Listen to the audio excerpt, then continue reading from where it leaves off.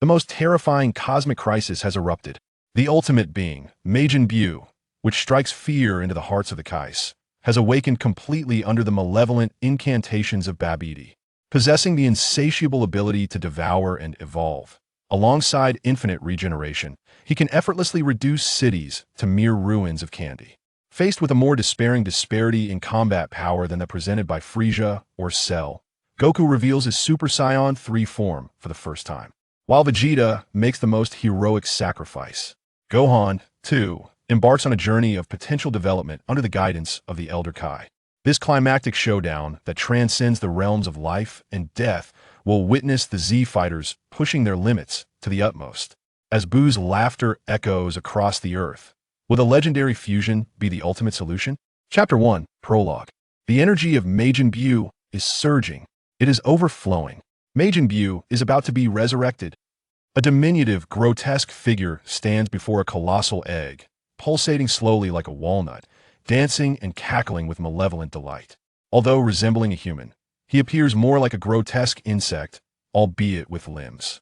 This scene fills the wicked sorcerer BUU-EPIC with glee, while the supreme KAIOSHIN is engulfed in dread. The seal is on the brink of collapse. Will the terrifying Majin BUU finally emerge? This is the end.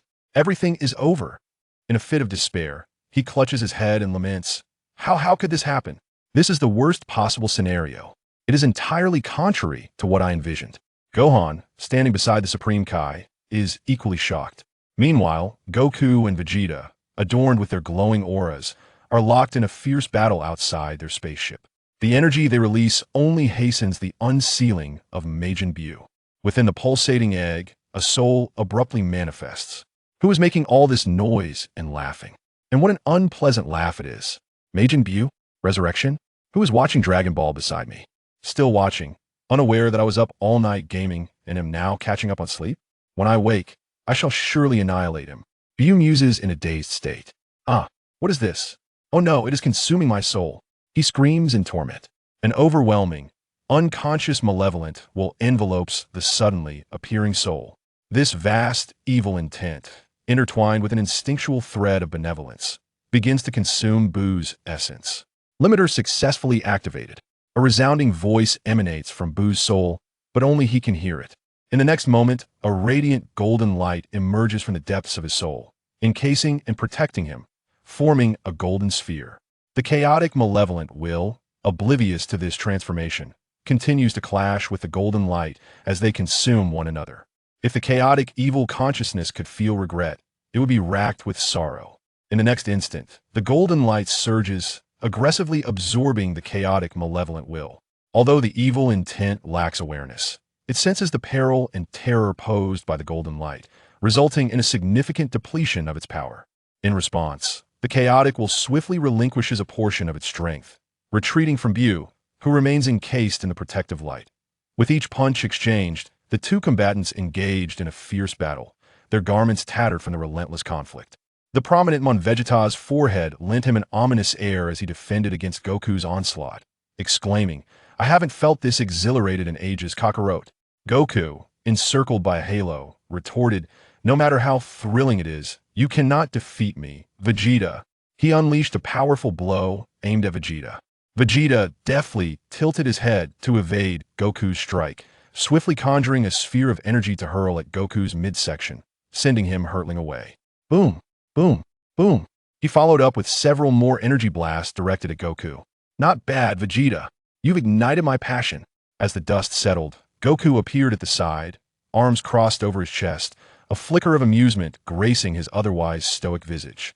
In midair, Trunks remarked, Hey, I sense an incredibly potent energy. Is it from Dad and the others? I'm not sure it was felt during the martial arts tournament too, came the response. Why can we feel such overwhelming energy from everywhere? Trunks pondered. Could battles be raging worldwide? Goten replied, I have no idea what's happening. Should we head back? Trunks suggested. No way. I want to witness Majin BUU. Goten firmly rejected. All right then, let's hurry. The two radiated a golden aura as they soared across the land toward the far north. Beneath a colossal, walnut-like egg on a pedestal, vast plumes of gas were expelled, enveloping the area in a thick fog. The KAIOSHIN, already on edge, was rendered speechless, beads of cold sweat trickling down his brow. The needle on the pedestal pointed towards the center of the M. Majin Buu is about to reach his final form. Babidi was both thrilled and astonished, erupting into a fit of maniacal laughter, accompanied by his peculiar companion, DBZ, who joined in the strange mirth. He, DBZ, he is finally emerging. Majin Buu is about to appear. Yes, indeed, DBZ responded dryly. At last, we shall witness Majin Buu. How exhilarating. Come forth, emerge now. What anticipation, Lord Babidi. DBZ congratulated. As time passed, the walnut-like egg pulsated with increasing speed and intensity. Observing this, Gohan clenched his fists, his brow furrowed. It seemed that the energy released from the clash between his father and Uncle Vegeta had surpassed even the Super Saiyan threshold, hastening the awakening of Majin Buu. Final form, the KAIOSHIN, beside Gohan, was stricken with fear and could not help but exclaim, "We are powerless, we must flee, Mr. Gohan." Flee? Gohan was taken aback, glancing at the terrified KAIOSHIN. Where was your earlier confidence? Are you truly a KAIOSHIN? And what of Uncle Piccolo, who has been petrified? Oh, and Krillin. He couldn't help but shout. Even if you say that, where can we escape to? If we abandon this situation, Majin Buu will undoubtedly awaken. However, with your current strength, you cannot possibly defeat Majin Buu. No one can prevail against him. Be it you or anyone else, there simply does not exist anyone capable of overcoming him. We must flee at once. King Kai-Shin expressed his deep frustration. But, there is no but. We must escape. Do not squander your life in vain. As he spoke, King Kai-Shin's eyes suddenly lit up. We can retreat to the KAIOSHIN realm.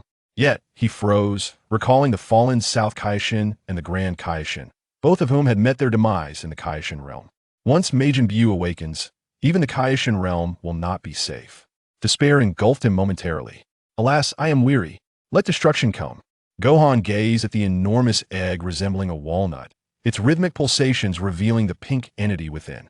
Gritting his teeth, he thought, regardless, he is transformed into his complete form. At the very least, I must make an attempt. What are you planning to do? Huh.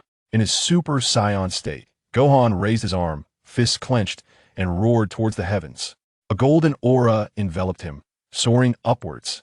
As his internal energy surged, the aura expanded, reaching its zenith, dissipating to reveal only a flame-like energy. Gohan murmured, at the very least, let me resist once. His hands formed claw-like gestures at his waist, and a golden wave of light erupted between his palms, radiating brilliance. What does that fellow intend to do? Babidi inquired of DBZ. I cannot say. Gohan thrust his hands forward, and in the next moment, a terrifying golden energy wave erupted from his palms, hurtling towards the colossal egg behind Babidi. The dreadful shockwave approached. DBZ's pupils constricted. In an instant, he seized the dazed Babidi, evading Gohan's onslaught. The golden shockwave collided with a walnut-like egg for several seconds. Boom! An explosion echoed, dust scattering. The egg trembled slightly, releasing gas. Unscathed? Damn it! Huh! Gohan, unyielding, shouted and unleashed another energy wave, continuously pouring forth his power, yet the giant egg remained undamaged by his assault. Mr. Gohan! King Kai-Shin could not contain his exclamation. That wretch, Lord Babidi, I shall deal with him. DBZ fumed with rage. Just as he was about to act, Babidi clutched at his garment. It matters not, such an attack poses no threat to Majin Buu. You fool, even this is futile. All in vain, Babidi mocked as he watched Gohan persist in his assault on the egg. With a resounding boom, the earth shattered, dust swirling. The walnut-like egg was blasted away. Gohan, observing the egg soaring through the air, did not hesitate and launched another energy wave. Bang! The egg crashed violently to the ground, tumbling several times. Suddenly, a cracking sound was heard. The walnut-like shell split apart, releasing a sound akin to a deflating balloon as a pink gas erupted from within. Oh, he has emerged. Majin Buu has come forth. Babidi exclaimed with uncontainable joy. As the pink mist dissipated, only the two halves of the shell remained, revealing an empty void within. Babidi and DBZ stared in disbelief. Empty. Empty. Where is my grand Majin Buu? Limiter. Soul breakthrough successful. Phase 120. Chapter 2. The resurrection of Majin Buu. The shattered shell lay in two halves, utterly hollow within. A vast quantity of gas seeped forth, and a small pink puff began to ascend slowly before dissipating before the eyes of the onlookers. This scene left the four confronting figures utterly astonished. Babbidi's eyes widened in bewilderment and uncertainty as he murmured, "Impossible! How could this happen? Come forth, Majin BUU! Show yourself immediately!" Upon witnessing this, King KAIOSHIN could hardly contain his delight, exclaiming, "Ha ha! What incredible fortune! Alas, Babbidi, Majin BUU has been obliterated by that recent attack. I fear he has become nothing more than a desiccated husk after such a lengthy slumber. No matter how much energy is infused, he shall never regain his former might. Earth is saved." Babbidi, however, was steeped in disbelief. Dabra consoled Babbidi, saying, "What does it matter, my lord? Even in the absence of Majin BUU, I am here." He then turned his gaze towards the jubilant King KAIOSHIN, and that fellow named Vegeta, although not fully under control. But my father revered Majin BUU. He cannot possibly be dead." Babbidi murmured, doubt clouding his confidence. "Babbidi, accept reality. Majin BUU is no more," King KAIOSHIN declared, his elation palpable, entirely forgetting his earlier desire to flee. "Flee? What for? I am the esteemed King Kai. I would not retreat. That was merely a strategic withdrawal. Dabra, if that is the case, at the very least, help me eliminate that arrogant King Kai." Babbidi glared at the jubilant King KAIOSHIN, his voice laced with venom. "If there is no Majin BUU, then I shall dispose of you instead." "Cursed King Kai." "Very well," Dabra replied, a slight smile playing on his lips as he regarded King KAIOSHIN and the somewhat distracted Gohan. The King Kai furrowed his brow and urged Gohan, "I shall confront Babbidi, Mr. Gohan. You must take on Dabra. If you can defeat Dabra, you will shatter Babbidi's ambitions. Come now." As Mr. Goku said, "This is the moment for your fury to shine. Let them witness the true strength of your wrath." Mr. Gohan, peace is on the horizon. Yet Gohan's face was a mask of disbelief, cold sweat beading on his brow as he clenched his fists. "This isn't how it should be. What is the matter?" King Kai inquired, puzzled. Gohan fixed a grave stare upon the fractured shell, his expression turning serious. "There is an overwhelmingly powerful energy, an incredibly potent force expanding. What is this?" Gohan's expression suddenly shifted as he looked up towards the upper portion of his shattered shell. "What are you talking about?" King KAIOSHIN, still oblivious to the situation, lacked the sensitivity to energy that even Earthlings possessed. "That smoke. It's just emerged from within," Son Gohan exclaimed, unable to contain his apprehension. A billowing mass of pink gas had gradually coalesced into a thick cloud, drifting through the air. Above the heads of the onlookers, the pink cloud caught the attention of King Kai, who gazed up in astonishment, while Son Gohan's body tensed in response. The overwhelming aura emanating from it was difficult to comprehend, far surpassing the power of the previous cell by hundreds of times. In midair, the pink cloud slowly converged into a cohesive form, gradually revealing a humanoid figure. Babbidi stammered, pointing at the pink figure. "Hey, what is that?" Dabra, equally shocked, pondered, could it be? Wasn't Majin BUU supposed to be dead?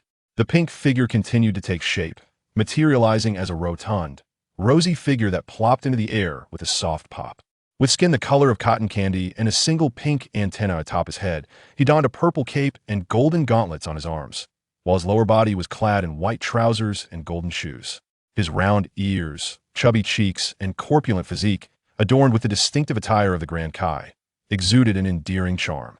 On either side of his head were 3 small air vents, with more adorning his pudgy arms and a total of 6 on his chest. His eyes squinted into slits, accompanied by a seemingly benevolent smile. Majin BUU descended slowly, remaining silent and motionless, standing there in a daze. Majin BUU had officially returned. Son Gohan furrowed his brow, while King Kai's face turned pale. Babbidi, however, was elated, and Dabra's expression fluctuated between joy and concern. "How noisy! It has been incessant since earlier. Do you not sleep? Am I merely dreaming? No, that excruciating feeling of tearing. If this were a dream, I would have awakened by now." BUU's head throbbed, and a golden digit suddenly flashed in his mind, suppressing the agony. Limiter successfully loaded. Soul breakthrough successful. Stage 1, progress at 20. Physical breakthrough failed. Energy breakthrough failed. Time-space traversal sealed. At that moment, a surge of information flooded in. My golden finger? Had I traversed dimensions? How could I have suddenly crossed over? Can one traverse while staying up all night? Never mind, if I have crossed over, then so be it. And I, And Majin BU, the final boss from Dragon Ball Z, the BU who merely plays a supporting role in Dragon Ball Super, that tearing sensation was. I almost got absorbed by the unconscious Majin BU. Bull was taken aback. Fortunately, at this critical moment, the golden finger emerged to save his life, turning the tables by absorbing a fragment of Majin Buu's chaotic evil and benevolent will, granting him a glimmer of insight. The tumultuous and malevolent intent of Majin BU could not assimilate BUU, nor could it overpower him instead. Some of its willpower was siphoned off, allowing BUU to gain a degree of control over his body. Otherwise, he would have truly become the real BU. Dare to absorb me? When the time comes, I shall devour you whole. BUU thought with a simmering resentment. He could sense a vast, malevolent will awakening beside him, now conscious. Yet the intertwining of evil and good rendered Majin Buu's intentions chaotic and unpredictable. Still, he remained wary of the burgeoning presence. BUU remained unconcerned about Majin Buu's wariness towards him. He could sense the boundless and terrifying energy coursing through this body, as well as the infinite vitality that continuously surged within. He attempted to exert control over his form, yet his efforts yielded little success, compelling him to relinquish his attempts. Majin BU exclaimed, "I'm not dead yet. You think you could take over my body?" Helpless, BUU controlled the body to open its half-closed eyes and surveyed his surroundings. Ah, that blonde-haired figure with spiky hair and a tuft of bangs must be Son Gohan in his Super Saiyan state. And the youth with purple skin and a white pineapple-shaped head, bearing a hint of fear upon his countenance, is the timid KAIOSHIN. BUU scrutinized the two. Suddenly, the previously motionless Majin BU stirred, realizing that BUU was commandeering his body. Although it was merely the opening of his eyes, a furious blaze ignited within him as he clenched his fists and furrowed his brow. In an unexpected outburst, he began to pummel his own pink head, deforming it with his blows.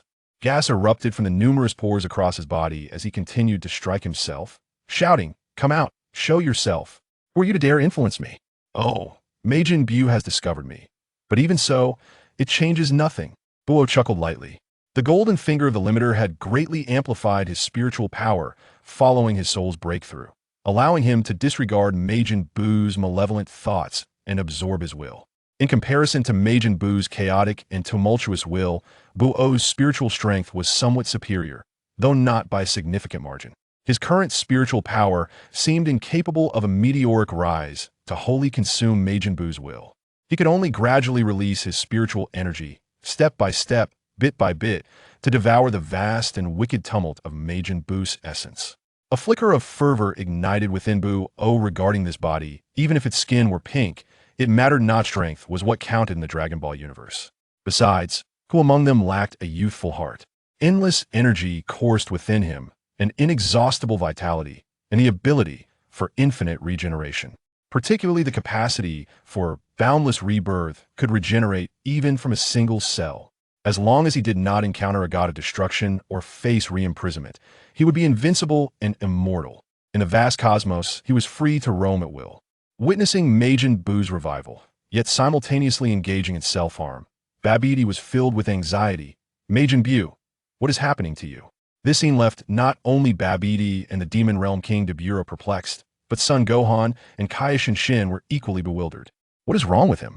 I don't know. Perhaps he has become foolish after being sealed for so long. Could he truly annihilate the Earth in this state? Gohan harbored his doubts, yet the overwhelming energy he felt was undeniably real. KAIOSHIN, disregarding the situation, began suggesting an escape. Since Majin BU has revived, we should flee quickly. If we wait for him to regain his senses, we will all perish. But if we escape, what will happen to my father and the others, Uncle Piccolo? I cannot run. I must confront Majin BU. Gohan, vigilant of Majin BU, cast a quick glance at the petrified Piccolo and spoke hastily. "It is futile. Neither you nor anyone else can defeat Majin BU." The Supreme Kai implored desperately. "We should flee at once." Meanwhile, on the other side, the sounds of battle and explosions echoed relentlessly. Chapter 3. The terrifying Majin BU and the struggle for control. Majin BU has been resurrected, unbeknownst to Goku and Vegeta. At this moment, the two are engaged in a fierce battle in their Super Saiyan forms, unleashing energy blasts that collide and explode, leaving the ground riddled with craters. In the sealed realm, Babidi is indeed repulsive. BUU expresses disdain for Babidi's appearance. It seems that the Dragon Ball universe is one of coexisting myriad creatures. The formidable king of the demon realm, Dabura, stands tall and powerful, equivalent to a Super Saiyan 2. However, in the original tale, he was tragically transformed into a cookie by Majin Buu. Such a pity, for he was a loyal subordinate, a competent tool. Yet, this is of little consequence now, as he currently lacks a physical form. By the time he obtains Majin Buu's body, he may have already been devoured. Otherwise, he could have served as a worthy ally. Within Majin Buu resides a greater inclination towards benevolence than malevolence, yet he himself is profoundly evil, leading to a chaotic mindset that embodies both good and evil. Recently, both the benevolent and malevolent wills have been partially absorbed by Buu, with the benevolent will prevailing. Now, the scales of good and evil have reached equilibrium. The current Majin Buu is no longer the foolish entity depicted in the original narrative. His thoughts have become elusive and inscrutable. However, Buu remains indifferent to these complexities. He merely needs to quietly conceal himself and gradually consume Majin Buu's malevolent will. Once he has fully absorbed the evil intent, he will gain dominion over half of Majin Buu's body. Not far away, Majin Buu, despite having engaged in self-inflicted combat, grows increasingly agitated. His internal will has become a chaotic mix, prompting him to begin warming up. He seeks to unleash his fury. He craves destruction. Yet, the benevolent will within him ultimately asserts dominance, restraining him. To avoid provoking him is to ensure peace. To incite his wrath spells doom for all present. In the distance, Majin Buu appears foolish. Lord Babidi, is that creature truly Majin Buu? Dabura inquires, lowering his head towards the diminutive Babidi. Who knows? I have never seen him. Babidi replies uncertainly, resembling a bug. Only the Supreme Kai has witnessed the true form of Majin Buu. Babidi is not alone in his confusion. Gohan shares the same uncertainty. Is that really Majin Buu? Gohan questions the Supreme Kai. Indeed, I cannot be mistaken. I will never forget that terrifying visage. The Supreme Kai asserts, through gritted teeth. Oh, that is truly Majin Buu. Babidi exclaims with exuberance upon hearing the Supreme Kai's declaration. Majin Buu has indeed returned to life, albeit appearing somewhat foolish as he engages in self-battering. However, this does not concern Babidi much. He has unwavering confidence in his magic. Anyone with an evil heart is subject to his control, especially since he possesses the means to seal Majin Buu. What a creature! Dabura swallows hard. Hey, Majin Buu. Babidi suddenly steps forward, calling out with urgency. Majin Buu remains oblivious, continuing his warm-up. It is too late. There is no escape. Beside him, the Supreme Kai sinks into despair. Although that being's power is formidable, it should not render them helpless. Gohan whispers, "Is it true, Mr. Gohan?" The Supreme Kai of Time's eyes sparkled with hope. "Indeed, if I unleash my full potential," Gohan declared. At that moment, Majin Buu stirred, slowly advancing towards Gohan with arms outstretched in a swaying, rotund figure. Gohan clenched his teeth, his gaze fixated on the approaching Majin Buu. The plump creature halted 2 meters away from Gohan, placing his hands on his hips, surveying both Gohan and the Supreme Kai of Time with curiosity. However, after a brief inspection, he turned away, moving towards Babidi and Dabura, glancing at them before suddenly jumping back. Time ticked away. Hee, Majin Buu's inner voice chuckled. Limiter. Soul breakthrough successful. Phase 1. Progress at 23. It has increased again. Perseverance leads to victory. He then concentrated, gradually absorbing Majin Buu's malevolent will. What is he doing? Babidi observed, perplexed by the fidgeting Majin Buu. Hesitantly, he stepped forward, a hint of trepidation in his voice. Hey, Majin Buu, I am Babidi, the son of the one who created you. I took a long time to resurrect you from the sealed egg. Majin Buu, arms crossed, lightly tapping his feet, opened his half-closed eyes, looking down at Babidi. The legendary Majin Buu's gaze filled Babidi with dread, causing him to involuntarily step back. He spread his hands, cold sweat forming, stammering, "So, from today onwards, I shall be your new master." Majin Buu remained silent, staring at Babidi. Babidi, feeling awkward, forced a few chuckles to ease the tension. Majin Buu crossed his arms over his chest, huffed, and turned away, ignoring him. Babidi, in a state of panic, rushed to Buu's side, waving his small hands. Hey, what's wrong? Acknowledge me, acknowledge me. I am your master. Majin Buu disregarded him, tilting his head away, then lowered his gaze, his body trembling. Majin Buu.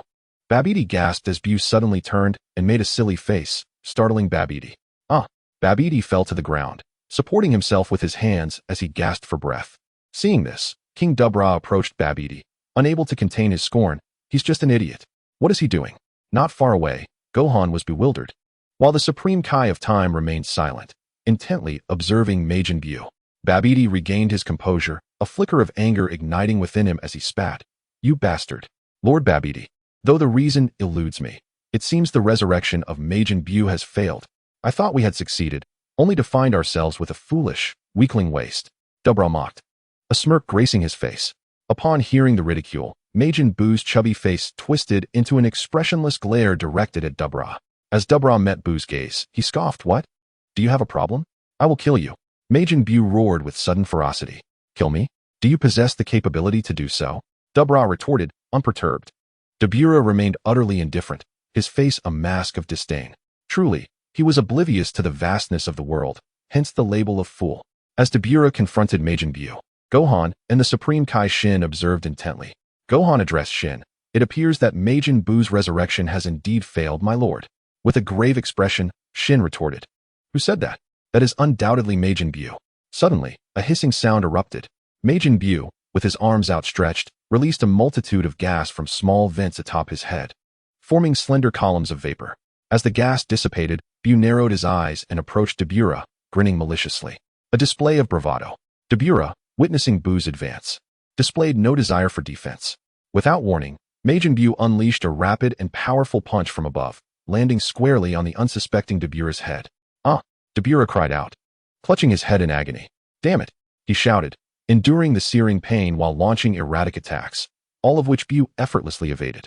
Rising, Buu executed a seemingly light sidekick with his right leg, yet it bore tremendous force, sending Dabura flying. With a resounding crash, Dabura was hurled several meters before crashing violently against the cliff, unconscious. Majin Buu dusted off his hands.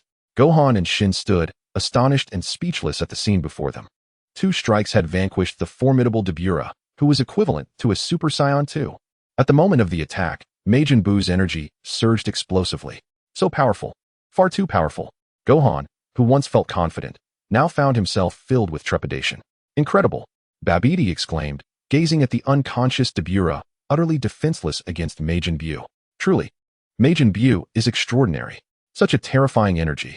This Majin Buu is no ordinary foe. Goku marveled in awe. Let us go take a look. Vegeta, too, sensed the shift. Falling into a momentary silence, his arrogance diminished, struggling to believe the unfolding events. Upon hearing Goku's words, he lowered his raised hand, conceding. Though proud, Vegeta could not ignore the overwhelming force that had just erupted. Could it be? Perhaps. He truly could not prevail. Meanwhile, 2 streams of golden energy sliced through the sky, descending upon a nearby cliff. It was Trunks and Goten, stealthily approaching Majin Buu. In the sealed area, Gohan whispered. We cannot remain idle, my Lord Supreme Kai. If we eliminate Babidi, can you seal him? No. If Babidi is killed, no one will be left to seal him. I have failed miserably. As the Supreme Kai, I am powerless. Witnessing Majin Buu's terrifying strength, Babidi's ears perked up as he suddenly overheard Gohan and Shin's hushed conversation. What? They wish to kill me? A wave of fear washed over Babidi. With Dabura defeated by Majin Buu, he found himself unprotected. Majin Buu, unpredictable and disobedient, filled Babidi with dread, yet he steeled himself to command. Majin Buu, eliminate them. Not good. Babidi has noticed. Maintaining the full power of Super Saiyan 1. Son Gohan sensed something amiss and decided to take the initiative, launching a preemptive strike. With a swift motion, he vanished from sight, only to reappear instantaneously before Majin Buu, delivering a powerful side kick aimed squarely at the creature's round head. The sound of impact resonated like metal clashing. Gohan's kick proved utterly ineffective against Majin Buu. What? Gohan could hardly believe that his strike had no effect whatsoever. Majin Buu, having taken the blow, narrowed his eyes into slits and fixated on Gohan, seizing his leg and forcefully slamming it into the ground, once to the left, once to the right, repeating this brutal motion multiple times. Gohan coughed up blood, enduring excruciating pain. He gritted his teeth against the torment. As Majin Buu lifted him to strike again, Gohan gathered energy in his palms and unleashed a barrage of energy blasts in an instant. Boom, boom, boom. The explosions echoed, enveloped in swirling smoke. With Majin Buu momentarily halted, Gohan seized the opportunity to catch his breath. Yet, before he could fully recover, a pink energy blast shot forth from Majin Buu's left hand, piercing through the haze and striking Gohan in the abdomen. Boom. Ag. Gohan cried out in agony. With a violent throw, Majin Buu sent Gohan hurtling away, the overwhelming force propelling him through mountains like a mere feather. Having dealt with Gohan, Majin Buu turned his gaze toward the trembling KAIOSHIN, who stood paralyzed with fear, a sinister grin spreading across his plump face. Not far from Majin Buu, the dazed Dabra finally regained consciousness, his anger boiling within him. He believed that Majin Buu had acted dishonorably by ambushing him when he was unprepared. Had he been ready, he would not have been so easily defeated. Taking advantage of Majin Buu's distraction with the KAIOSHIN, Dabra stealthily prepared an attack. He directed a hand toward Majin Buu, launching a barrage of energy blasts imbued with terrifying power, dozens of them racing toward their target. Boom, boom, boom. The explosions rang out continuously. However, despite the ingenuity of Dabra's surprise attack, the disparity in strength was insurmountable. None of his energy blasts found their mark. Majin Buu was simply too fast, having vanished and reappeared behind Dabra in an instant, his antennae swaying ominously, the tips aimed directly at him. So swift. Dabra's pupils constricted as he realized Majin Buu's sudden disappearance. "I shall turn you into a cookie," echoed the voice from behind him. Before he could react, a beam erupted from the tip of Majin Buu's antenna, striking Dabra with devastating precision. "Aya!" Dabra screamed in horror. In the next instant, with a thunderous boom, the formidable demon king Dabra was transformed into a large cookie, crumbling to the ground. Without hesitation, Majin Buu picked up the fallen cookie and, with a wide mouth, devoured it. Thus fell the once great demon king. Witnessing this gruesome spectacle, Majin Buu transforming Dabra into a cookie and then consuming him, the KAIOSHIN turned pale with fear. "Kamehameha!" From a distance, the battered Son Gohan shouted. "Assume a stance," with both hands forming a flower bud shape, placing them at the waist, while the palms converge to gather energy into a luminous orb. A blue energy sphere trails a long tail behind it, resembling a shooting star, hurtling towards Majin Buu. As it slowly absorbs the will of Majin Buu, who suddenly senses something amiss. The progress of the restrictor, Phase 1, is advancing rapidly, indicating that his soul power is escalating swiftly. The progress has risen to 26. Once it reaches 30, his soul power will surpass that of Majin Buu, allowing him to seize control over Buu's body. What is happening? Why has my absorption of Majin Buu's malevolent will accelerated? Where is the resistance from Buu's wicked intent? Oh, it seems it can no longer withstand me. Glancing at the progress, it has surged again, now reaching 27. Excellent. Buu is fully engrossed in controlling his soul power, devouring Buu's evil will. He can sense the external situation, yet remains indifferent, for at this stage, only a Super Saiyan 3 can contend with Majin Buu. If one were to exert full power, there would even be a chance to eliminate the current Fat Buu. However, presently, only Goku has attained Super Saiyan 3, and since Goku has perished, his presence on Earth is merely due to his participation in the World Martial Arts Tournament. In his current state as a soul, transforming into Super Saiyan 3 would require an immense expenditure of energy. In the original narrative, in a soul state, a single transformation into Super Saiyan 3 depletes nearly all of Goku's energy, which would have allowed him to remain for an entire day, forcing him to retreat to the afterlife. Thus, his Super Saiyan 3 form is not sustainable at present. Majin Buu thrives in prolonged battles, after all. His infinite stamina and regenerative capabilities are not to be trifled with. Therefore, Buu is entirely unperturbed. Once he consumes Buu's malevolent will, he will gain complete dominion over this body. He will become Majin Buu. Not only that, but he shall also revert to Buu's original form. Yet, he must contemplate the method of returning to that primal state. Relying on absorbing others to grow stronger is perilous. The risks are considerable. Just look at the current Fat Buu to understand. Absorbing powers that are excessively strong is difficult to digest. Even if forcibly digested, remnants of characteristics prior to absorption linger. Simultaneously, absorbing individuals lacking regenerative abilities diminishes one's own infinite regeneration capability. So how shall one grow stronger in the future? By acquiring an advantage. I possess an advantage. Boom. An explosion reverberates, clouds of dust rising. The Kamehameha strikes Majin Buu. Lord Supreme Kai, flee quickly. He unleashes the Kamehameha, yet knows that with his strength, he cannot inflict harm upon Majin Buu. Gohan, battered and bruised, cries out in desperation. Suddenly, Majin Buu appears above Gohan. Die? What? Gohan's eyes widen with disbelief. Majin Buu raises his left hand high, delivering a ferocious punch toward Gohan's head. Bang! The earth shatters, dust billowing. Gohan is struck deep into the ground, his fate uncertain. Mr. Gohan. The Supreme Kai exclaims in alarm. In the next moment, Majin Buu reappeared before King Kai-Shin, gazing down at him. You. King Kai-Shin's eyes widened in terror, yet he summoned the courage to retaliate. Divine energy surged forth as he launched a feeble attack against Majin Buu. Buu merely shook his head and scathed, an air of mockery dancing in his gaze. A grotesque grin spread across the rotund visage of Majin Buu. He extended his hands and, with a force akin to swatting away a fly, struck King Kai-Shin's head with tremendous impact, initiating a brutal assault. Smack! Aya! A subsequent blow followed. Boom! Dust billowed into the air. King Kai-Shin, utterly defenseless. Majin Buu loomed over the severely injured, gasping King Kai-Shin. What shall I transform you into? A cookie or jelly? As he lowered his head, the tips of his antennae shimmered with a faint glow, preparing to metamorphose King Kai-Shin into something to devour. In that critical moment, boom, a massive energy orb erupted, obliterating BUU-EPIC's spaceship. The force of the explosion flung BUU-EPIC away. As the smoke dissipated, BUU-EPIC stood stupefied. My spaceship. How dare you? Who is responsible? Majin Buu fixed his gaze upon the emerging figures of Vegeta and Goku through the smoke.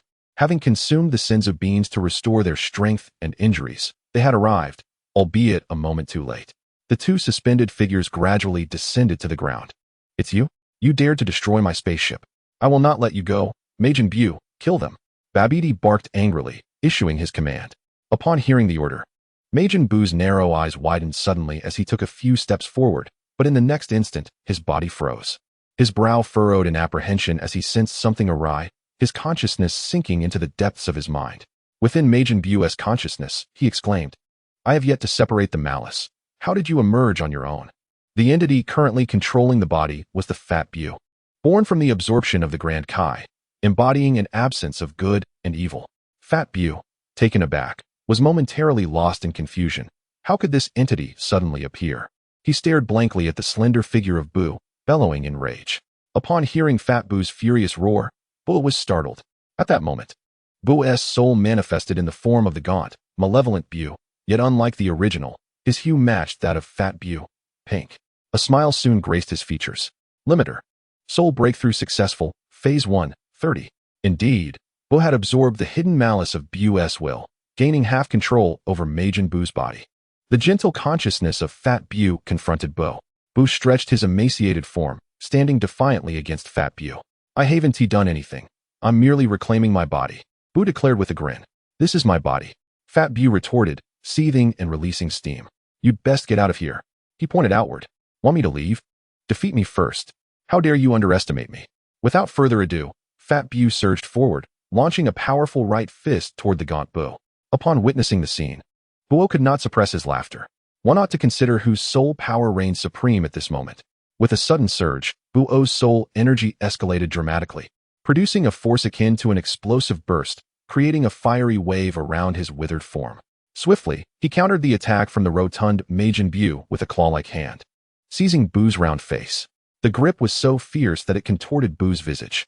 With a flick of his left hand, Buu unleashed a flurry of assaults upon Buu's ample, pudgy belly, rendering Buu utterly defenseless. It was a one-sided bout, with Majin Buu enduring relentless punishment. In the outside world, anguished cries erupted as Majin Buu crouched down, clutching his head in despair, emitting wails as cold sweat poured from him. Symmetrical steam jets erupted from the small orifices on either side of his head, as beads of sweat fell to the ground. Meanwhile, in a state of Super Saiyan 2, Son Goku exchanged perplexed glances with Vegeta. Goku, usually sharp-witted in battle, found himself at a loss outside of it, inquiring of Vegeta, what has happened to him? I have no idea. Vegeta retorted with irritation. How should I know? This Majin Buu is most peculiar. His energy fluctuates wildly. Yet it is not the same as Buu's previous outburst. Moreover, I feel as though I have encountered this surging energy before. But where? How strange. Goku pondered, observing the distressed Majin Buu. Suddenly, Buu, in agony, crouched down, and BUU-EPIC, witnessing this, could not help but express concern. Majin Buu, what is wrong? Are you all right? Is everything fine?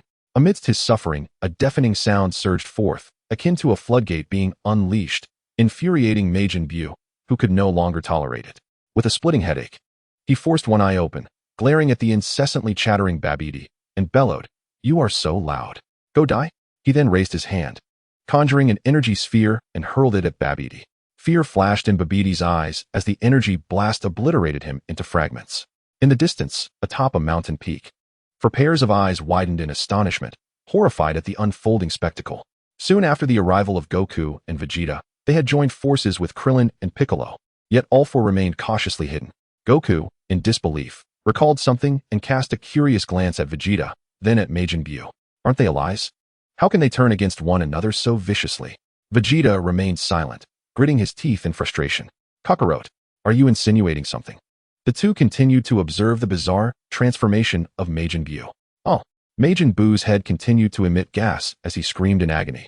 Shaking his round head vigorously, his head was flung away, and his neck elongated, resembling the blades of a fan spinning rapidly, creating a whirlwind that wreaked havoc around him. After a brief moment, feeling it was futile, he reverted to his original form. Fueled by determination, Majin Buu charged towards a massive expanse of rock. The rocks. He shattered a large section of the stone, yet Majin Buu remained in torment. In the depths of Majin Buu's consciousness, the corpulent Buu found himself at a disadvantage, aware that he could not match the frail, emaciated creature before him.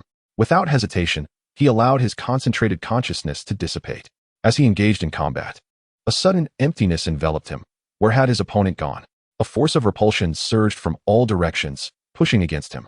He struggled against this unseen force, only for it to unexpectedly disperse, rapidly reforming and thrusting towards him with great intensity. In an instant, Buu vanished from the realm of the corpulent Buu, leaving him bewildered. What just transpired? The world around him spun violently. In the external realm, Majin Buu was consumed by rage, letting out a thunderous roar. A tremendous amount of white steam erupted from both sides of his head as he summoned every ounce of strength to gather energy atop his head. The sound of bubbling filled the air, and a vast plume of white steam burst forth from the corpulent Buu, sweeping across the ground and stirring up clouds of dust. Instead of the usual pink gas he emitted, a different substance was released, a vibrant pink mist that coalesced into a pink cloud hovering above him. As the headache subsided, a hint of pleasure graced his countenance. Upon seeing the emergence of the pink cloud, a grim determination settled on his face as he fixed his gaze on the source of his torment. The pink cloud writhed and compressed, never ceasing in its transformation, slowly revealing a humanoid form. In the next moment, the figure formed from the pink cloud erupted in a blinding golden light, which then faded. Suspended in the air was a tall, gaunt Majin Buu, his skin parched and emaciated. The sight of two Majin Buus bewildered all present. Two figures, one near and two others afar, were taken aback. What is happening? Krillin, with his thick hair standing on end, could not help but inquire of Piccolo. The five warriors, including Goku, were equally perplexed, yet Piccolo discerned a clue. After contemplation, he postulated, this newly emerged Majin Buu must represent the malevolent aspect of the original Buu. However, the reasons for this separation remain unclear. Strangely, this released energy does not exude malice. Rather, it is remarkably serene and teeming with vitality. As Piccolo further attuned himself to this formidable energy, he found himself in disbelief. This presence surpassed that of the original Buu. Meanwhile, Buu's consciousness was still clouded, akin to the disorientation of a lengthy journey. Yet, the corpulent Buu was undeterred. Raising his hand, he conjured a terrifying pink energy blast.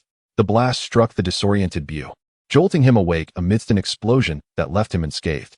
Gazing at the pink behemoth responsible for the assault, he was struck by realization. I have emerged. I have been expelled by the corpulent Buu.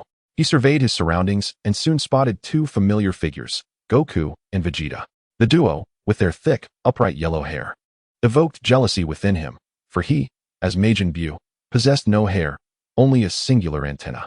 Lost in thought, he suddenly noticed the corpulent Buu preparing to condense another energy blast. In an instant, Buu vanished, only to reappear before Fat Buu, effortlessly dispersing his energy blasts. Grasping Buu by the neck, he lifted him and demanded, "Are you seeking death?" He then forcefully slammed him into the ground repeatedly before releasing him. After dealing with Fat Buu, he ascended and approached Son Wukong and Vegeta, landing gracefully. The two immediately assumed a defensive stance, aware that despite not detecting any malevolent aura emanating from the emaciated Majin Buu, the Supreme Kai had warned them countless times of the terror that Majin Buu represented, a threat capable of annihilating Earth and the entire universe, compelling them to remain vigilant. Noticing their apprehension, Buu waved his hands, palms open, conveying that he harbored no ill intentions. though his gaunt frame had been forcibly ejected by Fat BUU. He had absorbed much of BUU's energy. While stronger than Fat BUU, his power was still limited. Therefore, he bore no desire for combat at that moment. He merely wished to extend a greeting. However, once he absorbed Fat BUU, the urge for battle would surely awaken. Upon arriving in the Dragon Ball realm, how could he possibly refrain from fighting Son Wukong and Vegeta? I am Majin BUU, yet unlike that foolish, morally ambiguous Fat BUU, I am the true essence. However, I was controlled by BUU from the moment of my creation, losing my self-awareness until now, when I have finally broken free from his constraints. Regrettably, I was manipulated into committing heinous acts during that time, and for that, I sincerely apologize. By the way, BUU is the father of BUU, who was recently slain by Majin BUU.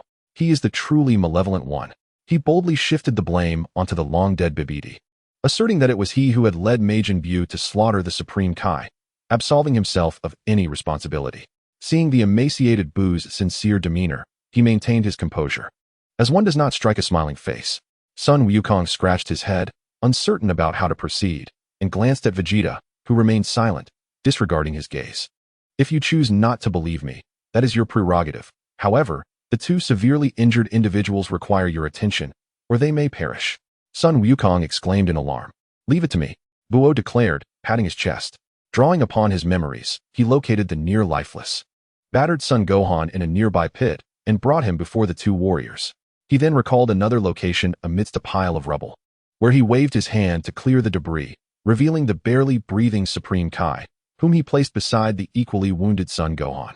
Upon witnessing this, Son Wukong immediately retrieved 2 senzu beans from his pouch, eager to feed them to the injured.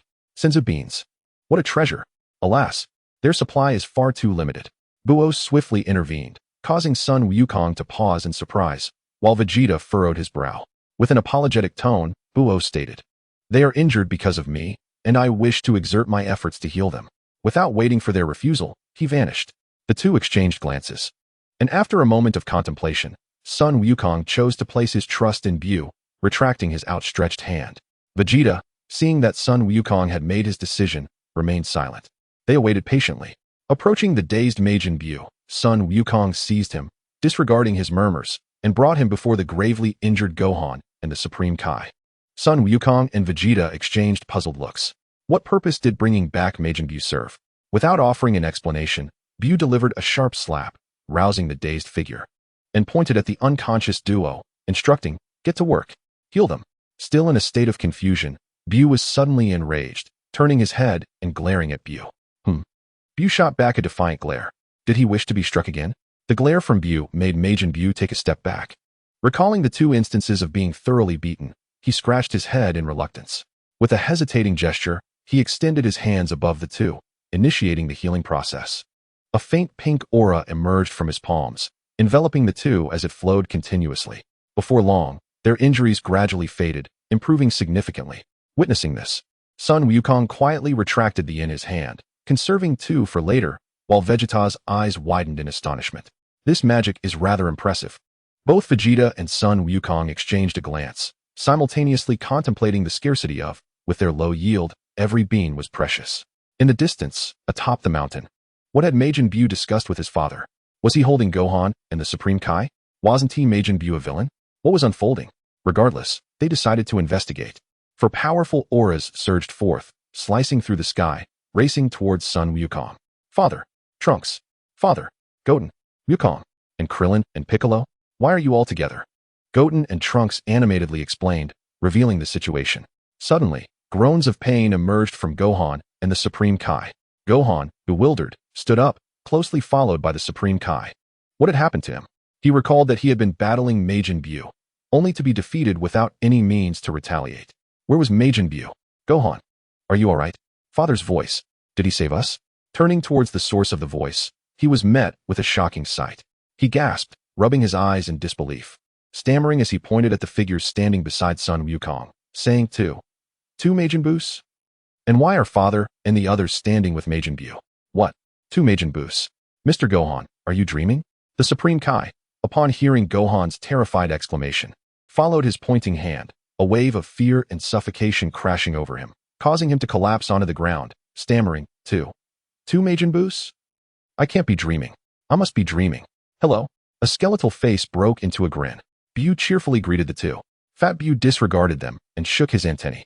Seeing Son Gohan appear as if facing a formidable foe, Sun Wukong stepped forward and lifted King Kai-Shin. Mr. Wukong. Sun Wukong scratched his head, attempting to articulate the situation, then, using both hands and feet, explained to the two bewildered individuals. Majin BUU is not a villain. He has merely been controlled by the evil sorcerer BUU-EPIC, which led him to commit misdeeds. The true BUU, emaciated and frail, has been asleep within Fat BUU all along. Only now has he emerged from Fat BUU's body. Now that he has awakened, the control has dissipated, and he is free? This revelation was indeed bizarre. Son Gohan was flabbergasted, and so was King Kai-Shin. The two exchanged perplexed glances. Does that mean the crisis is averted? King Kai-Shin, however, was at a loss for what to do. Majin BUU had killed the East and North Kaioshins and devoured the South Kaioshin and the Grand Kaioshin. Yet now he learned that upon his emergence, Majin BUU was under BUU-EPIC's control and had been unaware of his actions, being forced into such deeds. He was not a malevolent being. He too was a victim. This was difficult for him to accept, and his mind was in turmoil. Chapter 5. The Emergence of Original BUU. Cough. Suddenly, BUU coughed, drawing the attention of the 8 individuals engaged in conversation. He firmly held Fat BUU in place, compelling him to remain stationary. Collecting his thoughts, he gazed clearly at Sun Wukong and the others and spoke in a conciliatory tone. I wish to befriend you, as I believe you are all splendid individuals. However, I am not yet whole, so I intend to absorb Fat BUU to regain my completeness. If you agree, I shall proceed with the absorption. If you disagree, then so be it. Disagree? Humph. I wish to befriend you, surely. No one would refuse a friend seeking to be whole again, right?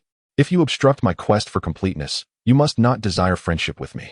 If you impede me, then you shall be deemed an enemy, and in the case of enmity, the only recourse is to communicate through strength. Friendship? Absorption? Absorption. Sun Wukong was taken aback, Vegeta was astonished, Krillin was bewildered, Piccolo twitched at the corner of his mouth, and Son Gohan was taken aback. Trunks and Son Goten were oblivious, remaining indifferent, while King Kai-Shin was distracted, instinctively wanting to voice his disagreement, yet he bit his lip and remained silent. Sun Wukong cast another strange glance at Vegeta, then looked again at the clear-eyed Majin BUU before them. The allure of the word absorption was akin to Vegeta's encounter with androids 17 and 18, provoking painful memories that surged forth unbidden. He recalled his youthful arrogance, heedless of others' warnings, allowing Cell to absorb androids 17 and 18, which led to countless beatings. Vegeta instantly froze, genuinely rendered speechless. Sun Wukong's glance conveyed a message he could decipher with ease. He knew exactly what Sun Wukong was pondering. Recollections of that time made him feel utterly humiliated. Sun Wukong instinctively turned to Vegeta. Vegeta, what is your stance on this? I shall remain a spectator. At this moment, Vegeta, lost in memories, preferred silence and withdrew into himself. Observing Vegeta's reluctance to speak, Goku turned his gaze towards the others, Piccolo, Gohan, Krillin, King Kai. As for Trunks and Goten, the adults would decide, and the children should refrain from interjecting. Vegeta declared, I trust your judgment, Kakarot. Gohan echoed, I also believe in your decision, father. Krillin concurred. Same here, Goku. Piccolo added, agreed. King Kai, timidly voicing his dissent in his mind, thought, I do not agree. Even King Kai's silent disagreement did not deter Goku, who promptly acquiesced. However, would this Fat BUU perish? Fat BUU cast a bewildered glance at King Kai, having expected him to object. Oh no, once I become complete, I will regurgitate him. Fat BUU quickly responded, then eagerly devoured the resistant Fat BUU in a single bite. The onlookers were left speechless. He consumed him. Fat BUU was swallowed whole. How terrifying. While Cell absorbed with specialized organs, Majin BUU simply devoured Fat BUU outright. It felt wrong to consent to this. After swallowing Fat BUU, his emaciated form instantly swelled grotesquely, as if a snake were forcibly consuming an elephant, his sunken belly expanding significantly. Fat BUU writhed within, but soon fell silent, quietly absorbing him. Suddenly, an overwhelming force surged from deep within his being. He could not suppress a roar, and his body uncontrollably expelled a torrent of pink gas from every pore, enveloping him in a cloud of pink mist. The mist obscured his figure while orange arcs of electricity crackled around him, creating a symphony of sound. The pink haze surrounded him, but after a few moments, it began to dissipate. Before long, the fog cleared, revealing a muscular, towering figure of over 2 meters, exuding an imposing presence. Was this the great BUU? As he surveyed his transformed body, Fat BUU furrowed his brow. The great BUU was indeed more powerful, yet not what he desired. Such a formidable aura. Goku marveled. Is this not complete? King Kai, listening intently, spoke with a complex expression. His complete form should resemble that of a child. A childlike form? The group was taken aback. He controlled the internal composition of his body, readjusting its complex elements. His entire pink physique pulsated, akin to a heartbeat, each movement causing his towering height to shrink. Minutes later, a pink child, standing only 1 meter and 37 centimeters tall, emerged. Had he succeeded? Feeling an unending surge of vitality and energy coursing through him, BUU sensed something was still amiss. He scrutinized his form meticulously. Suddenly, an idea struck him. With a slight disdain, he expelled Fat BUU, akin to spitting. He no longer needed Fat BUU. He was complete. Fat BUU has been regurgitated. He had spoken the truth. After expelling Fat BUU, something is amiss, an anomaly, a fleeting moment of disappearance. He has completely seized control of BUU's body. Now, he is the true Majin BUU. Suddenly, a golden light flashes before him, leaving behind faint golden characters. Limiter. The breakthrough of the soul is successful. First stage, progress, 30. The physical breakthrough is in progress. Energy breakthrough in progress. Time-space, traversal sealed. In the next moment, a surge of golden energy flows from the depths of BUU's soul, enveloping his body, warming him thoroughly. The transformation elevates everything about him. In an instant, it is complete. Physical breakthrough successful. First stage, progress, 1. Energy breakthrough successful. First stage. Progress, 5. Time-space traversal has been unsealed. BUU clenches his fists. His physique is now more resilient and robust, as if forged through countless trials. If his former body was likened to rotten wood, then he is now solid timber. The energy, in comparison to before, has diminished slightly. He had previously absorbed residual impurities indiscriminately, which have now been purged, leading to a significant enhancement in quality after being refined by the golden light. The soul's progress remains unchanged. BUU has become even more terrifying. He suddenly feels the urge to release his power and ascertain his current strength. True to his word, he greets Goku and the others before soaring into the sky, flying into the distance. Ha ha ha ha ha. BUU roars toward the heavens. Exhilarating. Absolutely exhilarating. His slender frame recklessly unleashes the terrifying energy within, a dreadful momentum erupting, forming a transparent energy column that encircles him, piercing through the sky. In an instant, the world loses its color. The sun and moon lose their light. The sky is thick with dark clouds, thunder rumbles. Crack. Countless thick bolts of lightning tear through the heavens. The fearsome aura shakes the earth, causing immense tremors beneath the surface, leading to earthquakes around the globe. A cataclysmic force. Just the sheer momentum could obliterate the earth. For a moment, across the globe, everyone is filled with trepidation. The original form of Majin BUU, the reborn BUU, having successfully transcended the limitations of soul, energy, and body. BUU's skin is pink, clad in white pants and dark brown shoes, adorned with wrist guards on both arms. His large hands robust. Unlike the original, irrational BUU, who knew only destruction and slaughter, his dark eyes now brim with a brutal killing intent. The current BUU possesses pure white sclera and orange pupils, his eyes exceedingly bright, softening his otherwise expressionless face. What little BUU has, he possesses too. What little BUU lacks, he has. Infinite stamina and vitality, enhanced regenerative abilities, terrifying learning capacity, marvelous black and white magic. With the limiter, he will only become more formidable. However, a minor flaw remains in BUU's height, which is a significant limitation of the original BUU. Yet, after the breakthrough, he seems to have grown several centimeters taller. He had initially considered using the omnipotent Dragon Balls to wish for height, but it appears that is no longer necessary. He recalls that Frieza's initial wish when seeking the Dragon Balls was to gain a bit of height. Frieza, King Frieza, simply wished to grow 5 centimeters taller. What is wrong with that? True strength does not require height. The Grand Kai, you speak wisely. The diminutive Majin BUU stands upon a horizontally extending mountain, fully unleashing, venting, and experiencing the boundless power within.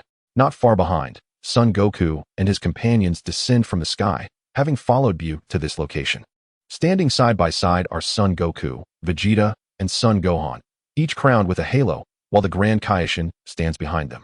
Beside the Grand KAIOSHIN, the petrified Piccolo and Krillin, having been freed after Dabura's demise, stand with Trunks and Goten behind them. The aura emanating from BUU is overwhelmingly terrifying. If he were our enemy, Krillin struggles against the dreadful presence, his legs trembling in fear. The sheer intensity of the aura sends a chill through Vegeta.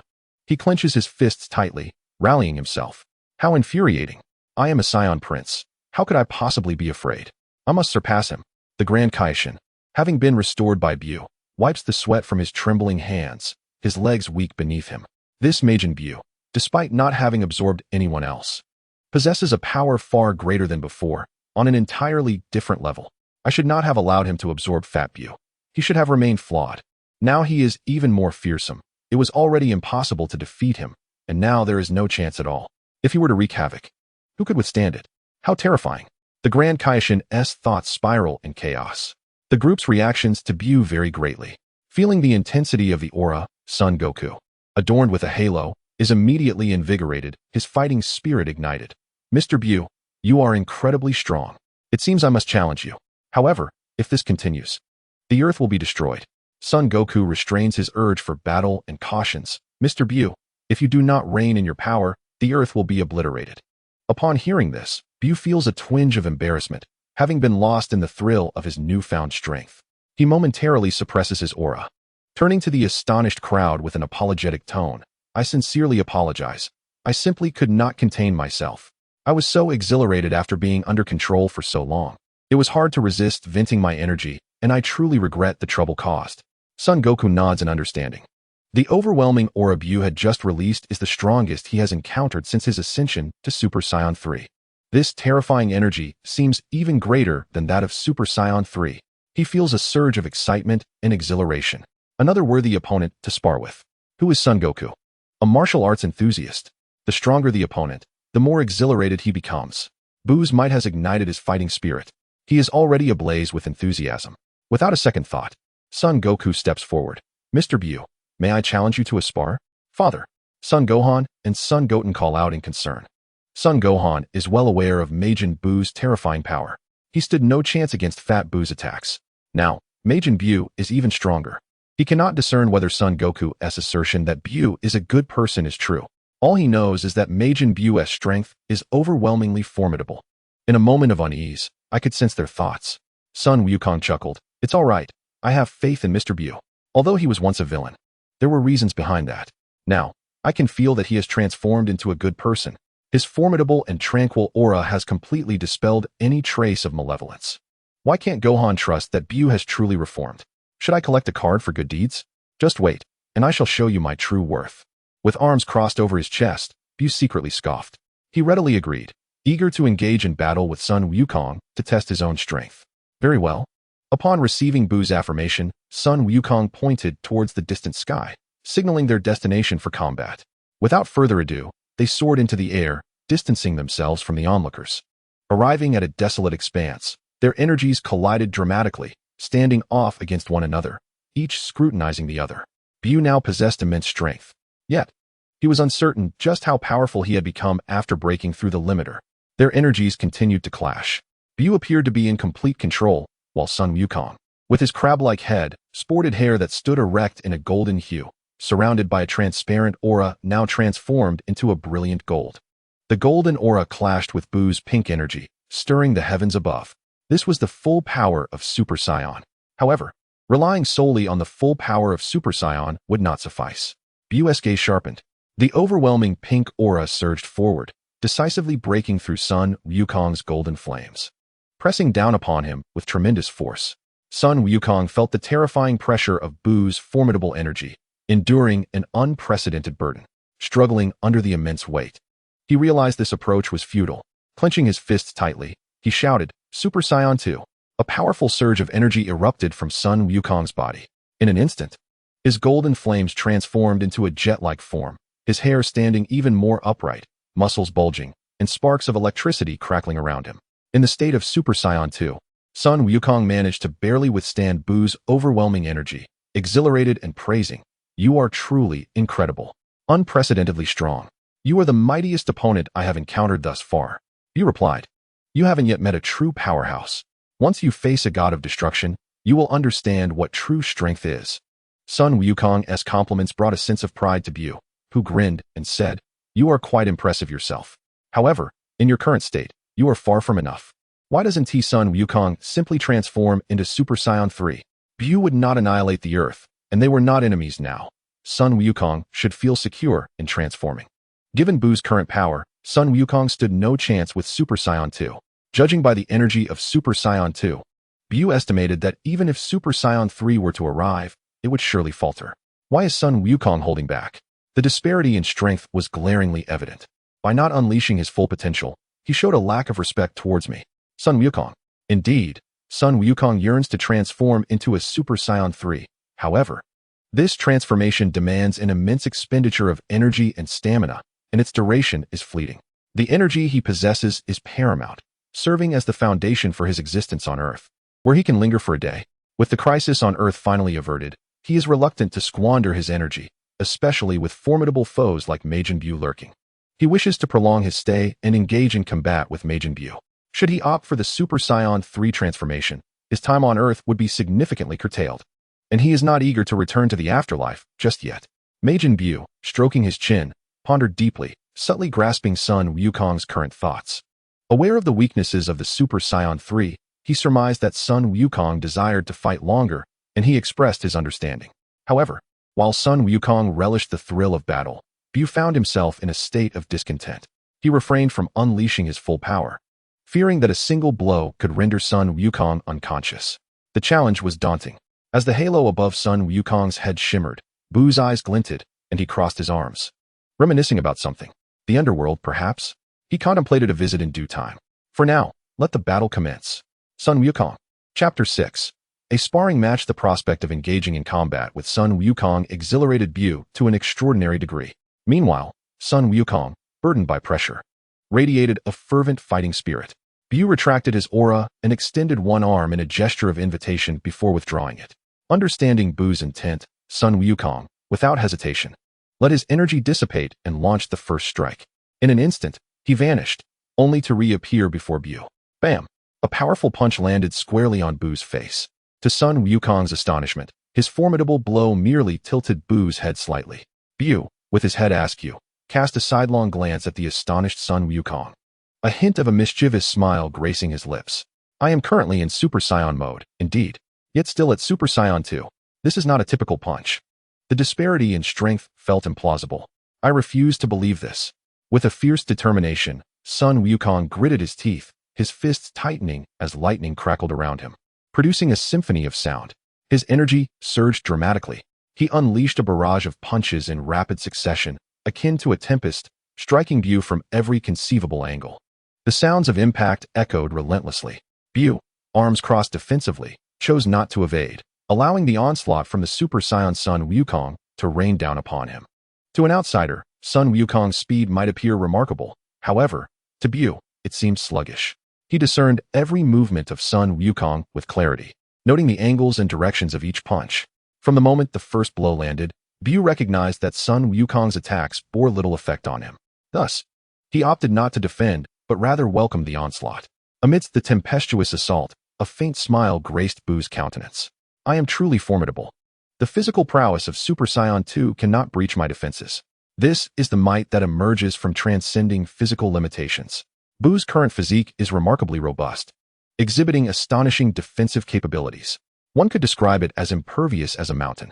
After several minutes of relentless assault, Goku found his efforts utterly futile, leaving him utterly exhausted. Frustration welled within him. Each strike was imbued with boundless strength, yet they vanished into nothingness, akin to stones sinking into the sea, leaving no ripple behind. His fists were nearly bruised from the relentless pounding, yet they inflicted not a scratch upon BUU. With a fierce shout, Goku extended his right hand, delivering a powerful punch filled with immense force. The air crackled with the intensity of his strike. Should this blow prove ineffective, he would resort to energy-based attacks, he mused. After a few moments, BUU responded with an almost casual swat, dismissing Goku's punch as one would swat a fly. He then raised his hand, delivering a palm strike that sent excruciating pain coursing through Goku's arm, dispersing his strength with an overwhelming force.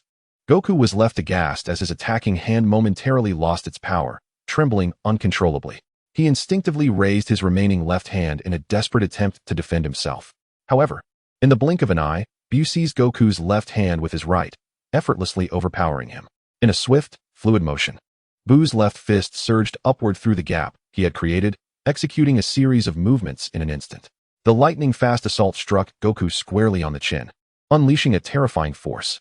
Goku realized too late the danger he was in. A searing pain radiated from his chin as he was struck, darkness enveloping his vision. Blood spilling from his mouth as he was sent flying, unconscious. His Super Saiyan transformation was forcibly undone. "Oh dear, I used too much strength," BUU mused silently. Retracting his hand, he vanished, seizing the unconscious Goku. It was not intentional. He simply had not yet fully mastered his surging power. Had he been operating at his previous strength as Majin BUU, he would have been able to control it immediately. However, the breakthrough of the limiter had propelled his power upward like a rocket, necessitating time for him to train and perfect his newfound abilities. "Dad!" Gohan and Goten, unable to suppress their concern, called out.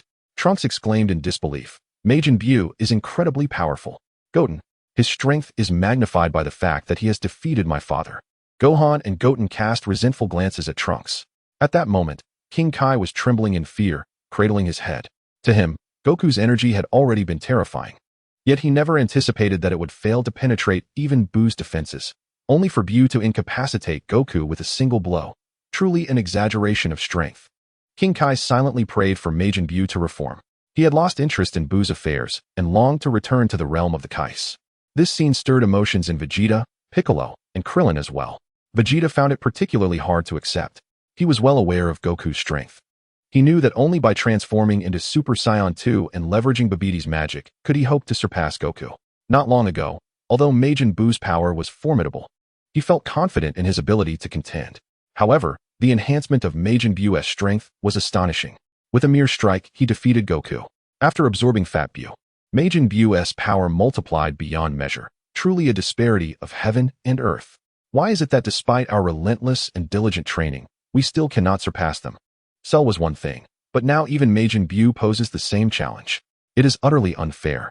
Carrying the unconscious Goku to the presence of Gohan and the others, he handed Goku over to Gohan. Gohan received him and gently laid the fainted Goku on the ground. "My apologies, my power has surged too rapidly, and I couldn't temper my strength. But fear not, he will awaken shortly," BUU remarked, stroking his soft pink antennae with an apologetic tone. After a moment of silence, he asked, "Shall we spar again? This time, I will hold back." BUU's gaze swept over them, finally resting on Vegeta and Gohan, seeking their response. Of course. Vegeta nodded, eager for the chance to engage a formidable opponent. He yearned for the challenge. Even if he were to lose, it mattered little, for at present, Majin BUU was not their adversary. Kakarot was far too careless. He was knocked out before revealing his trump card. Such a shame. Vegeta mused. I, however, shall give it my all. Though BUU-EPIC had perished and his magic had dissipated, Vegeta felt no decline in his strength. Rather, he sensed an increase. He was brimming with confidence. Excellent. Hee. BUU thought wickedly, relishing the idea of tormenting both Goku and now Vegeta. But Gohan, you must join me. Me? Gohan stammered, pointing to himself, his expression betraying discomfort. Vegeta nodded, conceding, very well. Reluctantly agreeing, Gohan, still reeling from his earlier encounter with Fat BUU, felt the ache in his body intensifying. If I couldn't even defeat Fat BUU, how can I possibly take on BUU in his perfected form? Is that even feasible? Vegeta inquired of BUU, seeking reassurance. Not a problem. I can handle several at once. BUU replied confidently. Vegeta calculated his strategy. If Gohan did not join him in sharing the burden, how could he possibly contend? Would he, like Goku, simply be eliminated in an instant? BUU remained still as Goku attempted to strike him for several minutes. Yet even Goku's efforts failed to breach BUU's defenses. In contrast, a single blow from BUU sent Goku reeling, bloodied. It was evident that their strengths were not on the same level. Kakarot was nearly his equal, should he engage alone. The outcome would undoubtedly mirror that of Kakarot's. Thus, he enlisted Gohan. That boy possessed immense potential. After all, he had defeated Cell. Yet, it was regrettable that after 7 years, Gohan had not only stagnated, but seemingly regressed. Vegeta, filled with frustration, cast a glance toward Trunks. If Trunks continues down this path, I shall ensure he pays dearly. Trunks. BUU then turned to Krillin and Piccolo. What about you two? Will you join them? Not long ago, the menacing aura of Majin BUU still lingers vividly in memory. Witnessing Majin BUU effortlessly defeat Goku, Krillin and Piccolo felt no desire to engage in battle, wisely shaking their heads in discernment. Should Majin BUU's fury spiral out of control, they, unlike Goku, would merely succumb to unconsciousness. A single misstep could prove fatal. Even with the Dragon Balls available for resurrection, one must endure the harrowing experience of death, an ordeal no one wishes to confront. Majin Buu ascended into the air, gesturing for them to follow. The duo trailed behind him to an open expanse. As they landed, a tense standoff ensued. On the ground, Vegeta and Gohan immediately assumed their battle stances, transforming, without hesitation, into Super Saiyan 2. Their golden hair stood erect, with a few strands cascading over their foreheads. Golden auras erupted forth, crackling with electric energy, creating a cacophony of sound. Observing this, you could not help but comment, "I must say, the loss of you both is a significant blow to the love of death family. No need for hair gel or dye. Your auras provide all the effects needed." BUU's irritation was not born from envy of their transformations or their hair, but rather a simple disdain for their presence. Though both were in Super Saiyan 2 form, it was evident that Vegeta was the stronger of the two. His golden aura surged forth, exuding a fierce and savage energy. Gohan, having neglected his training for 7 years, only began to brush up on his skills just before the World Martial Arts Tournament, rendering him nearly ineffective. Gohan, taken aback, glanced at Vegeta, contemplating the overwhelming strength radiating from him, stronger than when BUU-EPIC controlled him, and now that BUU-EPIC was gone, the mark on his forehead had vanished. Why had his power not diminished, but rather intensified, surpassing even that of his father? "Stop daydreaming. We are in the midst of battle," Vegeta barked with a cold expression. "Oh, my apologies," Gohan replied, feeling a twinge of shame as he refocused his mindset. "All right, I'm ready to go." BUU interjected, "Come now. Show me just how formidable you truly are." Vegeta and Gohan remained intensely focused on every movement of BUU. With a crack of his neck and a stretch of his muscles, BUU prepared himself. Having just faced Goku without warming up, he had inadvertently knocked him unconscious. This time, with two opponents, he could take his time to loosen up. Gohan, vigilant, dared not blink, beads of sweat forming and trickling down his brow. Suddenly, BUU vanished. How swift! Vegeta's pupils constricted, unable to track BUU's movements as he disappeared. Where did he go? Gohan, equally perplexed, could not discern BUU's whereabouts. He cautiously observed from beside Vegeta, remaining on high alert. A faint sound of disruption echoed above Gohan's head, detected by Vegeta. Instantly, he called out to Gohan, "Be cautious." However, before Gohan could fully turn his head toward Vegeta, an overwhelming force descended upon him, interrupting his words. Though Vegeta sensed the danger, there was little he could do in that fleeting moment. Majin Buu appeared above Gohan, extending his right hand, palm wide open, and forcefully pressed it against Gohan's head, driving it into the ground. Boom! Dust and smoke billowed into the air. Gohan's head met the earth with a brutal impact, creating a deep circular crater around him, 3 meters wide, with numerous cracks spreading across the ground like a spider's web. Gohan's fate hung in the balance. How infuriating! The event transpired in an instant, leaving Vegeta with no time to react, his warning seemingly in vain. Witnessing BUU's offensive, Vegeta erupted with fury and charged at him. BUU adjusted his stance, ready to meet the assault. Vegeta thrust out his right fist, while BUU mirrored the action with his own. Bang! The two fists collided, sending shockwaves through the air, creating ripples that spread like a tide. The two were locked in a fierce struggle. "Not bad, but I can still increase my strength." BUU smirked, a hint of amusement gracing his lips. Vegeta, observing BUU's smile, sensed the impending danger and immediately intensified his effort, channeling more power into his right fist as it pressed against BUU's. "Is there still some strength left?" BUU noted the increased pressure, surprised yet undeterred. But it was far from sufficient. An unearthly force erupted from BUU's right fist, shattering Vegeta's resistance. Pain surged through Vegeta's right arm as the overwhelming energy engulfed him. In an instant, he was sent flying by BUU's punch. Poof! The air where Vegeta once stood exploded. Waves of turbulence radiated outward. Vegeta was propelled back thousands of meters, crashing through mountain after mountain. Excellent control of power. Just the right amount. BUU mused, gazing at the spot where Vegeta had stood, unaware of the distance he had sent him flying. Miles away, the barren peaks bore witness to the devastation as the launched Vegeta collided violently with towering mountains, ultimately crashing into a monumental peak, shattering the rock, and sending countless fragments cascading down. Finally, he came to a halt within the cavern created by his impact. Disheveled, he clutched his unnaturally trembling right hand, blood dripping onto the ground. "Aya, I am the Prince of the Saiyans." Vegeta roared defiantly to the heavens. His left hand clenched tightly as an immense golden aura erupted around him, crackling with electric energy. The terrifying force obliterated the mountain, leaving behind a vast, deep crater. In a fit of rage, he soared into the sky, sensing BUU's presence and heading toward his location. BUU sensed the surging energy emanating from Vegeta. His exceptional aptitude for learning allowed him to master the manipulation of energy with just a glance. Moments later, a faint sound came from the unconscious Goku. "You're awake," Krillin exclaimed joyfully. "Dad, are you all right?" Goten asked with concern. Goku, spitting out a mouthful of blood, gradually regained consciousness. Goten and Krillin tended to him, while the others observed their battle from the sky. "I'm fine," Goku declared, surveying his surroundings and inquiring about BUU's whereabouts. "Where's BUU? And where are Vegeta and Gohan?" "They're engaged in a battle not far from here," Krillin replied, gesturing in the direction of the fight. "A battle?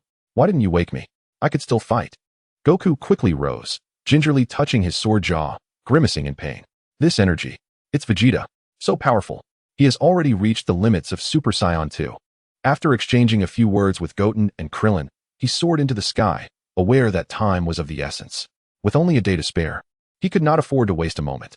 Approaching Piccolo and the others, Goten and Krillin followed closely behind. "You're awake, Goku. Uncle Goku. Mr. Goku." He responded with a smile, then turned his gaze toward the center of the battlefield. BUU stood alone, beside the unconscious Gohan, while Vegeta was flying in from several kilometers away.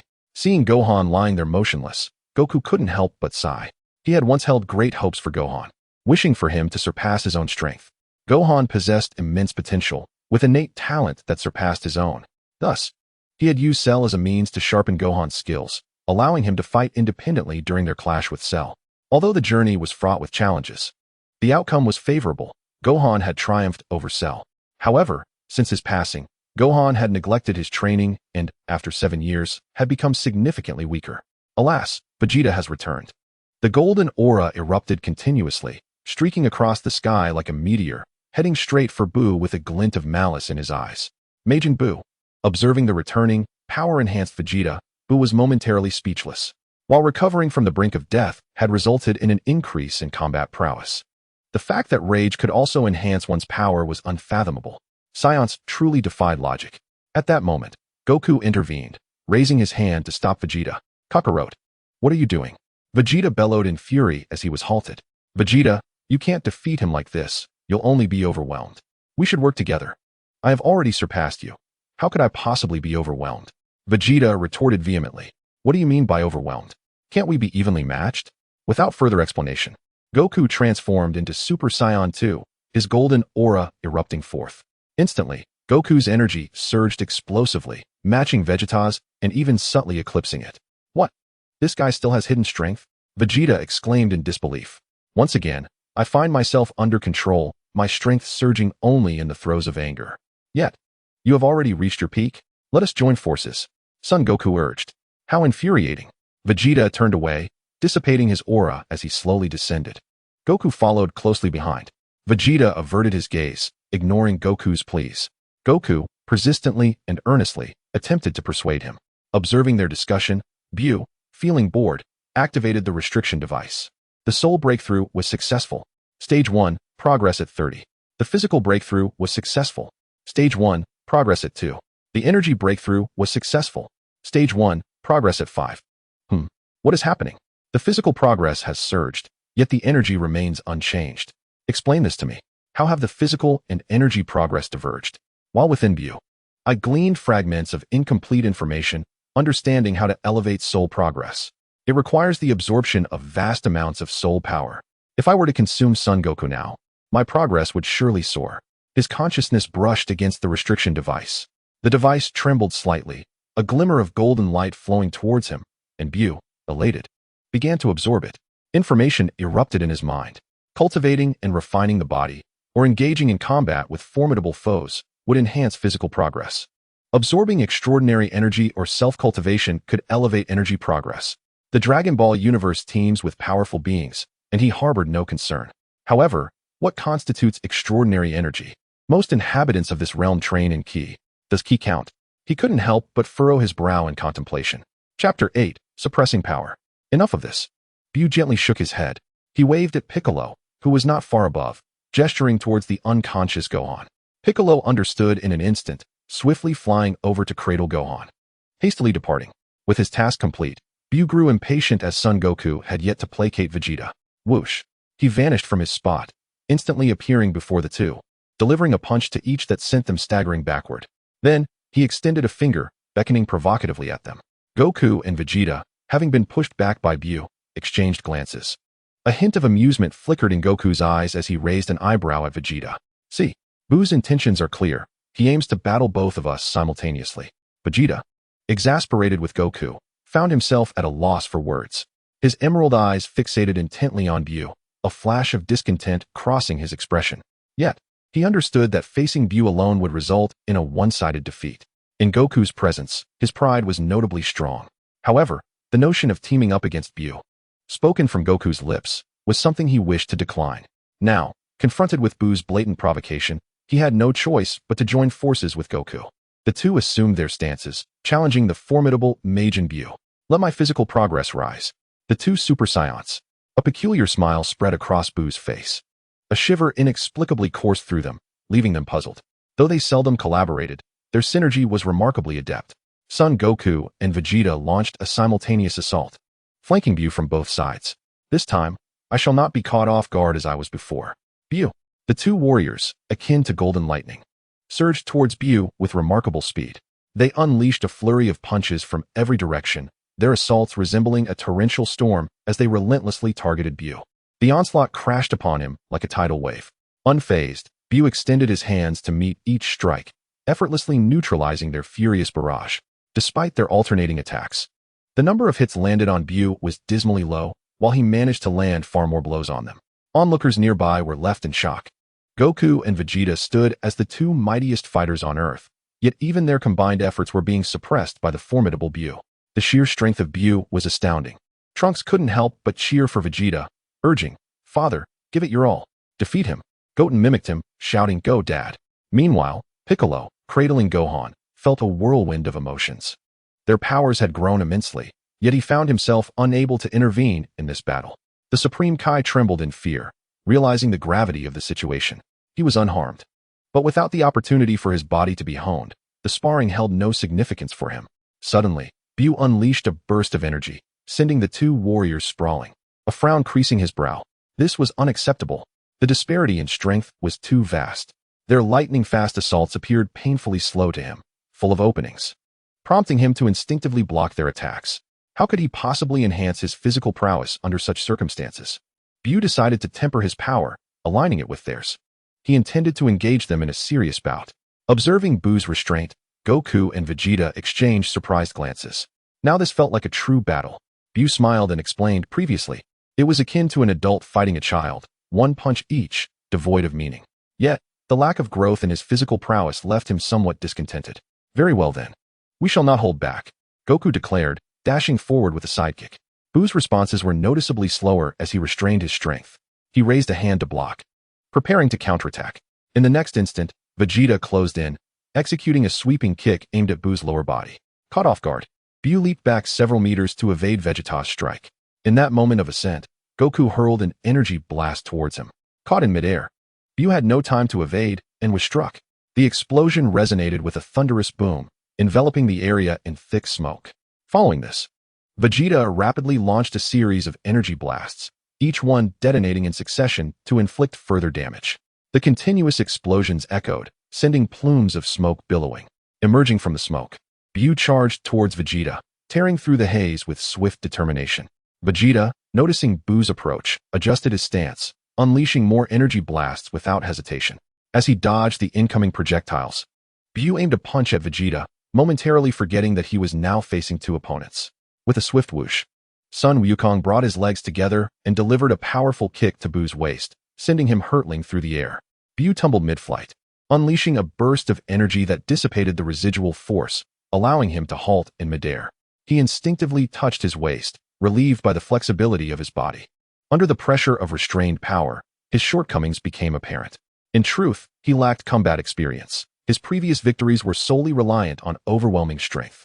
Without the suppression of his abilities, BUU's speed, power, physical resilience, and energy far surpassed that of his opponents, resulting in a one-sided battle. Now that their strengths were evenly matched, it was BUU who found himself on the receiving end of the assault. After all, the combat experience and skills of his adversaries far exceeded his own at this moment. quietly increasing his suppressed strength just enough to surpass theirs, but not by much. BUU began his counterattack as he descended from the air. Let us see how you handle this. Ground smash. He forcefully stomped his right leg onto the earth, causing the ground to fracture and his thigh to sink deeply into the soil. What was he doing? BUU's bizarre actions elicited frowns from both Sun Wukong and Vegeta. Suddenly, a long, pink leg erupted from the ground. BUU's leg appeared beneath Vegeta, catching him off guard and sending him flying. Sun Wukong was astonished. BUU's leg could extend to such lengths. Piccolo seemed capable of similar feats, though he extended his arms instead. Vegeta, who had been unexpectedly kicked away, was momentarily dazed. What sort of peculiar technique was this? BUU expertly maneuvered his right leg, wrapping it around the unsuspecting Vegeta like a thick pink rope. What is this thing? Take this. Vegeta erupted in a golden aura, straining against his binds, yet to no avail. BUU violently retracted his right leg, then extended it again, repeating the process, relentlessly slamming Vegeta into the ground with each impact. The resounding thuds echoed through the skies. As Vegeta was dragged towards the earth repeatedly, he initially managed to endure. But BUU's relentless speed soon overwhelmed him, causing him to spew blood and become battered and bruised. Nearby, Trunks, witnessing his injured father, clenched his fists and cried out in worry, "Dad." Meanwhile, Sun Wukong remained momentarily stunned, filled with indignation. What are you doing? Hurry up and save me. Am I going to get killed here? Hearing Vegeta's desperate call, Sun Wukong quickly extended his hands, claw-like, and unleashed a barrage of energy blasts toward BUU. Countless energy spheres hurtled towards him. BUU swiftly raised a hand, shattering the energy blasts with ease. Seeing that Vegeta was on the brink of collapse, he hesitated no longer and shouted, "Kamehameha." Sun Wukong formed his hands into a blossom shape, placing them at his waist, as energy gathered in his palms, coalescing into a luminous energy sphere that he thrust toward BUU. A blue energy sphere trailed a long tail behind it, resembling a shooting star as it soared toward BUU. BUU's eyes widened as he halted his assault on Vegeta. "Kamehameha, I have mastered it." Taking a deep breath, he bellowed, "Kamehameha." What? In the depths of his heart, Sun Wukong was filled with astonishment, his emerald green pupils reflecting a moment of disbelief. How could he possibly wield the Kamehameha? BUU, imitating Sun Wukong, clasped his hands together in a flower bud formation, positioning them at his waist. Energy surged within his palms, coalescing into a luminous energy sphere, which he thrust toward Sun Wukong. A pink energy sphere, trailing a long pink tail, soared through the air like a shooting star, hurtling towards Sun Wukong's Kamehameha. Boom! The two Kamehameha waves collided. The scene was awash with dazzling white and pink brilliance, as their energies clashed in a fierce contest, reminiscent of two children stubbornly refusing to back down. For a fleeting moment, neither side yielded. Yet, Sun Wukong had never feared anyone in battle. He amplified his energy output, causing the blue energy sphere to swell to twice its size. Gradually, the blue sphere began to overpower the pink one, advancing toward BUU. However, the pink energy sphere soon doubled in size, pushing back against the blue sphere. Son Goten expressed his confusion. How could Majin BUU also master the Kamehameha? Wukong had just personally taught it to him. BUU was truly a prodigious talent. Beside them, Piccolo's eyes gleamed with admiration, unable to suppress his praise for BUU's remarkable learning ability and innate talent. He had merely glanced at the technique and had already learned to wield it effectively. At this moment, Son Gohan had awakened, and he no longer wished to see BUU, haunted by a psychological shadow. The sight of BUU alone sent waves of pain coursing through him. Yet, their battle was undeniably captivating, and he was unwilling to miss it, gritting his teeth to endure the view. BUU's aptitude for learning was indeed terrifying. Gohan understood Piccolo's words and couldn't help but marvel at them. The two stood in confrontation. Huh! Sun Wukong suddenly roared. BUU's eyelids twitched.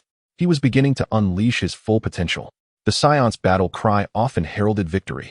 As expected, a tremendous aura erupted from Sun Wukong, surging toward his Kamehameha.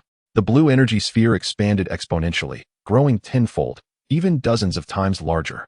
With overwhelming force, it engulfed BUU's Kamehameha wave, rendering BUU's resistance utterly futile. The massive blue energy sphere overwhelmed BUU, sending him hurtling into the sky. Boom! Chapter 9, Super Saiyan 3 concludes. The blue energy sphere, trailing a long tail, exploded in the sky, releasing blinding white light that enveloped the area like a miniature sun. The explosive force wreaked havoc upon the earth, obliterating everything in its path. Vast sections of land sank beneath the surface, merely a remnant of the energy sphere's residual might. The explosion conjured a terrifying tempest, uprooting countless trees and scattering debris. What now? Sun Wukong watched intently, fixated on the smoke-shrouded epicenter of the explosion. After a moment, the smoke began to dissipate. In the air, BUU's pink muscles writhed incessantly, with veins protruding beneath his skin, resembling wriggling earthworms. Intense lightning crackled around him, creating a symphony of thunderous sounds.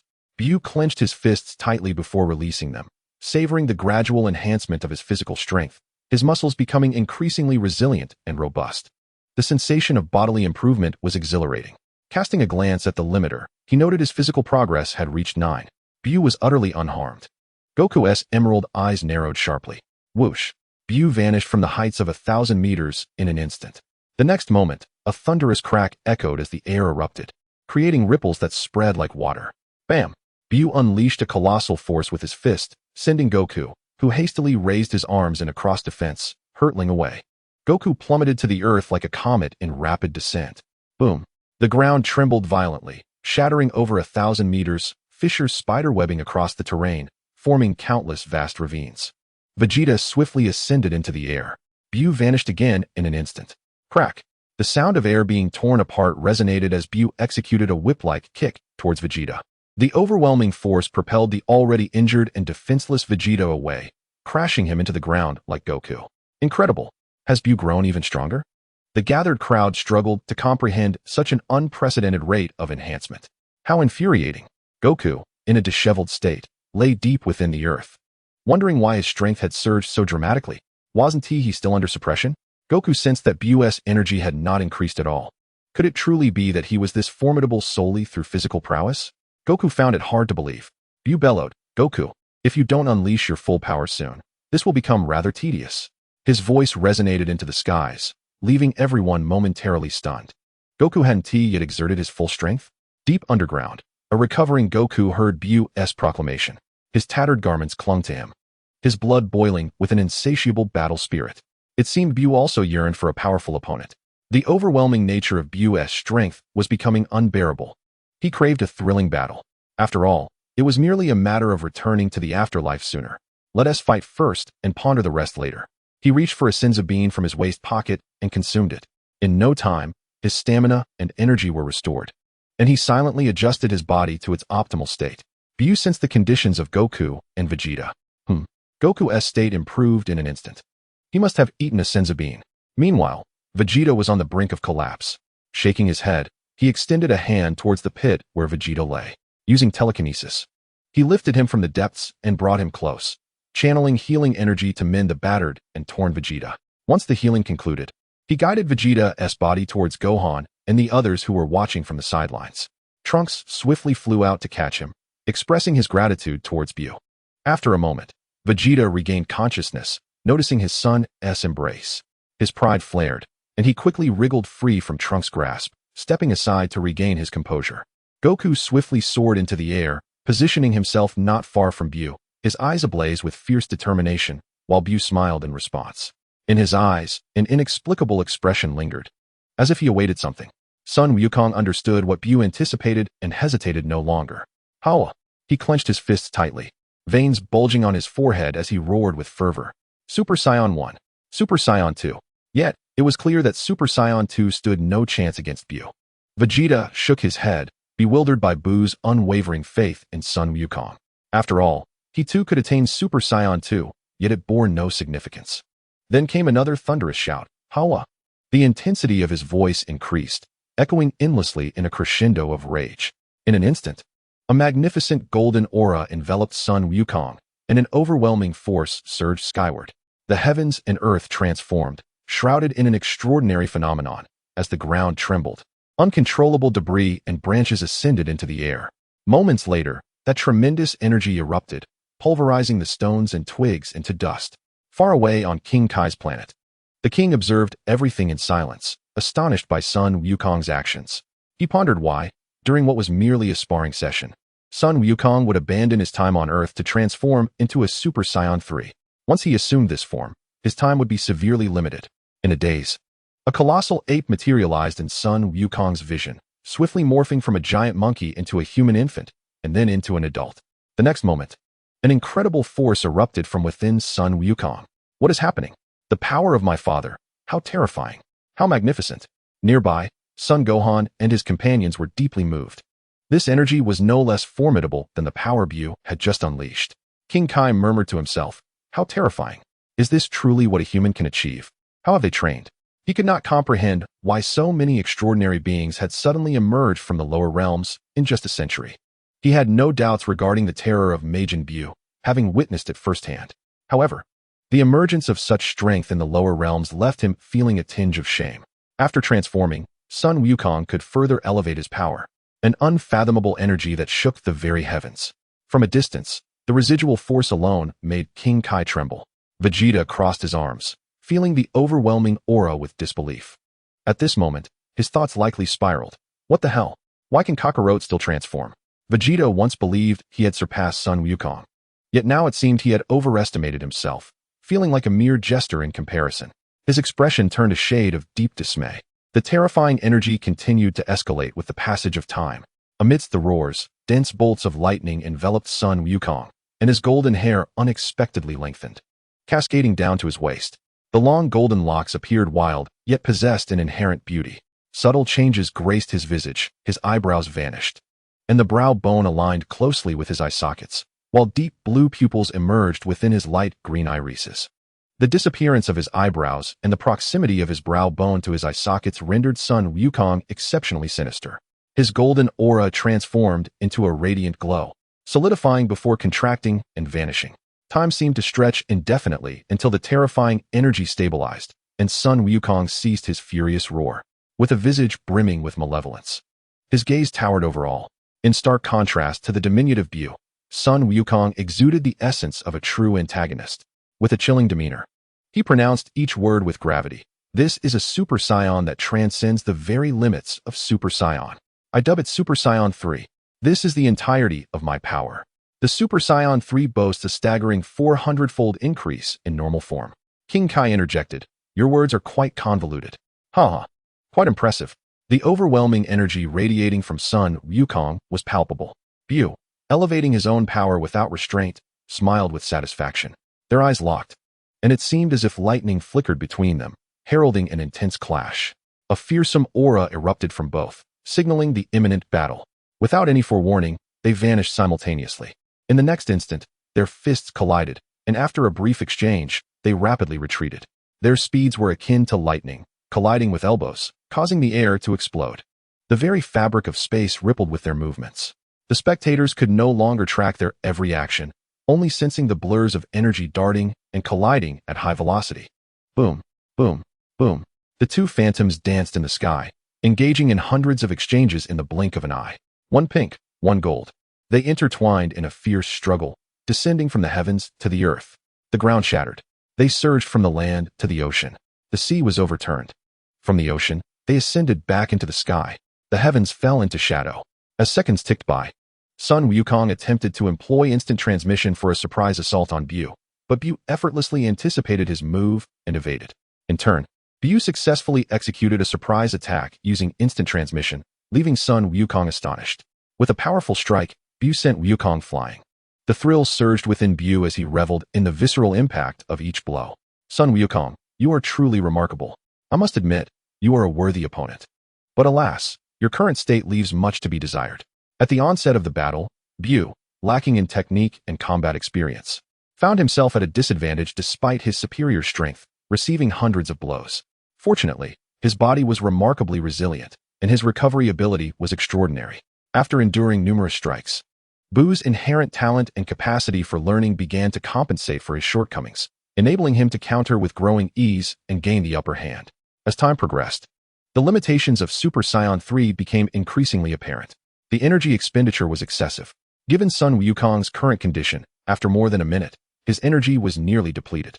Rubbing his forehead, he gasped for breath and offered a wry smile. You are too strong. I cannot possibly match you now. BUU's formidable physique made it such that Sun Wukong would need to land a dozen blows just to breach his defenses. Before he could even revel in his own thoughts, BUU had already recovered, continuing the relentless assault. During the fray, Sun Wukong also noted that BUU's punches and kicks lacked finesse, yet after hundreds of strikes, they seemed to have little effect. Instead, after adapting, BUU delivered a punch that left him in excruciating pain, while BUU remained unscathed.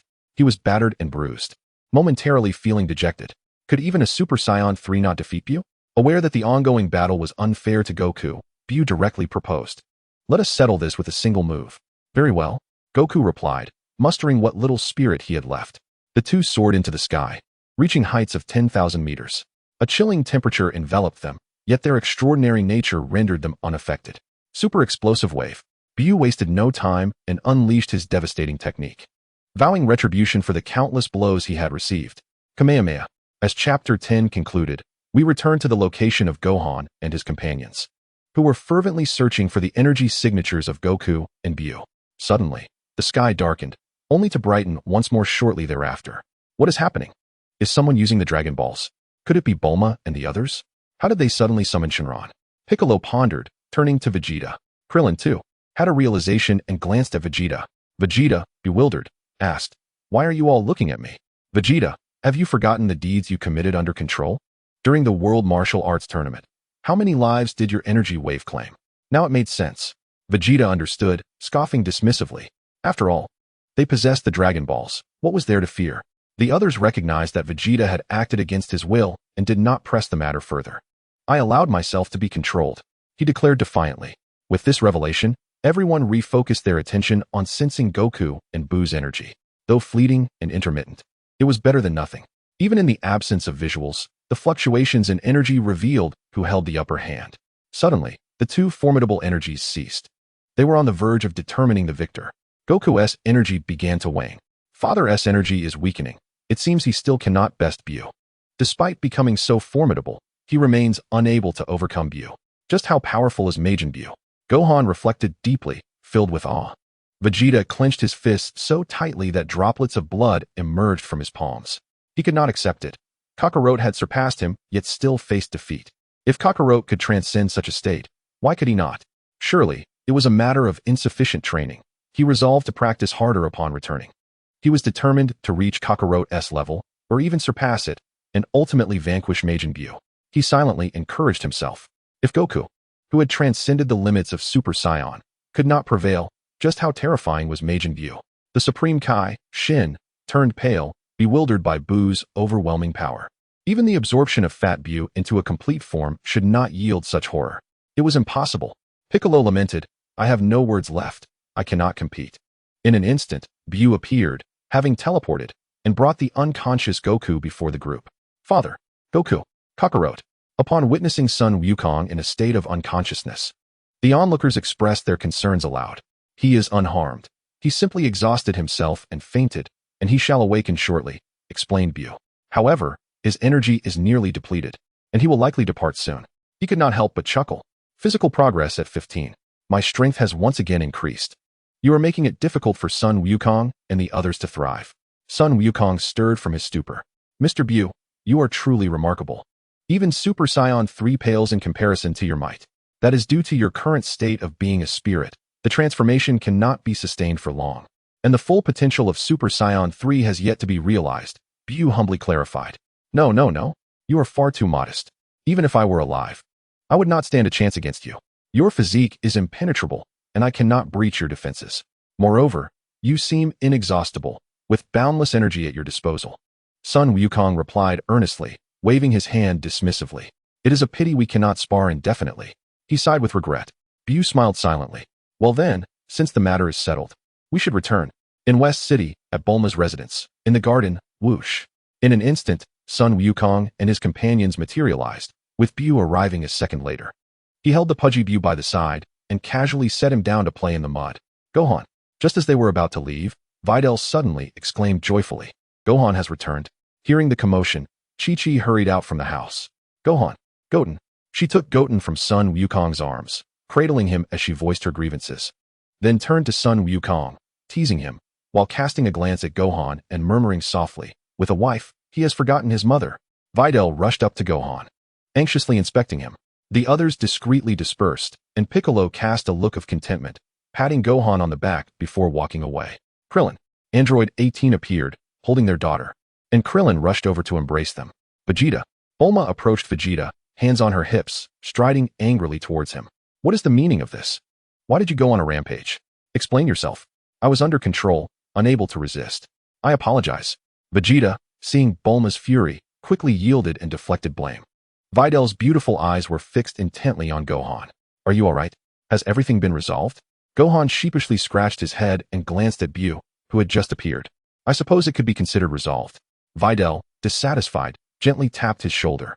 What do you mean by considered resolved? Then recalling her parting words with Gohan, she couldn't help but feel her cheeks flush. BUU, accustomed to solitude in his previous life, seldom witnessed such joyous family reunions. Turning his head, he caught sight of Gohan and Vidal playfully bantering, and he silently turned away, tears streaming down his face. Why must every action-packed adventure force me to endure this romantic fare? Humph. Women merely hinder my swiftness in battle. Gohan, no wonder your combat prowess falters. You cannot even defeat the minions. Serves you right. The joy of the crowd prompted the Supreme Kai-Shin to let out a sigh. Although the matter had concluded, it was regrettable that Jebet had been slain by Dubra. Oh, my poor Jebet. At that moment, the resurrected Jebet stood bewildered in a large pit, embodying a myriad of questions. Am I not dead? I distinctly remember being killed by Dubra. How is it that I have returned to life? This is simply unbelievable. And what of Lord Supreme Kai? What about Majin BUU? Has everything been resolved? He meticulously sensed the energy of the Supreme Kai, and to his delight, he discovered that he was still alive. Wait for me. Lord Supreme Kai, I shall come to you at once. Meanwhile, Goku distanced himself from the incessant chatter of Chi-Chi and approached BUU, pulling him close and introducing him to the unfamiliar figures. This is Majin BUU, the protagonist of this incident. He is incredibly formidable. He proceeded to introduce them in turn. BUU couldn't help but internally scoff, thinking that such introductions were unnecessary, as he was already acquainted with them. The others were astonished. The diminutive pink figure, standing at merely 1.50 meters, was indeed the central character of this event. Android 18 sensed the terrifyingly immense energy concealed within BUU's slender frame and tugged at Krillin's sleeve, softly questioning, isn't he an enemy? What is the situation now? BUU smiled and nodded, having overheard 18's whispered words. I am Majin BUU, but I am not an enemy. He glanced at 18, who appeared somewhat uneasy, having spoken ill of him while he could hear. Suddenly, BUU sensed something and looked to the side. Majin BUU. A voice tinged with fear and astonishment emanated from the direction BUU was gazing. The crowd turned their attention toward the source of the sound. A tall figure appeared, sporting pink skin, white hair, and pointed ears reminiscent of an elf. Jebet, Supreme Kai-Shin exclaimed with delight. You are still alive. Lord Supreme Kai, be careful. Jebet swiftly shielded Supreme Kai-Shin behind him, eyeing BUU with suspicion. BUU regarded the wary Jebet, pondering. I recall that his instant transmission seems to surpass even Goku's. Lord Supreme Kai, were you not supposed to prevent Majin BUU's resurrection? What is happening now? Not only has Majin BUU returned, but he also seems to have a good rapport with them. Supreme Kai-Shin, elated by Jebet's survival, yet perplexed by the current situation regarding Majin BUU, recounted the events in detail. Upon hearing this, Jebet appeared utterly bewildered. Majin BUU was controlled by the evil BUU from the moment he was born? Majin BUU is actually a good being? His true essence has only just broken free from control and awakened. The Majin BUU we encountered previously was merely a puppet manipulated for nefarious purposes? Have we wronged him? He took a moment to collect his thoughts. It feels as though I am dreaming. I feel the same, replied Supreme Kai-Shin. And what of this one? Someone pointed to the plump BUU, who was idly playing in the mud. The group glanced between the fat BUU and the slender BUU. BUU reached out to touch the fat BUU and explained. He is also BUU. You may call him Fat BUU, for he possesses some unique qualities. BUU cast a glance at KAIOSHIN Shin, his expression inscrutable. He was the new incarnation of BUU, born from the fusion of the Supreme Kai and the South Kai during his control by BUU. However, he now lacked discernment between good and evil and required guidance to comprehend the standards of morality, with a particular fondness for sweets. Upon hearing BUU's words, KAIOSHIN Shin's eyes glistened with unshed tears, evoking memories of the joyous moments spent with the Supreme Kai and others. Since the matter is resolved, we should take our leave, KAIOSHIN stated, suppressing his emotions. So soon? Aren't we having a farewell banquet? Bulma exclaimed in surprise. No. There are still a multitude of matters to attend to in the KAIOSHIN realm. KAIOSHIN Shin replied, shaking his head. Suddenly, fortune teller Babo appeared. There are 30 minutes left. It's nearly time to prepare for departure. Goku. Goku scratched his head in astonishment. 30 minutes? Is that all the time we have? Indeed. What? You're leaving? Chi-Chi grasped Goku's hand, feeling reluctant. BUU floated down to Goku's side, whispering something to him. Goku's eyes lit up upon hearing it, and promptly shared the method with BUU. He then struck an awkward pose nearby, even calling Piccolo over to join him. Goku had initially wanted to invite Vegeta for the demonstration, but alas, Vegeta vehemently refused, leaving Goku a bit disappointed. 30 minutes later, the group bid farewell as they watched KAIOSHIN Shin and his attendant, Jebit, depart. BUU's eyes flickered momentarily. Jebit's instant transmission is mine. Goku waved goodbye as he followed Babo away. Chapter 11. Fusion Technique. A week later, 7 days had passed since the bewildering battle between Majin Buu and the warriors. In West City, outside Bulma's home, the sun shone brightly. After lunch, under a sunshade, BUU, wearing sunglasses, reclined on a beach chair, sipping a drink while instructing Trunks and Goten. You two, transform into Super Saiyans and maximize your energy. Trunks and Goten exchanged glances. You'll be amazed. Simultaneously, they transformed into Super Saiyans, their golden hair standing on end as golden auras erupted around them. They then elevated their energy to its peak, producing a large and small golden aura. Hee. Both chuckled joyfully. Not bad. Trunks is slightly stronger than Goten, BUU praised before reminding, Trunks, reduce your energy a bit. Like this? Trunks minimized his energy considerably. Too little, a bit more. What about now? Trunks adjusted his energy to match Goten's. BUU nodded. For fusion, the energies of the two must be harmonious. Discrepancies can lead to failure, so remember this energy level. It's quite challenging. The two, having reverted from their transformations, wiped their sweat. Trunks expressed confusion, wondering why he had to synchronize with Goten instead of the other way around. Seemingly sensing Trunks' puzzlement, BUU took a sip of his drink and clarified, you are stronger than Goten. If you do not elevate your efforts, he will not rise. Son Goten scratched his head in embarrassment, acknowledging his slight weakness. Ah, so that is the case. I comprehend now. I am superior to Son Goten. Trunks declared confidently, his hands placed firmly on his hips. Bulma handed each of them a drink. Upon receiving the beverages from Bulma, they both gulped them down in one go. Vegeta, who watched from the side, could not help but nod in approval at BUU's praise. Truly, he is my son. Kakarot, your son pales in comparison to mine. After allowing them to rest for a while, he continued, it is indeed challenging to fuse in the form of a Super Saiyan right from the start. Therefore, for now, elevate your energy in your base form to the maximum. You may begin your practice. It's relatively manageable. Just call for me later. Vegeta, keep an eye on their training and ensure they do not slack off.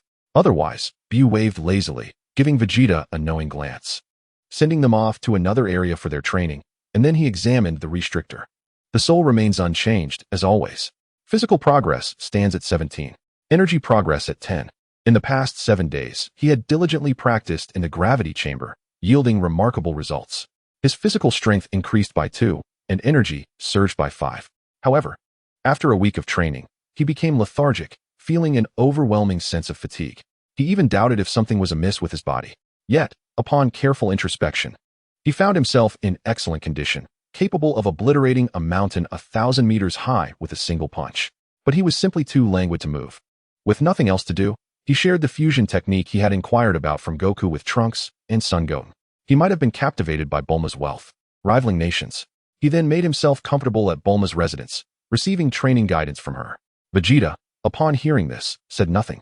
After all, Majin Buu was indeed formidable, so powerful that it was despairing. With his guidance, surpassing Kakarot was undoubtedly within reach. While shopping at the mall, Bulma waved her hand generously at the entrance. Eat whatever you like, buy whatever you desire. Today it's on me. Buu then purchased towering heaps of high-end snacks. Without a hint of embarrassment, he approached Bulma to pay. As Bulma observed the diminutive Buu purchasing a mountain of snacks, she harbored some doubt about whether he could finish them. However, she recalled Goku's extraordinary appetite during his youth and cheerfully proceeded to pay. Even though he had no need for sustenance, sleep, or other human necessities, he still craved food and the luxury of lazy afternoons. This woman is truly wonderful. At that moment, he resolved to protect Bulma, believing that even the god of destruction would be powerless against him. A mountain of snacks. Lying on a beach chair, Buu wiped his mouth, tossed a piece of exquisite chocolate into his mouth, and took a sip of his drink. Quite delightful. Buu shifted his focus to time-space travel, a power he had unlocked upon becoming Majin Buu. However, he had never found the time to explore it, always engrossed in battles or training. He had truly become a self-sufficient warrior. The consciousness gently brushed against the concept of time and space traversal, absorbing the information it conveyed. Majin Buu felt a surge of joy, nearly exclaiming in delight. Though there were some limitations, it aligned perfectly with his desires. Time and space traversal could only transport him to the Dragon Ball universe, yet any timeline within that realm was accessible. However, one must search for specific keywords to initiate the journey. Moreover, the ability to traverse could only be exercised once a year, necessitating a waiting period for the temporal energy to accumulate before another attempt could be made.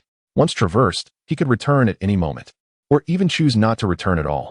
There were no obligations, allowing for complete freedom. He was utterly enamored with this liberty and the absence of tasks associated with time and space traversal. He currently possessed one opportunity for traversal. However, he was in no rush. He intended to enhance his strength further before venturing into other realms. He would not engage in endeavors lacking confidence.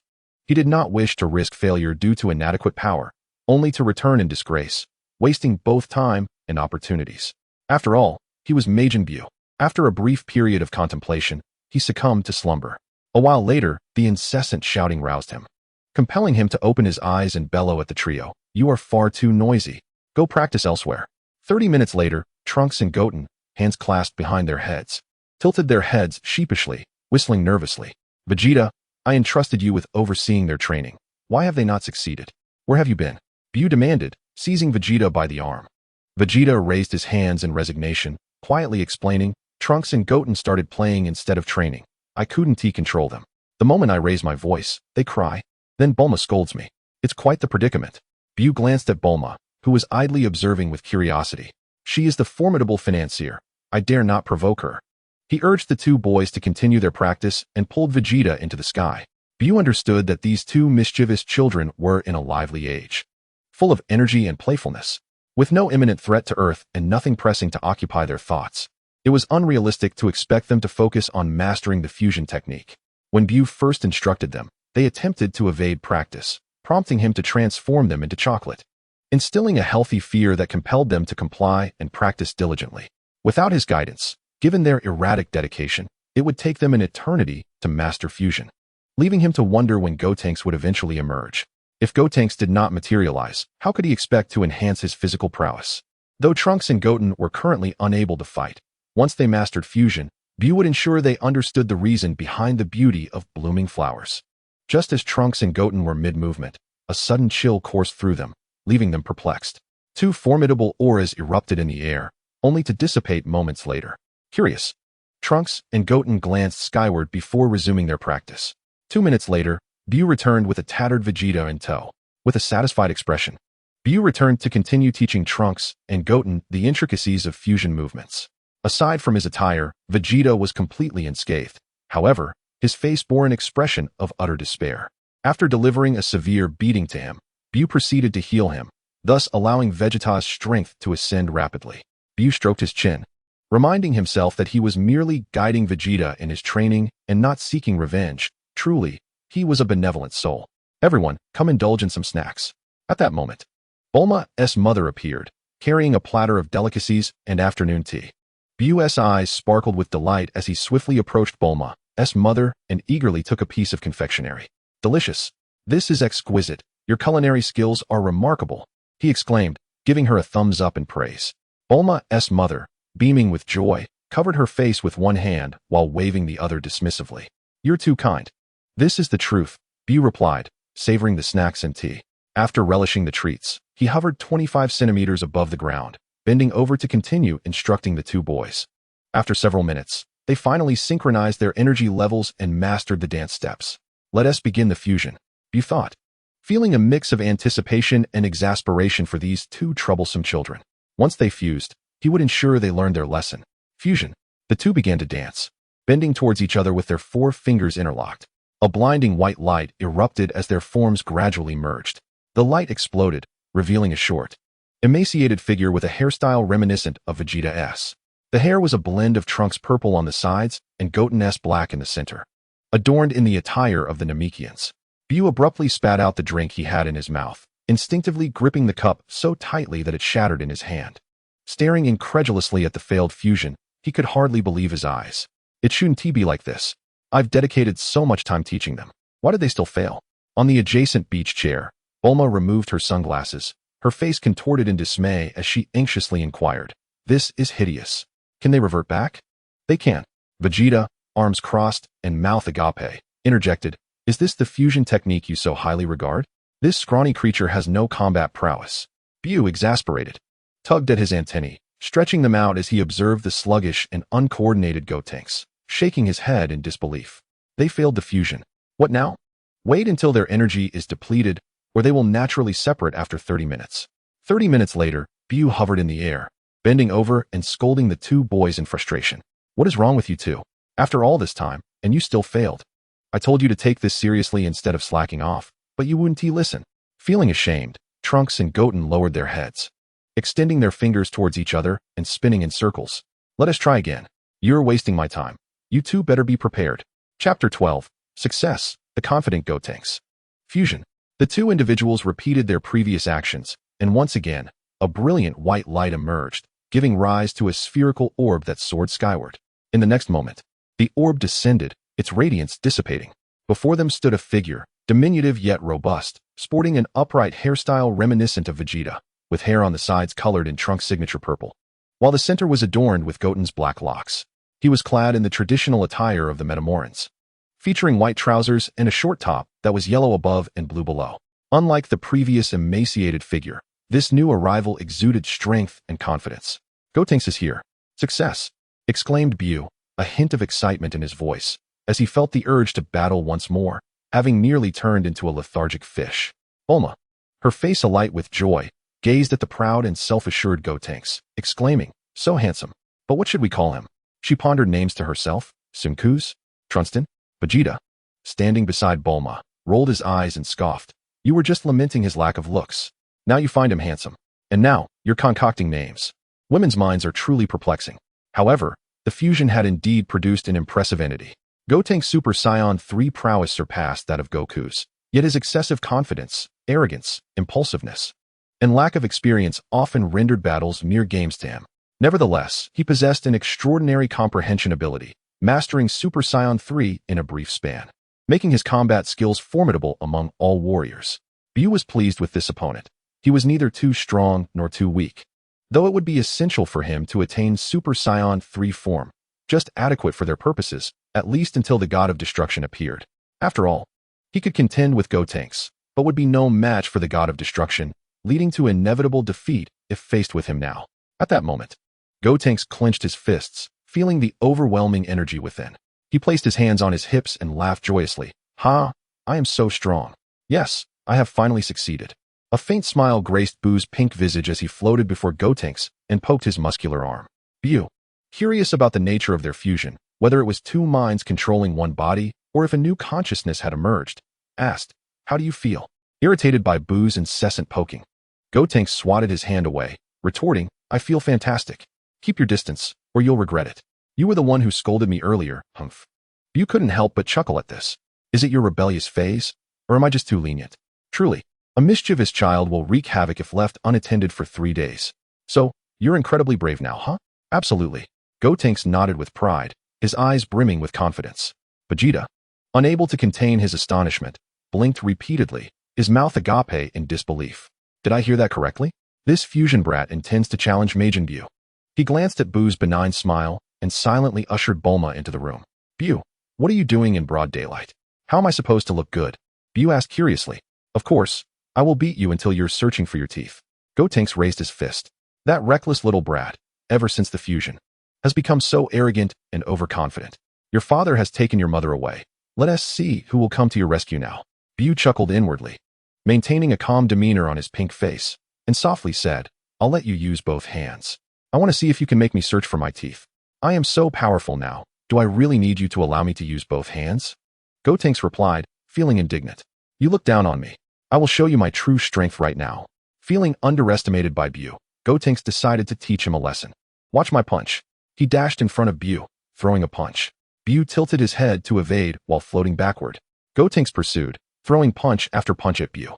The terrifying wind from his punches howled past, yet they were all ineffective.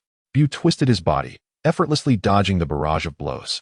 The two chased each other through the sky, drifting away from West City, arriving at a shimmering lake. Suddenly, BUU halted, appreciating the beauty of the scenery. Gotenks followed closely behind, throwing another punch at BUU. "Is dodging all you can do, coward?" Frustrated by another missed punch, Gotenks taunted BUU. You're not as terrifying as I imagined. BUU laughed, then vanished in an instant. Gotenks blinked, and BUU reappeared right in front of him, delivering a kick to his face that sent him flying several meters. You didn't even touch the hem of my clothing. What are you so proud of? You're far too weak. I can hardly muster the interest to fight you. Battling you feels like childish play. Such a bore. BUU mocked Gotenks in return. I thought you had grown stronger. Is this all you've got? Gotenks, having been kicked away, steadied himself and wiped the shoe print from his face, only to hear more taunts from BUU. Damn it. Ag. Enraged, he roared as a white aura erupted from his body, almost frantically unleashing countless energy waves, cursing, "You bastard." One after another, energy waves surged toward BUU without restraint. An energy barrier materialized in front of BUU, instantly coalescing. Each energy wave struck against BUU's barrier with a tremendous force. However, there was not a ripple on the surface of the barrier. Look, you can't even break my barrier. You truly are pathetic. Enough of this game. BUU's energy surged dramatically. In the next moment, he appeared before Gotenks. Gotenks had no time to react. A powerful knee strike collided heavily with Gotenks' abdomen. Ugh. With no defense, Gotenks felt his stomach churn violently while erupting from his mouth. BUU followed up with an upward kick, striking his chin forcefully and sending him soaring into the sky. Gotenks was flung through the air like a mere toy, helpless and disoriented. Suddenly, BUU appeared behind him and murmured, "Have you ever been kicked by light?" Without delay, he delivered a swift and fierce kick to Gotenks' back, leaving only an afterimage in its wake. With a cry, Gotenks plummeted like a meteor into the depths of the lake. A resounding crash followed, sending enormous splashes cascading across the surface, waves rolling outward in every direction. After rendering Gotenks unconscious, BUU retrieved him from the water and administered some treatment. Then, the much-anticipated spectacle began. With telekinesis, he suspended Gotenks approximately 25 centimeters above the ground, face down, with his posterior elevated, transforming a stone into a vine. The sounds of rapid strikes echoed in the air as BUU relentlessly struck Gotenks. Gotenks awoke with a start, wailing in agony. "What are you doing?" he exclaimed. "I'm making you search for your teeth." BUU replied with a mischievous grin. "Is it that your rebellious phase has arrived, or have I been too lenient?" "I am Gotenks," he protested, gritting his teeth. "Oh, very well, Gotenks. I understand now." BUU taunted. "You dare to retort." The vine cracked through the air once more. With each strike, BUU recited, "I hear you are quite brave, aren't you? You think you can challenge me? You are so proud and arrogant, aren't you? Fusion is impressive, is it? Do you still have that spirit?" Gotenks burst into tears, his face a mess of sobs and snot, but his limbs were immobilized, rendering him unable to wipe them away. "Crying is futile. The louder you wail, the more exhilarated I become," BUU declared, and Gotenks' expression revealed sheer terror. BUU paused and inquired, "Am I mistaken?" "I was wrong." Gotenks cried out. "What was the error? I shouldn't have challenged you." Crack. Another strike landed. "Wrong answer." BUU continued his interrogation. "Where did I err?" "I don't know." Crack. Another lash followed, and Gotenks' sobs filled the air, his backside now swollen. "Still unwilling to admit your fault? I don't know what I did wrong. Just end me," he pleaded. "No, I am a Majin, not a devil." Crack. He instinctively swung the vine once more. "How could I possibly kill you? You are far too courageous. At most, I shall leave you half alive. Father, mother, come save me." Gotenks cried out in desperation. "Today, no amount of shouting will avail you." BUU resumed his relentless questioning. Observing the swelling on Gotenks' rear, he lifted a hand and cast a healing light to mend the damage. As Gotenks writhed in pain, suddenly the throbbing in his backside ceased. "What is happening?" Crack. The devilish voice echoed again. "Where did you go wrong?" Gotenks' mind raced with reasons, and he quickly replied, "I should not be proud or arrogant. I should not abuse my power recklessly." BUU nodded approvingly. "Very good. You have come to the realization." The mental technique was dispelled, and Gotenks crashed face first into the ground. Rubbing his sore backside, he glared at BUU with indignation. BUU shot him a piercing look, prompting Gotenks to sit obediently. After a while, a sudden burst of white light enveloped Gotenks, and he vanished, leaving Trunks and Goten in his place. Both of them touched their behinds, eyeing BUU with trepidation. BUU tugged at his antennae and waved dismissively at the two. He departed, heading back to West City. Nightfall enveloped Bulma's home, where everyone gathered for dinner. Bulma, curious about what BUU had been up to that day, noticed that Trunks and Goten were uncharacteristically well-behaved, eating quietly without their usual bickering over food. BUU devoured meat voraciously, stuffing his mouth full, and gulped it down. He turned to Vegeta, who was similarly indulging, and declared, "Tomorrow, we shall visit a remarkable place." "What remarkable place?" Vegeta inquired. "You know," BUU replied, a mysterious smile playing on his lips, offering no further explanation. "You two will join us." He pointed at the eavesdropping Trunks and Goten, who exchanged reluctant glances. However, BUU's imposing presence and the lingering pain in their backsides compelled them to comply. "Once there, you shall become even more powerful upon merging." Trunks and Goten exchanged a glance, a spark of determination igniting in their eyes. At that moment, a singular thought consumed their minds. Become stronger? Stronger for revenge. Chapter 13. The Hyperbolic Time Chamber. The following morning, they greeted Bulma and her parents before departing. BUU cradled Goten while Vegeta held Trunks, making their way to the garden. BUU casually inquired, "How is your relationship with the Supreme Kai?" "It's all right," Vegeta replied. "All right" implies a rather mediocre bond, does it not? BUU pressed. "Something like that," Vegeta conceded. "A mediocre relationship suggests there is some connection, so borrowing the Hyperbolic Time Chamber should not pose a problem." "It's been a while since I last saw that guy," BUU remarked, his expression shifting dramatically, reflecting a tumultuous mix of emotions as he recalled his time on Namek, a period fraught with unspoken challenges. "Let me show you a different kind of instant transmission.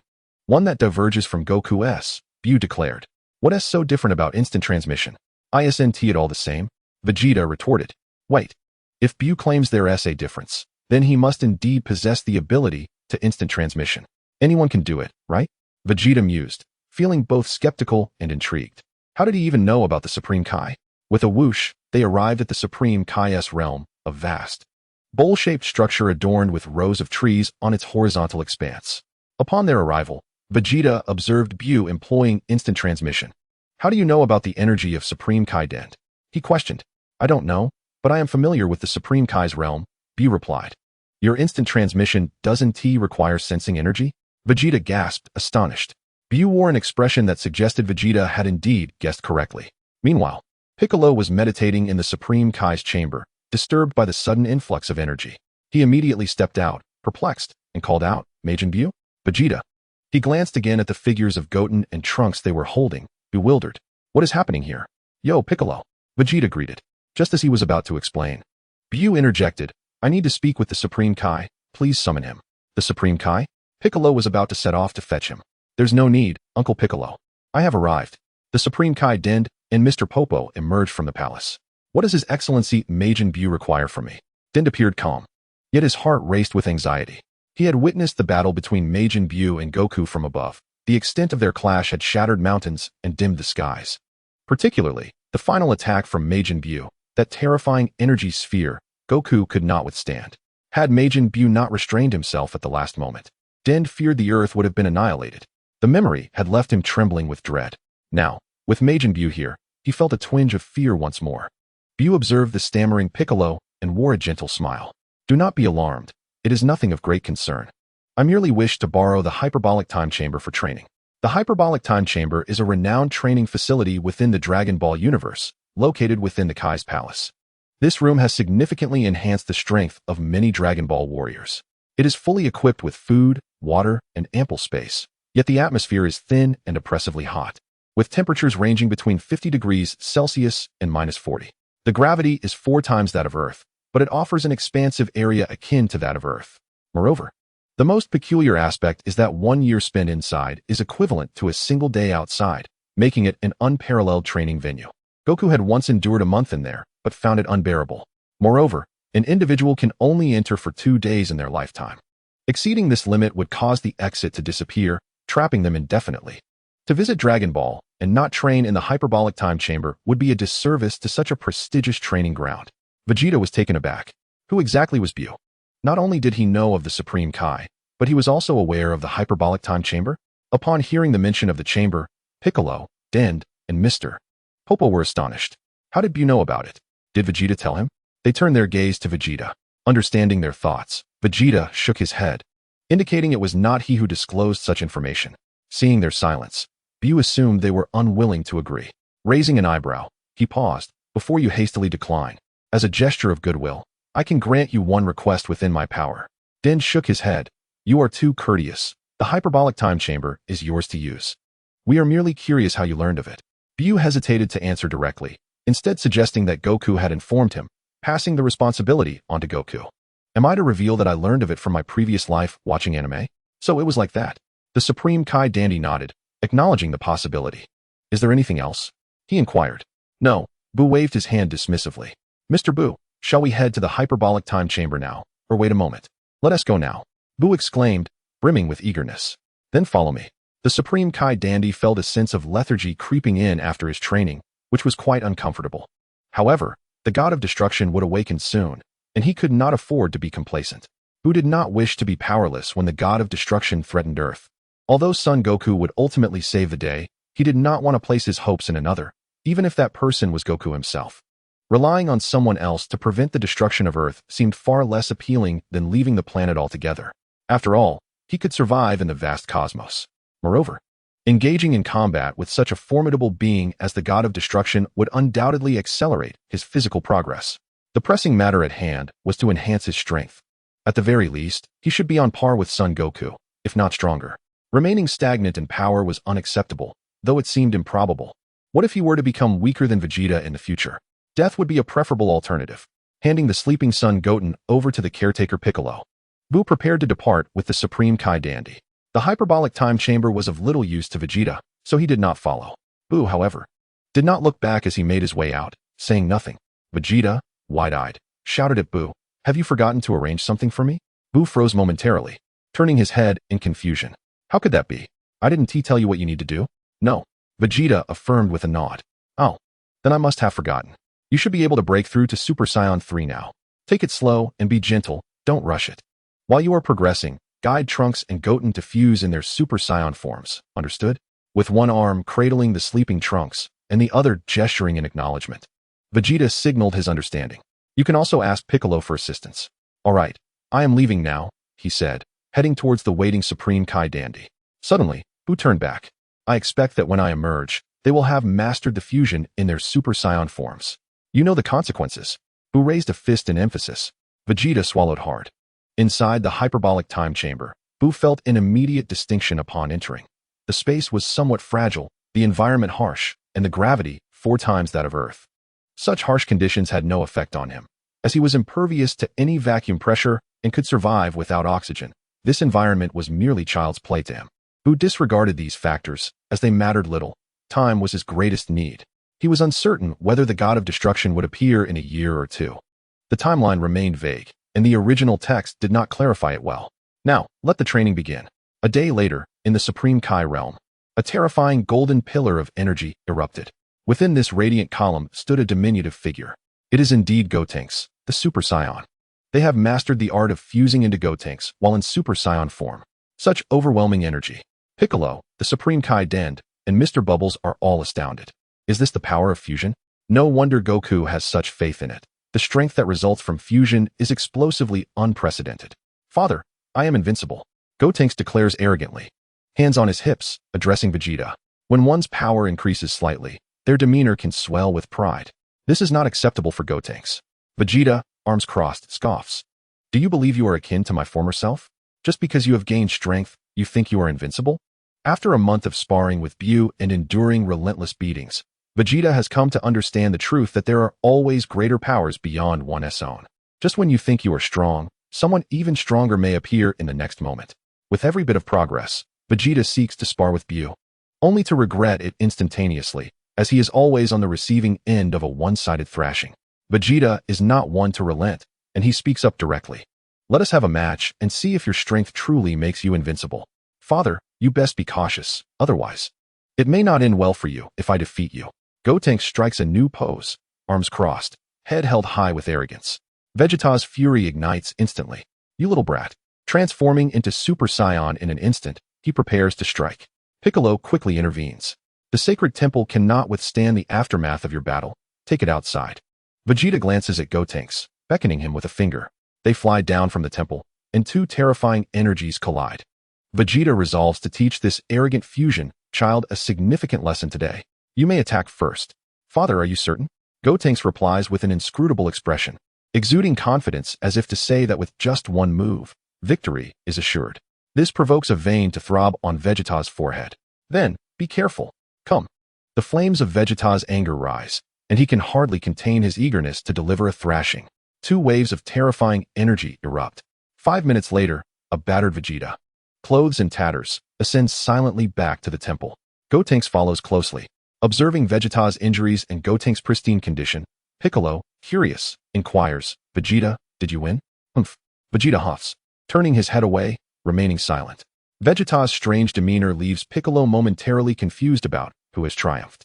Upon Gotenks' return, he glances at the ragged, injured Vegeta, then at the unscathed Gotenks, and the realization dawns upon him. He looks at Vegeta with a peculiar expression.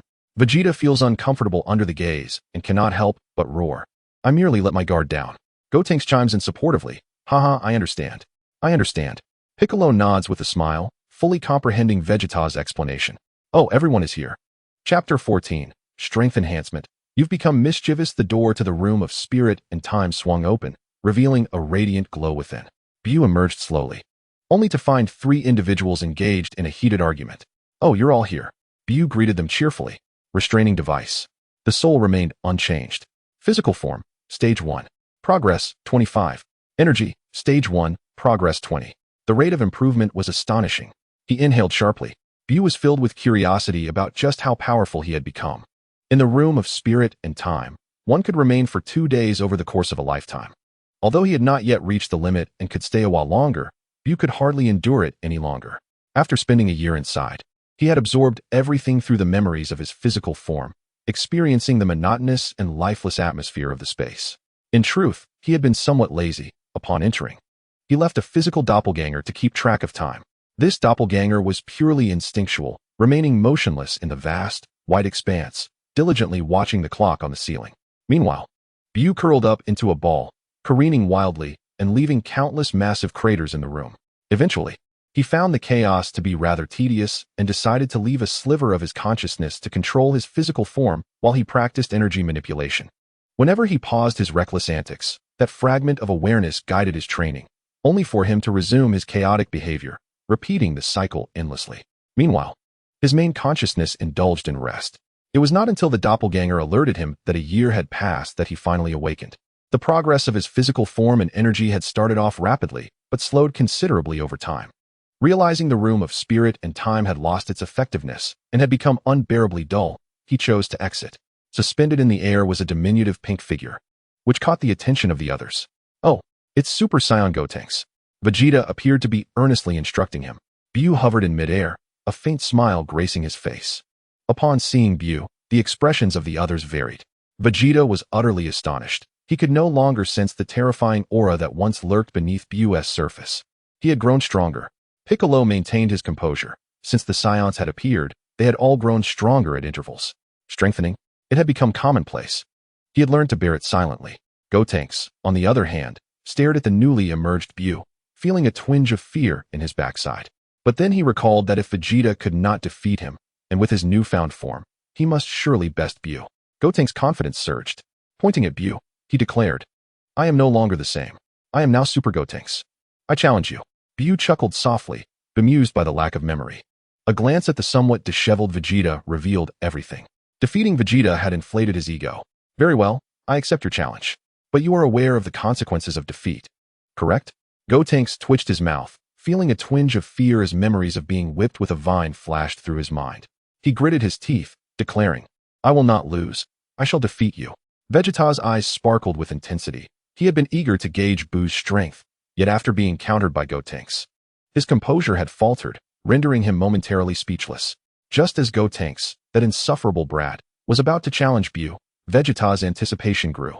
Piccolo, too, felt a surge of curiosity, not only about BUU's abilities, but about Gotenks as well. The recent clash between Vegeta and Gotenks had unleashed 2 formidable auras that had quickly dissipated. He had initially believed Vegeta would prevail and, thus, had not paid close attention. Now, with Gotenks poised to challenge BUU, he resolved to observe intently, missing not a single detail. At that moment, the Supreme Kai Dend and Popo appeared. Dend inquired with intrigue, "Are you two going to spar?" "Yes. This insufferable brat has grown a bit too proud and wishes to challenge me." Gotenks replied with a proud tilt of his head. "Unfortunately, this place cannot withstand your battle," came BUU's indifferent response. "No matter, we can simply relocate," BUU retorted, unconcerned about the venue, confident that it would all conclude swiftly. The vast desert stretched out like a golden sea, with fierce winds whipping up clouds of sand. In the sky above the desert, BUU and Gotenks faced off, while Vegeta and Piccolo observed from hundreds of meters away. Once you fuse, you have 30 minutes. I do not know how much time remains for you, but I will resolve this fight as quickly as possible, BUU proclaimed, his tone dripping with the assurance of victory, which irked Gotenks, who felt a sense of déjà vu. The outcome is far from certain. Gotenks bellowed, his veins bulging. A golden aura erupted, radiating a terrifying presence. In the next instant, his golden hair elongated to his legs, crackling with dense lightning. His eyebrows vanished, and his brow bone lowered. Super Saiyan 3. Within the golden flames, Gotenks reveled in the overwhelming power coursing through him, brimming with confidence. This time, I will surely win. Beside him, Piccolo stared in astonishment. What? Has he become as strong as Goku? He murmured to himself.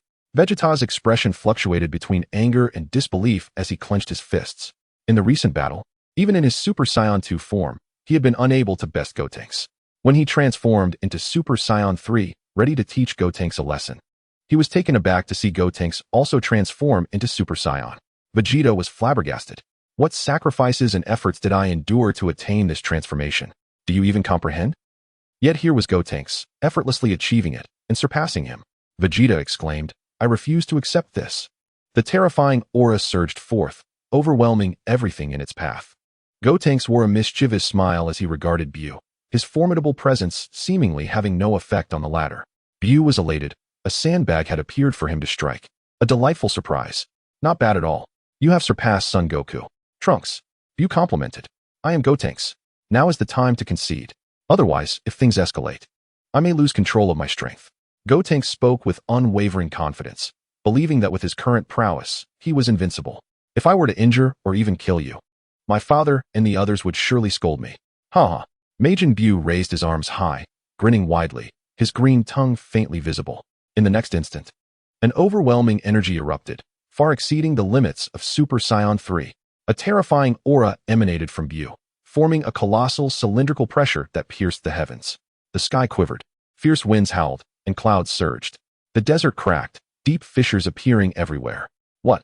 Gotenks extended a hand to shield himself from the oppressive force. Disbelief etched across his face. Vegeta and Piccolo stood dumbfounded. On King Kai's planet, Goku, deep in training, was taken aback. This indescribable energy. It's BUU. He has grown even stronger. Clenching his fists, Gotenks felt his fighting spirit surge momentarily, but then he released his hands, realizing that he was not powerful enough to satisfy BUU. I must continue my training. One cannot become arrogant with a modicum of strength. This world is vast. Beyond the heavens, there are stronger beings.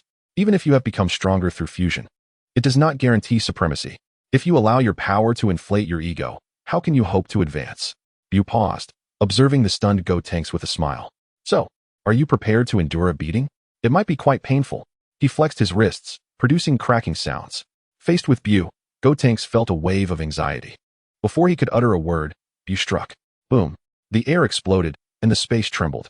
A mighty punch landed on Gotenks' face before he could defend himself, sending him hurtling away. He soared out of the desert like a comet, crashing into countless mountains, creating massive craters. Whoosh. In a flash, BUU appeared before the flying Gotenks, unleashing a relentless barrage of blows. Bang, bang, bang. He unleashed hundreds of punches upon him. The winds of each strike howled with ferocity. Gotenks was battered like a mere punching bag, unable to resist, enduring the onslaught in silence. After several minutes, BUU seized the battered Gotenks. What were you about to say? Gotenks, with a bruised and swollen face, managed to open his eyes and let out a defiant roar. I concede. BUU was taken aback, fury igniting within him. You chose to challenge me. How can you surrender now? I cannot defeat you. Gotenks, now reverted to his normal state, spoke in broken sentences. I refuse to accept that. BUU swatted him down into the ground. BUU is terrifying. Thankfully, he is not our enemy, Piccolo remarked with immense relief. Vegeta nodded in agreement. BUU's power escalates like a rocket, utterly unscientific. Whoosh. In an instant, BUU reappeared. What are you two discussing? He expertly restrained Gotenks as before, conjuring a vine, and inquired of the two. Upon hearing BUU's words, Vegeta and Piccolo waved their hands repeatedly, dismissing the matter. It's nothing, just casual conversation, they insisted. Piccolo, intrigued, queried. What are you doing? What if the mischievous child misbehaves? BUU replied. Why? A good spanking will suffice. Smack, smack, smack. Ah!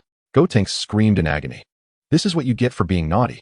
BUU delivered another round of swift slaps, exclaiming, "It's been just a day, and you're already acting up again." Smack, smack, smack. Ah! Gotenks shrieked, pleading for mercy. "I truly understand my mistake. I promise I won't do it again. Daddy, please save me." Vegeta remained silent, a glint of satisfaction in his eyes, contemplating the thrill of the moment. Yet he quickly faltered at the thought of Bulma. There will be a next time? A swift strike followed. Smack, smack, smack. After a brief interval, a flash of white light appeared, and Gotenks vanished. Goten and Trunks emerged, both weeping profusely, clutching their behinds. Fearfully gazing at BUU, he raised his hand and cast a healing beam, mending their wounds. Subsequently, the five returned to the temple. Upon arriving, they bid farewell to the Supreme Kai Dandy and returned to Bulma's residence. During this time, BUU approached Supreme Kai Dandy with a request, to which Dandy readily consented. A month later, in West City, at Bulma's home, BUU declared, "I've overstayed my welcome. It's time for me to leave. Don't be sad to see me go." He was saying his goodbyes to the Vegeta family. "Then go ahead and leave. You've been dawdling forever." Vegeta crossed his arms, a frown etched on his face. Bulma solemnly handed a capsule to BUU. "Inside are plenty of snacks. Take them with you." BUU gleefully accepted the gift. Bulma's mother waved a handkerchief, visibly reluctant to part. "Safe travels, little BUU. Come back to visit when you can." "All right." BUU nodded earnestly. Trunks, feigning sadness while suppressing his joy, lowered his head. "Haha, the little demon is finally leaving. Oh, but seeing how sorrowful you are, Trunks, I've decided to stay." "What? Why? You can't do that." Trunks gasped, eyes wide with shock. BUU mischievously observed Trunks' astonishment. Realizing he had been tricked, Trunks quickly covered his mouth. Everyone struggled to contain their laughter. In an instant, BUU vanished. Chapter 15. The Underworld, King Kai's Fist in the Supreme Kai's Temple, whoosh. BUU reappeared. "BUU, what brings you back so soon?" Piccolo, who was exercising, exclaimed in surprise at BUU's sudden arrival. "I won't be here long this time." "Where's Dandy?" BUU inquired. "He's in the palace. Do you want me to fetch him?" "No need, I can go myself." "All right then, make yourself at home," Piccolo replied. After bidding farewell, BUU entered the palace and found Supreme Kai Dandy. "Hey Dandy, how are you?" "Mr. BUU, you've returned." Dandy greeted him with a smile. "I appreciate your assistance in advance." BUU, floating in midair, said apologetically. "Not at all, it's a small favor. Besides, it's an honor to assist you, Mr. BUU." Dandy responded courteously. "Shall we go now?" "Yes," BUU nodded affirmatively. "As you place your hand upon my shoulder, we shall embark on our journey." BUU floated behind the celestial deity Dandy, resting a hand upon his shoulder and softly reciting an incantation. In a flash of white light, the two vanished. In the underworld, the hall of Yama. To hell, to hell, to heaven. Yama was engrossed in his duties. Suddenly, outside the hall, BUU and the celestial Dandy materialized. Dandy approached the staff outside and engaged in conversation. After a brief moment, he declared, "Let us proceed inside," with BUU following closely behind. Upon entering Yama's palace, Dandy addressed the deity, "Greetings, Lord Yama. I am the new celestial deity of Earth." At a massive desk, Yama was preoccupied with stamping documents when Dandy's words prompted him to look up, adjusting his spectacles with curiosity. "Ah, the new celestial deity of Earth. What brings you here today?" Dandy gestured towards BUU. "I have no matters of my own. It is Mr. BUU who seeks your attention." Yama paused in surprise. "He wishes to speak with me? What is the matter?" Not recognizing BUU, he turned to see the latter swallowing in anticipation, lost in thought.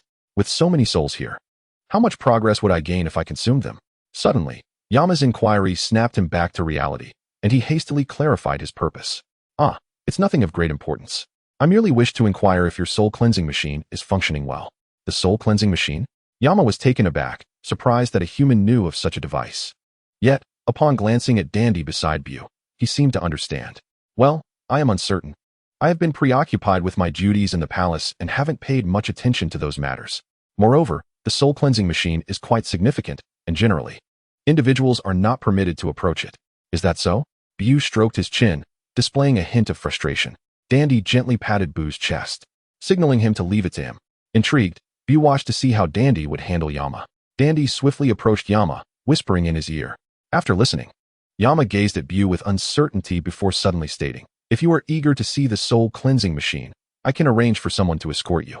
"Thank you very much." BUU nodded in gratitude towards Yama, then turned to Dandy with excitement. "What did you say to persuade Yama?" "Thank you so much." Dandy bowed respectfully to Yama.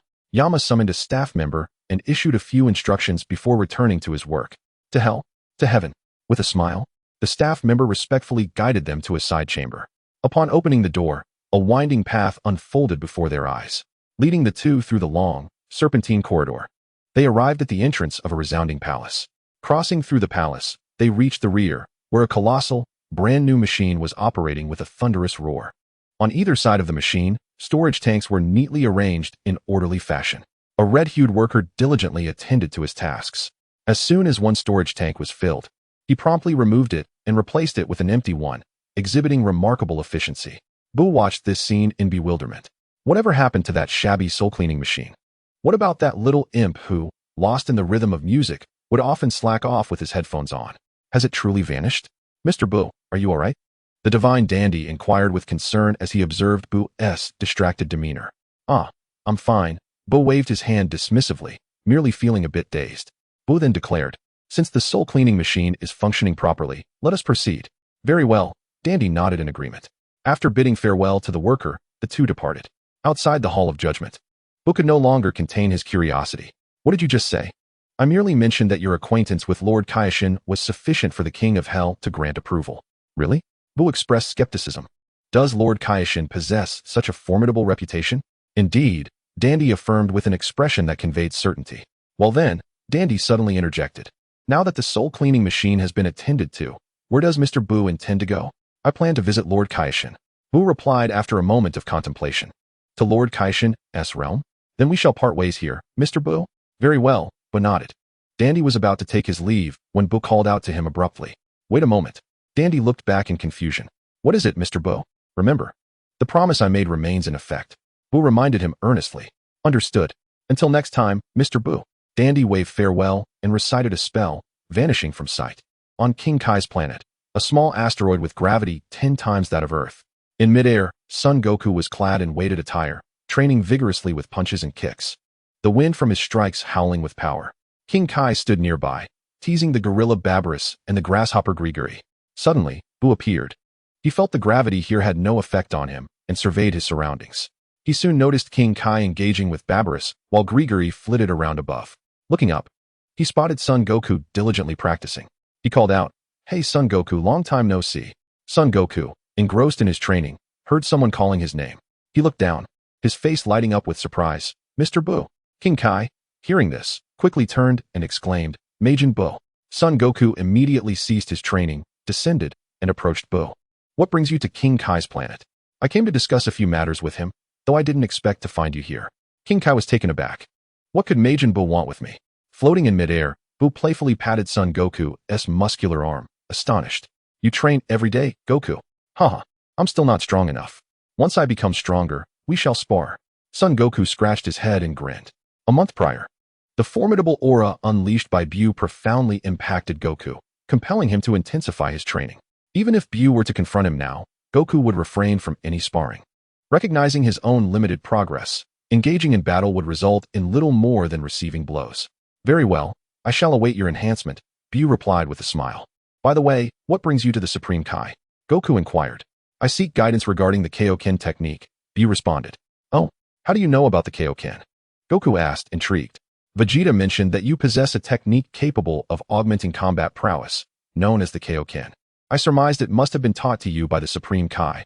Thus I journeyed to the Kai's planet, BUU explained, playfully deflecting the credit to Vegeta. You should not seek out the Supreme Kai. He is quite stringent with his teachings and requires one to amuse him with jokes to earn his favor, BUU cautioned. It's merely a matter of telling jokes. I shall prepare some to elicit laughter, Goku replied confidently. No need for such antics. The Kaioken is no longer exclusive to the Supreme Kai. I can teach you, Goku declared, thumping his chest. Nearby, the Supreme Kai grimaced, contemplating. This Goku is encroaching upon my domain. Are you not concerned that if I master it, you will no longer be able to best me? BUU jested. What of it? If I cannot surpass you, I shall train even harder until I can, Goku asserted. But enough of this chatter. Allow me to demonstrate. Without hesitation, Goku commenced his display. Alright, Kaioken. Goku bellowed, enveloped in a crimson aura, his energy doubling instantaneously. BUU's eyes widened in astonishment. Alright, Goku, I have already mastered it. BUU exclaimed. What? You learned it already? Goku replied, a hint of frustration in his voice. recalling how BUU had similarly grasped the Kamehameha in an instant. BUU nodded, then shouted, "Kaioken." A red aura ignited around BUU's pink form, resembling a fiery garment. The fusion of red and pink unleashed BUU's latent energy, sweeping across the Supreme Kai's planet. Goku, the Supreme Kai, and his two pets stood in awe. The Kaioken is not a direct assault technique. It magnifies one's strength, speed, attack power, and defense. However, it bears a significant drawback, imposing a burden on the body. BUU recalled that during the Android saga, Goku had suffered a heart ailment due to his repeated use of the Kaioken, as he often forced it despite his insufficient physical resilience, exacerbating the strain on his body. Let me tell you a joke. Goku died from a heart condition. Haha. BUU laughed. Yet for BUU, this technique was akin to divine mastery. With his limitless regenerative capabilities, coupled with his enhanced physique and the Kaioken, he was a force to be reckoned with. Wiping the sweat from his brow, the Supreme Kai could not help but exclaim, "What a bizarre super genius!" To master the Kaioken in an instant. As the originator of the technique, he understood its complexity better than anyone. Goku had previously been the fastest learner of the Kaioken he had encountered, but in comparison to BUU, he was left far behind. Having mastered the Kaioken, "I must take my leave now, Goku." "Want to you stay a little longer?" Son Wukong felt a twinge of reluctance. The KAIOSHIN chimed in. "Why not have a cup of tea and a few snacks before departing?" "Snacks?" BUU immediately nodded in agreement. "Then I shall not impose further, esteemed KAIOSHIN." Chapter 16. The KAIOSHIN Realm. In the KAIOSHIN Realm, the cosmos was vividly visible, with countless stars suspended beyond, resembling brilliant lanterns. Whoosh. Instantaneous movement. BUU appeared. After spending an hour on the KAIOSHIN planet, bidding a reluctant farewell to Wukong, BUU departed. Standing upon the ground of the KAIOSHIN Realm, BUU sensed the erratic aura of the KAIOSHIN, causing him to furrow his brow. The KAIOSHIN's energy fluctuated unpredictably, oscillating between proximity and distance, making it difficult to pinpoint. What could this timid KAIOSHIN be up to? The KAIOSHIN realm was vast, and its terrain was exceedingly solid. Locating a single individual was akin to finding a needle in a haystack. However, BUU devised a plan. "Since I cannot find them, I shall compel them to find me." BUU erupted with a surge of pink flames, unleashing a terrifying aura that enveloped the surroundings. This should alert them, prompting their arrival. The pressure continued to intensify. Meanwhile, on the opposite side of the KAIOSHIN realm, KAIOSHIN and his attendant, Jebit, were diligently occupied with the relocation of a planet's populace, fulfilling their responsibilities as KAIOSHIN. After countless trips, having transported billions of souls, they finally completed their arduous task and were left feeling utterly drained. Why must we save every single one of these people? My Lord KAIOSHIN, you were not always so compassionate. Jebit couldn't help but murmur. He struggled to comprehend the KAIOSHIN's sudden transformation from indifference to a newfound reverence for life. Previously, they observed planets and, upon witnessing human extinction, would only need to rescue a handful, ensuring the survival of the species' essence. Yet now, the KAIOSHIN had seemingly gone mad. Relocating an entire planet's population, what an immense undertaking. Do you realize this represents centuries of my labor? Upon hearing this, the corner of the KAIOSHIN's mouth twitched. Jebit, I admit I was wrong. As a responsible KAIOSHIN, one must cultivate a love for life. Life is a vibrant tapestry, and should not vanish simply because a planet faces destruction. It's not merely because I narrowly escaped death at the hands of the Majin BUU that I've come to appreciate the fragility of existence. Well, very well, my Lord KAIOSHIN. The two exchanged a few more idle words when suddenly, an overwhelming energy erupted from a distant corner of the KAIOSHIN realm. A fierce wind whipped past their bodies, prompting KAIOSHIN and Jebit to squint against the gust. This terrifying force, could it be Majin BUU? KAIOSHIN's face turned pale as he gasped in astonishment. Jebit, taken aback by this sudden surge of energy, questioned, how could a human enter the KAIOSHIN realm? It's been millions of years. This is unprecedented. The KAIOSHIN realm is a sanctum that even gods and KAIOSHINs cannot enter. I have no idea. The Supreme Kai bore a grave expression, filled with both concern and bewilderment. The malevolent Majin BUU had previously descended upon the realm of the Supreme Kais, leaving devastation in his wake, with only the Supreme KAIOSHIN surviving the onslaught. Now, he had returned, and what could his intentions possibly be? Was he here to eliminate me and seize dominion over the universe? Yet, on Earth, he appeared harmless. After a brief bout of unfounded speculation, Supreme KAIOSHIN recognized the futility of his thoughts, donning a resolute visage. Jebit, we must investigate what Majin BUU intends. Supreme Kai? We cannot. What if Majin BUU has not truly changed, and is merely feigning goodwill on Earth to lower our guard? Venturing forth would be akin to walking into a trap, Jebet cautioned, still skeptical of BUU's transformation. Despite BUU's seemingly benign behavior on Earth, the risk was too great to wager with the Supreme Kai's life. With his hands clasped atop his head, Shin crouched down, a mournful expression etched across his face. Then what shall we do? He has arrived in the realm of the Supreme Kais. Where else can we retreat? Jebet clenched his fists and proposed. How about we go to Earth? To Earth? That seems plausible, Shin mused, though reluctance crept in. The thought of abandoning the realm of the Supreme Kais, without confronting Majin BUU, weighed heavily on him. It was disheartening. After much contemplation and recalling BUU's innocent gaze, Shin gritted his teeth. No, we cannot simply walk away. We must inquire about his true intentions. Supreme Kai? Jebet expressed his concern. Let us go. In another part of the Supreme Kai realm, Majin BUU continued to exude an aura of power. He stroked his chin, pondering, why haven't they arrived yet? I've been brimming with energy for 2 or 3 minutes now. They are exceedingly slow. Even a turtle could outpace them. Lost in thought, BUU's eyes suddenly darted forward. In an instant, Supreme Kai Shin and Jebet materialized before him. Upon their arrival, BUU fixed his gaze upon them with a smile. At last you've come. I thought the flowers would wither before you arrived. Do not be so frightened. I shan't devour you, he teased, raising an eyebrow at the visibly anxious Shin. You may not consume people, but you do indulge in cookies. Shin trembled, recalling the incident where the plump BUU transformed the Demon King into a cookie before devouring him. Understanding the reference, BUU sighed. That was not me. It was the fat BUU. Clearing his throat, BUU continued. But let us not dwell on that. I have not come to trouble you today. Rather, I am here to accomplish something of great significance. Something of great significance? Shin, suppressing his trepidation, looked on with curiosity. What is this important matter? BUU, enjoying the suspense, diverted the topic. Where is the Supreme Kai sword? The Supreme Kai sword? How do you know about the legendary KAIOSHIN sword? Jebet exclaimed in astonishment, unable to contain himself. Never mind the details, just tell me where the KAIOSHIN sword is. BUU waved his hand dismissively, responding with indifference. KAIOSHIN Shin felt a surge of displeasure at BUU's attempt to change the subject. Yet upon hearing the name of the legendary sword, he too was taken aback. After all, he had contemplated using the KAIOSHIN sword against Majin BUU, but regrettably, he was unable to draw it from its resting place, and the matter was left unresolved. It was not only him. Several other KAIOSHINs had also failed to extract it. What do you need the KAIOSHIN sword for? KAIOSHIN Shin could not help but furrow his brow. Of course, to pull it out and play with it. What else would I do? Just stare at it? BUU replied nonchalantly. Play with it. Setting aside the fact that you can even pull it out. You should know that the KAIOSHIN sword cannot be drawn, not even by Lord KAIOSHIN. The servant Jebet was provoked by BUU's casual tone, filled with indignation. Even if you are Majin BUU, you cannot speak like that. Meanwhile, KAIOSHIN Shin stood aside, deep in thought as he observed BUU, remaining silent. He actually believed that BUU might be able to draw the KAIOSHIN sword, considering BUU's overwhelming power.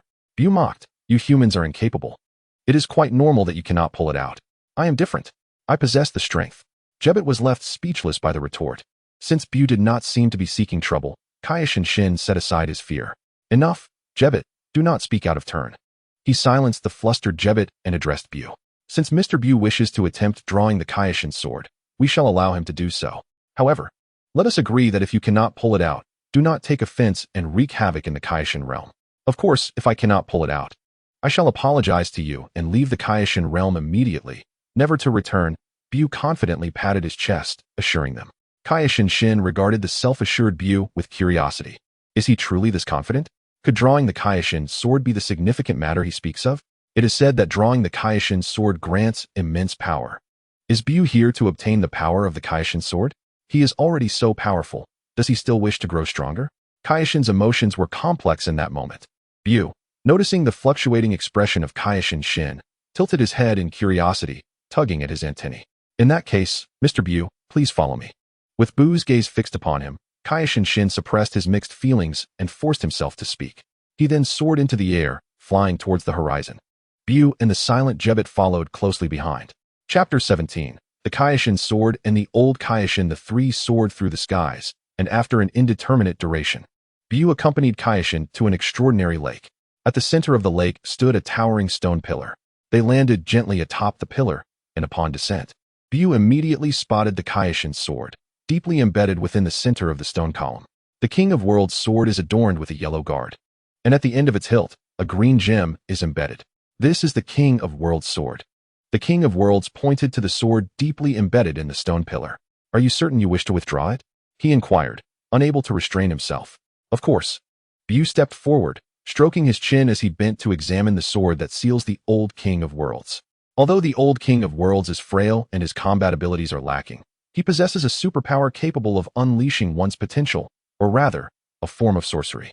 BUU's purpose for coming here is to break the seal of the old King of Worlds and unleash his own potential. Extending his right hand, he grasped the hilt of the King of Worlds' sword and, with a forceful shout, pulled with all his might. The King of Worlds and Gebet fixed their gaze on BUU, observing his every movement intently. After a moment, BUU maintained his exerted stance, yet the sword remained utterly immobile. The air became thick with tension. Gebet could not help but mock. You cannot pull it out. How could a mere human manage that? The King of Worlds sighed in relief. Thank goodness it hasn't come out. BUU, gripping the sword's hilt tightly, furrowed his brow. Then a hint of a smile appeared on his face. This is intriguing. It feels more significant this way. A powerful pink aura erupted from BUU, causing both the King of Worlds and Gebet to take a couple of steps back. Now, BUU shouted, using all his strength. With the sound echoing, the stone pillar trembled. And after a brief shake, the King of Worlds' sword was withdrawn, lifted high above BUU's head. Under the sunlight, BUU, enveloped in pink aura, resembled a deity. The King of Worlds and Gebet stood in stunned silence, their faces a portrait of disbelief. Gebet stammered, pointing at BUU. What? He pulled it out. A human has withdrawn the King of Worlds' sword that even the King of Worlds could not. The King of Worlds felt a wave of darkness wash over him. Overwhelmed by the sight, he crouched on the stone pillar. Gebet hurried to support him. Are you all right, my lord? I am fine. He merely startled me. The King of Worlds replied, though he was internally shaken by the unexpected reality. I pulled it out. It's no big deal, BUU declared, brandishing the King of Worlds' sword and casting a glance at the astonished deities, basking in his triumph. Do you feel any different, or has your strength increased? The King of Worlds could not resist asking as he observed BUU wielding the sword. Not really. It's just heavy, a very heavy sword. BUU shook his head. With that, he stepped away from the stone pillar, soaring above the lake to the ground. BUU swung the King of Worlds' sword, slicing through the air with deft movements. Suddenly, he aimed at a distant boulder, making a downward cut. In the next moment, a sharp wave of sword energy erupted, slicing through the boulder and exploding in the distance. The boulder split cleanly in two, its edges smooth and even. The King of Worlds and Gebet added yet another instance of wide-eyed astonishment. Meanwhile, BUU frowned, feeling unaccustomed to the weapon. Nothing could compare to the satisfaction of using his fists. Casually, he plunged the King of Worlds' sword into the ground and waved at the two atop the stone pillar, beckoning them to come closer. They promptly flew over. Gebet, ignoring BUU, approached with palpable excitement, standing before the KAIOSHIN sword that BUU had casually thrust into the ground. Unable to resist, he placed his hand on the hilt, gripping it firmly before attempting to draw it from its resting place. Despite exerting all his strength, Gebet found himself utterly defeated, his spirits plummeting. BUU, indifferent to Gebet's plight, seized KAIOSHIN Shin and addressed him directly. Now that the KAIOSHIN sword has been drawn, there is an important task that I must attend to. What significant task? KAIOSHIN Shin inquired, unable to suppress his curiosity. Though he had been intrigued by BUU's intentions, he had refrained from pressing the matter further, opting instead to quell his inquisitiveness.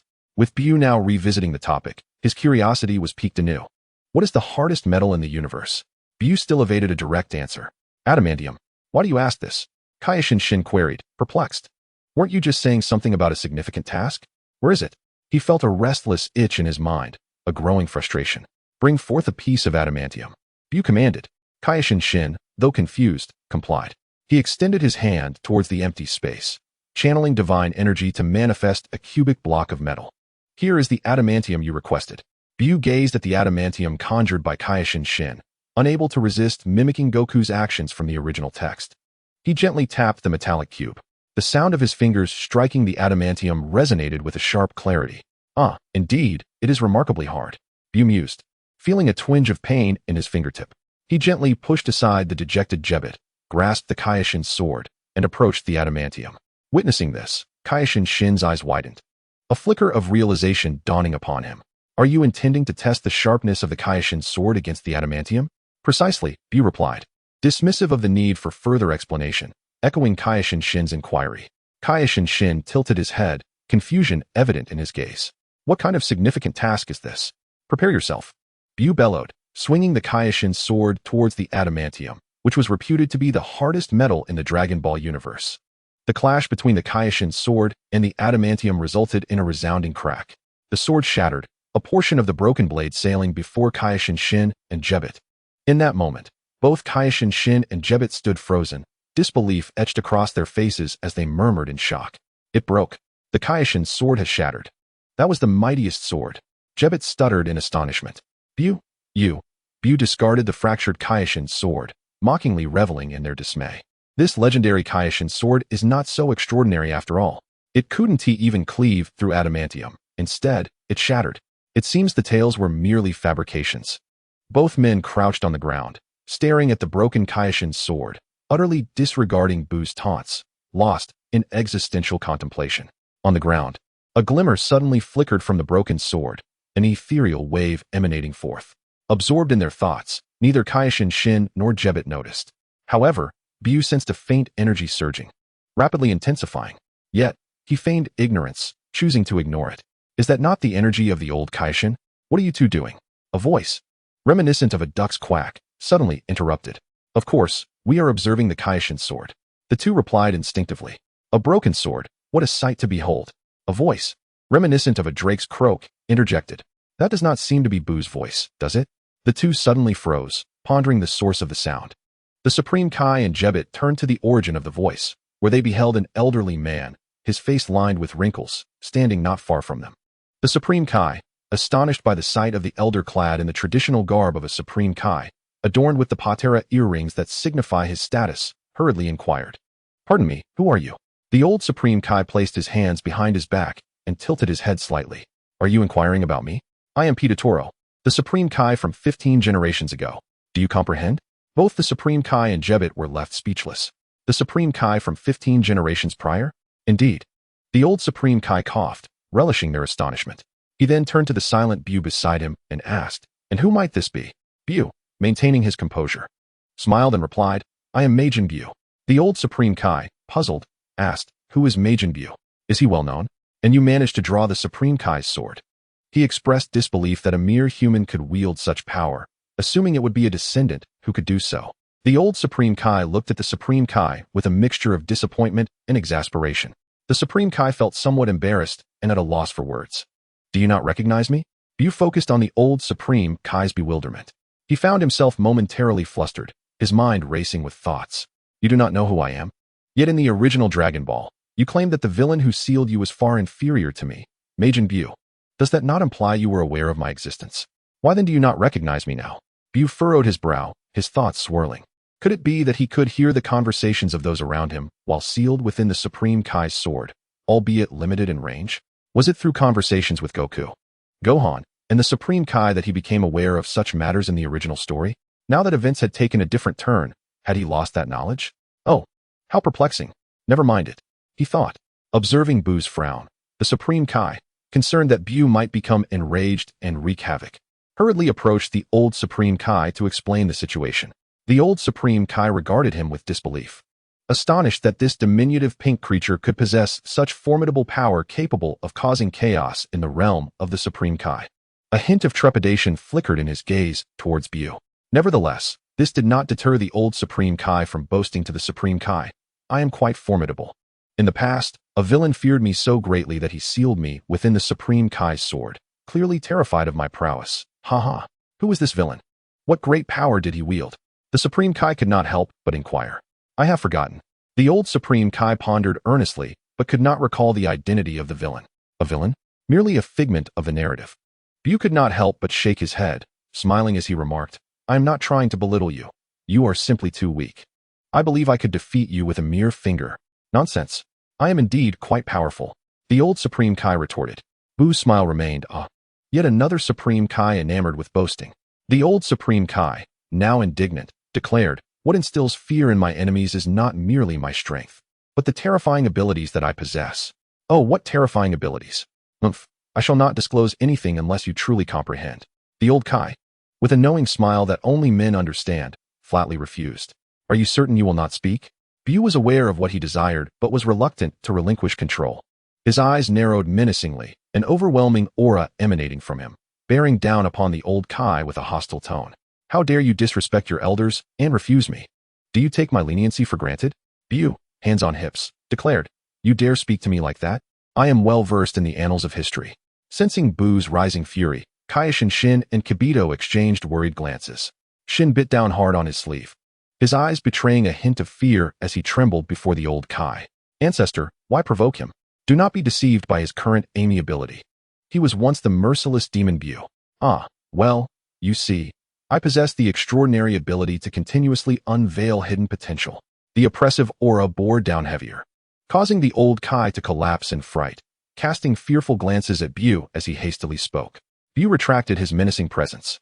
It would have been far better this way. Why force my hand? So, your abilities are indeed formidable? Then let us see you extract my potential. With a skeptical expression, BUU unveiled his purpose for visiting the KAIOSHIN realm. Shin helped the prostrate old Kai to his feet, whispering urgently, Ancestor, please do not refuse. Under the duress of BUU's intimidation, the old Kai had no choice but to comply. Chapter 18, Potential Transcendence. BUU casually produced a dozen magazines and comics, tossing them to the reluctant old Kai. This is your reward. The old Kai paused, instinctively flipping through the pages, unable to suppress a lewd chuckle. The sound of his inappropriate laughter made Shin and Kibito avert their gazes in discomfort. After a moment, the old Kai cleared his throat. Now shall we begin? Remain still. The rest is in my hands. BUU nodded, gradually descending and then standing motionless. The old Kai suddenly bellowed, performing a series of peculiar gestures. Then, meandering around BUU, he began to swing his fists while humming. Observing the ritual reminiscent of the original tale, BUU quietly closed his eyes, leaving behind a small corporeal avatar and sealing off his senses. Unable to contain himself, Shin inquired about the duration of the process. How long will this take, Ancestor? The ritual requires 5 hours, and the power enhancement will take 20. Do not disturb me. The old Kai replied with unwavering focus. Time passed, minute by minute. 5 hours later, the old Kai announced to BUU, the ritual is complete. Now we shall enhance your power. BUU received the information transmitted from his small avatar, opened his eyes, and regarded the old Kai. Sit still here. Do not move, the old Kai instructed. Comprehending, BUU promptly settled into a cross-legged position. Taking out the magazine given by BUU, the old Kai sat down and extended his hands, fingers splayed, directed towards BUU. Aware that he would have to wait a considerable time for what was to come, BUU continued to shut off his senses in the traditional manner. Lord Kai, should we not take a moment to rest? Jebet suggested, observing BUU, who had already closed his eyes. Is that appropriate? Lord Kai hesitated. If our ancestor does not rest, how can we afford to sleep? At that moment, the old Kai was engrossed in flipping through the magazine BUU had provided, emitting peculiar chuckles. Jebet pointed towards the old Kai, whose face bore a lecherous grin. I believe the old Kai would not notice if we were to take a nap. After all, we have been busy all day. Very well then. Lord Kai acquiesced. He was utterly fatigued from the exertion of relocating an entire planet, and the effort to maintain his alertness was growing increasingly burdensome. Jebet, nearly unable to keep his eyes open, approached a large tree, settled himself, and said to Lord Kai, My lord, let us rest for a while. Without further delay, Lord Kai lay down and quickly fell asleep. Jebet reclined on the other side, dozing off and beginning to snore. As time passed, half a day slipped away. Upon awakening, the two first surveyed the planet, completing their tasks before returning. By this time, the old Kai had finished the magazine and had moved on to a comic book, devoting one hand to flipping through it while emitting an exceedingly lascivious laugh. Our ancestor possesses such patience and spirit, Lord Kai remarked, unable to contain his admiration as he observed the old Kai still engrossed in the comic. Indeed, Jebet wholeheartedly agreed, adding, Truly, our ancestor is as vigorous as ever. How much longer until completion? Lord Kai inquired suddenly. Soon, in 8 hours, came the reply. 8 hours, you say? Once completed, BUU should be on his way. He wishes for the passage of time to hasten, so that these 8 hours might pass in an instant, allowing BUU to depart swiftly. Though BUU has improved, a lingering fear still resides within Lord Kai. Casting a glance at the closed-eyed BUU, Lord Kai began to grasp the significance of the matter BUU had alluded to. Releasing the old Kai was indeed a pressing concern. Yet, how did BUU know of the old Kai's seal within the Kai's sword? Furthermore, it seemed as though BUU was aware of the old Kai's abilities. Could it be that BUU's intentions had always been tied to the old Kai's superpowers? Was the unsealing merely a secondary objective? Such thoughts filled Lord Kai with dread, prompting him to swallow hard. 8 hours later, time slipped away like water, swiftly and relentlessly. A surge of pink, terrifying energy suddenly erupted, shooting skyward and overpowering all in its path. In an instant, the atmosphere changed, and the Kai realm trembled. On Earth, a fearsome aura emerged, drawing the attention of all who could sense it, causing them to look up at the cosmos. An external force. Vegeta exclaimed. It's over. Vengeance is futile. Goten and Trunks lamented. I have grown accustomed to this, Piccolo stated. Meanwhile, on the Kai planet, Goku, deep in training, could not help but exclaim. This energy? Is it BUU? A day apart, he had grown even stronger. Sun Wukong could not help but smile wryly. Yet, recalling BUU's words, he could not resist clenching his fists. In the realm of the Supreme Kai, a transformation had been completed. It was utterly terrifying. He was invincible. The Supreme Kai Shin and Jebet trembled, struggling against the overwhelming energy emanating from BUU's body. BUU was roused from his slumber by a small corporeal manifestation. As he opened his eyes and clenched his fists, he felt the surging power within him, excitement coursing through his veins. He had grown stronger once more. The pink aura erupted around him, swirling with dense purple lightning, crackling and snapping. Waves of power surged forth from the depths of his being, continuously gushing like a hot spring. Energy level, 39. The little figure in his mind could no longer contain himself, hands on his hips, bursting into laughter. This was far swifter than his own arduous training. A year spent laboring in the hyperbolic time chamber yielded slower results. He realized that his progress was even faster than simply sitting still. In just a day, he had advanced by 19 levels, indicating that his potential was truly immense. His energy progress had surpassed his soul progress. Hey, what are you doing over there? I'm still right here, grumbled the old Supreme Kai as he was blown away. Apologies. The sudden surge in power was simply beyond my control, BUU replied with candor. After all, the old Supreme Kai was instrumental in enhancing his strength. Your potential is extraordinary, exclaimed the old Supreme Kai, unable to suppress his admiration upon rising. It was unfathomable that a human could possess such power. No. It is truly your abilities that are remarkable, BUU said, cheerfully giving the old Supreme Kai a thumbs up.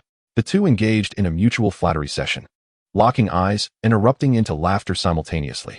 Meanwhile, the Supreme Kai Shin and Jebet exchanged glances, their expressions twitching at the thick skin of the two. Well, since the task is complete, I must take my leave, BUU announced, eager to explore other planets as he bid farewell to the three Supreme Kais. Very well, since Mr. BUU is in such a hurry, I shall not keep you, the Supreme Kai Shin eagerly responded. On a desolate planet, the ground lay parched, strewn with yellow sand. The climate harsh and devoid of life. Whoosh. In an instant, BUU teleported in. Suspended in midair, he gazed down at the barren wasteland. Gradually descending, he landed upon the gritty surface, sighing inwardly. With no life remaining on this planet, it seemed reasonable to unleash a bit of power here without concern.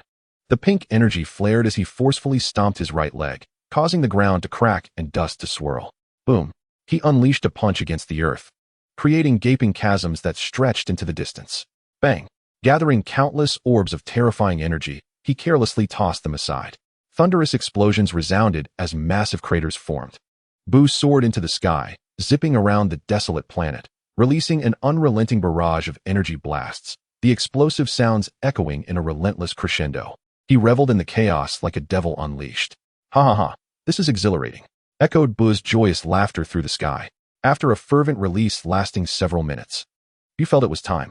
He broke through layer upon layer of thick white clouds and soared into the cosmic starry sky. Upon reaching the planet's surface, he beheld a scene of devastation, with billowing smoke enveloping the landscape. Unable to contain his emotions, he exclaimed, "How fragile it truly is." He extended his hand above his head, conjuring a colossal pink sphere of destruction. In the next moment, he hurled it towards the desolate planet. Without a glance back, BUU vanished. A true man never witnesses an explosion. Boom. The planet erupted, flames soaring skyward, as terrifying power engulfed the surrounding space. Namek. Swish. In a flash, BUU teleported. This was the final destination. Once this was concluded, he would venture into other worlds. BUU engaged in friendly dialogue with the Namekians and successfully acquired 7 magnificent Dragon Balls. The robust Shenron Purunga hovered in the air, monotonously reciting his lines. I can grant you 3 wishes, any wish you desire. For the first wish, BUU requested the resurrection of Goku. Shenron Purunga's eyes sparkled momentarily before he declared, your wish has been granted. Having no further wishes, BUU graciously offered the remaining 2 to the Namekians, bid them farewell, and departed. King Kai's planet. The halo above Goku's head disappeared, prompting a startled King Kai to exclaim, "Why didn't you ask BUU to resurrect me, Goku?" Goku scratched his head and chuckled sheepishly. "I forgot. King Kai?" King Kai fell to the ground in dismay, hurriedly searching for BUU's energy, but alas, BUU had already left Namek. Earth. In a secluded forest, BUU appeared, transforming a tree into a black cloak, which he donned with excitement. He eagerly immersed himself in the concept of time travel. After careful contemplation, he slowly inputted keywords. Feeling it inadequate, he revised it with additional phrases, this time nodding in satisfaction. A flash of golden light ensued, and BUU vanished. Chapter 19. A peculiar time and space screech. The jarring sound of brakes echoed. "What are you doing standing in the middle of the road? If you seek death, I can oblige." A massive truck came to a sudden halt, and the driver leaned out of the window, hurling insults at BUU, who had just arrived and was somewhat disoriented. Upon hearing the invective, he shook his head and turned towards the source of the outburst, where the driver continued to spew vitriol. Beneath the black cloak, BUU frowned. A truck driver? How audacious. Little did he know that this was a parallel dimension. Obliterating this planet posed no consequence for BUU. Did a mere weakling dare to insult me?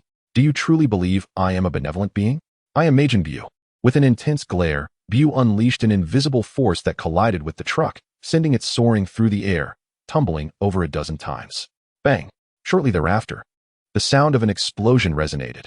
Observing the demise of the driver, BUU swiftly vanished from the scene. From the words of the truck driver, just now, it is evident that this planet is indeed Earth. The phenomenon of time-space travel has not transported him to some peculiar world.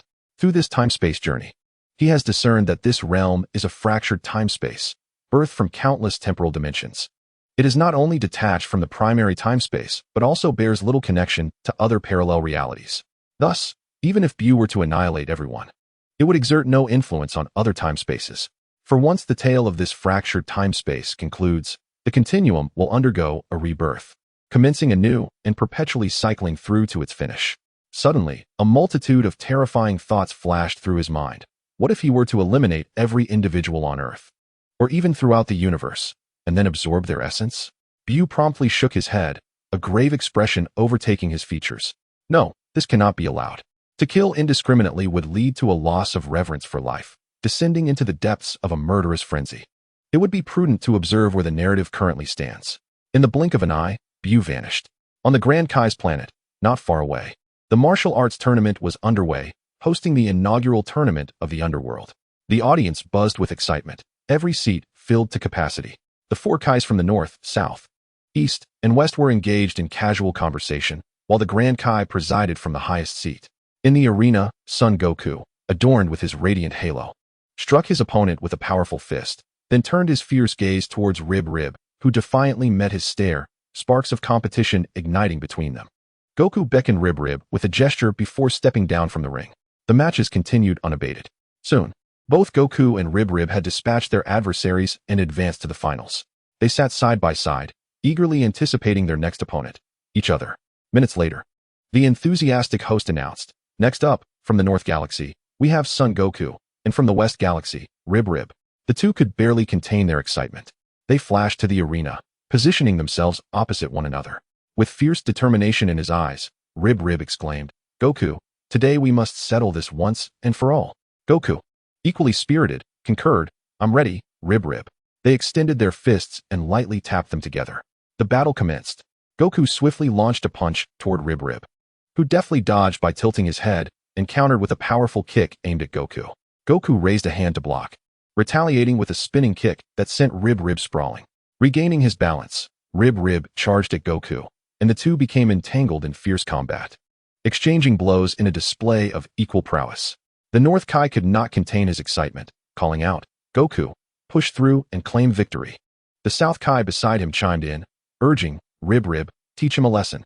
The Grand Kai, seated above, watched intently as the formidable duo clashed, murmuring to himself, "Indeed, both Goku and Rib are truly exceptional."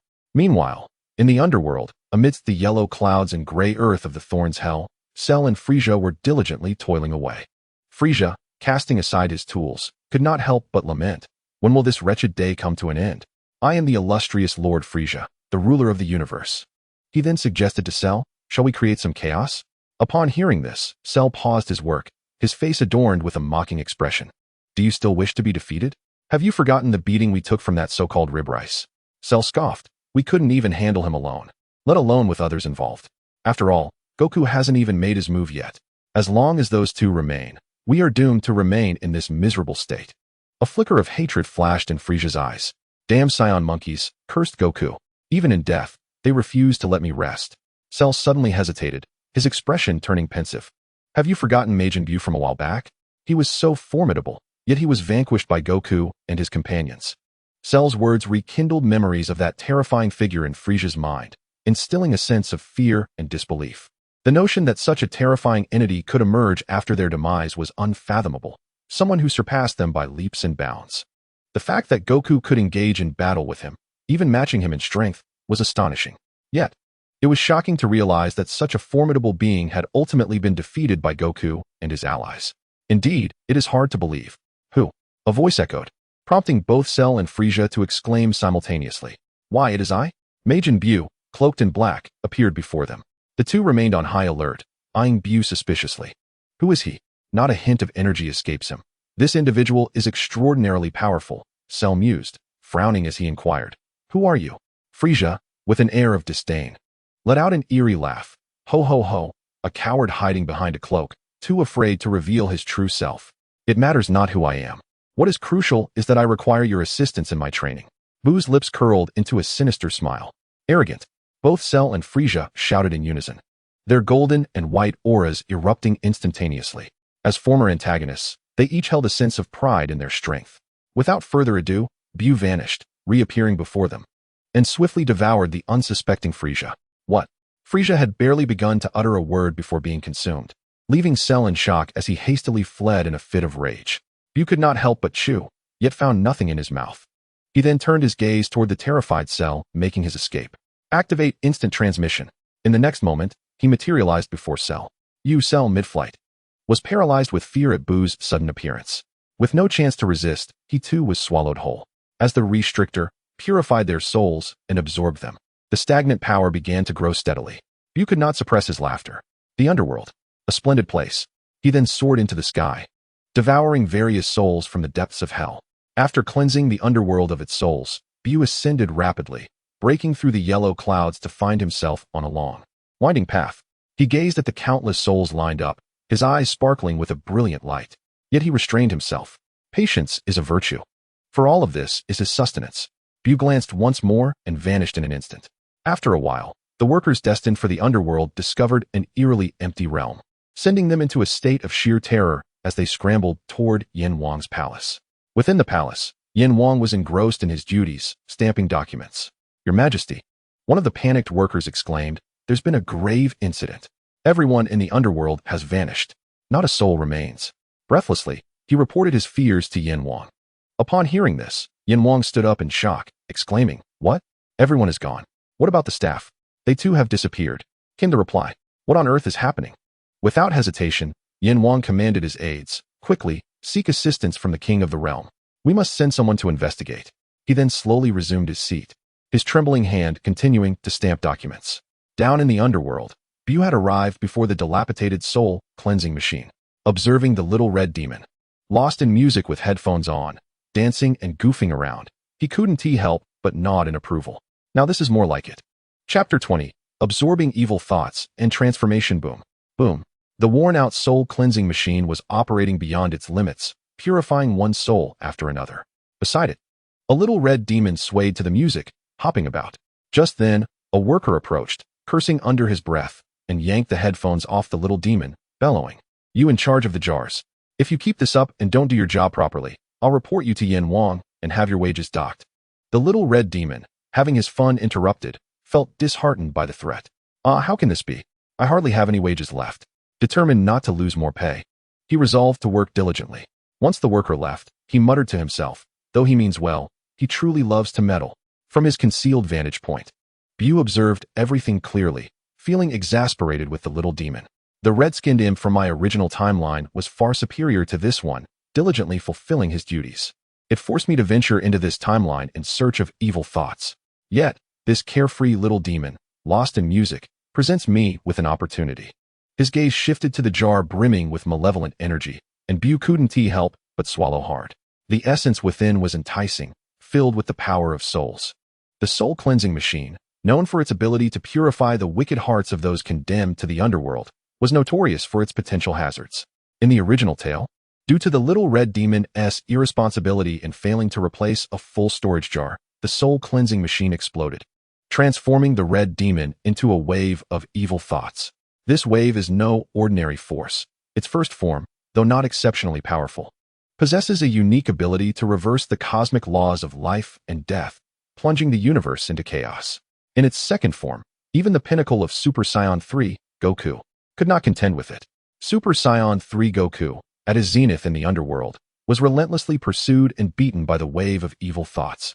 Ultimately, only through the fusion of Goku and Vegeta into Vegeta was it vanquished. Boom, boom. The soul purification machine was operating under excessive strain, while the little red demon next to it remained lost in the music, oblivious to the fact that the storage tank beneath the machine had reached its capacity.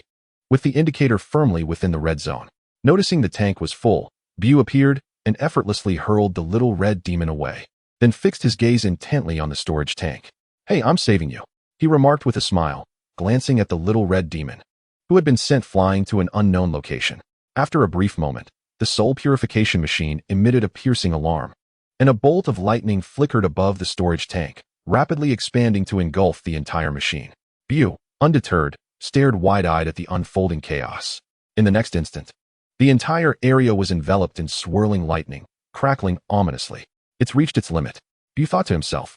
As anticipated, the very next moment, the soul purification machine and storage tank erupted in a violent explosion.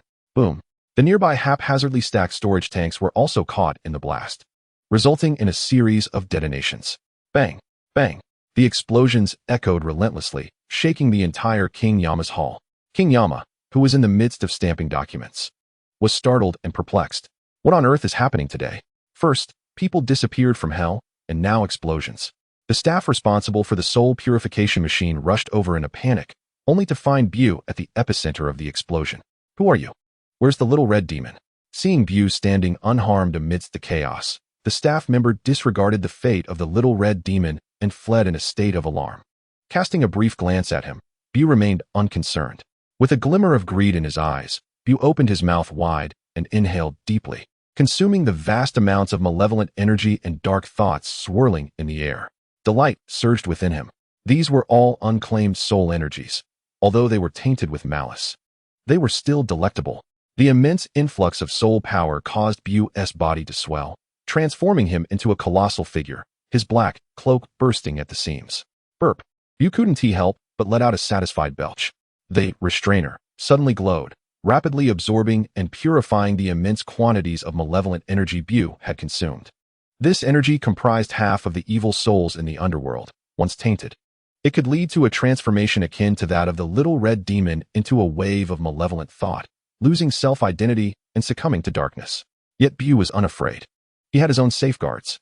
He was curious how much his soul progression would advance as a result. After a while, BUU suddenly furrowed his brow. He felt an overwhelming fatigue, one that was far from ordinary. This weariness surged from the depths of his soul, impossible to resist. BUU sensed that upon awakening from this slumber, monumental changes would ensue. He began to yawn repeatedly, his eyes darting around until he suddenly had a realization. Leaving a fragment of his consciousness behind, he succumbed to sleep. As BUU fell asleep, his body began to convulse violently, expanding infinitely until he transformed into an enormous pink figure. His appearance bore characteristics of both BUU and the wave of malevolent thought, yet he possessed a distinctly pink complexion. Let us refer to him as the wave of malevolence. As he murmured the incantation of the evil thought wave, he waved his hands, and in the next moment, the very fabric of space began to contort around him. The surrounding structures twisted and morphed into vibrant, candy-like shapes. Seated upon the sealed throne of the King of Hell, he continued to gesticulate, releasing invisible waves of energy. The potency of the spatial distortion surged, expanding its reach and, in an instant, affecting the entirety of the underworld. The laws of life and death were inverted, and countless souls began to manifest in the mortal realm. However, hell had been entirely devoured by BUU, leaving only those souls destined for heaven to appear among the living. On earth, an unprecedented reunion unfolded as numerous souls converged. Within the sealed throne room of the King of Hell, His expression was one of deep concern as he listened to the frantic report of a staff member who had just witnessed BUU. The fleeing staff member was filled with righteous indignation. The soul-cleansing machine exploded. I saw a figure in a black robe at the center of the explosion. I believe that figure is responsible for the catastrophe. He must have devoured the souls of hell first before coming here to absorb the malevolent energy. His intent is surely to annihilate the underworld. What shall we do now, Your Majesty? Inquired another anxious staff member. The space is sealed. We are powerless to act. Is it truly the black-robed man behind this? Everything seems to point to him. The King of Hell's expression fluctuated between hope and despair. We must wait for the Grand Kai to send assistance. Trapped here, I can no longer wield the powers bestowed upon me to govern the underworld. Chaos is about to erupt. At the Grand Kai's planet, a sudden spatial disturbance occurred.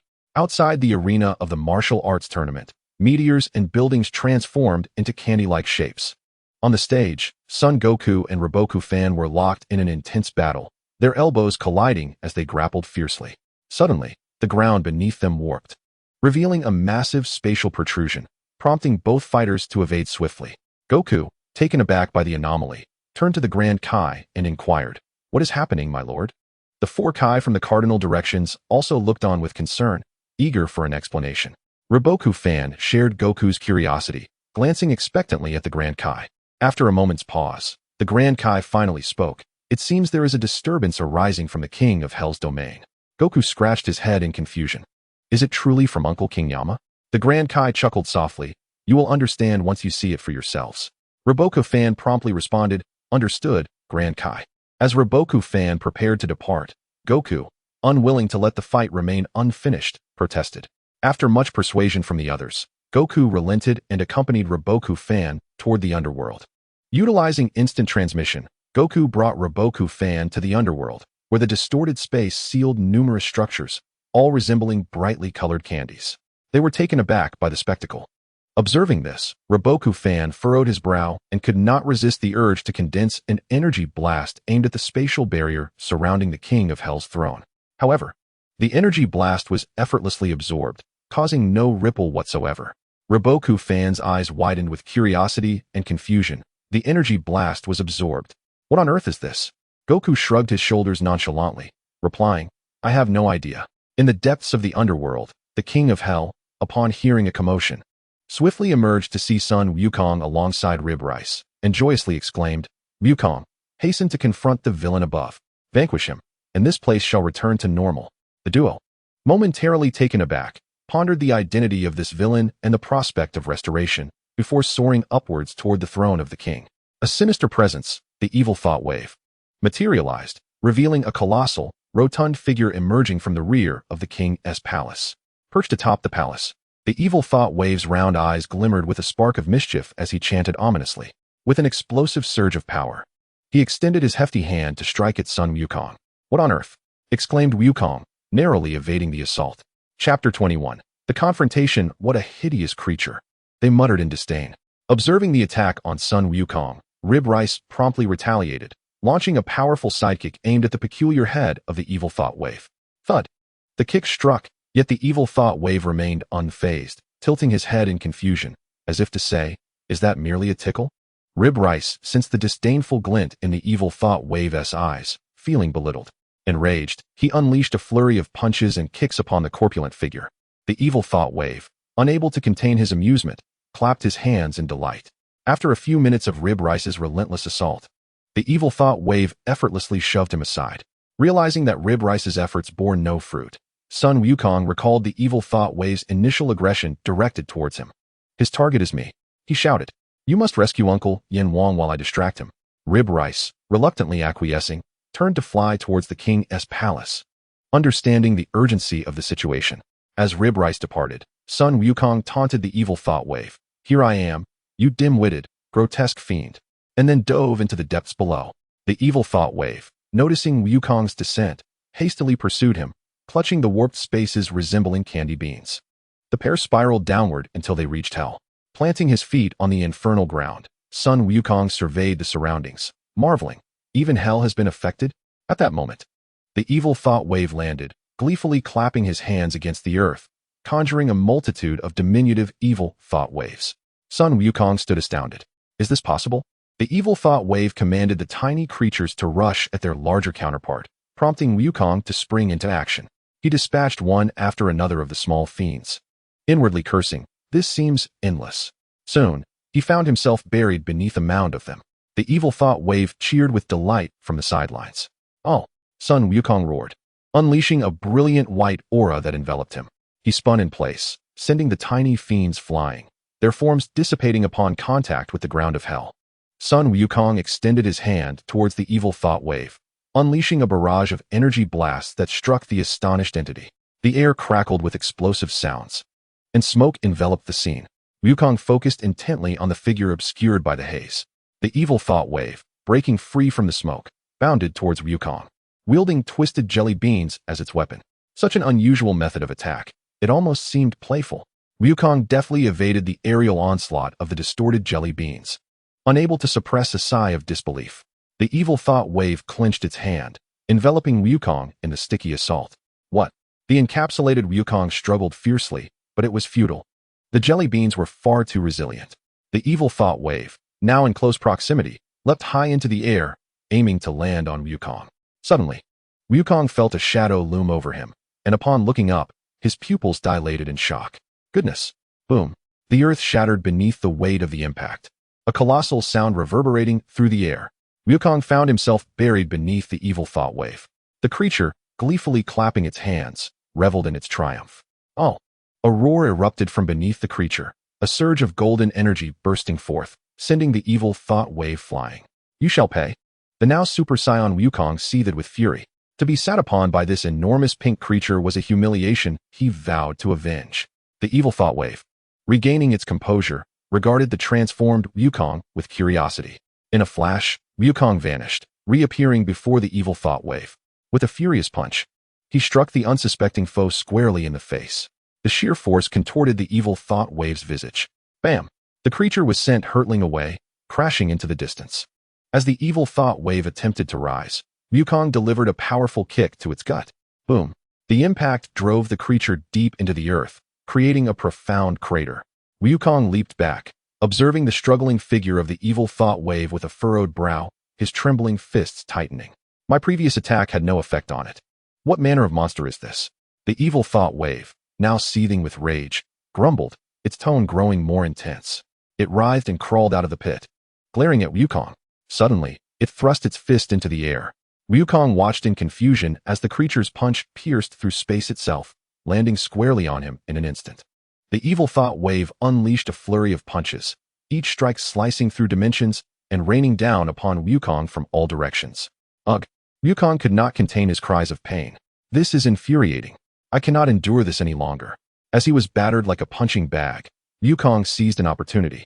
Erupting with a furious yell, golden energy burst forth, his hair standing on end, surrounded by crackling lightning. Wukong transformed into Super Saiyan 2. Once again, a fist pierced through the fabric of space, striking from the left. With a swift motion, the right fist was unleashed, sending the malevolent wave of energy flying. After successfully deflecting several of its attacks, before any joy could be savored, the next moment saw the malevolent wave's two hands breach the void, landing a fierce blow on Sun Wukong.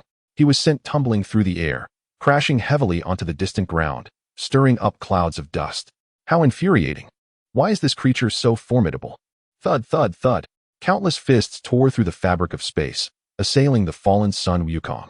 The earth quaked and shattered, enveloped in a haze of smoke. Sun Wukong's anguished cries echoed. Meanwhile, at the sealed gates of the King of Hell, Rib Rice was bombarding the spatial barrier with relentless energy blasts, yet nothing transpired, merely wasting considerable energy. Was there no limit to this absorption? Frustrated, Rib Rice erupted in a tirade. Damn it, what a worthless thing. Just like a turtle shell. Suddenly, the spatial barrier fractured, prompting Rib Rice to ponder. And with another curse, more sections of the barrier crumbled. A smile spread across his face as he began hurling invectives at the barrier again. Uncertain of how long he had been berating it, within the King of Hell, the king could no longer tolerate the barrage of insults. With a furrowed brow, he glanced at Rib Rice, who continued his verbal assault outside the barrier, and could not help but suggest, why not lend a hand to Wukong? If you can eliminate that malevolent wave, the barrier will vanish. Then what will happen to you all? Rib Rice hesitated. The King of Hell, urging him with persuasion, replied, Your current insults yield negligible results. It would be far more effective to join forces with Wukong to eradicate the malevolent wave. Once it is gone, the barrier will follow suit, making it a quicker and more efficient resolution. Do not worry about us. We can hold our ground. Hurry and assist Wukong. Very well. I shall go. After a moment of contemplation, Rib Rice finally nodded and turned to soar towards the depths of hell. Finally, he has departed. The king of hell wiped the sweat from his brow. Although the insults were not directed at him, they were aimed at his domain, creating a peculiar sensation, as if he were being scolded himself. The malevolent wave, gazing down at the incapacitated son Wukong, clapped gleefully. From its pink form, four large orifices directed their energy towards Wukong. As they pulsated, radiant light erupted forth, and in the next instant, countless energy projectiles surged towards son Wukong. Wukong. Rib Rice rushed in, witnessing this scene with mounting concern, and quickened his pace, vanishing in an instant. Whoosh! Rib Rice materialized before the fallen son Wukong, unleashing a torrent of energy projectiles to collide with those of the malevolent wave. The air was filled with the relentless sound of explosions, diverting a fraction of his focus. He inquired, Wukong, are you all right? Coughing, the downed son Wukong quickly regained his footing. I'm fine, I was just caught off guard. Rising to his feet, he shaped his hands into a blossom-like formation, positioning them at his waist. Energy coalesced into a brilliant blue sphere in his palms, which he thrust forward, targeting the malevolent wave. Super Ultra Turtle Destruction Wave. A colossal blue energy orb, trailing a lengthy tail, surged forth like a meteor, hurtling towards the malevolent wave of thoughts. The sinister wave collided with the power of the Kamehameha, a confrontation that left the malevolent wave defenseless. Boom!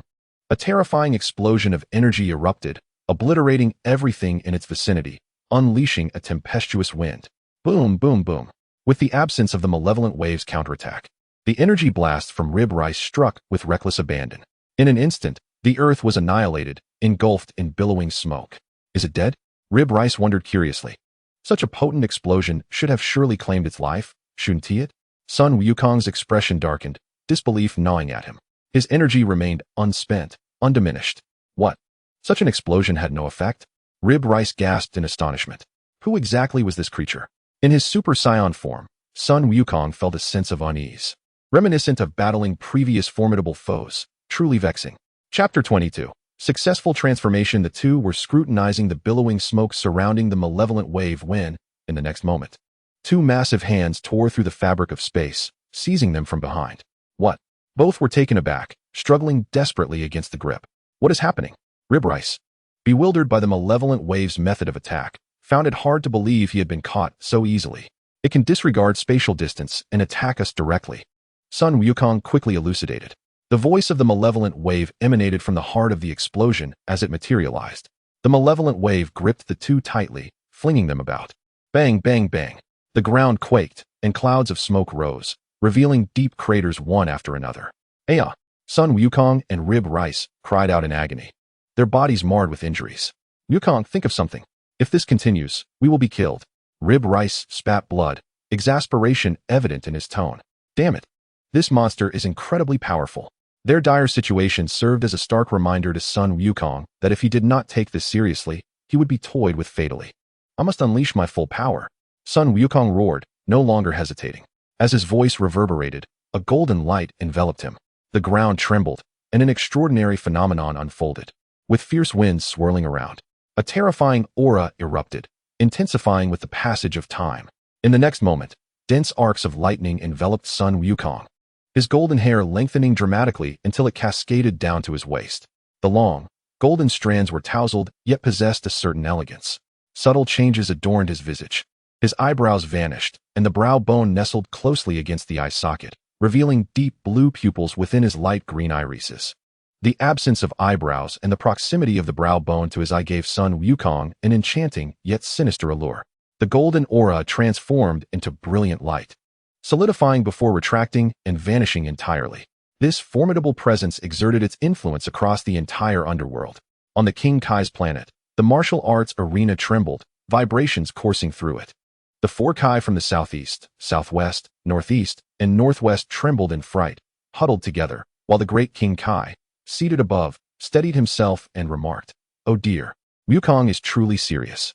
In the underworld, transformed into a Super Saiyan 3, Sun Wukong effortlessly broke free from the malevolent wave's grasp, tearing its hands apart with a single motion. Rescuing the battered rib rice, I casually set it down. A golden aura surged forth, enveloping me.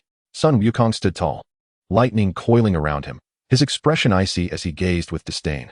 The malevolent energy wave re-emerged between his hands, and he spoke with haughty pride. You are only the second to bring me to such a state, after the demon BUU. The malevolent energy wave, now visible, playfully waved its resurrected hand, observing the transformed Sun Wukong with a mixture of joy and curiosity. The battle was just beginning.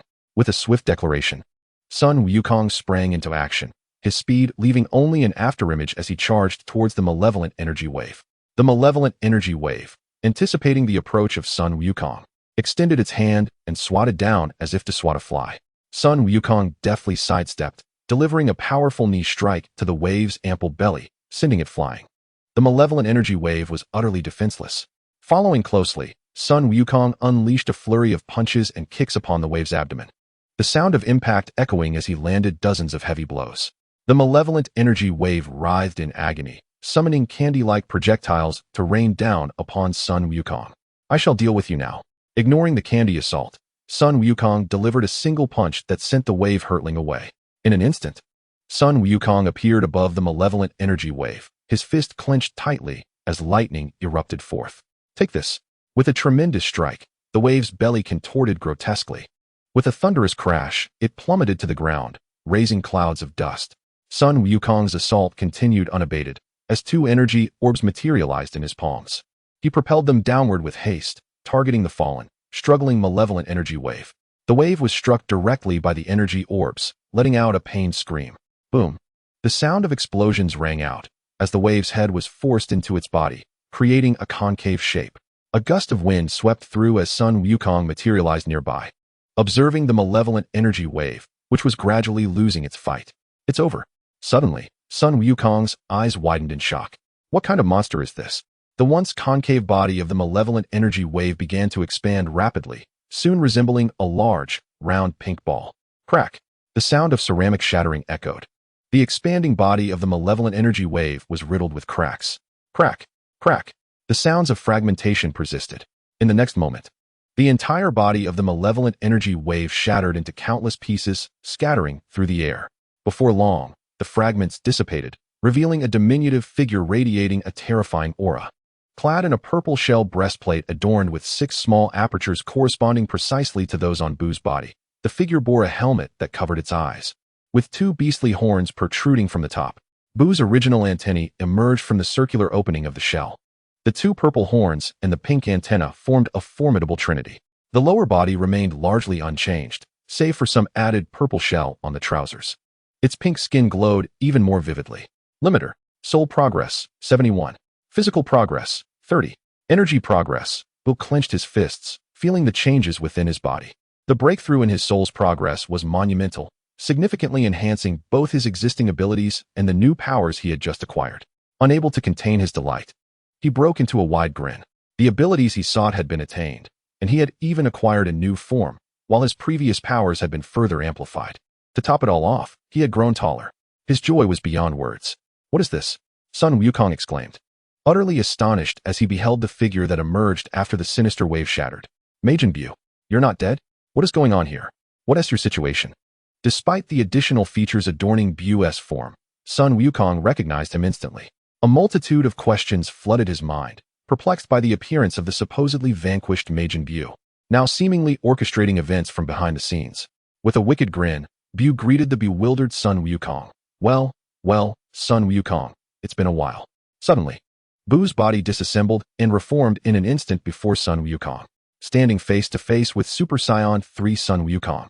BUU's deep blue pupils locked onto him as he spoke each word with a playful tone. Are you confused? But I want to tell you what is happening. Ha! BUU radiated sheer delight. As BUU unexpectedly appeared before him, Sun Wukong instinctively took a step back.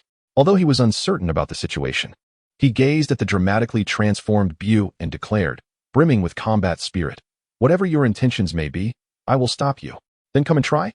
The two locked eyes, a spark of electricity igniting between them. Nearby, the battered Goku stirred slightly, slowly regaining consciousness. He crouched on the ground, his eyes scanning for the sinister wave. His gaze was drawn to the two figures on the distant ground, and upon recognizing them, he was momentarily taken aback by Sun Wukong's form, but did not dwell on it. Instead, he continued his search for the sinister wave, but after a thorough look, he found nothing. Observing the standoff between BUU and Sun Wukong, he couldn't help but inquire, "Wukong, where's the sinister wave? And who is he?" Hearing Reboku's words laced with confusion, Sun Wukong quickly turned to explain, "He is the sinister wave, but he is also the chaos-wreaking Majin BUU." Majin BUU? Sun Wukong's revelation left Reboku stunned, gazing at the diminutive BUU in bewilderment. Wasn't he Majin BUU annihilated? Without further concern for their conversation, BUU regarded the Super Saiyan 3 Sun Wukong from another timeline, a blend of the familiar and the strange, and calmly remarked, "You should make your move first, otherwise, if I strike, you won't have a chance." This timeline Sun Wukong was slightly stronger than his counterpart from BUU's timeline, yet the disparity was limited. It would serve as an excellent opportunity to stretch his limbs. While Sun Wukong was explaining to Reboku, he turned to face the now inscrutable BUU, gritting his teeth. He understood the terror of Majin BUU. Although he was at his peak, the changes in BUU still filled him with concern and wariness. BUU's words prompted Son Goku to act immediately, without hesitation or restraint. He unleashed a powerful punch aimed at BUU's head. However, upon seeing Goku's attack, BUU's body disintegrated and vanished. Goku's fist struck nothing but air, leaving him momentarily bewildered. "What kind of technique is this? Be careful," Reboku shouted, unable to contain himself. In an instant, BUU's hand reformed at Goku's waist, grasping an energy sphere which he hurled at Goku. The next moment, BUU's entire form reassembled behind Goku. What? Goku was caught off guard. Bang! The energy sphere struck Goku fiercely, sending him flying. Clutching his abdomen, Goku's face was a mask of shock. "Ha!" BUU laughed heartily at the bewildered Goku. "What is this ability?" Goku couldn't help but inquire. "Disintegration movement. Impressive, isn't it?" BUU boasted, crossing his arms with pride. "There's even more impressive to come. Just wait." Goku's expression turned grave upon hearing this. "Damn it, BUU has grown stronger again. What should I do now? Is the universe destined for destruction once more? Earth has only just regained its peace. I refuse to accept this. You bastard." "Ah!" Goku suddenly roared, unleashing a golden aura as he raised his hand to hurl a massive energy sphere at BUU. BUU, unfazed by the approaching energy sphere, placed his hands before his face. A spatial vortex materialized instantly, devouring the incoming energy blast. "What?" Goku's charming face shifted to one of astonishment and confusion. "My energy sphere was consumed?" The next moment, the spatial vortex appeared before Goku, rapidly expelling the energy sphere back at him. Goku's pupils constricted as he instinctively leaped aside to evade. Boom! A thunderous explosion erupted, the force sending Goku hurtling away. He flipped in midair, regaining his composure. Kneeling on one knee, Goku wiped the blood from the corner of his mouth. His gaze somewhat blurred, yet he continued to search for BUU's whereabouts. "This is a dimensional black hole, isn't it fascinating?" BUU's voice suddenly resonated in Goku's ear. Goku felt a chill run down his spine as he quickly distanced himself and turned around, only to be seized by BUU, who gripped his head and pressed it against the ground while soaring through the air, forcing Goku's face to scrape against the earth. "Ah!" Goku could not resist BUU's grip, letting out helpless cries of discomfort. One thought consumed his mind. "I remember being pinned to the ground like this by another person, my face scraping against the earth." A long gash was left on the infernal terrain. Observing Goku's face dragging across the ground, BUU's face broke into a smile. "The current Super Saiyan 3 is no match for me at all. I can toy with Goku at the pinnacle of Super Saiyan 3. Yet it seems I am still unable to defeat him with a mere blow to the head."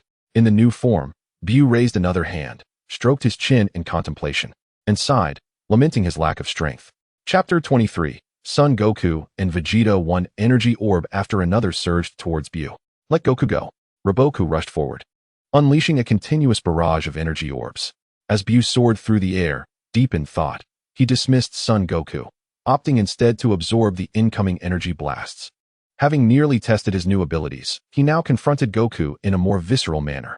Boom, boom, boom. A cacophony of explosive sounds erupted, enveloping the area in a thick cloud of smoke. "Goku, are you alright?" Reboku, while keeping an eye on BUU, inquired about Son Goku's condition. Bruised and battered, Goku opened his swollen eyes and managed a weak response. "I think I'm fine." "Still have the energy to worry about others?" A voice suddenly interjected, startling Reboku before he could react. In an instant, BUU's form disassembled and reassembled before Reboku, who was seized by the throat and lifted high into the air. Unable to utter a word, Roboku struggled desperately, flailing his arms against BUU's grasp, yet to no avail. You should be more concerned about your own well-being. BUU whispered into his ear, pulling Roboku closer. Roboku. Witnessing his comrade ensnared, Goku shouted in alarm, his concern palpable. He fought to rise, launching a frenzied assault of punches and kicks against BUU's form, attempting to alleviate Roboku's plight. Roboku, now on the verge of unconsciousness, rolled his eyes as his arms weakened. Damn it! Majin BUU, if you have the guts, come at me. Goku, noticing Roboku's deteriorating state, cursed angrily and intensified his attacks, delivering another flurry of strikes. Goku, your punches are so feeble. How do you intend to save anyone? BUU taunted. Goku's relentless barrage had some effect, yet it was minimal. BUU's strength and regenerative capabilities had surpassed his previous limits, a manifestation of his soul's evolution exceeding 50, reinvigorating his physical form. The purple armor on BUU's chest resounded under Goku's strikes, but even when shattered, his regeneration activated, restoring it to its former state almost instantaneously. At this rate, Roboku will perish, and I won't have even scratched BUU, Goku thought, his frustration boiling over as he questioned the efficacy of his attacks. Is BUU's power truly this terrifying?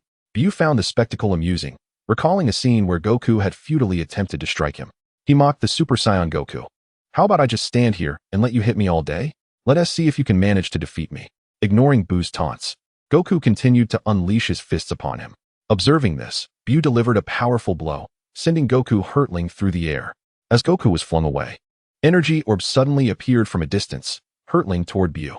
BUU raised an eyebrow, rolling his eyes as he discarded the now foaming Roboku, whose body collided with a pool of blood. BUU shook his head in disbelief. Do you not care for your allies' safety? Aren't you worried about collateral damage? Boom, boom, boom. The explosions continued, and BUU could easily deduce who had arrived on the scene. Aside from the charming wife of Sun Wukong, Vegeta, who else could possibly come to the rescue? Majin BUU slowly emerged from the center of the explosion, unable to resist a teasing remark. You seem quite fond of the prince's combat style.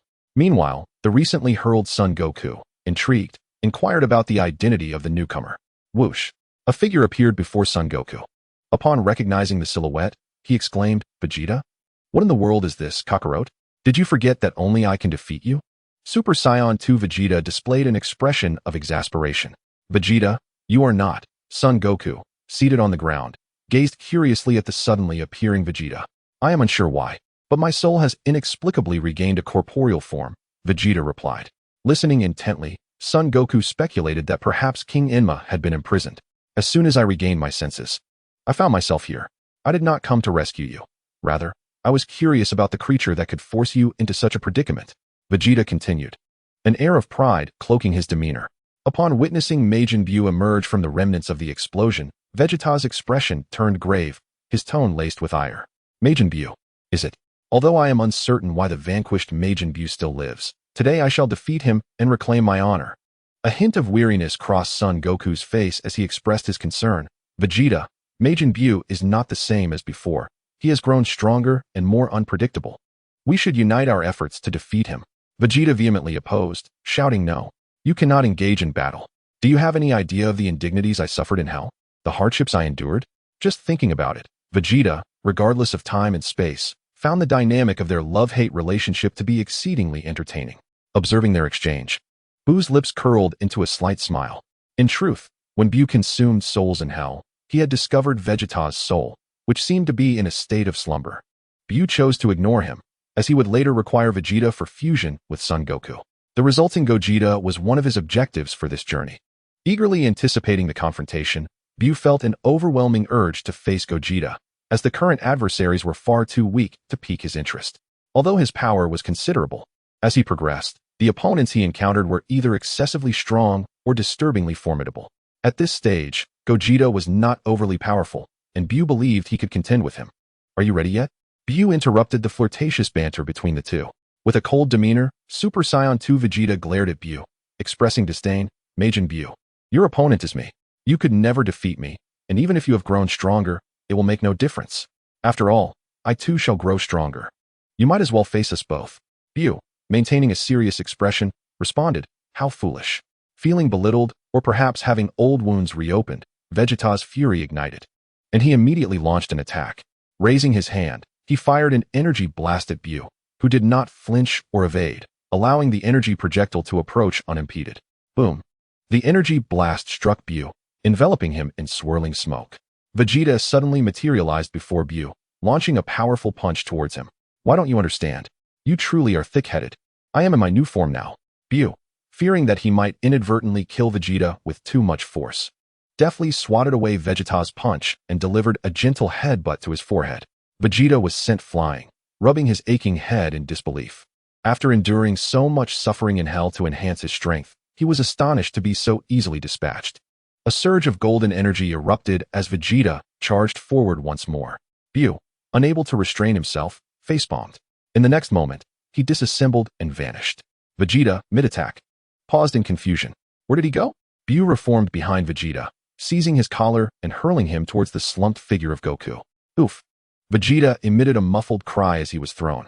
With a resounding thud, Goku caught him, and together they were propelled backward, leaving deep gouges in the ground. What kind of ability is that? Vegeta inquired, regaining his footing.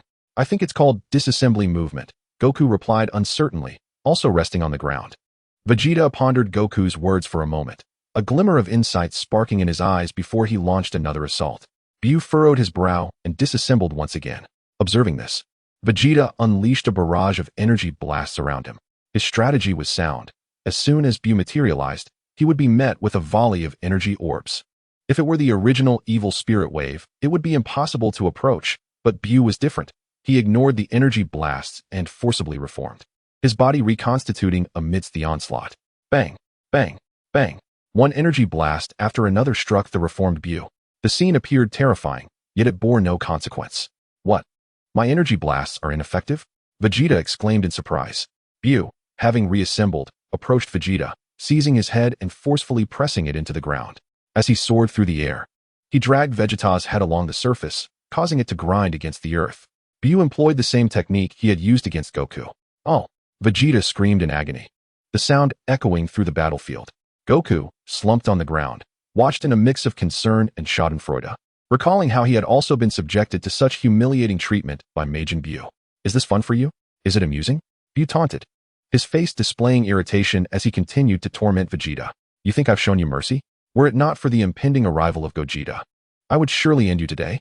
After a prolonged moment of pressing Vegeta's head into the ground, he tossed him back towards Goku.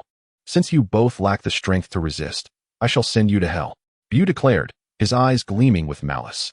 Vegeta was battered and bruised, while Goku was equally wounded and utterly exhausted. Upon hearing BUU's words, the two exchanged glances, simultaneously raising their hands to unleash several energy blasts towards him before making their escape. BUU remained motionless, allowing the energy waves to strike him. Boom, boom, boom. The sound of explosions echoed, shrouded in a veil of smoke. Before long, the smoke dissipated, revealing a glimmer of light in BUU's eyes. He had deliberately permitted their retreat, for he awaited this very moment, the arrival of Gogeta. These two would not fuse until the very end. His patience had been thoroughly tested. The fleeing duo arrived at a mountain formed of thorny spikes, where they concealed themselves, whispering furtively. Vegeta remarked, "How has Majin BUU become so terrifying?" Goku replied, "I have no idea." Vegeta continued, "Why didn't the spirit bomb work?" Goku responded, "This is not the time for that. We need to figure out how to defeat him, or else not just the underworld but the entire universe will suffer." Vegeta lamented, "The two of us combined cannot defeat him. He is far too formidable." Goku insisted, "There is still one way." Vegeta inquired, "What? What is this way?" Goku declared, "Fusion." Vegeta scoffed, "Fusion? You mean the two of us merging?" Goku affirmed, "Exactly. Fuse with me." Vegeta rolled his eyes, "Impossible. There's no way I would fuse with you." Goku insisted, "You must understand. This is our only option. You know how terrifying Majin BUU is." Vegeta haughtily replied, "If it means fusing with you, I'd rather choose death." Goku retorted, "You're already dead." Outside the thorny mountain, BUU was indulging in food, a gift from Bulma when the original BUU departed. As he munched, he expressed his impatience. "Can you two hurry up? I've been waiting so long that even the flowers have wilted. It seems there's a problem with your discussion. Perhaps a little provocation is in order." BUU raised his hand towards the thorny mountain, his 5 fingers glowing brilliantly. In the next moment, a barrage of pink energy beams erupted from his fingertips. "Watch out!" Goku shouted, dodging the incoming beams. "Damn it!" Vegeta exclaimed, also evading the onslaught. "Fuse, Vegeta." "No. Why wouldn't you fuse?" BUU, sensing Goku and Vegeta's energy, cursed in frustration. Increase the frequency of the beams. I'll shoot both of you down. Chapter 24. Gogeta. With a swift movement, Goku teleported with Vegeta to another location. He quickly explained the fusion method and demonstrated the fusion pose to Vegeta. Vegeta, with a look of shock and disbelief, asked, I have to do that pose? Goku stepped in front of the embarrassed and enraged Vegeta. Yes, what's wrong? Is there something unclear about my actions or my words? Vegeta's face twitched as he looked at his hands in disbelief. Goku urged him, don't hesitate, come on. BUU, munching on cookies, sensed the two approaching from another direction and nodded. They should be appearing soon. I can hardly contain my excitement. I hope you don't fail. Sun Wukong and Vegeta assumed their stances and commenced their awkward, unique dance steps, chanting, fusion. A blinding flash of white light enveloped them. As their energies intertwined, BUU raised an eyebrow. Have they fused? But this energy? Damn, they've failed. BUU cursed under his breath. Moments later, a plump figure descended from the heavens with a thud. The rotund figure landed heavily upon the earth. Majin BUU, I shall defeat you and send you to hell. The chubby Baekong proclaimed confidently, pointing at BUU. However, Baekong's battle power was even less than that of the original duo, proving utterly useless aside from providing comic relief. BUU gazed at the descending Baekong, exasperated, and gestured dismissively. Get lost. The further the better. On the Grand Kaioshin's planet, in a room, the 4 Kaioshins from the 4 cardinal directions gathered. The North Kaioshin, observing the television screen showing the failed fusion of Gogeta, shook the television in worry. They didn't succeed. A subpar Gogeta. The South Kaioshin approached, pointing at the obese Gogeta. Since they failed, this should be called Baekong. Meanwhile, the West Kaioshin maliciously speculated. What if Majin BUU knocks him out with a single punch? The East Kaioshin concurred. That seems likely. The North Kaioshin grew increasingly anxious upon hearing their remarks. The Grand Kaioshin entered the room nonchalantly. It appears we must wait another 30 minutes. I wonder if Goku can hold out? This heightened the North Kaioshin's concern. Underestimate me? Witness my strength. The pudgy Baekong swung a punch at BUU. BUU effortlessly swatted him aside, sending Baekong crashing into a distant mountainside, creating a humanoid-shaped crater that he could not extricate himself from. As his teeth scattered, he struggled to rise, swaying his body. You're quite formidable, you bastard. Extracting himself with considerable effort, Baekong raised a finger at BUU. But this is where it ends. I, Gogeta, will defeat you. You fool. BUU, utilizing his ability to teleport, appeared before Baekong and began slapping his chubby face repeatedly while berating him. Oh! Baekong screamed in agony. After a while, BUU kicked him away, disregarding him entirely, and teleported to another location in hell. Casually picking up a stone, BUU squeezed it in his hand, unleashing his abilities, causing the stone to morph into various forms. He extended a finger, gathering energy into a glowing orb, and released it around the infernal surroundings, causing a series of explosive sounds. Boom, boom, boom. The cacophony of explosions echoed, shrouding hell in smoke. He recklessly vented the energy within him, practicing the mastery of its control. On the Grand Kaioshin's planet, the 4 Kaioshins observed every action of the trio. Thankfully, Majin BUU had not gone for the kill. Otherwise, the two would have been doomed. The North Kaioshin wiped his brow, relieved. What is BUU attempting to achieve? Is it merely to toy with or humiliate them? It doesn't seem like it. The South Kaioshin mused with curiosity. The diminutive West Kaioshin added, regardless, they still have a chance. East Kaioshin, I hope this time it will be successful. Sitting in his chair, the Grand Kai stroked his chin thoughtfully, a sudden flash of insight startling him. Is BUU's strange behavior aimed at Gogeta? In the underworld? Hell. A few dozen minutes later, the fusion time has arrived. What kind of fusion is this, and why does it seem to weaken? Vegeta complained. It must be that segment that went awry. Vegeta, are you sure you executed the pose correctly? Son Goku pondered, addressing the complaining Vegeta. I don't know. Vegeta stammered, uncertain about the pose. Feeling BUU's unrestrained display of power, Son Goku promptly suggested, let us do it again. Vegeta frowned, somewhat reluctant. Do we really have to go through this again? Come on, don't hesitate. Son Goku urged. Seeing Goku's urgency, Vegeta reluctantly agreed. The two distanced themselves, struck their poses, and began the fusion. Fusion. A blinding white light erupted as their forms merged. In the next moment, an indescribable golden aura burst forth. It shook the heavens and earth, affecting both the underworld and the mortal realm. This terrifying energy. It is Gogeta? Even BUU, who was in the midst of his rampage, sensed the overwhelming and abnormal energy that emerged after their fusion, immediately disintegrating and moving away. The fearsome and extraordinary golden aura surged skyward, altering the very colors of the world. Clad in the attire of a Namekian, Gogeta looked down at his hands. Feeling the indescribable strength within him, a slight smile gracing his lips, BUU reformed not far from Gogeta, standing on solid ground. Witnessing the successful fusion manifesting in the Super Saiyan state, Gogeta's smile remained unfaltering. It was worth the wait. We finally succeeded in fusing. But isn't this energy a bit intimidating? Although he had anticipated it, BUU was still somewhat taken aback by Gogeta's terrifying energy, feeling it to be slightly stronger than his own. Upon seeing BUU appear, Gogeta raised his head, his expression unreadable as he stared at the suddenly reformed BUU, stating flatly, "I am neither Son Goku nor Vegeta. I am the one who will defeat you." "Then give it a try," BUU taunted, twisting his neck and flexing his wrists. Gogeta wasted no time, launching an attack in an instant. With a speed imperceptible to the naked eye, he appeared before BUU in a heartbeat, unleashing a flurry of astonishingly powerful punches. Bang, bang, bang. BUU, caught off guard, barely managed to raise his hands to defend himself. Crack. The purple armor on BUU's chest shattered into fragments. What? BUU was somewhat astonished. Even with his reflexes, his body struggled to keep up. After blocking several punches, he still found himself struck in the chest by Gogeta. BUU quickly disintegrated and moved away to create distance. In the next moment, Gogeta delivered a knee strike aimed at BUU's head. Damn it! BUU sensed the attack and immediately retaliated with a powerful punch aimed at Gogeta's knee. Bang! Following the impact, BUU was sent flying backward. Gogeta pursued closely behind. As BUU soared away, he quickly disintegrated to evade Gogeta's onslaught. Gogeta, noticing BUU's disappearance, scanned his surroundings. Suddenly, BUU reassembled behind Vegeta, wielding a pink energy orb to ambush him. Bang! Vegeta executed a spinning kick, sending BUU flying, and then continued his relentless assault. What the hell? Are you cheating? BUU, rubbing his belly, harbored serious doubts about Vegeta's abilities. He was overwhelmingly powerful. Every attack he launched was effortlessly anticipated. Just as he pondered this, Vegeta's next strike came hurtling towards him, prompting BUU to disintegrate and vanish. Observing this, Vegeta halted his assault and furrowed his brow, scanning the surroundings for BUU. 20 times Kaioken.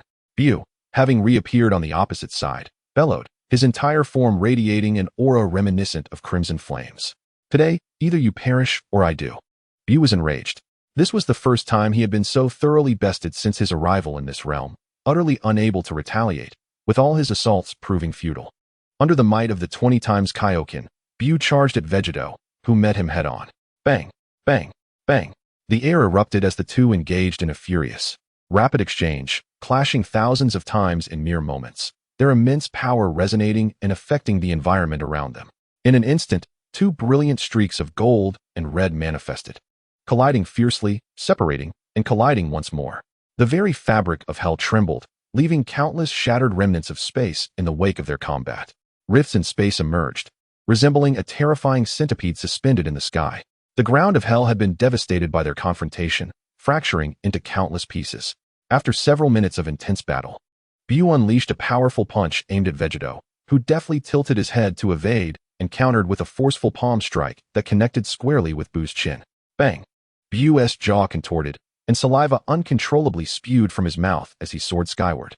BUU was propelled out of hell, passing by the curious King Yen, before being launched into an unknown region of the underworld. Uncertain of how long he had been flying, BUU's battered body gradually healed. He rubbed his restored chin, his expression a tumultuous mix of emotions. He contemplated fleeing, recognizing his overconfidence.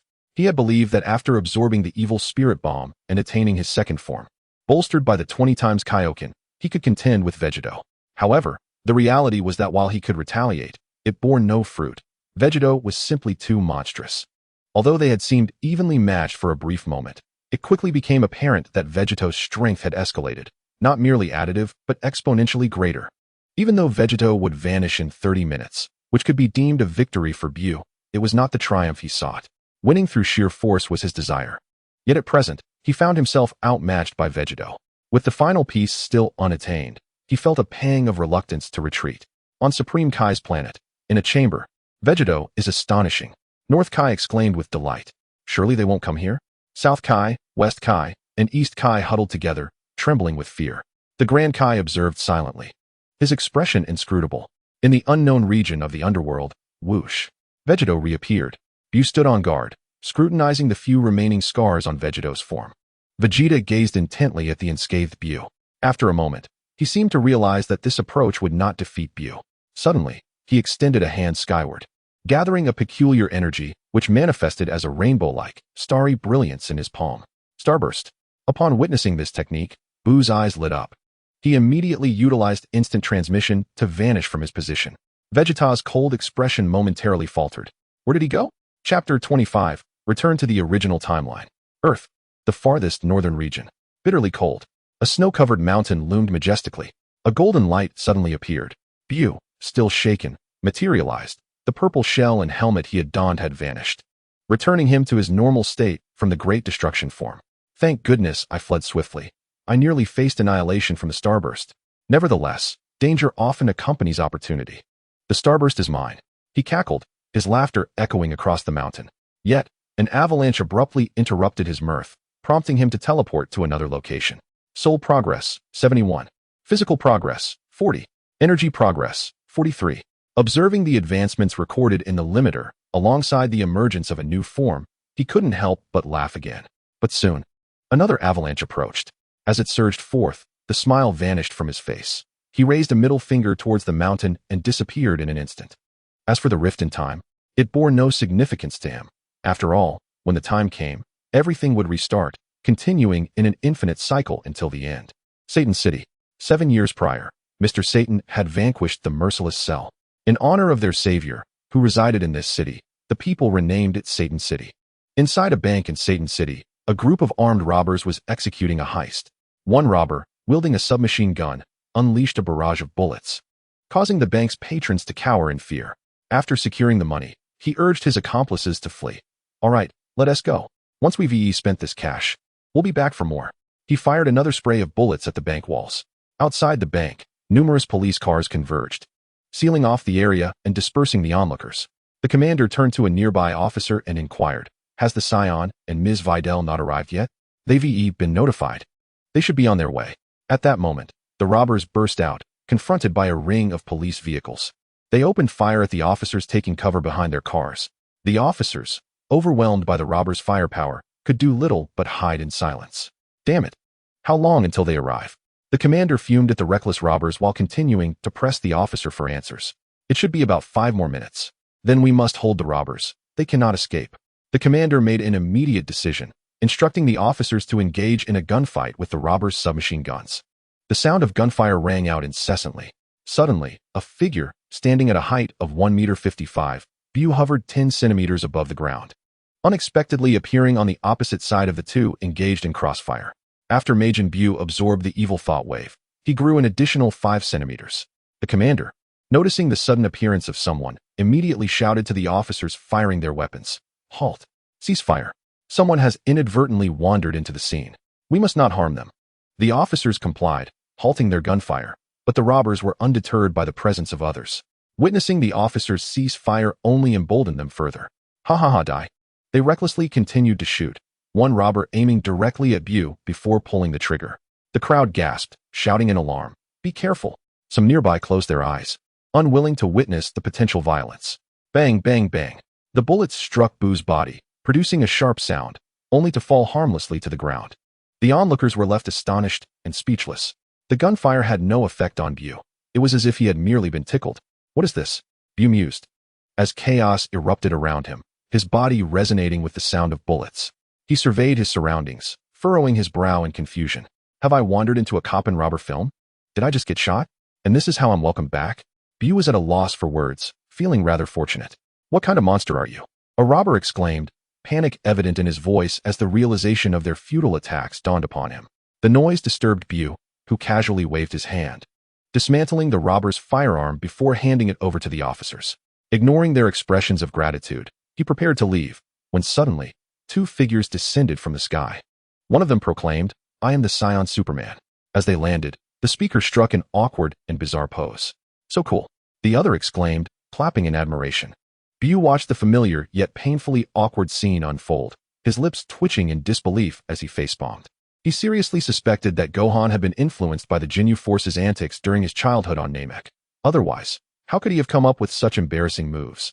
BUU couldn't help but comment, Gohan. They're in the middle of a robbery. How can you take the time to do such cringeworthy poses? If I were a robber, I would have fled by now. And what about you, Videl? Those moves are anything but impressive. His barrage of remarks left the two utterly bewildered. Mr. BUU, Gohan exclaimed in surprise upon recognizing him, while Videl mirrored his astonishment. The two felt a wave of awkwardness wash over them, as if they were experiencing a social faux pas in front of friends. By the way, Mr. BUU, what happened to the robbers? Gohan, still in his helmet, finally recalled the purpose of his visit after a moment of shock. They've been dealt with, BUU replied curtly, gesturing towards the people apprehending the robbers. If you had taken a bit longer, those robbers could have fled to another city. Gohan sheepishly scratched his head, then expressed his gratitude. Thank you, Mr. BUU, for wishing for my dad's revival. It's no trouble at all. Goku's return is also a boon for me. By the way, Videl, how is Fat BUU doing? BUU turned to the side and inquired of Biddy. Mr. Fat BUU gets along splendidly with my father. My father has a great fondness for Mr. Fat BUU. Upon seeing BUU's question directed at her, Biddy promptly recounted the recent circumstances regarding Fat BUU. Suspended 10 centimeters in the air, BUU stroked his chin thoughtfully. I knew it was a wise decision to entrust Fat BUU to Satan. Even without the events from the original story, Satan would surely take good care of him. BUU glanced at Biddy and suddenly extended a tentacle towards her, unleashing a beam of enhancement. Biddy was somewhat taken aback, wondering what BUU was up to. Mr. BUU, what is this? Gohan observed Biddy enveloped in the enhancement ray with curiosity. She's too weak. Accompanying you in combating criminals puts her at risk of injury. I thought to enhance her a bit, BUU explained as he retracted his tentacle. This is also a reward for taking care of Fat BUU.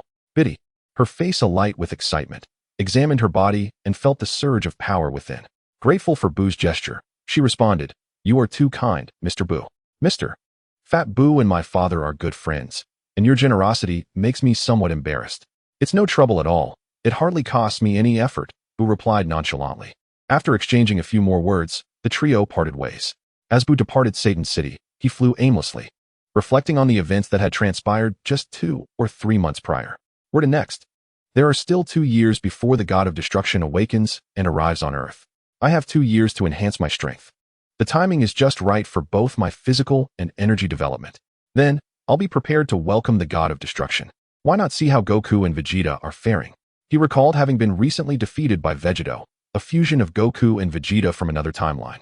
If I encounter them now, I might not be able to resist giving them a good thrashing. Moreover, although the passage of time differs between the original and other timelines, it hasn't been excessively divergent. Only a few days have passed. What improvements could they possibly have made? BUU pondered. Perhaps I should explore the universe? Meanwhile, Goku was training under heavy weights, sneezing unexpectedly. Who was thinking of me? Was it Vegeta or BUU? In the gravity chamber, Vegeta, mid-training, shivered. Who was reminiscing about me? Could it be BUU? In the dark, cold, and vast universe, countless stars twinkled. Suddenly, one star went dark. Like a chain reaction, one star after another began to extinguish. Each flickering star in the cosmos represented a planet. The disappearance of numerous planets was highly unusual, suggesting some orchestrated phenomenon. As time ticked by, in various regions, and at different times, the disappearance of planets unfolded. Another uninhabited planet lay silently in the universe, expected to have a lifespan of billions of years.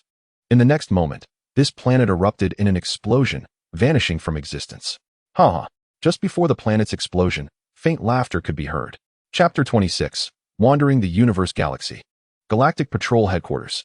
The King of the Galaxy, filled with fury, slammed his hand upon the table. There exists a nefarious villain who is recklessly annihilating planets, disregarding order and committing grave sins, causing immense suffering among the populace. Yet since the emergence of this miscreant, you have spent an entire week searching without even a trace of him. What, pray tell, have you been doing? The Galaxy King roared. The cadre of cosmic enforcers below him instinctively recoiled at his wrath.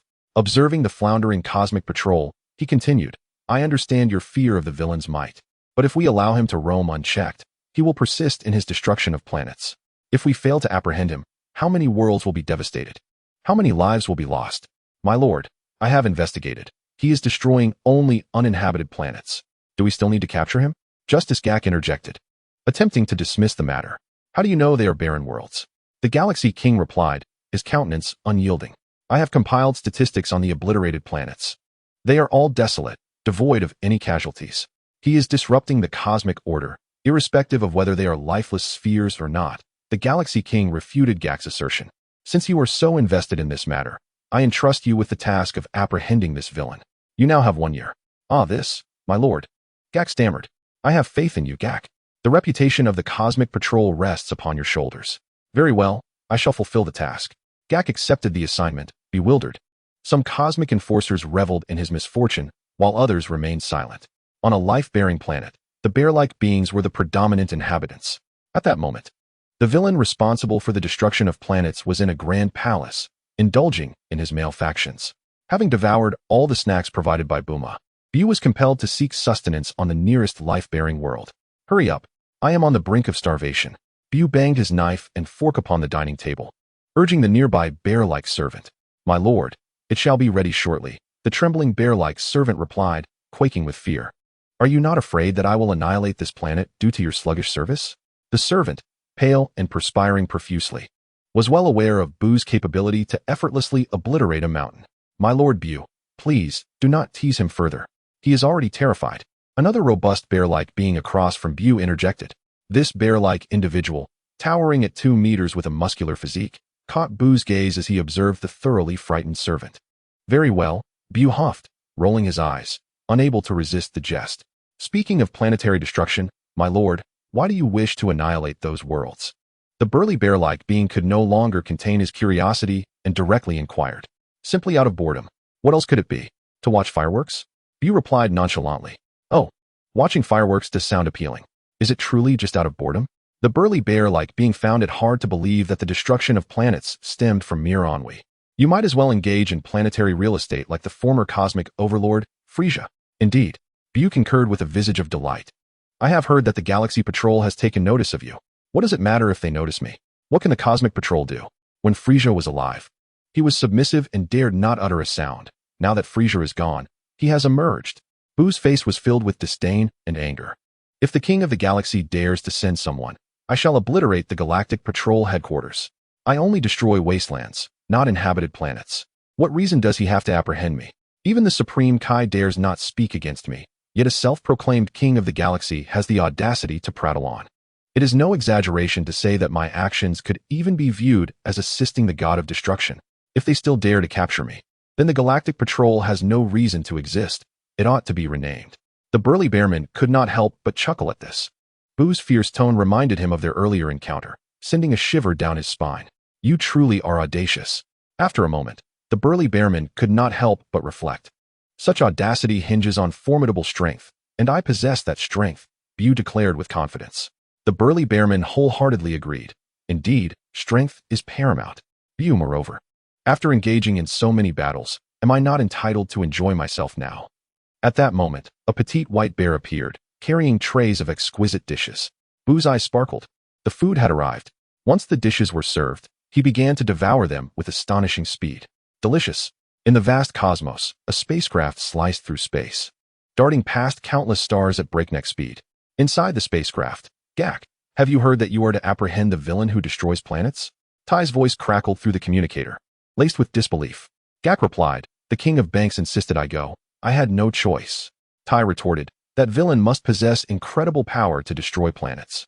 Are you certain you can defeat him? Gak responded, I can assert with certainty that I cannot. Tai gasped, then why would you go? I do not wish to either. It's all tears when I speak too much, so I will hang up now.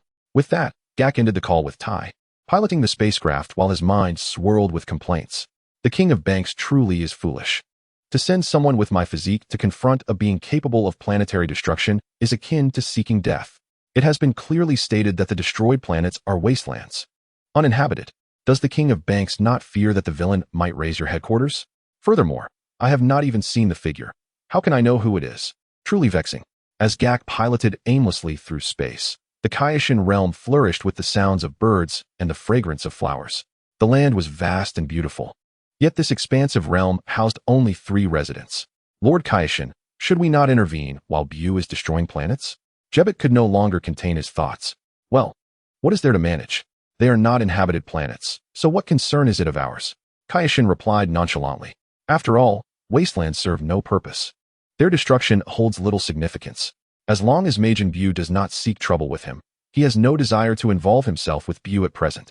The old KAIOSHIN was indulging in his ability to admire beautiful women when he heard Jebet's words, feeling somewhat displeased. If you seek death, I shall not stop you. But do not involve the KAIOSHIN. Upon hearing the old KAIOSHIN's remark, Jebet scratched his head, revealing an awkward smile. All right, I cannot provoke Majin Buu. On Earth. In Satan City, crime was rampant. 1 week after Buu's departure, another bank robbery occurred, accompanied by hostages taken. I am the Scion Superman number 1. I am the Scion Superman number 2. Gohan and Videl, dressed in similar attire, confronted the robbers. Scion Superman, don't come any closer. I have hostages. The robber stammered. Holding the hostages. What is that? Gohan pointed beside the robber. The robber, believing Gohan, turned to look in the direction indicated. Seizing the opportunity, Gohan and Videl struck with lightning speed. Bang, bang, bang. After swiftly neutralizing the criminals, the pair departed. The power bestowed by BUU is truly remarkable, Videl exclaimed. In the Bear Star's palace, a robust bear man gazed at the gluttonous BUU, contemplating his conversation with his sister from the previous day. Cautiously, he inquired, Lord BUU, may I ask if you are married? Married? Not yet, BUU replied, continuing to feast without pause. Upon hearing that BUU was not married, a glimmer of excitement crossed the bear man's eyes as he pressed on. Do you have someone you fancy? No, why do you ask? BUU sensed something amiss. The bear man's joy grew at BUU's response. Well, my sister has reached the age for marriage but has not found a suitor. Since you are also unattached, might you two meet and perhaps share feelings? The bear man calculated in his mind. BUU was momentarily taken aback, surveying the stout bear man with his dense black fur. And an image of a female bear resembling him flashed through his mind, prompting a charming smile. Uffed. The meat in his mouth was suddenly ejected. The bear man, bewildered and wiping meat off his face, received an immediate apology and rejection from BUU. I'm sorry, but I am not considering marriage at this time. Oh, it seems my sister's chances are dashed, the bear man replied, somewhat disappointed. If only we had Lord BUU as a brother-in-law, our people could easily expand to other planets. At that moment, a petite black and white bear girl dashed out, leaping into the bear man's embrace. But I wish to find love freely. She emerged from his arms, looked up shyly at BUU, and greeted him. Hello, Lord BUU. BUU returned the greeting, then glanced at the petite bear girl before turning to the robust bear man with a puzzled gaze. You two are so different. Your sister is far more adorable than you.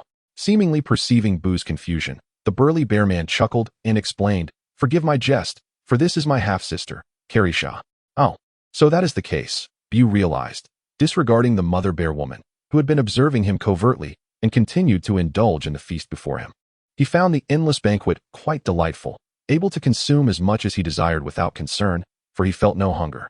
He merely savored the exquisite flavors of the food. At that moment, a fully armored black bear soldier rushed in to deliver news. Report, my lord. The red bears outside have launched a sudden attack on us. What? The burly bear man was taken aback, offering an apology to BUU, who was still enjoying his meal, before hastily departing with his sister in tow. Thus, the palace was left with BUU alone, relishing his sustenance. To him, war was a trivial matter. A mere energy blast could resolve any predicament. Perhaps a single energy blast might not suffice? Yet surely I can obliterate the planet. Unfazed, BUU continued to eat. Time passed, though how long he could not tell. Once he finished his meal, he strolled toward the palace exit. Chapter 27. Cosmic Pirates. In the vastness of the cosmic expanse, the Milky Way galaxy drifted through time, another month having elapsed. BUU remained unchanged, occasionally annihilating uninhabited planets before seeking sustenance on life-bearing worlds. A month prior, after assisting the black bears in dealing with the red bears, he had coldly departed, ignoring the adoring gazes of the black and white mother bear. Though she was charming and petite, she appeared diminutive compared to BUU's own height of merely 1.55 meters. Moreover, BUU's mind was far from matters of romance. His sole focus was on enhancing his power and fortifying himself. Having exhausted his food supply, he pondered the location of the nearest life-bearing planet. In the void of space, BUU concentrated energy into a super-destructive orb and hurled it toward an uninhabited planet before continuing his search for life. Glancing at the limiter, BUU could not help but lament, how slow is the progression of my power. When shall I venture to other realms of time and space? In the vast cosmic realm, planets were plentiful. A singular, ordinary, and backward life-bearing planet housed a spacecraft hovering nearby. In a humble village, a menacing cosmic pirate confronted the village chief, demanding, Hurry, hand over your valuable treasures, or I shall make you regret it. The bewildered chief replied, What treasures could we possibly possess in our village? Why would such a cosmic pirate come to this underdeveloped planet? Why choose this impoverished village over others in search of treasures? The pirates had arrived with bloodshed, immediately demanding riches, leaving the chief and his villagers utterly perplexed. Our poor village has treasures? How could we be unaware? The cosmic pirates, however, were indifferent to their confusion. What? Old man, are you certain you won't speak? My ship's scans have identified treasures on your planet. Do you dare claim that you have none? The notorious leader of the cosmic pirates seized the elderly village chief, forcefully pinning him to the ground, with a laser gun aimed threateningly at him. Do not compel us to annihilate everyone, he growled, casting a glance at one of his subordinates. Bang! The subordinate, understanding the command, raised his laser gun and fired at a villager. As the villager fell, blood gushing forth, tears streamed down the face of the village chief, who, trembling with desperation, exclaimed, "Our village possesses no treasures." His gaze, filled with hatred and fear, met that of the remaining villagers. Even if you slaughter us all, I remain ignorant of any treasures. The pirate leader, somewhat impressed by the chief's defiance, spat contemptuously. Then he uttered a chilling proclamation. In that case, I shall have no choice but to exterminate you all and search for it myself. The village chief's face drained of color. Whoosh! In an instant, BUU, on a quest for the life planet, appeared beside the leader. The pirate's spit landed precisely on BUU's trousers. What is this? BUU inquired, curiosity piqued as he glanced down. Oh my goodness! Upon realizing what it was, BUU's expression contorted with rage, and he unleashed a series of exclamations. Who did this? I demand their demise. The terrifying aura erupted forth, dispersing the spit from his trousers, and, unyielding, it engulfed the entire planet. In a heartbeat, the world around them darkened. The sky roiling with tempests, lightning flashing, as if the planet were nearing its end. Those oblivious to the unfolding chaos trembled uncontrollably. The ground beneath BUU shattered as he surveyed the villagers and the cosmic pirates, his eyes ablaze with fury. The cosmic pirate leader, crushed beneath the weight of BUU's formidable presence, gaped in silence. BUU, feeling an intensity of anger unmatched even when facing Gogeta, felt as if his very lungs might explode. BUU's fortune was ever in his favor. Witnessing BUU's fearsome presence and distorted visage, the pirates felt a terror they had never experienced even before King Frieza. They trembled in unison as they sensed BUU's piercing gaze. All present, including the cosmic pirates, pointed in unison at the fallen leader. The moment the leader was indicated, he swallowed hard, stammering, dropping his laser gun in a panic, scrambling to escape. Bang! BUU, retracting his aura, instantly appeared beside him, seizing the leader's head and forcefully pressing it into the ground. Smoke billowed, and countless fissures appeared, lifting the bruised and bloodied head of the pirate leader. BUU slammed it down repeatedly against the earth. Bang, bang, bang. As he struck, BUU declared, "You enjoy spitting indiscriminately, do you? You relish denying it afterward, do you? And you plan to flee, do you?" Enraged, BUU pulled the battered leader close, demanding, "Tell me, how do you wish to die? Can I choose to die of old age?" The leader, barely clinging to life, pleaded with swollen, bloodshot eyes. "No, how naive you are." BUU chuckled. "To wish for a peaceful demise? Are you jesting? How could I possibly allow you to live?" He has already identified these individuals as cosmic pirates, and he shows no mercy. BUU forcefully hurled him into the air, and an energy orb crashed down. Boom! The sound of the explosion rang out, leaving the leader in utter ruin. BUU then cast a glance at the villagers and the cosmic pirates present. The dozen or so cosmic pirates stood with their eyes fixated, their expressions blank. Some even turned their heads away, feigning ignorance of BUU's act of slaying the leader, whistling a cheerful tune. What a stroke of misfortune. Arriving at a backward village, encountering cosmic pirates was bad enough, but to be spat upon was intolerable. This Goku's instant transmission is utterly inferior. Moreover, Jebit requires knowledge of the destination, while BUU is oblivious to the planets in the cosmos. BUU couldn't help but critique these two methods of instantaneous travel. His presence here was not solely due to proximity. Rather, he sensed the energy of that leader, the strongest on this planet, which compelled him to appear. After dispatching the individual, BUU paid no heed to the remaining crowd and prepared to depart for the prosperous areas of the planet in search of sustenance. Upon noticing BUU's intent to leave, the remaining cosmic pirates were overjoyed. As for avenging their deceased leader, what are you thinking? We are cosmic pirates, not fools. Besides, we will take care of all matters concerning the leader. The elderly village chief, who had been observing BUU, realized he was about to leave and immediately stood up, exclaiming, "My lord, please help us." Seeing BUU remain unmoved, he placed his hand upon his forehead, likely coming to a realization, and shouted, "Our village possesses treasures." Treasures? BUU, who was just about to leave, suddenly became intrigued. The cosmic pirates, sensing BUU's newfound interest, felt a wave of unease wash over them. Paying no mind to the anxious cosmic pirates, BUU addressed the elderly chief. "What treasures do you speak of?"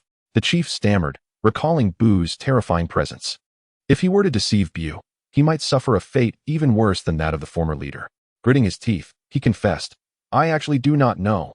Upon hearing the chief's words, a dangerous glint flickered in BUU's eyes. "Dare you to toy with me? Yet, those cosmic pirates came to our impoverished village precisely because of this so-called treasure."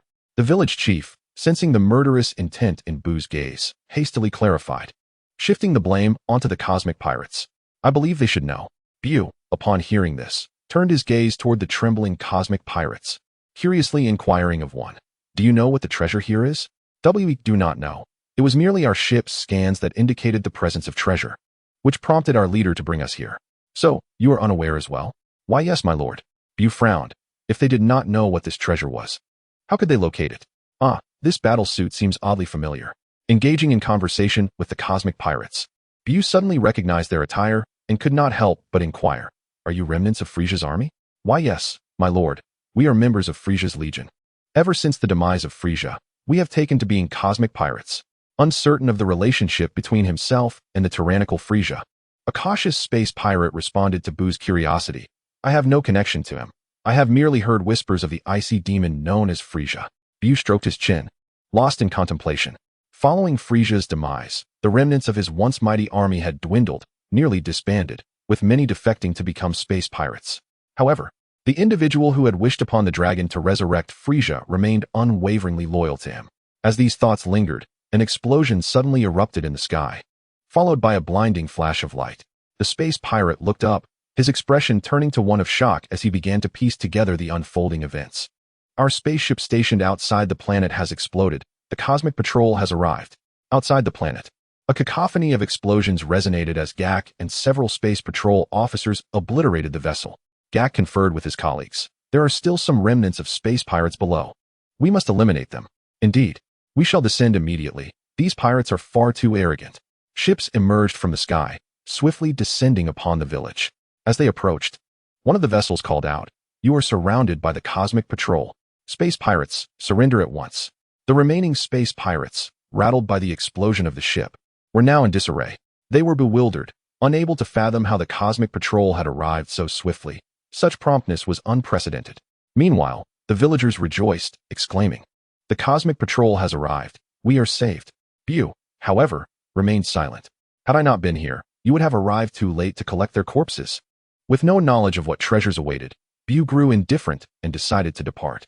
With a swift motion, he vanished into thin air. On this planet, all space pirates had been apprehended, with 55 slain, leaving a total of 26 captured. Villagers recounted tales of a mysterious figure who had slain a pirate leader. Chapter 28. War. 2 years in the cosmos of the Milky Way, a beautiful and bountiful planet now faced the looming threat of destruction. Within a high-tech chamber of a grand building, numerous high-ranking officials engaged in urgent discussions. "Your Highness, the planet is surrounded by the fleet of space pirates. What shall we do?" The assembly simmered with indignation. "These pirates are insufferably bold. Have we notified the cosmic patrol?" The planetary sovereign inquired, unflinching amidst the crisis.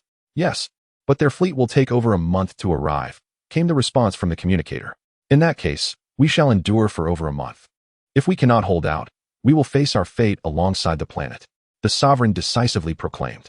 "We must not allow these pirates to prevail." "Yes, Your Highness," the multitude affirmed without hesitation. Immediately, a defensive fleet was dispatched to safeguard their homeland. The planetary sovereign stood before the window of the grand building, watching as ships launched into the sky, his gaze deep and filled with concern. "Are these remnants of Frieza's army still haunting us? Truly, they are a persistent specter. Countless spacecraft drift in the vast expanse of the cosmos, a testament to the presence of the pirate flagship. At the helm stands a tall alien with green skin and eyes adorned with energy detectors, the captain of the space pirate fleet. Gazing at the resplendent planet before him, he cannot help but exclaim, "What a beautiful world! Not only is its environment exquisite and its minerals abundant, but it also harbors precious metallic resources. Alas, it is not ours."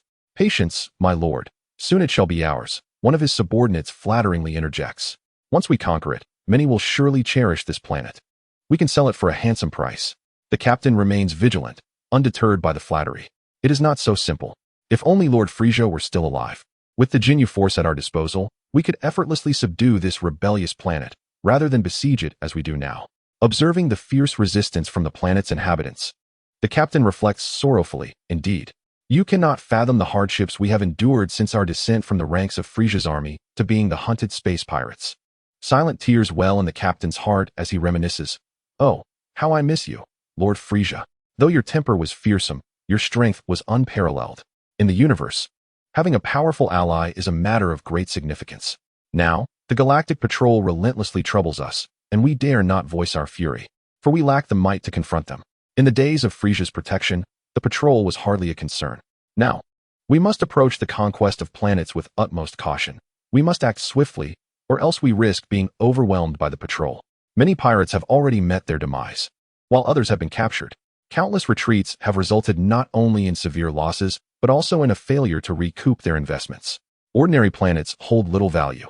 Conquering them serves no purpose, wasting both time and resources. It is a tale of sorrow, he muses. Despite his current status as captain, he finds himself unable to sustain his fleet. Thus, this planet is essential. Failure would mean returning to Lord Frieza.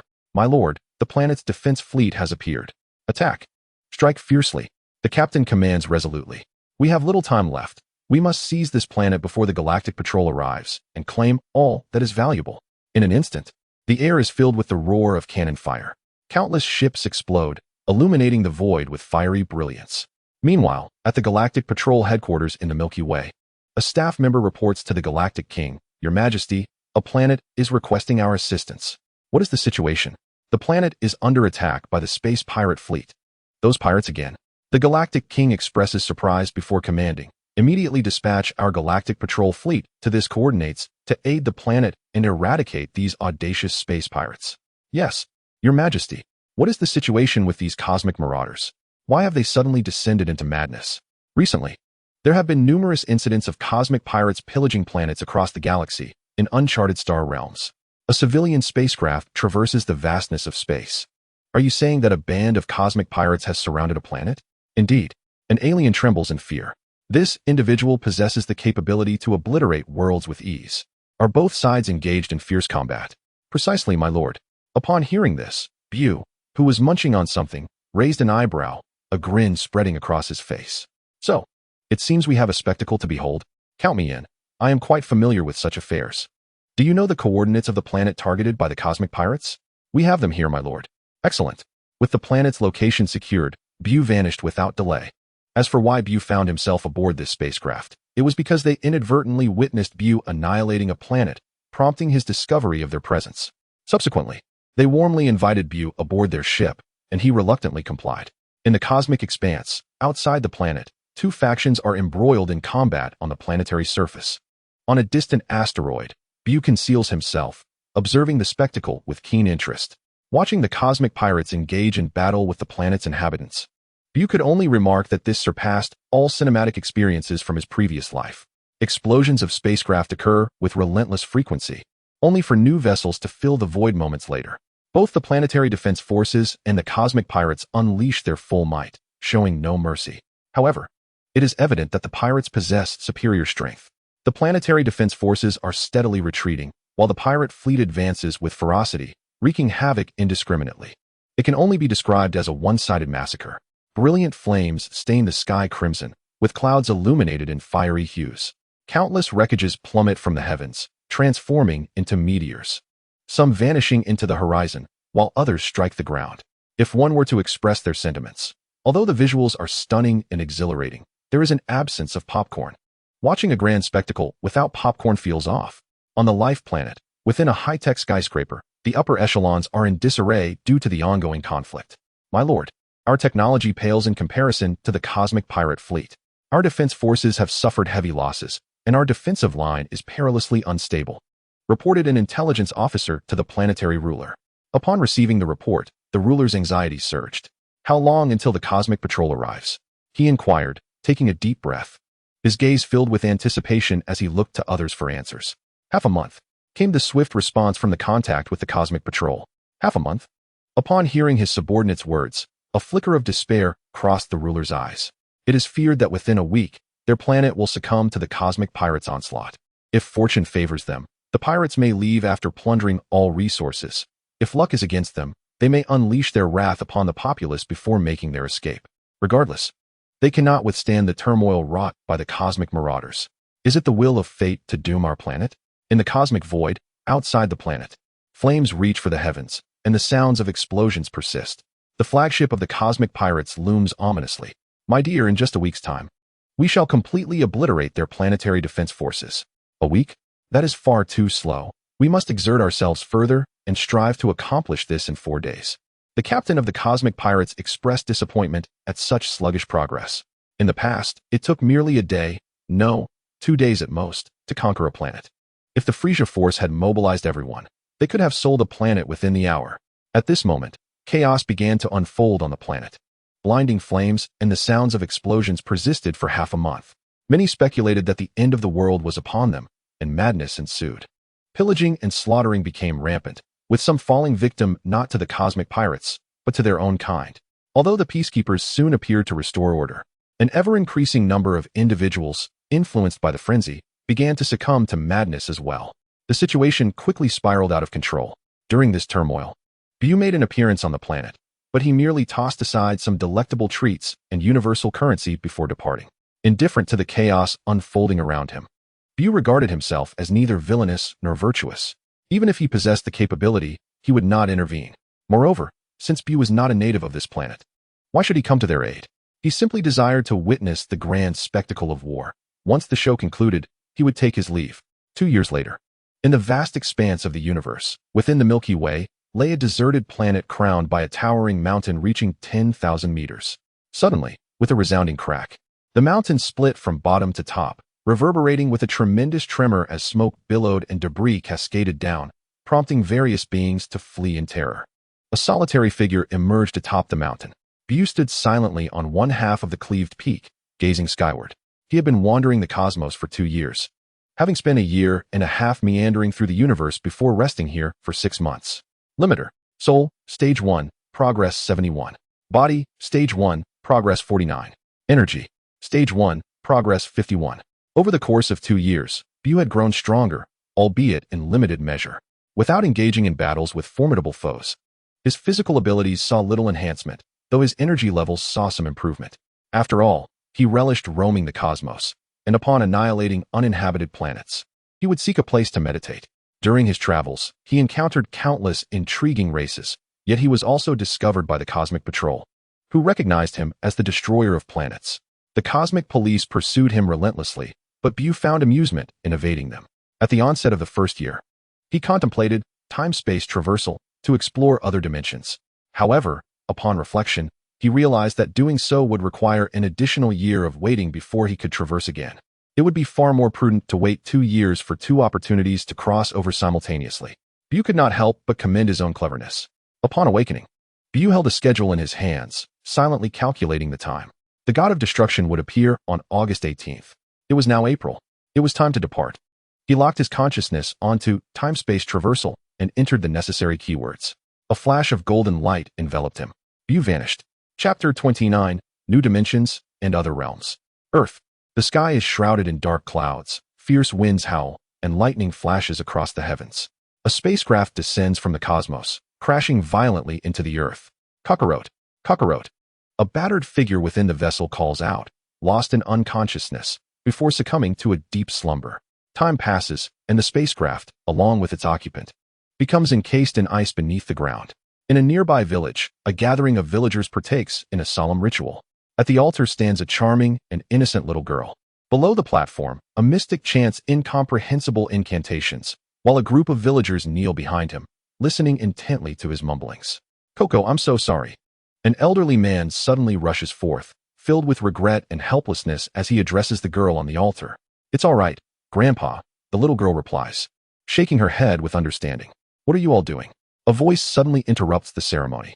The mystic and the kneeling villagers are momentarily taken aback, turning their gazes toward the source of the voice. "Who are you?"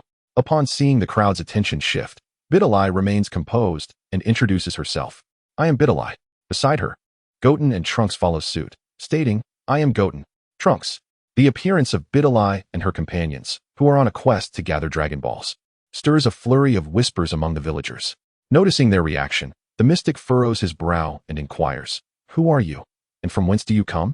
"From the sky," Goten responds, and without waiting for the villagers' astonishment to settle, he takes flight, leaving them in awe.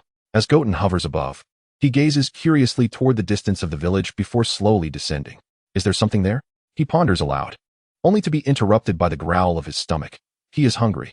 At that moment, the village chief steps forward. "The monster is urging us to present our offerings," he states, casting a puzzled glance at Bidalai. Bidalai, slightly displeased, retorts, "Are you doubting us?" She draws Goten and Trunks closer, her face brimming with pride. "Let us not even mention these two. I am the righteous herald of Satan City." The chief, maintaining a stoic expression, nods absently and begins to explain the village's plight.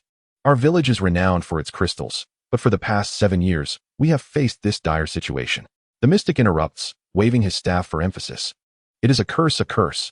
He circles the villagers, proclaiming, "It is the curse of the mountain god." Ignoring the mystic, the village chief continues to elucidate the circumstances to Bidalai and her friends. "For 7 years, this region has been besieged by abnormal weather. We could endure that much. However, after depleting the weakened animals of the mountains, we found ourselves beset by rapidly growing monsters that began to attack our village. With each passing year, the situation worsened, and we were left with no choice but to offer sacrifices to the mountain god, as instructed by the mystic, in hopes of appeasing the beasts." The elderly chief sits down, his face a mask of resignation and suffering, but beneath it lies a profound numbness. Upon hearing this, Bidalai is filled with indignation. This is nothing but superstition. Even if a sacrifice is offered, nothing will change.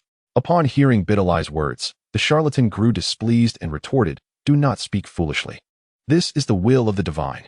Unfazed, Bidalai approached the mumbling charlatan and remarked, "You truly embody the essence of a charlatan from head to toe." The charlatan, caught off guard by her bluntness, brandished his staff and shouted angrily, "You insolent wretch." Bidalai fixed her gaze upon him and pushed the staff aside. At that moment, the old village chief approached, his voice tinged with resignation. "We have no choice but to heed the charlatan's words. All other measures have been exhausted. The youth of our village have already sacrificed themselves in the battle against the monsters." Bidalai felt a pang of surprise. The old chief clutched his staff tightly, tears streaming down his face. "If this continues, our village will be annihilated." At this juncture, a brave little girl stepped forward. "I will go. This is for everyone in the village." "No, sacrifices are merely superstition." Bidalai frowned, opposing the idea of sacrificing a young girl to appease an ethereal mountain deity. The charlatan's mumbling resumed, but at that moment, Trunks emerged and addressed him. "We will assist you in vanquishing the monsters. In return, we demand the necklace around your neck." Trunks gestured towards the dragon ball adorning the charlatan. Nearby the snow-capped mountains, the three concealed themselves within a large pot, surrounded by offerings of fruits and meats. "I am hungry," Goten lamented, rubbing his growling stomach. "Me too. I haven't eaten since morning," Trunks echoed, also feeling the pangs of hunger. "Let us hold on a bit longer," Bidalai said. Though she too felt a twinge of hunger, she managed to endure it. Goten and Trunks silently coped with their hunger. A few minutes passed, and Trunks could no longer resist. He pushed open the pot's lid and grabbed an apple to eat. Seeing this, Goten was unable to contain himself and also reached for the apple, but Bidalai stopped him. Goten began to protest loudly. "I'm going to starve. I want food too." "Be quiet," Bidalai admonished. Frustrated by Trunks enjoying his apple, Goten decided to open the lid and grab an offering for himself. Slap. Unable to restrain herself, Bidalai gave Goten a sudden smack. Stunned by the unexpected blow, Goten looked up at her with tear-filled eyes. "You hit me because you weren't listening." Bidalai felt a twinge of regret for hitting him, but maintained her stern demeanor. Goten's tears flowed freely. "Why did you only hit me?" Trunks ate too. His anger grew as he thought about it, and in a fit of rage, he flung open the pot's lid and wailed, "Wah? It's so unfair. Quiet down. The monsters will hear us," Bidalai said, exasperated. Ignoring her, Goten continued to cry, "Why does Trunks get to eat? Why don't you hit him? You only hit me. It hurts." His cries echoed far and wide. Beneath the glacier, within the icy confines of the spacecraft, a shadowy figure faintly heard the sound of weeping, which transported him back to the depths of his memories. In the nursery, several infants were peacefully slumbering when, without warning, one began to wail loudly. The piercing cries disturbed the sleep of the infant beside him, who, tormented by the noise, awoke in distress. "Broly," this time Kaka wrote, "I shall remember you for eternity." The scene of memory shifted. The figure matured, and ultimately located the person who had disturbed his slumber in childhood. That individual had also grown, and the two became embroiled in a fierce battle. Overwhelmed, he suffered grave injuries and retreated into a ship beneath the glacier. Inside the spacecraft, he shouted, "Kakarot! Kakarot! Kakarot!" Stirring from his nightmare, he awoke to the sound of Goten's persistent cries. Chi-Chi, exasperated, offered him a bun, which immediately silenced his weeping, causing Trunks to stifle a laugh, realizing Goten had feigned his tears. At that moment, the ice trembled. Was it a monster? The three sensed the impending threat and promptly leaped from the massive container. Before them stood a colossal creature resembling a dinosaur. "Is that a dinosaur?" Goten inquired curiously. "It must be," Trunks replied, albeit uncertainly. "We've never seen a dinosaur this large." Goten exclaimed in awe, and the two began to playfully engage with the dinosaur-like monster. What extraordinary children! Chi-Chi marveled as she witnessed Goten and Trunks effortlessly interacting with the beast. That night, after feasting on the creature, they drifted into a blissful slumber. "Our village is saved. Finally, we need not worry about the monster's interference." The following day, early in the morning, the ice shattered, the lake re-emerged, and the earth trembled. Chi-Chi, awakened by the commotion, noticed Goten and Trunks still asleep and chose not to disturb them. "What is happening?" she wondered, venturing outside alone. Approaching the lake, she spotted a vague silhouette emerging from the water. "What is that?" Curiosity piqued. She could not resist flying closer. As she beheld a tall figure hovering above the water's surface, she inquired, "Who are you?" The figure ignored her and launched an attack. On Earth, in a vast plain, a flash of golden light heralded the arrival of BUU. Upon his emergence, he sensed a surge of powerful, chaotic energy erupting from the planet. Though formidable, it was merely an average threat to him, for he had not wasted the past 2 years. In an instant, he vanished, sending Chi-Chi flying. "Kakarot!" Broly roared, his emerald eyes fixated on Goten, who bore a striking resemblance to Goku. "What are you talking about? Who is Kakarot?" Goten shouted, perplexed and seeking clarification. "Kakarot. I have never eaten such a dish." Trunks responded nonchalantly, "Uncle, what are you on about? We just woke up and are not in the best of moods." The two hovered in the air, completely unguarded. "Kakarot!" "Ah!" Broly let out a thunderous roar, unleashing a wave of golden energy. In an instant, he launched a surprise attack, landing a punch on Trunks and then another on Goten, sending both flying. In Chapter 30, titled Broly, Old, the atmosphere crackled with tension. With a swift motion, BUU appeared nearby, concealing his own energy as he observed Broly effortlessly striking down the two young warriors. He couldn't help but chuckle. This version of Broly seemed rather lackluster to him, though he acknowledged that it might serve well for enhancing his physical prowess. Nevertheless, it was evident that this Broly had retained his formidable capabilities. After 7 years of near-death recovery, his strength had surged, allowing him to surpass Gohan in combat. Was this absurd? Not in the slightest. Now, let us discuss the new Broly from Dragon Ball Super. This incarnation was astonishingly powerful. Initially unable to contend even with a Super Saiyan, his strength escalated dramatically. He advanced from Super Saiyan to Super Saiyan God, and then to Super Saiyan Blue, ultimately rendering even the Ultra Blue form ineffective against him. Eventually, Goku and Vegeta had to fuse into Vegito to stand a chance against Broly. However, as Vegito struggled against the overwhelming might of Broly, he too had to revert to Super Saiyan Blue just to restrain him. The extent of Broly's power was so extreme that even Vegito felt the urge to eliminate him. Yet, in the end, he managed to escape. I am inclined to deem this overpowered being as the strongest. It is utterly outrageous. In a mere span of minutes, Goku's entire journey of growth was condensed. Is there no sense of justice left? Is there no law? BUU felt a wave of frustration as he recalled the rapid ascent of the new Broly's power. Just as he pondered, Broly resumed his assault. However, BUU chose to bide his time, waiting for Broly to transform into his Ultra form before intervening. Why rush in? One does not reveal their trump card at the start of a game. Broly seized Goten by the head and hurled him into the depths of the lake, with Trunks following closely behind. In his grasp, several emerald-hued energy orbs materialized, aimed at the two submerged warriors. Boom! A cascade of water erupted. A golden sphere emerged from the depths, targeting the unsuspecting Broly above. Bang! Smoke enveloped Broly momentarily. Soon, the haze dissipated, revealing Trunks and Goten, now transformed into Super Saiyans. Soaring from the lake and quickly distancing themselves from Broly. Once ashore, they began hurling energy blasts at Broly without reservation. One after another, the orbs flew toward him. Broly, skillfully evading each blast, gradually advanced towards the duo. What should we do? Our attacks are ineffective. I am powerless. Trunks and Goten exchanged words as they threw their energy blasts. Broly, arms outstretched, lunged toward them with unrelenting force. Goten and Trunks effortlessly dodged. Feeling triumphant, though our attacks may not affect you, we are far more agile. You cannot catch us. Hovering in the air, Broly observed the evading pair, concentrating an even more potent emerald energy orb in his hands. He hurled it towards them. Goten and Trunks, taken aback, scrambled to evade the incoming blast. Boom! A violent explosion erupted behind them, propelling them forward with immense force. Bang! The two plummeted into an abandoned crystal mine. How could such a creature exist on Earth? Indeed, there are always stronger beings. They couldn't help but express their astonishment. Broly descended closely behind, and suddenly, a Dragon Ball rolled to rest at Broly's feet.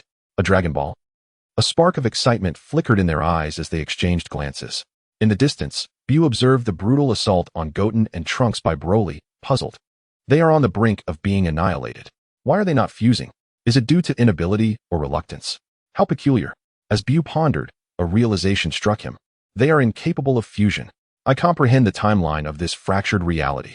On the ocean, a menacing energy surged. Not good. Gohan immediately exploded with rage.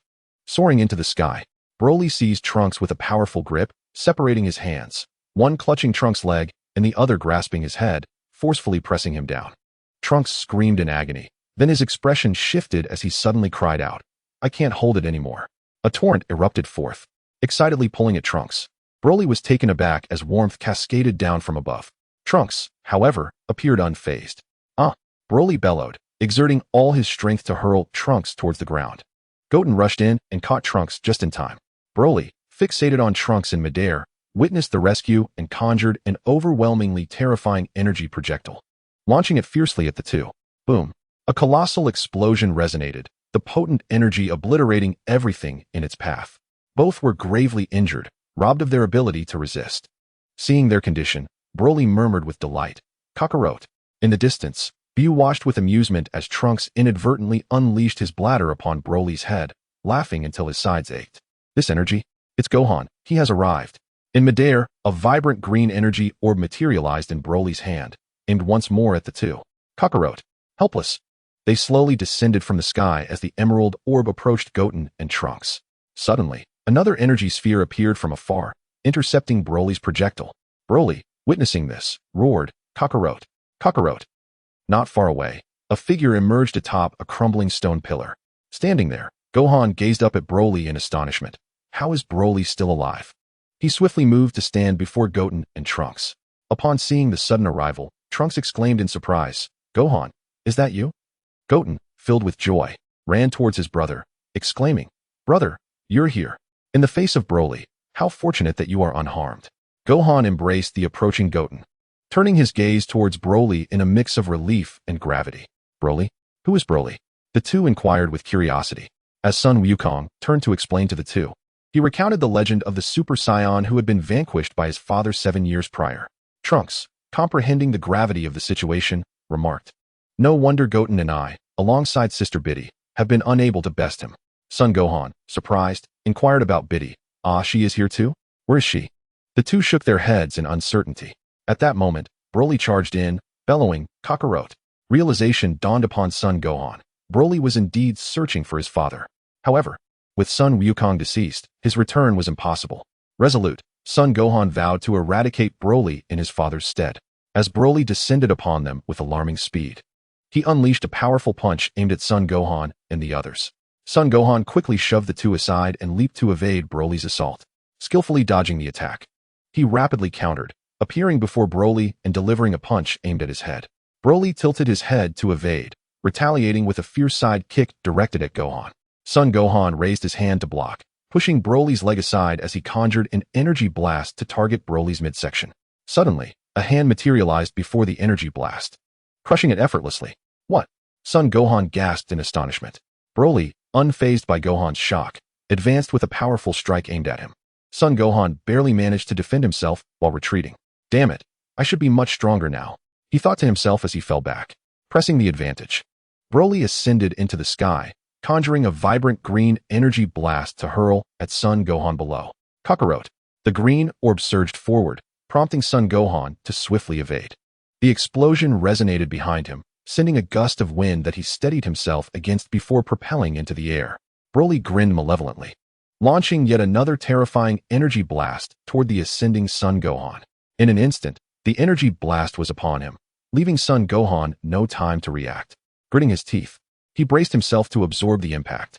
Yet, astonishingly, the energy blast veered off course, hurtling toward Goten and Trunks, who were spectating the battle. Damn it! Son Gohan exclaimed in alarm, hastening toward them. Just in time, he swatted the blast away, positioning himself in front of them with arms outstretched, channeling his energy to form a protective barrier.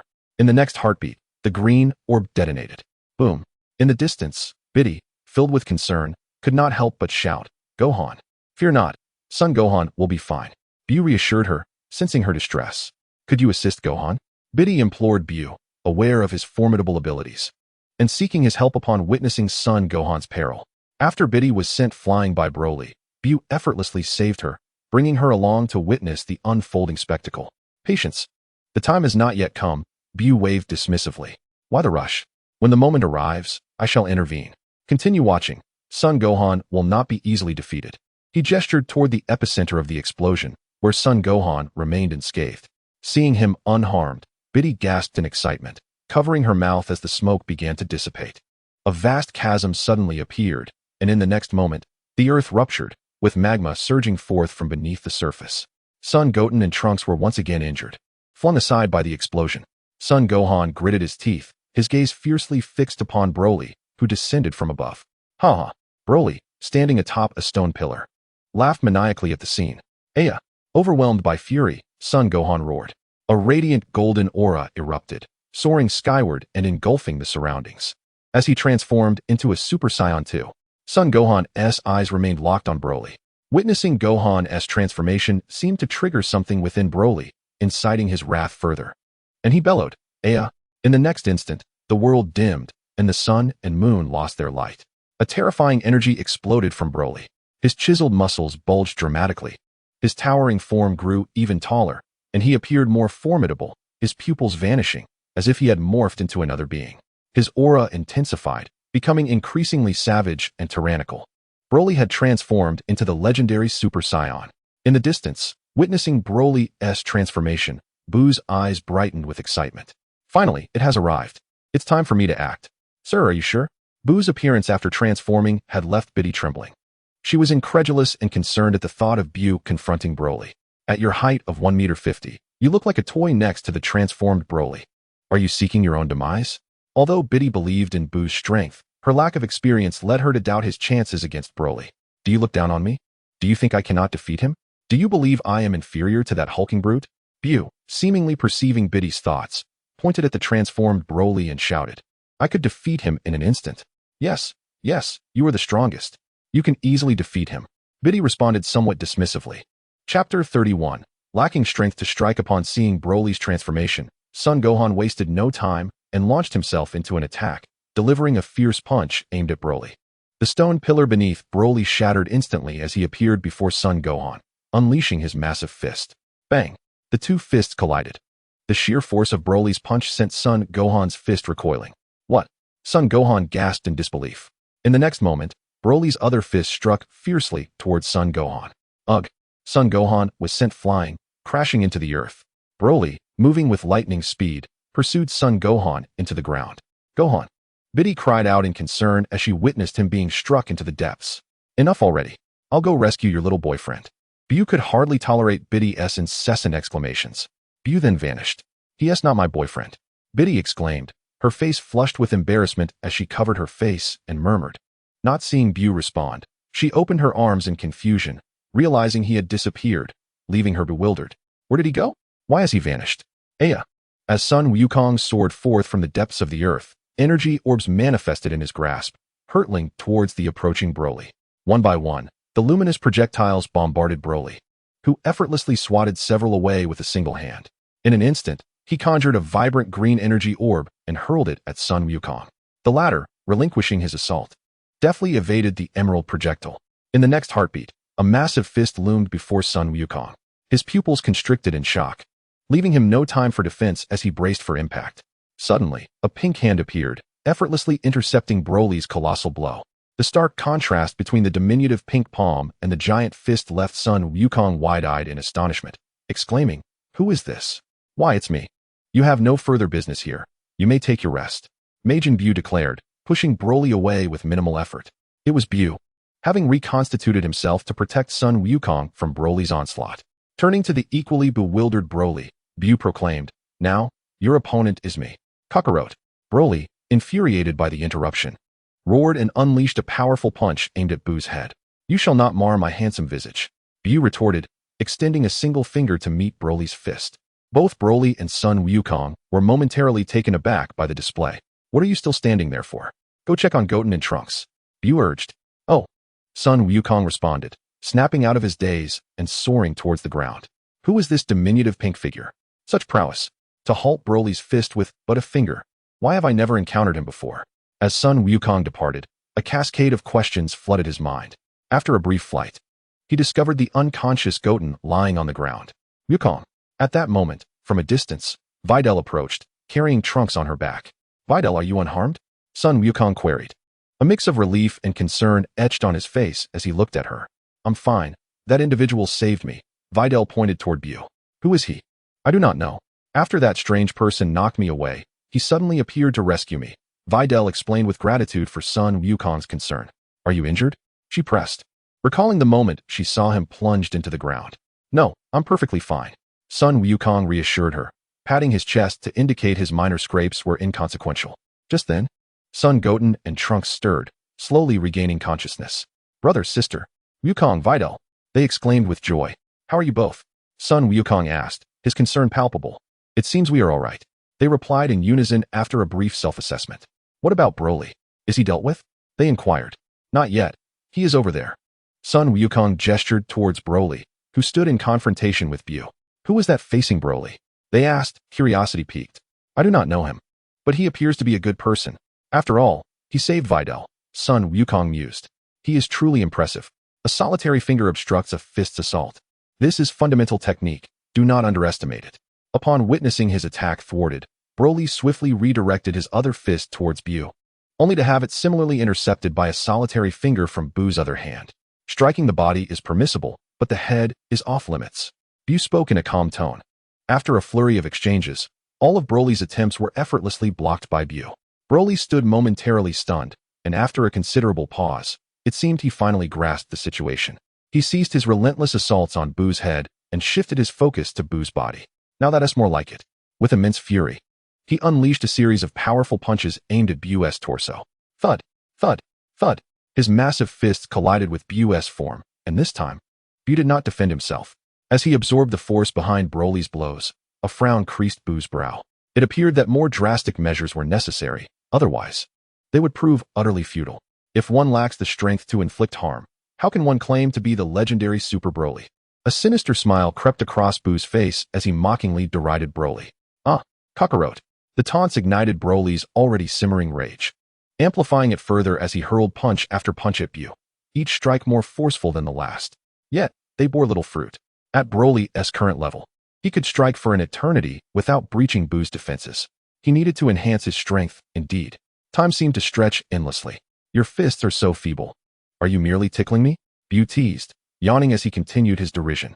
In the face of Broly's onslaught, BUU remained unfazed, even finding amusement in the spectacle. "Kakarot." Broly bellowed in a frenzy, unleashing a brilliant golden aura. He launched a relentless barrage against BUU's body, a tempest of fists raining down with tremendous force. Upon hearing Broly's furious cries and feeling the onslaught, BUU's lip twitched in bemusement. "You're angry, I see, but aside from shouting Kakarot, do you have any other exclamations?" Forever calling Kakarot. Broly must be utterly infatuated with Kakarot. Meanwhile, Gohan, Goten, Trunks, and Videl stood agape, utterly bewildered. Who is he? Broly's attacks were ineffective against BUU. Amid their clash, BUU remained unscathed, yet the earth could not withstand the devastation. Broly's power rampaged unchecked, obliterating everything in its path as the land fractured and magma erupted. BUU furrowed his brow at the sight. "If you continue this way, the earth will be annihilated. And you still won't breach my defenses. Come with me," BUU declared, seizing Broly and activating instant transmission. Broly's frenzied visage froze, still trying to comprehend the situation. In an instant, they vanished. Where are they? Why have they disappeared? The four observers, who had been monitoring the duel, gasped in astonishment at the sudden absence of Broly and BUU. 1 month later, on a desolate planet, 2 streaks of light, one golden and one pink, danced around the celestial body. The golden aura exuded ferocity, bloodlust, and a combative spirit, while the pink aura radiated tranquility. The legendary Super Broly, alongside BUU emanating the pink aura, were engaged in combat. As they battled, BUU taunted the muscular form of the legendary Super Broly. How pathetic you are. How dare you claim to be Broly? Kakarot. Broly, consumed by fury, unleashed a cacophony of roars, pouring every ounce of strength into his punches aimed at BUU. His colossal fists rained down like a tempest upon the diminutive figure of BUU. Bang, bang, bang. Unfazed, BUU endured Broly's relentless onslaught with an expressionless demeanor. Limiter, physical form. Stage 1, progress 52. A month had passed. During this time, BUU had inflicted severe injuries upon Broly multiple times, only to heal him. Yet Broly's power had seen little enhancement, far inferior to the new Broly. Observing Broly's marginal increase in strength, barely reaching Super Saiyan 3, BUU couldn't help but sigh. What a colossal waste of time. If Broly's power remained stagnant after another month, he would surely meet his demise. Broly conjured emerald-hued energy orbs, hurling them one after another at BUU. Bang, bang, bang. The air was filled with explosions and swirling smoke. The planet lay in ruins, the ground shattered, and lava erupted. BUU, seizing the uncontrollable Broly, transported him to the next uninhabited planet. In an instant, the planet exploded. Another month passed. One uninhabited planet after another was obliterated in their fierce battle, with Broly barely managing to surpass Super Saiyan 3 in a state of near death. Limiter, physical form. Stage 1, progress 55. Seeing little improvement, BUU was engulfed in rage. I cannot endure this any longer. It is an utter waste of time. Deeply disappointed by the minimal progress in Broly's physical form, BUU's eyes glimmered with menace as he gazed at Broly. Total annihilation. A terrifying pink aura erupted, overwhelming and cataclysmic, shaking the very heavens and earth. The surface of the planet began to fracture, thunder roared, fierce winds howled, and lava spewed forth. As the planet succumbed to BUU's overwhelming presence, a purple, shell-like helmet adorned his brow, crowned with 2 beastly horns, while his original antennae emerged from the shell's rounded opening.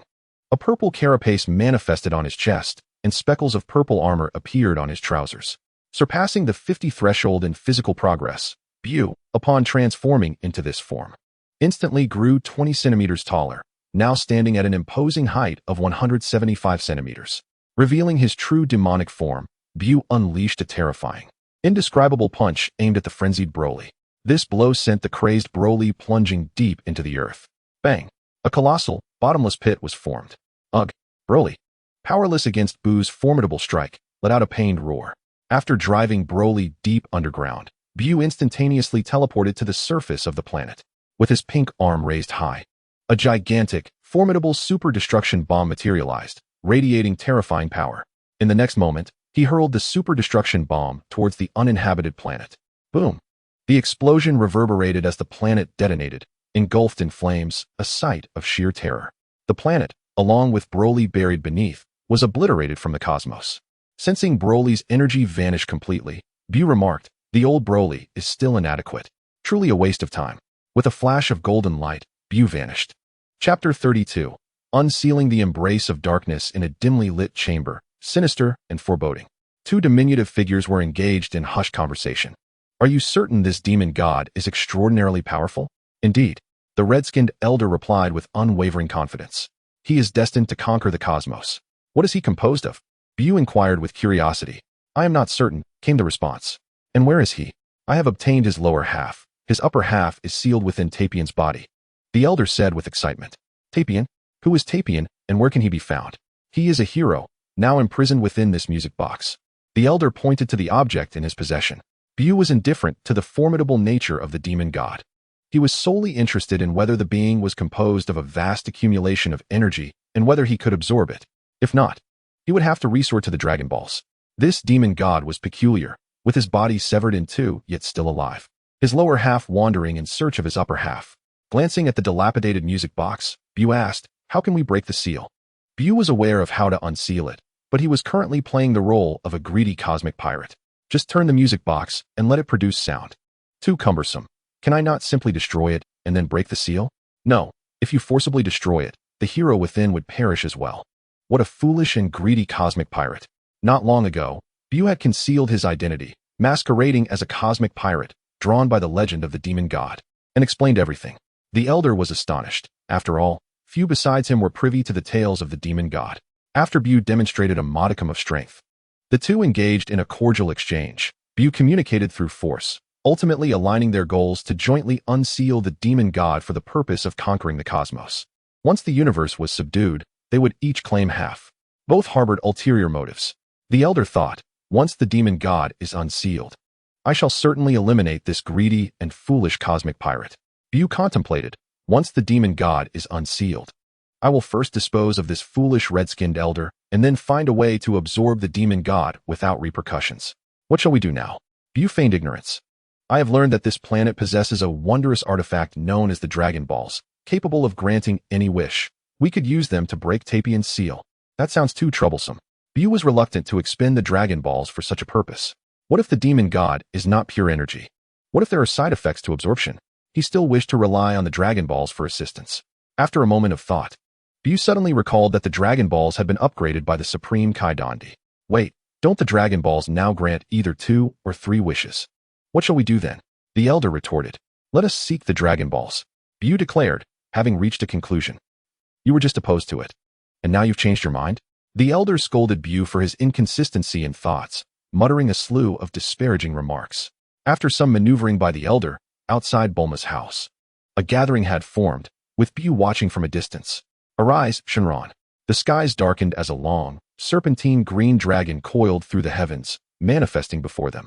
The divine dragon gazed at the crowd and proclaimed, I can grant you 2 wishes. Please, turn this music box.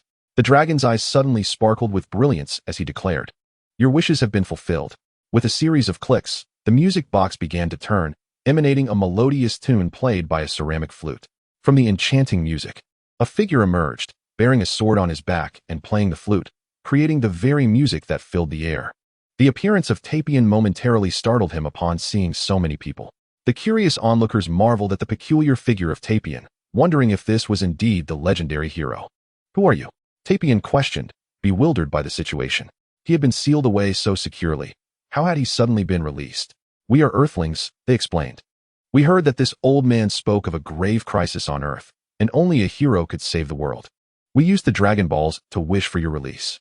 You should not have freed me, Tapian exclaimed, his expression darkening as he added, you have committed a grave mistake. Do you not realize? He turned to leave, but BUU swiftly moved beside him, gripping his shoulder firmly. You cannot leave now. Who are you? Tapian gasped, taken aback by the force upon his shoulder. Ignoring him, BUU addressed the old man, now that Tapian is unsealed. Quickly release the lower half of his body to unite with the upper half contained within him. Very well. The old man did not hesitate and began summoning the lower half of the demon Hildragon. A sudden turn of events left the gathered crowd bewildered, unsure of how to proceed. You deceived us. Trunks pondered for a moment before his expression shifted to alarm. This old man is a villain. He used us to unseal the hero to fulfill his nefarious intentions. Ah, you are quite astute, Trunks. BUU, concealing his identity, regarded Trunks with astonishment. Of course. Trunks beamed at the compliment. Since that is the case, we cannot allow you to succeed. Goku interjected after hearing Trunks' explanation. You all must leave this place. He urged the gradually realizing crowd, then called to Gohan. Gohan, let's go. All right, Dad. Gohan nodded. In an instant, Goku unleashed his energy, transforming into a Super Saiyan, and charged towards BUU. Gohan followed suit, fueled by his own energy in pursuit of BUU. Seeing the two approaching, BUU remained unperturbed. With a swift strike, he rendered the subdued Tapian unconscious and tossed him to the old man. Take him to the location where the lower half will appear. I will intercept them. Without waiting for the old man's response, BUU charged at the advancing Goku and Gohan. Noticing the old man attempting to leave, the two shouted in unison. Do not go. Release the hero. Their attention shifted towards the old man, momentarily neglecting BUU. With a resounding impact, BUU sent each of them flying with a punch. Do you underestimate me?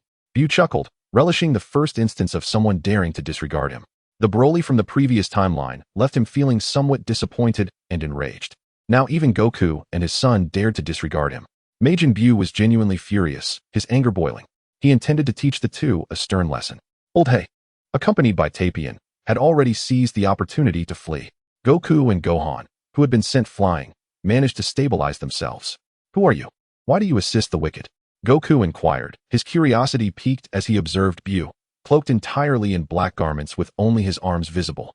Powerful, yet an adversary, this presented quite a dilemma. Gohan fixated on BUU's arm, suddenly feeling an uncanny familiarity. Noticing Gohan stare, BUU waved his arm and beckoned with a finger toward the duo. "You shall contend with me. Have we met before?" Gohan suddenly spoke up. Ignoring Gohan's words, BUU continued. "What matters is not who I am, but rather that you face me. Should you not take this seriously, today shall be your end." Such audacity. Goku and Gohan exchanged glances. In that case, Both Goku and Gohan unleashed an even fiercer energy. Goku's golden aura erupted forth, accompanied by a flurry of lightning. Gohan's white energy surged. Although he had not transformed into a Super Saiyan, his presence rivaled and even surpassed that of Goku. "Now this is more like it." BUU nodded, and the chaotic battle commenced. Meanwhile, on another front, the lower half of the Majin wreaked havoc in the city. Countless buildings crumbled, enveloping the area in smoke and flames. As it trampled one structure after another, it advanced towards its upper half, casually absorbing one human after another.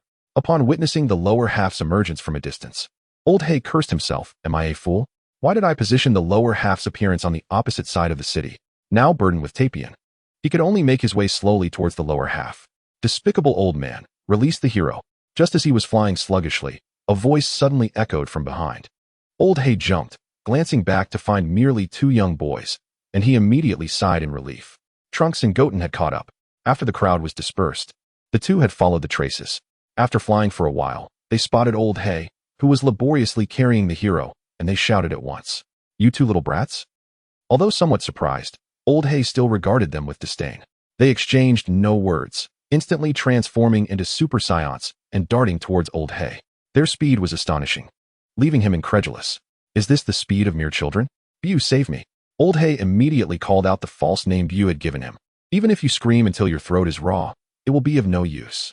Goten and Trunks burst into laughter upon hearing Old Hay's cries for help. In the next moment, a mass flew from Old Hay, instantly transforming into little BUU. The two were left stunned. Little BUU moved with incredible swiftness, appearing before the oncoming duo in an instant. "What is that?" they exclaimed, horrified, before the figure of Majin BUU could be fully discerned. He disregarded the astonished expressions of the two and swiftly sent Goten flying with a punch, followed by a kick that hurled Trunks into a nearby building. With remarkable ease, he dispatched both adversaries and transformed into a small mass of flesh, soaring back to the old man. "Hoi, you foolish children, did you really believe I was without means?" How Navi, Hoi, reveling in the effortless defeat of their pursuers, felt a swell of pride. The physical clone was a contingency plan that BUU had entrusted to him prior to their departure, just in case. With the pursuers vanquished, Hoi continued his deliberate descent toward the lower half of the city. Near Bulma's residence, the surroundings lay in ruins. He casually placed the unconscious Goku and Gohan down, feeling somewhat relieved as his anger subsided. However, BUU's expression darkened. "My physical clone has been utilized. That Hoi truly is worthless. Once the Demon King is resurrected, I shall command my clone to eliminate you." "Who exactly are you?"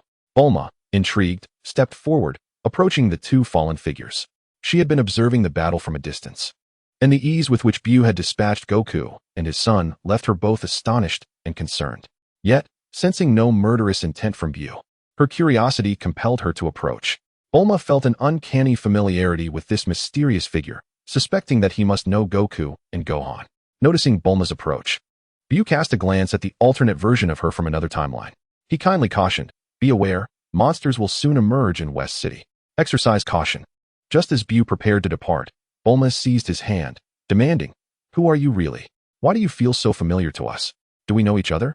BUU, momentarily taken aback by her grip, thought to himself, "We are enemies now, sister. You truly possess audacity, do you not? No wonder you dared to strike a god of destruction." Fearing that a forceful action might injure Bulma, he gently extricated his hand. Yet, he froze again, sensing something peculiar. What was it? Soft, like a meat bun? Instinctively, he squeezed. "Hey, you pervert!" Bulma exclaimed, her face flushed with embarrassment and fury, before hastily picking up a variety of objects from the ground and hurling them at BUU. As she released her grip, she seemed to spiral into a frenzy. In an instant, BUU vanished, using his teleportation ability. After a moment of throwing items, Bulma, realizing BUU had disappeared, halted her furious actions, biting her lip in silence as she began to tidy up the scattered possessions of Goku and Gohan. Chapter 33. The Resurrection of the Demon King in an instant. BUU teleported near the lower half of the Demon King's form. Standing atop a building, he gazed at the devastation wrought upon the city below, his thoughts drifting back to the sensation he had just experienced. What was that? So smooth. Having lived a solitary life, BUU had not fully comprehended it at first. Yet, after a moment of contemplation, the realization dawned upon him. Oh my goodness! BUU exclaimed, a wave of warmth flooding his heart, which he immediately attempted to suppress. Forgive me. Forgive me. I apologize, Vegeta. Next time, I promise to hold back my strength. 5 minutes later, the lower half remains in the city, slowly searching for its upper half. Upon witnessing this, BUU furrows his brow. What is happening? Where's that old man he? The brave souls have been entrusted to him. Yet he does not go to resurrect the Demon King. He senses He's energy and finally comprehends the situation. He is locked in a standoff with Vegeta. Useless fool. BUU flies towards the lower half of the Demon King. On the other side of West City, he stands in the street, seething with rage, shouting furiously, Why? One after another, they come to thwart me. I was flying just fine when suddenly a light blast startled me. Ignoring He's emotional outburst, Vegeta gazes at him with an impassive expression, questioning, Was that monster you're doing? At this moment, Trunks stands behind Vegeta, observing the unconscious Tapian lying next to He. So what if it was me? You cannot stop me. He, in a state of despair, raises his hands towards the unconscious Tapian, chanting a spell, causing invisible waves to emanate. The unconscious Tapian suddenly cries out in agony. He intends to directly unseal the upper half of the Demon King here. Whoosh. BUU appears with the lower half of the Demon King. Bang. The lower half crashes to the ground with a cloud of smoke swirling around. What is this? The lower half of the Demon King. Its sudden appearance startles Vegeta, Trunks, and Goten. He, initially taken aback, quickly rejoices upon recognizing the situation. Good job, BUU. Hurry it up. BUU urges, though he has yet to finish his sentence.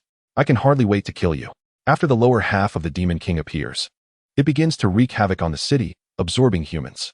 Trunks, Goten, you must leave at once. But hurry. Vegeta commands sternly. Reluctantly, Trunks complies, fleeing alongside Goten. Once the two have departed, Vegeta, seeing the lower half of the Demon King causing destruction, disregards He and raises his hand to unleash several energy blasts at the lower half. Bang, bang, bang. As the smoke dissipates, the lower half remains unscathed. Vegeta frowns. What manner of monster is this, able to act with only its lower half? Since the lower half of the Demon King appeared, Tapian cries out in even greater pain. The group's attention is drawn to him. Before long, a terrifying energy emanates from Tapian, gathering in the air and forming a dark cloud. In the next moment, a bizarre creature, possessing only an upper half, materializes. As soon as this creature appears, it is instantly drawn to the lower half, soaring upwards and swiftly merging with it. The upper and lower halves unite as one. Roar. The monster bellows loudly upon its emergence, unleashing a terrifying aura that engulfs the entire earth. Haha, Hild has just been resurrected. Witnessing the resurrection of the Demon King, He burst into laughter. Has the resurrection succeeded? The resurrection of the monster was met with great joy from BUU, whose formidable presence was undeniable. Yet it had yet to surpass the transformed Super Saiyan 3 Goku, hinting that the metamorphosis was still in progress. How would the battle unfold? As the upper half emerged and fused seamlessly with the lower half, Vegeta observed in utter astonishment. The entity had resurrected, merging its two halves. Goku and Gohan, startled from their reverie by this overwhelming aura, instinctively touched their sore necks, sensing a terrifying and malevolent force. What was happening? Their confusion was palpable. Bulma, standing by the window with a telescope, caught sight of the monstrous resurrection and gasped in shock. Noticing the two warriors had awakened, she quickly explained. It seems a monster has been revived, likely the work of that mysterious old man and his enigmatic companion. Goku and Gohan exchanged alarmed glances. Without pausing to greet Bulma, they erupted with energy and hastily flew towards the monster's location. The grotesque Majin was hideous, resembling a ghoul, towering several meters tall, each movement radiating immense power. With the target now in sight, BUU was unable to resist the urge to act. The sooner this was resolved, the sooner he could return home. It seemed BUU was not alone in this thought. The old man, He, had similar intentions of swiftly conquering Earth to pave the way for his domination of the cosmos. With exuberance, he soared into the sky, laughing maniacally as he commanded the Majin. "Ha! Majin, eliminate them." He pointed at Vegeta and BUU. "Foolish and greedy cosmic pirate, I have tolerated you for far too long. Dare to challenge me? Your time has come." Vegeta, intrigued by his sudden hostility towards himself and BUU, cast a glance at BUU. He was not surprised that the strange old man wished to eliminate him, but the inclusion of BUU piqued his curiosity. Were they not allies? Why the sudden betrayal? BUU raised an eyebrow, his tone menacing. "Oh, you wish to kill me? How fortuitous, for I too am inclined to end your life." As his words hung in the air, he, about to mock BUU, was abruptly seized by a chilling sensation and a sharp pain in his chest. "What?" He looked down to see a small BUU emerging from his chest.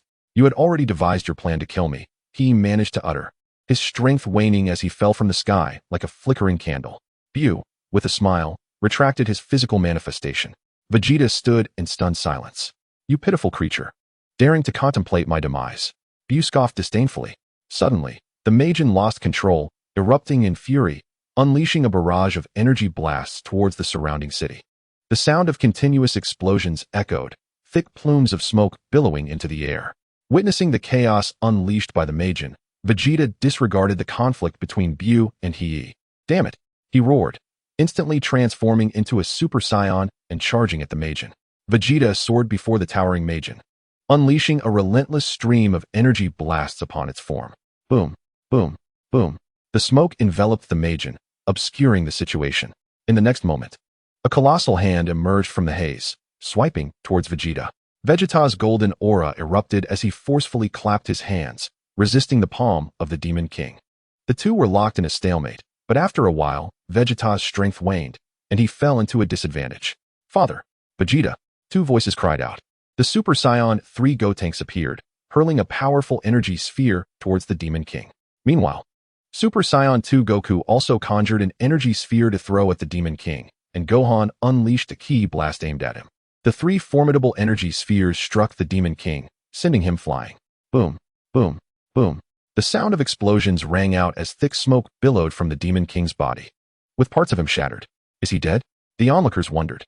Standing on the street, BUU observed clearly and smirked, reminding the four, "It's not that simple." "Hey, you're that old man's accomplice," Gotenks exclaimed in surprise.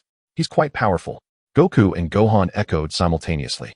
"Just now, he had an internal conflict with that old man and killed him." Vegeta suddenly interjected. "What?" The three exclaimed in astonishment, glancing at the nonchalant BUU, struggling to comprehend the situation. An internal conflict? He killed that mysterious old man. The four whispered among themselves in the sky. BUU appeared relaxed and indifferent.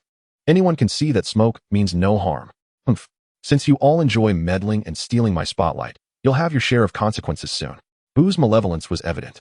Moments later, a transformation occurred. The Demon King's body suddenly turned pale and withered, and a rustling sound emanated from his massive form. In the next instant, like a butterfly emerging from a cocoon, a colossal monster with dual horns and wings appeared. An overwhelming and terrifying aura erupted, sweeping across the surroundings. This power far exceeded that of Goku and the others. What is happening? This malevolent power. The rustling noise drew the attention of the four, who were left in shock by the sight before them. What in the world is this creature? They were astounded, but the Demon King was unfazed. He launched an attack with unprecedented speed, appearing before the four in an instant. With a swift strike, he sent the unsuspecting Gotenks flying, causing the fusion of the two to break apart. With a flick of his tail, he knocked Gohan aside, crashing him into nearby ruins. Just then, Goku threw a punch at the Demon King, but as he was about to connect, the Demon King transformed into smoke and vanished. "What?" Goku was taken aback. "Kakarot, watch out!" Vegeta suddenly shouted. The Demon King reappeared behind Goku, delivering a powerful punch to his back. Goku suffered a heavy blow, blood involuntarily spraying from his mouth. He quickly executed a spinning kick towards his rear, but the Demon King transformed into smoke again and disappeared. Realizing the Demon King's absence, Goku scanned the surroundings. "Vegeta!" Goku exclaimed urgently. The illusory demon appeared behind the vigilant Vegeta, who instantly comprehended the threat. With a swift motion, he unleashed an energy orb toward the rear. However, the orb merely passed through the illusory demon and struck a distant building. Realizing his attack had been ineffective, Vegeta stood momentarily stunned. As his assault missed its mark, the illusory demon reformed and delivered a punch toward the dazed Vegeta. Suddenly, a pink hand emerged, intercepting the demon's fist. Can you not comprehend? You cannot win. Yet you persist in your futile attempts. You are merely handing over your lives. BUU, having teleported in front of the bewildered Vegeta, blocked the illusory demon's assault and mocked Goku and the others. Are you enjoying this now? A mere illusory demon has reduced you to this state. You are not faring well at all. Goku Vegeta. With a firm grasp, BUU plunged his fingers into the flesh of the demon's fist, subsequently hurling it into a building. Who are you truly? As the situation shifted in their favor, Goku could not restrain his curiosity. BUU, no longer concealing his identity, dramatically removed his dark garments. Majin BUU, you are alive. Goku and Vegeta's emerald eyes widened in disbelief as they exclaimed in unison. You are the mastermind behind this. You released this monster. What is your intent? Goku demanded. I have no ulterior motive. I merely wish to defeat that monster or be defeated by it. BUU replied with a bemused expression. What was this? The malevolent Majin BUU was exhibiting awareness? He was capable of conversation. The previous incarnation of Majin BUU was devoid of reason, driven solely by destruction. The two exchanged glances, momentarily perplexed by the unexpected turn of events. As the three conversed, the illusory demon transformed into a wisp of gray smoke and suddenly appeared behind BUU, launching a punch at him. Goku and Vegeta, witnessing the demon's emergence, offered no warning. However, BUU sensed the demon's presence the instant it appeared, yet he could not be bothered to evade, for with his current physical prowess, he could disregard most attacks. Bang! Crack! The sound of bones fracturing echoed as BUU absorbed the blow without flinching, seemingly melding into the demon's fist. Your punches are feeble. BUU taunted, addressing the instinctual, mindless demon. Witnessing the ineffectiveness of the illusory demon's attack against BUU, Goku and Vegeta stared wide-eyed, enveloped in a moment of silence. I care not for your rationality. When the opportunity arises for me to show off, I shall indulge in it. Such is the game. In midair, the gargantuan fist of the illusory demon contrasted sharply with the diminutive BUU. Behold, Goku Vegeta. This creature, which you find insurmountable, is but a trivial challenge before me. BUU thrust his fist forward, striking into the void, and the dazed illusory demon found itself struck from behind. Bang! The unprepared demon was caught off guard, its body caving in significantly, leaving it bewildered in its instinctual state. As BUU unleashed a punch towards the space on his left, the Demon King had learned his lesson, transforming into a wisp of smoke. BUU, too, disassembled and vanished. In an instant, both figures disappeared, leaving Goku and Vegeta dumbfounded. What was happening? How could BUU employ a technique so akin to that of the Demon King? A roar. Without BUU's presence, the Demon King remained stunned for a moment before redirecting its focus to Goku and Vegeta. The smoky figure of the Demon King appeared behind them, hands outstretched, ready to strike down the bewildered duo. Bang! They were caught off guard, thrust into a deep pit in the earth, reverting to their ordinary forms, and lost consciousness. With a puff, the Demon King froze in place. BUU materialized behind it, extending his arm 2 meters long, piercing through the Demon King's heart and emerging at its chest. When attacking, you reveal your form. Your phasing technique is rather pathetic. BUU scoffed at the Demon King's abilities, retracting his elongated arm. Roar! The Demon King, in a futile display of strength, lashed out at BUU with its tail, but BUU disassembled and vanished once more. The Demon King, in a frenzy, recklessly unleashed energy blasts upon the city's structures. BUU reconstituted himself on the other side, observing the Demon King, who was devoid of blood, with curiosity. What is it made of? It must be composed of energy, right? BUU disassembled and reappeared above the Demon King. With another powerful punch, he struck the injured and defenseless Demon King on the head. Bang! Its skull caved in, and the Demon King crashed heavily to the ground. Roar! The Demon King emitted a weak, pained howl. BUU extended his hand towards the Demon King, forcefully grasping the air, compressing the space around it into a candy-like realm, enveloping it within. With claws outstretched, BUU gradually intensified his grip. The wounded Demon King was contorted and crushed within the candy space. Whoosh! BUU transported the Demon King outside Bulma's home. Gazing at the motionless Shenron suspended in the sky, BUU inquired, could you transform the Demon King back into an unconscious energy conglomerate? Upon hearing this, Shenron's eyes brightened. After a moment, he replied, if it were the Demon King at full strength, I could not assist, but given its current state of injury, I can. Then please revert it to an unconscious energy conglomerate, BUU wished. Your wish has been granted, Shenron declared before soaring high into the sky, transforming into 7 Dragon Balls that vanished into the horizon. The sky turned clear. Inside Bulma's residence, she exclaimed, "Is that Majin BUU? He's still alive. Didn't Goku eliminate him?" Witnessing BUU's appearance and his series of actions sent Bulma into a panic, causing her to cower in a corner, trembling. Beside her, the Demon King, contained within the candy space, had transformed into a chaotic mass of malevolent energy. BUU's eyes glimmered with golden light as he opened a slight gap, akin to quenching thirst, and began to consume the chaotic, malevolent energy. This was a tremendous boon. BUU licked his lips, feeling the tumultuous energy within him. The limiter emerged, purifying the chaotic, malevolent energy, and the energy levels surged rapidly. Before long, the malevolent and chaotic energy was fully absorbed and purified. Energy, Phase 1, Progress 72. BUU felt elated. His strength had surged, and he surmised that he must now possess the power of Super Saiyan 4. Alas, he lacked a point of reference. He was uncertain of his estimation. However, on the same level, he was assured of victory. Why? Infinite stamina and vitality. A terrifying regenerative ability. It would be absurd not to win. Moreover, the essence of soul, body, and energy transcending limits were understood by those who comprehended such matters. He cast a glance at Bulma, who was hidden in the shadows, trembling with anxiety. BUU smiled silently and vanished in an instant. On an uninhabited planet, BUU prepared to cultivate. After all, with such a dramatic increase in power, it was essential to train to maintain control. He closed his eyes, sitting cross-legged in the void. His entire being remained motionless, suspended in the air. Power surged within him, an invisible force emanating from his form, slowly expanding. Fragments of stone, withered wood, and flowing water were all affected, floating erratically, trembling incessantly. With each passing moment, the strength within him grew more formidable.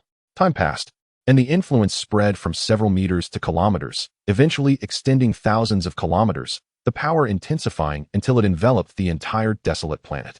In an instant, the sky darkened with ominous clouds, thunder crackled, and fierce winds howled.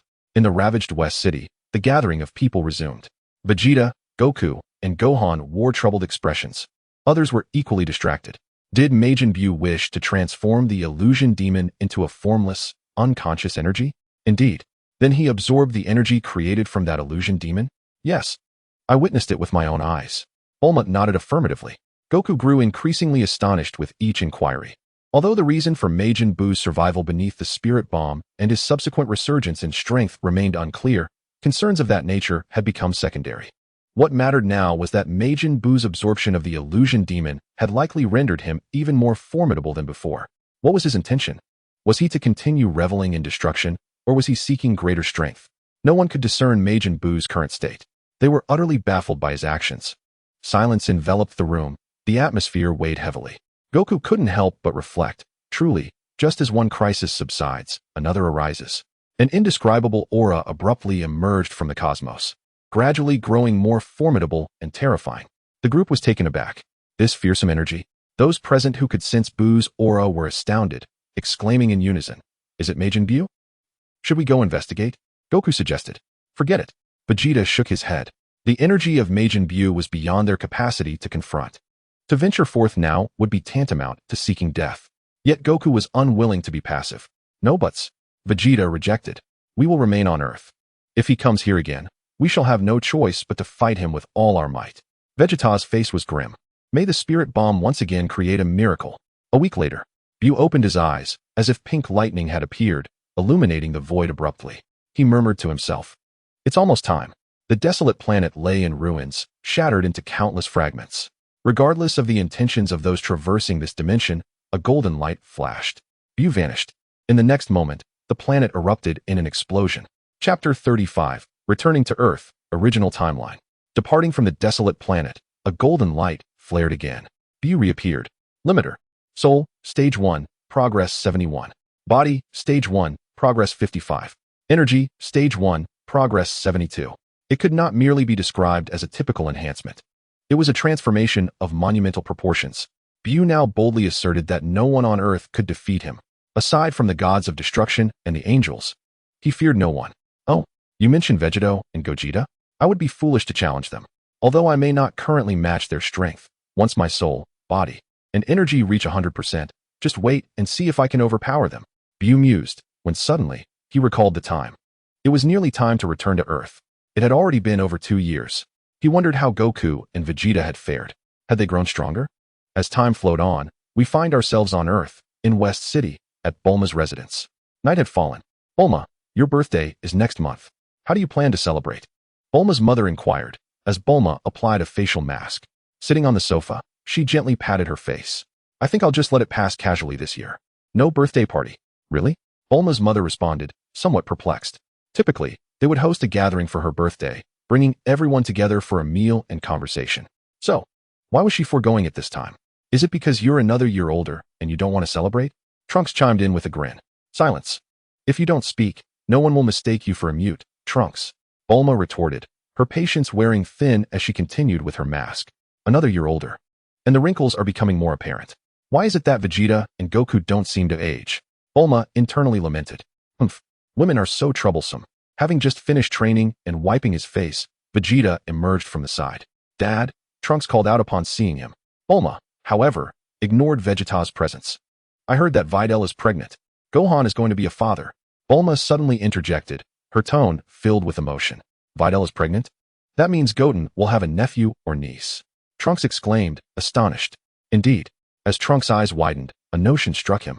Yet, he wished for a brother or sister instead of a nephew or niece. How could Goten, that silly boy, possibly be an uncle? He would undoubtedly be inadequate. It was hard to believe that the child who once followed Goku around was now on the brink of fatherhood. Bulma couldn't help but reflect on the passage of time. Gohan must have given up being that so-called Saiyan superhero by now, Vegeta mused, curious. After all, he was now a father. Saiyan superhero? How utterly ridiculous. There were also those exceedingly awkward movements, a true embarrassment for the Saiyans. Since discovering that Bidili was expecting, I have devoted myself to caring for her. Bulma removed her mask and resumed her tinkering. By the way, where is BUU? It has been over 2 years since he last appeared. Curiosity sparked among them as they turned their gazes toward Vegeta, uncertain of BUU's whereabouts. Vegeta shrugged dismissively. Why are you looking at me? I have no idea. I was hoping to fight him. Suddenly, BUU materialized, having overheard their conversation. What are you discussing? Can I join? As if summoned, BUU's voice echoed, and everyone turned towards the source with delight, rising to their feet. Bulma and her mother gasped, Mr. BUU. Vegeta's expression brimmed with combativeness. BUU. Meanwhile, Trunks displayed a hint of trepidation, whispering, BUU, you rascal. Hello, everyone. Long time no see. BUU greeted with a broad smile, raising an eyebrow at the astonished Trunks. You don't seem very pleased with my arrival, do you? Not at all. How could that be? Trunks stammered, trembling slightly as he hurried to BUU's side, pulling him onto the sofa. BUU took a seat without hesitation, and Vegeta and the others joined him. Their curiosity piqued regarding BUU's absence over the last 2 years. Before they could voice their inquiries, BUU interjected, what were you just talking about? Who is pregnant? Bidili. Trunks replied eagerly, Gohan is going to be a father, and Goku will be a grandfather. Bulma sighed wistfully. I have only been away for 2 years, yet it feels like a lifetime. BUU couldn't help but reflect, I never imagined Gohan had it in him. If I weren't familiar with the original Dragon Ball story, I would think I returned too late. So, does this mean Xiao Fong is about to be born? BUU glanced discreetly at Bulma's belly, pondering whether Vegeta's daughter would arrive soon as well. Isn't it, brah? I recall Xiao Fong is a year older than brah. Where have you been these past 2 years? There hasn't been a trace of your energy on Earth. Vegeta could no longer contain his curiosity, realizing he had failed to notice BUU's earlier appearance. Had BUU not spoken, he might have remained oblivious forever. I've been in the universe, just having fun. The universe? Trunks queried, eyes wide with intrigue. Vegeta, astonished, asked, are there still formidable beings in the universe that could make BUU so formidable? Bulma, her mother, and Bulma's father shared a look of intrigue, and Bulma suddenly spoke up. Do you know about the Universe Patrol? The Universe Patrol? I have had dealings with them, BUU replied. Are you familiar with Tai Si? Tai Si? I do not know her, BUU shook his head. I know of her. She does not know me. Ah, the three of them felt a tinge of disappointment. Who is Tai Si? Trunks, noticing the disappointment on his mother's and grandparents' faces, couldn't resist asking. Bulma reached out, gently ruffling Trunks' hair as she explained, she is my sister, and she has been away for quite some time. I heard she is with the Universe Patrol. That is not my aunt, is it? Indeed. The three of them sighed in unison. Vegeta, however, appeared disinterested in their musings. BUU, you have grown stronger once again, Vegeta proclaimed with a fierce glint in his eyes. As BUU munched on a snack and caught sight of Vegeta's eager expression, he raised an eyebrow. Are you seeking to challenge me? Yes, Vegeta nodded affirmatively. Very well, Vegeta. You are indeed remarkable. acknowledging my strength and still daring to challenge me. Your bravery is commendable. Now, perhaps tomorrow. It is rather late now. Vegeta shook his head. All right. A smile spread across BUU's face. After a brief conversation, the group settled down to rest. During this time, Trunks inquired with a hint of mystery about Bulma and Vegeta. Expressing his desire for a sibling, Bulma and Vegeta exchanged awkward glances before retreating to their room. The following day at noon, Bulma's mother announced, "It's time to eat." At that moment, BUU instantaneously appeared, unable to contain his eagerness after days of unsatisfactory meals. Moments later, Bulma's father, and Trunks gathered at the dining table. Yet Vegeta was conspicuously absent. "Where is Vegeta?" Bulma inquired with curiosity, turning to BUU, who she knew had gone to find Vegeta upon waking. "He will be here shortly," BUU explained, adjusting his antennae. Eventually, Vegeta approached, looking somewhat disheveled. He sat down at the table without uttering a word. Why had BUU suddenly acquired so many peculiar techniques? Why was he unable to land a hit? Why did his energy blast seem to redirect towards himself? The morning's battle left Vegeta questioning his existence. The two engaged in a casual spar, with BUU being nonchalant while Vegeta exerted his full strength. Vegeta was utterly defeated. After their meal, BUU began to subtly inquire about any upcoming events with Trunks. "What activities do you have planned for next month? Anything fun?" Trunks, looking bewildered, replied, "I have no idea." He pondered what might be troubling BUU, who was acting rather oddly. Faced with Trunks' confusion, BUU himself wore a perplexed expression. He then approached Vegeta, who also looked puzzled and stated that there were no events next month. Curiously, Vegeta asked, "Why do you want to know?" BUU stumbled over his words, unable to provide a clear answer. He certainly could not mention that the god of destruction Beerus and the angel were likely to visit Earth next month. Vegeta would undoubtedly bombard him with questions. BUU, disinterested in explaining the complexities, offered a vague excuse to brush it aside.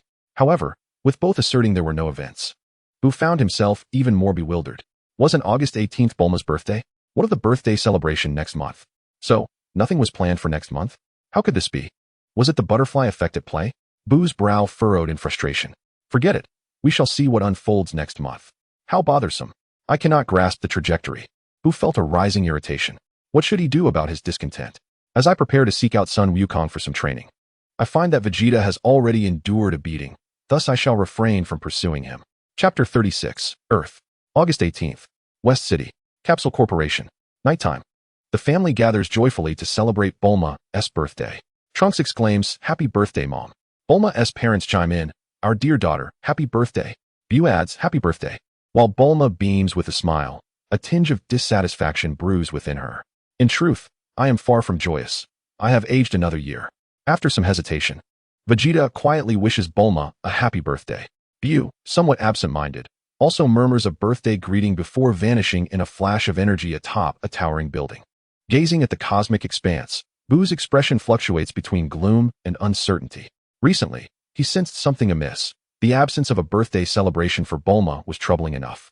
When he sought out Sun Wukong to glean information about the god of destruction, he discovered that Wukong had not gone to King Kai's planet for training, but was instead at home, training Goten.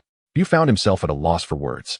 How could Wukong, not training on King Kai's planet, possibly know about the god of destruction? Disappointed, he departed. However, Wukong's absence from King Kai's planet did not pose a significant issue. It merely meant he would not learn about the god of destruction's prowess in a timely manner. Lacking information, BUU resolved to inquire himself. Upon arriving at King Kai's planet, BUU asked, "Are you aware of the god of destruction?" King Kai replied, "God of destruction? I am unaware. Is this some new joke?" There was no reason for King Kai to deceive him. He truly had no knowledge of such a being. BUU frowned at King Kai's words, initially suspecting that the butterfly effect had delayed Beerus' arrival, resulting in the Supreme Kai and others failing to inform King Kai. Determined, BUU sought out the Elder Supreme Kai. Upon entering the realm of the Supreme Kai, he questioned the Elder Kai, who was preoccupied with peeking at beautiful women. Has the god of destruction awakened?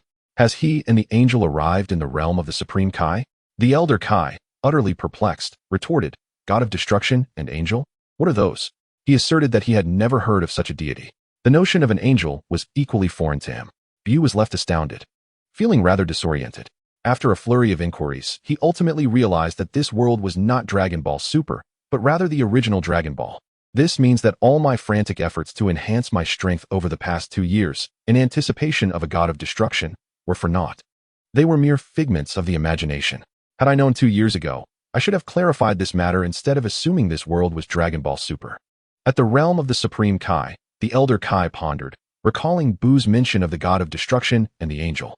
Unable to restrain his curiosity, he inquired, "What exactly are these so-called God of Destruction and Angels?" The Elder Kai dismissed it with disdain. "I've told you, I know nothing of them. I've never heard of such nonsense. What rubbish are you speaking of, God of Destruction and Angels? I am the Grand Supreme Kai." Why did BUU appear so despondent upon hearing that the God of Destruction and the Angels did not exist? How am I to fathom BUU's whims? The old Supreme Kai, with his wrinkled visage, displayed an air of indifference. How could a God of Destruction possibly be compared to the Supreme Kai? Jebet flattered him. And the old Supreme Kai nodded in agreement, then continued to steal glances at the beautiful women nearby. Supreme Kai Shin, disregarding Jebet's flattery, was intrigued by BUU's reaction. Was the God of Destruction and the Angels significant to BUU? Why would it cause such disquiet within him? The prospect of BUU having such a reaction was tantalizing. What, indeed, were the God of Destruction and the Angels? Supreme Kai Shin's curiosity was nearly overwhelming. Atop the towering building, BUU's emotions were tumultuous. Suddenly, a revelation struck him. Wait. Without the God of Destruction and the Angels, he would not be able to dominate this universe. After all, in their absence, he could be considered invincible. Invincible on Earth? No. Invincible in the universe. Baby? Super 17? One-Star Dragon? What mere trifles? BUU dismissed them with disdain. However, the One-Star Dragon was worth contemplating. Although the One-Star Dragon was insignificant, the Super One-Star Dragon was not. The Super One-Star Dragon, a walking repository of colossal energy. So delectable. Yet, the Super One-Star Dragon was quite formidable. He was uncertain whether he could prevail in battle. BUU licked his lips, feeling a surge of excitement. Almost eager to devour the Super One-Star Dragon. There was still time, still an opportunity to enhance his power. However, the timeline was a bit hazy to him. He could only vaguely recall it being a few years later. Was it 10 years hence, or something else? It was unclear. Let it be 10 years then. BUU, what are you doing here? Vegeta suddenly flew over, arms crossed, standing nearby. Having observed BUU's earlier discontentment and noticing his disappearance, Vegeta had searched the vicinity and finally spotted BUU atop the building. "It's nothing," BUU replied, not wishing to elaborate. "By the way, since this is the case, the Super Saiyan 4 must be the next stage for Goku and Vegeta." BUU gazed at Vegeta's tail with keen interest. A tail? BUU was momentarily taken aback, surprised. "Where's your tail?" "Tail?" Vegeta, puzzled by the sudden inquiry, explained, "I found it bothersome, so I had it removed." "Removed? Very well. You're impressive. No wonder you need Bulma's invention, the Blutz Wave Generator, to transform into Super Saiyan 4. BUU regarded Vegeta with an inscrutable expression. Vegeta felt a chill as he sensed BUU's gaze and shouted, "What kind of look is that?" It seemed BUU's eyes held a hint of sympathy. Vegeta felt a surge of irritation. "How could I have any particular expression? You must be mistaken." BUU remained composed, his tone unhurried. "Oh, it seems you've become more perceptive, Vegeta. Setting that aside, aren't you going to celebrate Bulma's birthday with her?" Vegeta's demeanor appeared somewhat unnatural. After fidgeting for a moment, he suddenly murmured, "We Saiyans do not indulge in such frivolities." Observing Vegeta's discomfort, BUU burst into laughter, recognizing the insincerity in his words. After exchanging a few more words, BUU dismissed Vegeta. In the towering building, after Vegeta's departure, BUU found himself lost in thought, continuing to ponder aimlessly. The plans he had just devised regarding the One-Star Dragon swiftly vanished from his mind. Regardless, he believed that with several years of training, he could easily overpower it. At present, BUU was engulfed in confusion, emptiness, and discomfort. With the gods of destruction and angels absent from this timeline, he suddenly felt a loss of motivation. Despite being invincible in this universe, the absence of pressure left him feeling profoundly uneasy. Initially, he thought he had entered the world of Dragon Ball Super, where his emotions were dominated by worry and anxiety, primarily stemming from the fear that one day, the Omni King might erase the universe. The Omni King's temperament resembled that of a child, swayed between joy and displeasure in an instant. When pleased, the universe thrived. When displeased, his whims could lead to annihilation. The thought of dying without understanding why left BUU with no place to grieve. Thus, he had tirelessly worked to enhance his strength in preparation for the God of Destruction and the upcoming Tournament of Power. Even without Goku's interference, the tournament would proceed, albeit in a different format, as it served the Omni King's purpose of assessing the necessity of the 12 universes. Some universes could remain untouched, but not the one inhabited by Goku and his companions, which is why BUU relentlessly pursued strength. Now, with the gods of destruction and angels gone. It signified the absence of the Omni King as well, manifesting an overwhelming sense of emptiness within him. What should I do now? Should I continue to grow stronger? Or simply give up? In this realm, apart from Vegeta, who is the fusion of Goku and Vegeta and Gogeta, he believed himself to be invincible. Thus, did it still hold significance to pursue greater strength? BUU was uncertain, momentarily engulfed in a haze of confusion. Bulma's family joyfully celebrated her birthday, and a night passed without incident. Another month rolled by. At Bulma's residence, the sun shone brightly as BUU languidly reclined on a beach chair, soaking up the rays. What was happening to him? He suddenly felt devoid of ambition. Bulma, curious, inquired about Vegeta's thoughts on BUU's state. To them, BUU now resembled a slothful fish.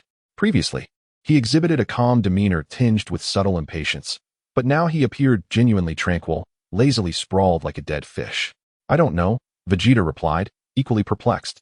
Ever since Bulma's last birthday, BUU had been this way, and Vegeta was intrigued. However, he was convinced that BUU would be back to his old self in no time. Really? Bulma asked, intrigued. The two continued to observe BUU's every move. Meanwhile, BUU's thoughts soared in his mind. Suddenly, he sprang from his chair. Damn it. Once this is over, I'm heading to Dragon Ball Super. Not only will I watch, but I shall also create chaos. The spicy neighbor, utterly taken aback by a mere child and a hairless cat for so long. I am Majin BUU. I must surpass them. In this moment, BUU comprehended his determination. His spirit rekindled. His current objective is to exceed the 100 mark and embark on the next phase. See, I knew it. BUU cannot simply languish in mediocrity.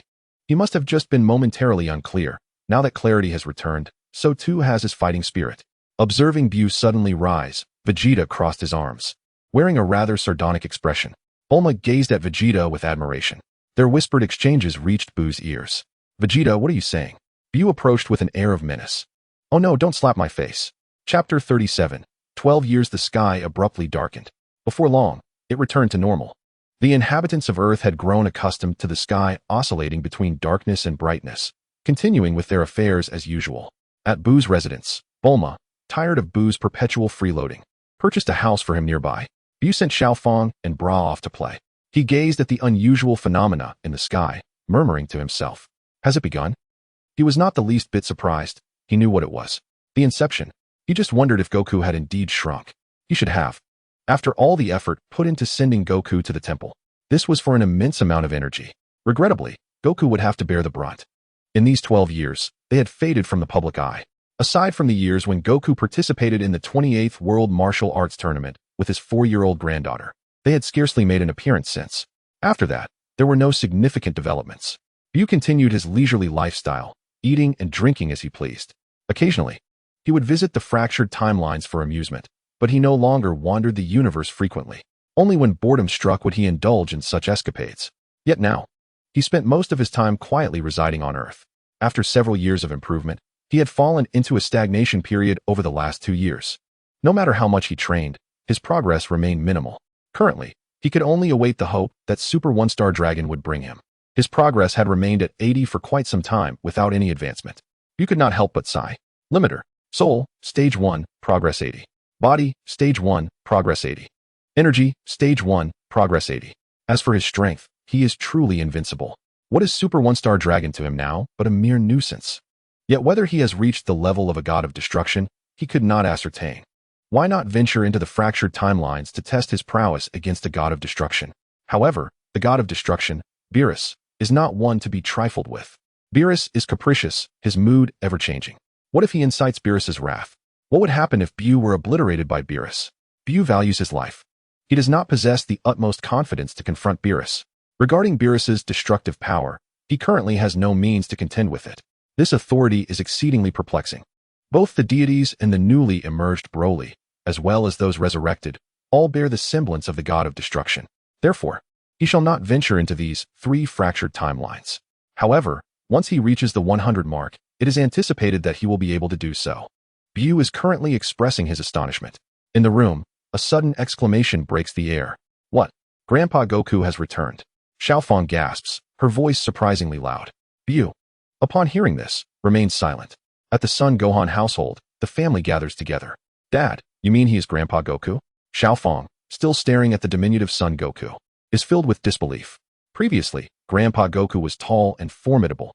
How could he now be merely a small child? Indeed, son Gohan, dressed impeccably in a suit and spectacles, nods affirmatively. According to what your parents have relayed, Grandpa Goku departed for some temple to train, and he has been away for several years before returning. Xiaofang, who is currently at Uncle Boo's house playing with Bra, receives the news of Grandpa Goku's return after years apart. She hastily rushes back, only to be told that this little boy is none other than Grandpa Goku. I can't believe it, she exclaims. Are you trying to fool a child? In any case, Xiaofang struggles to accept this. Little son Goku is busy consuming plate after plate of food. Upon hearing Xiaofang's skepticism, he pauses after finishing a plate and cannot help but murmur, I was training diligently at the temple when suddenly 3 familiar faces from my youth appeared, panicking as they made wishes to a crimson-hued dragon, and then I transformed into this child. Little son Goku adds, I am equally at a loss. I am innocent. He then casts a glare at BUU, who is suppressing laughter. It's all your fault, BUU. You were the one who suggested I train at the temple 2 years ago. Although I made considerable progress, I have ended up like this because of you. BUU, upon receiving little Goku's glare, helplessly raises his hands in surrender. Meanwhile, Chi-Chi, unchanged in her appearance, gazes at little Goku and nearly faints, prompting Videl to quickly support her. Chi-Chi then cannot help but voice her quiet complaints. Son Gohan and son Goten, filled with curiosity, continue to observe the childlike form of son Goku. Noticing the varied reactions of everyone towards son Goku's transformation, BUU, stifling laughter, remarks, I actually think this isn't so bad. After escorting Bra home, he follows Xiaofang to son Gohan's house. What is good about this? Calling a small child grandpa, Xiaofang exclaims in exasperation, unable to resist pinching BUU's arm. BUU pleads for mercy. Why call me uncle? BUU protests. I am still young. I have just awakened. How old can I be? The Son Goku family and the Vegeta family have long since run out of words for BUU's audacity. So they decide to let the children call him whatever they like, as long as BUU is happy. Witnessing this scene, everyone cannot help but chuckle. Dad as a child truly resembles Goten to an uncanny degree. Son Gohan, now unable to contain himself, reaches out to touch little son Goku's face. Goten, seeing that his father as a child bears an identical visage to his own, also steps forward to touch him. This leaves the dining little son Goku feeling quite uncomfortable. What are you doing? I'm trying to eat. While eating and conversing, they attempted to halt the actions of the two individuals. Outside the courtyard, the sound of a spacecraft landing could be heard. It was rumored that Kakarot had shrunk. Before anyone entered, Vegeta's curious voice echoed. The unchanged visage of Bulma, accompanied by Vegeta, entered, with Bra trailing behind them. After greeting them, Bra approached Xiaofang. BUU observed the two whispering to each other, his expression one of disbelief. He had just seen them that morning, and now they were back again. Haha, Kakarot, what is going on with you? Upon entering the room, Vegeta spotted Goku laughing maniacally, prompting Bulma to lightly swat him. Goku continued to eat, yet his forehead bore a multitude of sweat beads. Why did Bulma and Chi-Chi remain unaltered in appearance? It was simply because Bulma had incessantly complained about her wrinkles over the years, to the point where even Vegeta and the ever-frequent guest BUU found it tiresome. Thus, during a birthday celebration, BUU summoned them all and utilized white magic to preserve their youthful appearances. He casually bestowed upon them some life energy, rejuvenating their looks and promoting better health and longevity. One cannot deny the efficacy of white magic. Over the years, Goku and Vegeta's powers had surged to astonishing levels, far exceeding their original capabilities. This was due to their relentless training sessions with BUU, who would often overpower them. Witnessing their slow progress, BUU taunted them mercilessly, igniting their desire to train fervently and enhance their abilities. The advancements in their physical prowess were a testament to their dedication, as well as the results from battling formidable beings across fractured timelines. In recent years, BUU had faced every notable warrior from those shattered realms. Curiosity surrounded young Goku, as everyone playfully teased him. Goku began to explain to Bulma and Vegeta the circumstances surrounding his transformation. The Black Star Dragon Balls. Bulma inquired, intrigued, having never heard of them before. Just as she was about to probe further, the voice of King Kai suddenly resonated. Goku, King Kai? Goku exclaimed in surprise. I heard about your situation from the Supreme Kai, Dandy, and I conducted my own investigation. Before King Kai could finish, Goku hurriedly interrupted. What about that red dragon? Patience. Let me explain. On King Kai's planet, he wiped his brow and continued. Those Black Star Dragon Balls were created before the Supreme Kai, separated from Piccolo. After a wish is made, they scatter across the universe. Upon thorough investigation, I uncovered a terrifying truth. A terrifying truth? The group listened intently, intrigued. Regarding the use of the Black Star Dragon Balls to make wishes. If the Dragon Balls are not found within a year after a wish is made, the planet where the wish was granted will self-destruct. Does that mean Earth is in danger? The revelation sent shockwaves through the crowd. Observing their astonishment, BUU scoffed. Earth has either been destroyed or is on the verge of destruction recently. Why are you all so surprised? The destruction of Earth is hardly a rare occurrence. BUU rolled his eyes. It's merely a matter of locating the Dragon Balls. Even if they are scattered across the cosmos, they are not impossible to find. You all are making a mountain out of a molehill. Despite his exasperation, BUU spoke with an air of nonchalance. Indeed, observing BUU's relaxed demeanor, the others instantly felt a sense of calm and nodded in agreement. What is your reaction? Xiao Fong inquired, baffled by their nonchalance in the face of Earth's peril. Do not worry, Xiao Fong. Uncle BUU is here. Bra reassured her, glancing at the carefree BUU.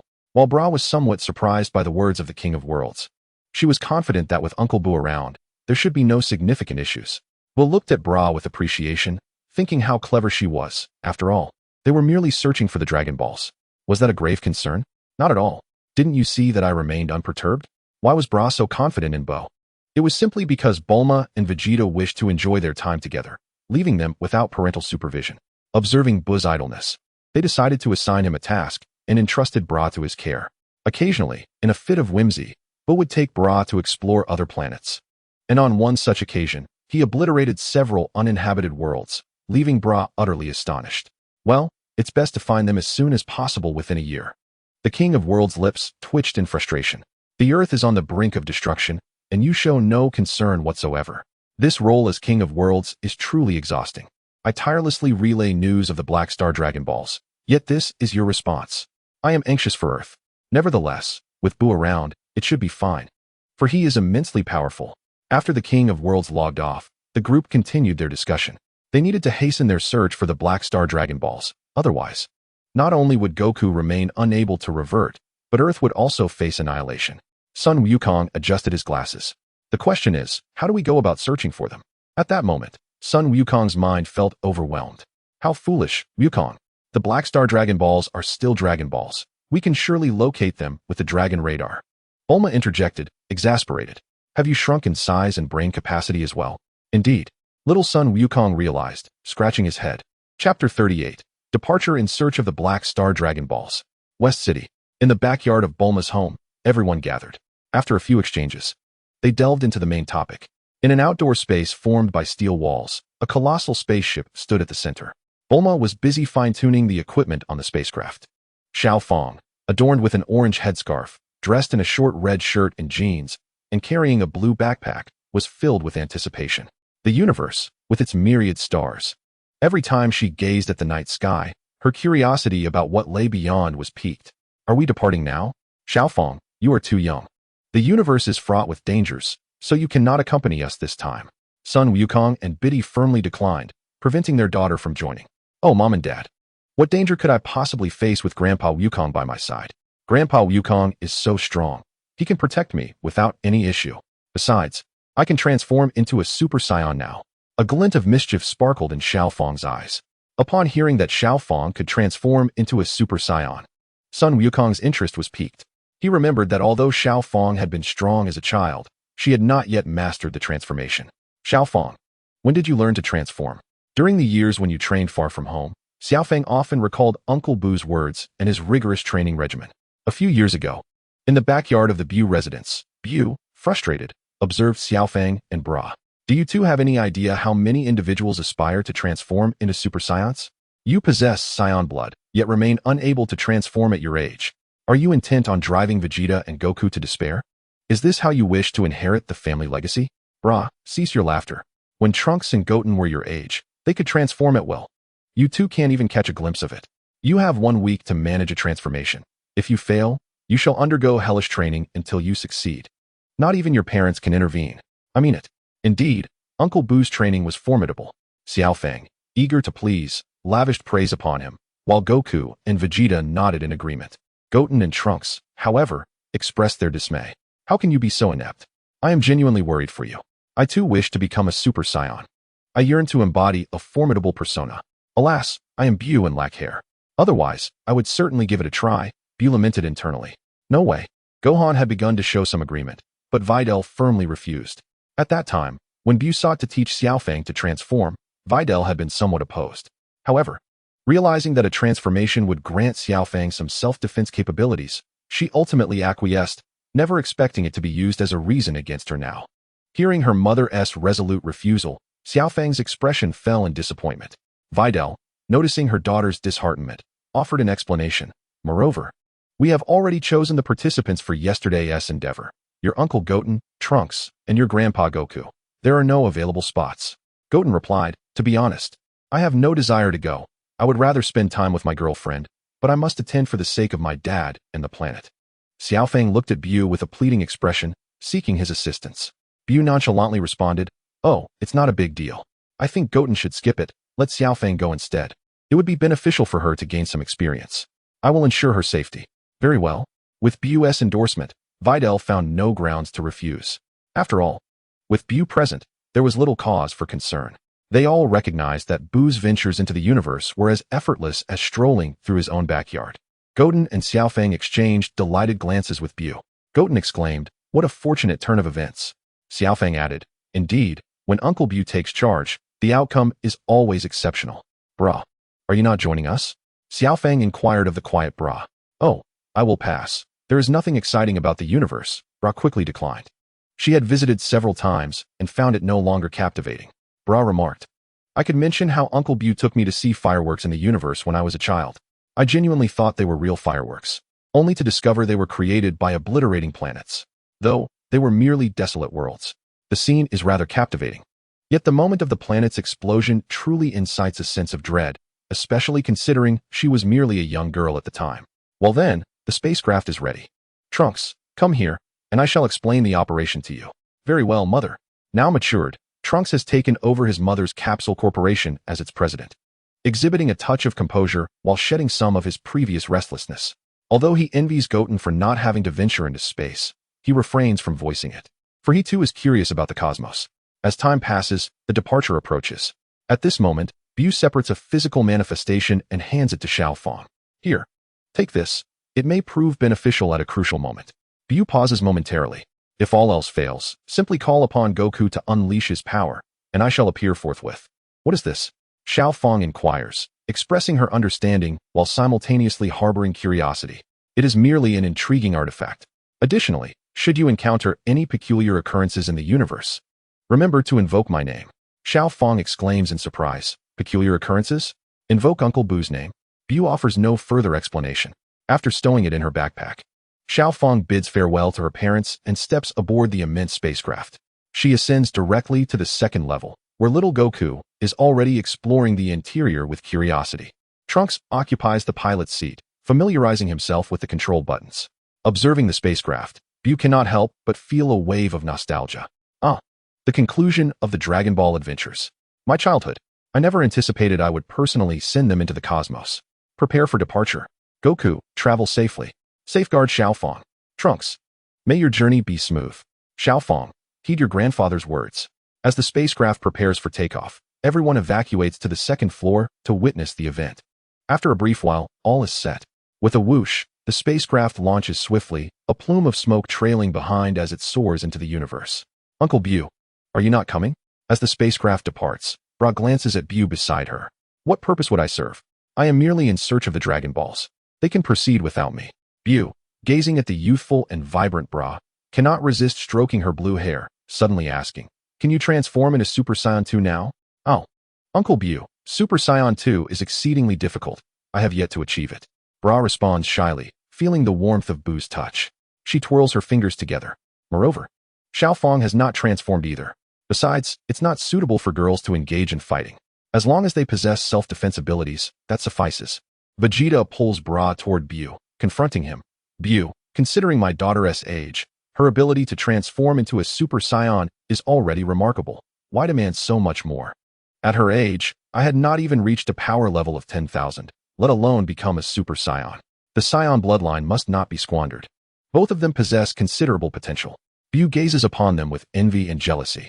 Regardless, upon Xiaofang's return, the two of you must achieve Super Saiyan 2. Do you comprehend how fervently I wish to transform into a Super Saiyan during my youth? Were it not for me, You would not even take training seriously, much less attain Super Saiyan status. No, I disagree. As long as she is happy, Vegeta suddenly said with a hint of hesitation. Objection is futile. You cannot indulge her like this. When Xiaofang returns, their rigorous training will be indispensable. Trunks and Goten certainly endured my discipline back in the day. Just look at how formidable they have become. His mind echoed with memories of Trunks and Goten being mercilessly thrashed by BUU, prompting Vegeta's resolute opposition. Bra is his cherished treasure. She must not suffer the same fate as Trunks at the hands of BUU.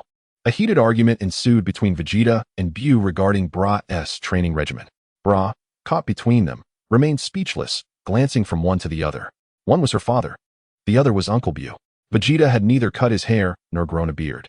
He had abandoned the idea after BUU had mocked him incessantly the last time he considered it. Upon hearing their quarrel, Bulma approached, her expression mirroring the confusion of the situation. Why was BUU so fixated on the Saiyan bloodline? Meanwhile, Xiaofang in the spaceship suddenly shivered. What was happening? She sensed something ominous approaching. Chapter 39. Emigia has the spaceship broken down? BUU exclaimed, his eyes wide with bewilderment. Bulma's words left him utterly speechless. Observing Vegeta and Bulma's arrival, he understood they wanted him to check on Trunks and the others in the universe. However, this was not the original narrative. Why would the spaceship malfunction? Hadn't it been inspected several times? Should he go and take a look? BUU pondered, ultimately shaking his head. After all, Xiaofang, Goku, and Trunks were now much stronger than before. Xiaofang could even transform into a Super Saiyan, making his presence there irrelevant. Seeing BUU deep in thought, but shaking his head, Bulma recognized that he likely felt reassured by their strength. Resting against Vegeta's shoulder, she was filled with mixed emotions, silently praying that Trunks and the others could resolve the situation on their own. Meanwhile, Vegeta remained silent. He was quite familiar with space travel. A minor malfunction in the spaceship hardly constituted a crisis. A few days prior, Bulma had discovered a component in the repair room which felt amiss.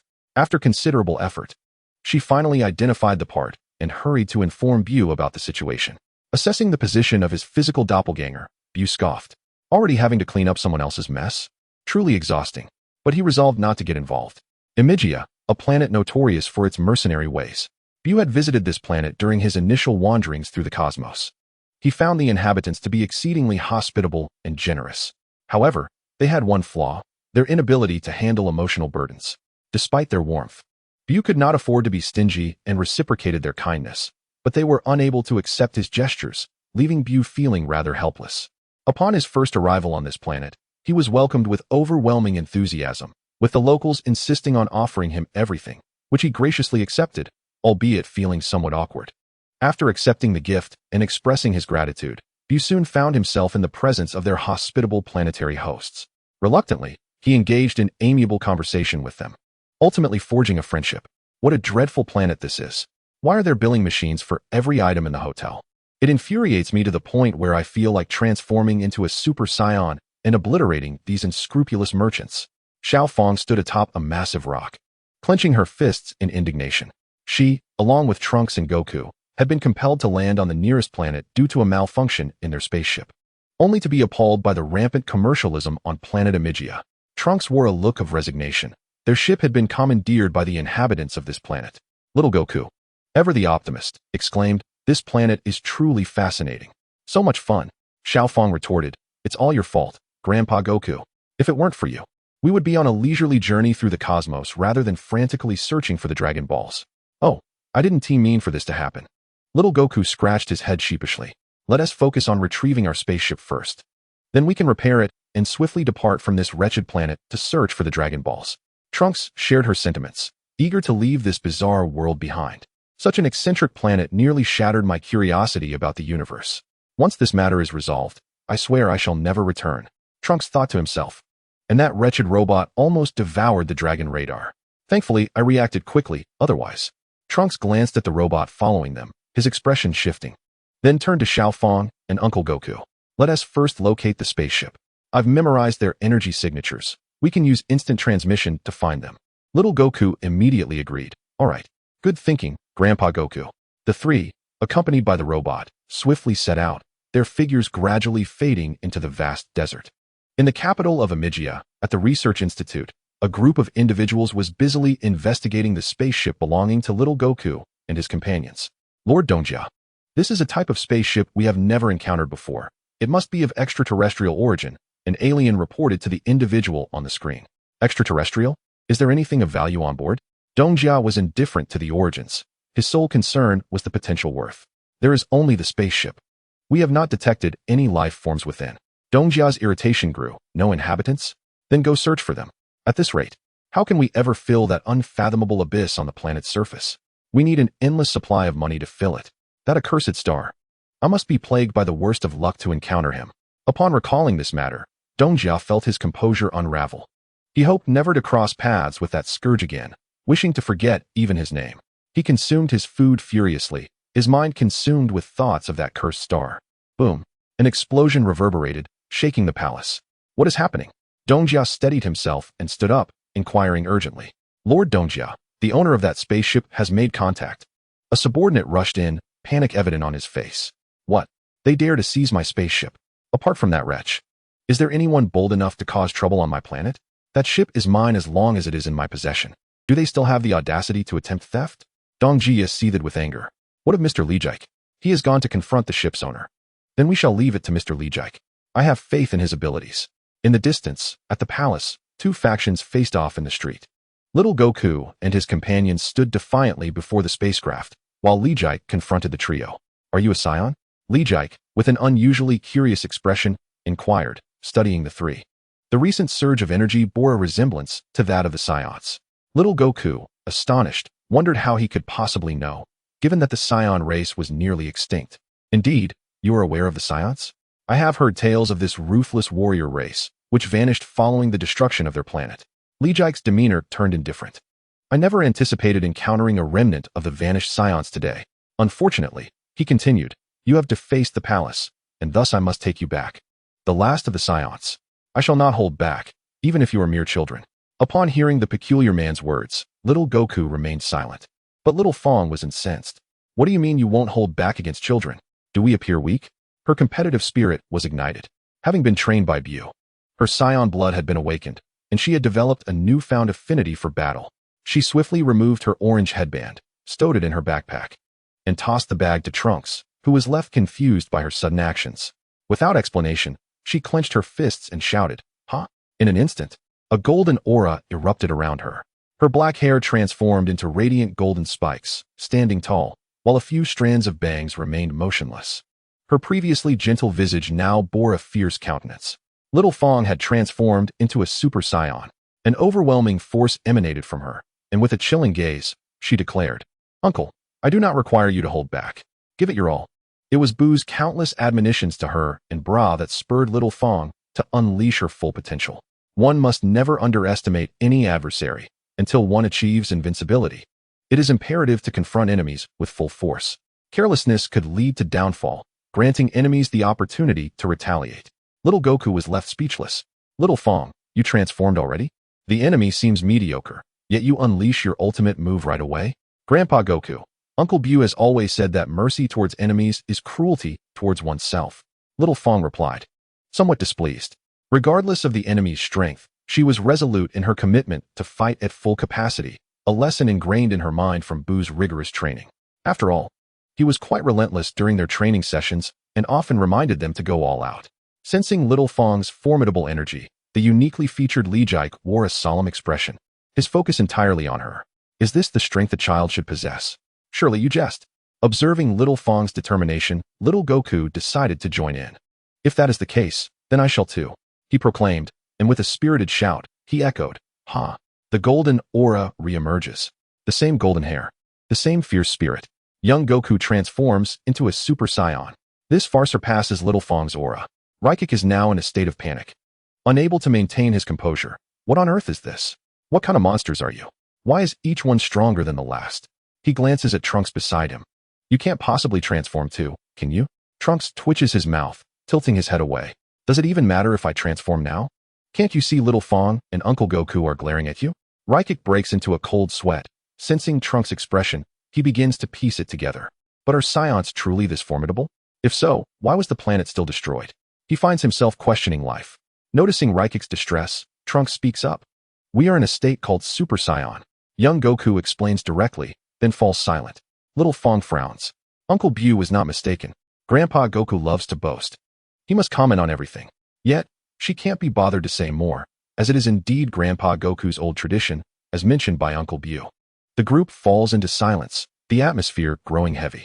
Young son Goku is already eager to engage with the universe's elite.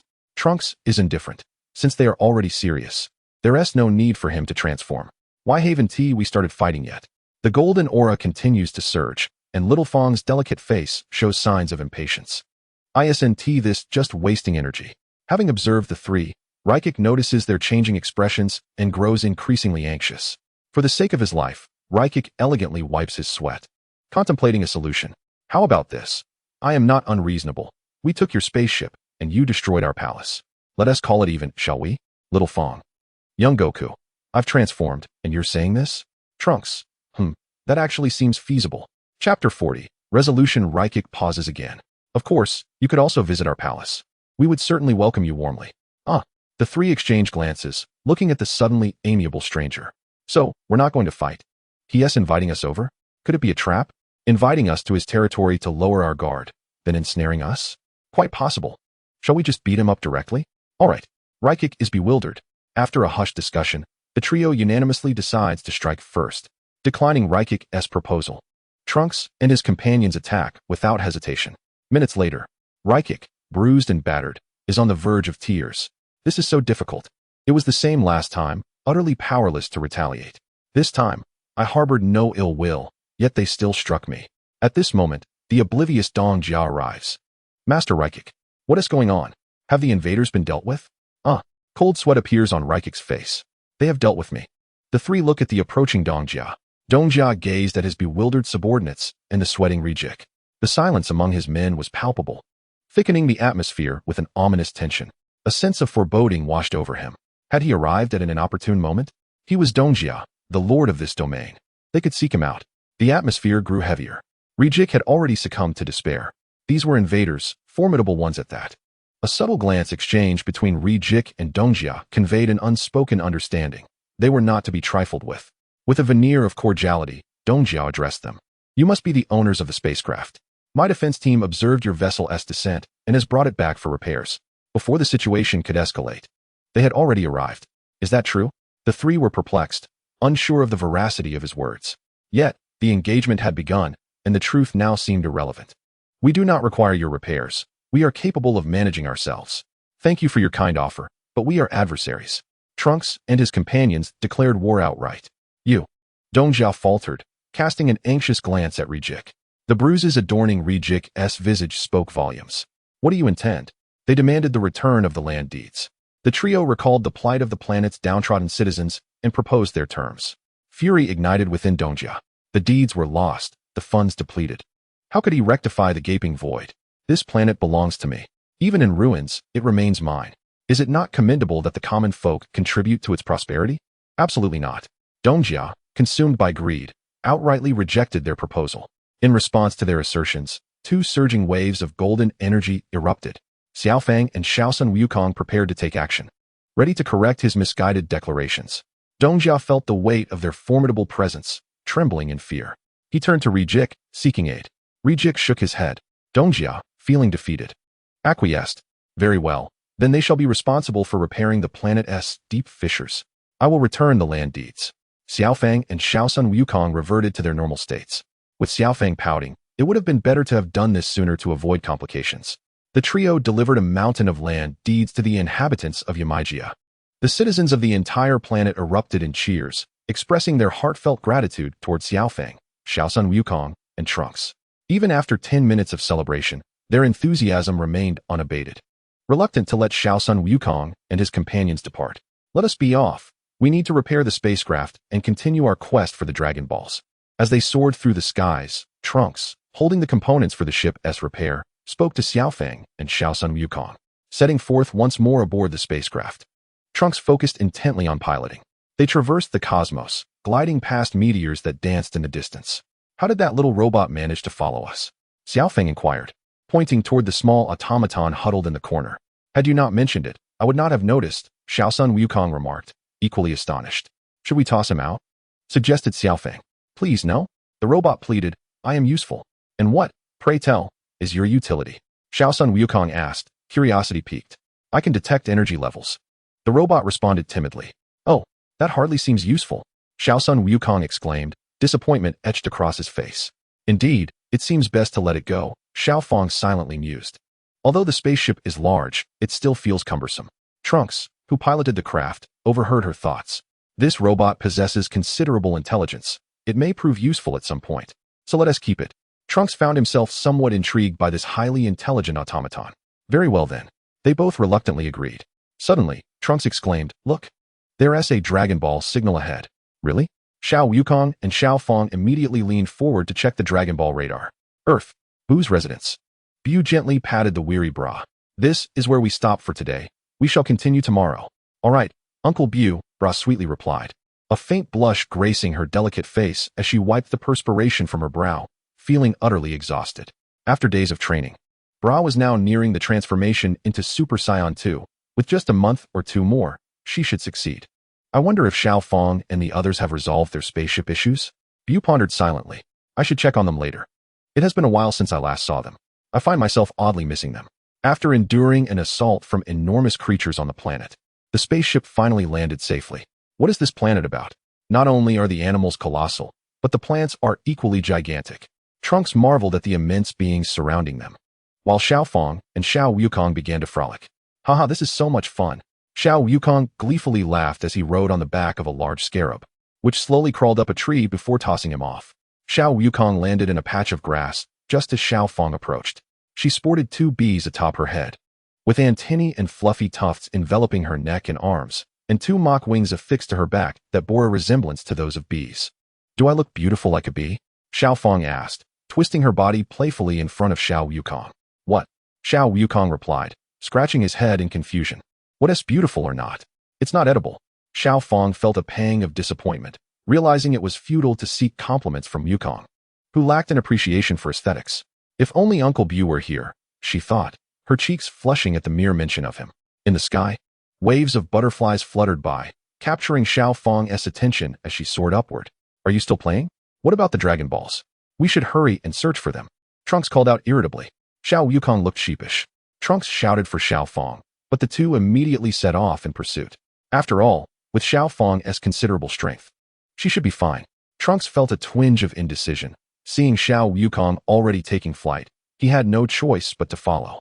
I hope Xiaofang will be all right. In the sky, a vast swarm of giant butterflies danced toward a field of blossoms. Xiaofang followed the butterflies into the floral haven, reclining blissfully among the blooms. Suddenly, the sun in the sky flickered slightly, drawing her attention. What is that?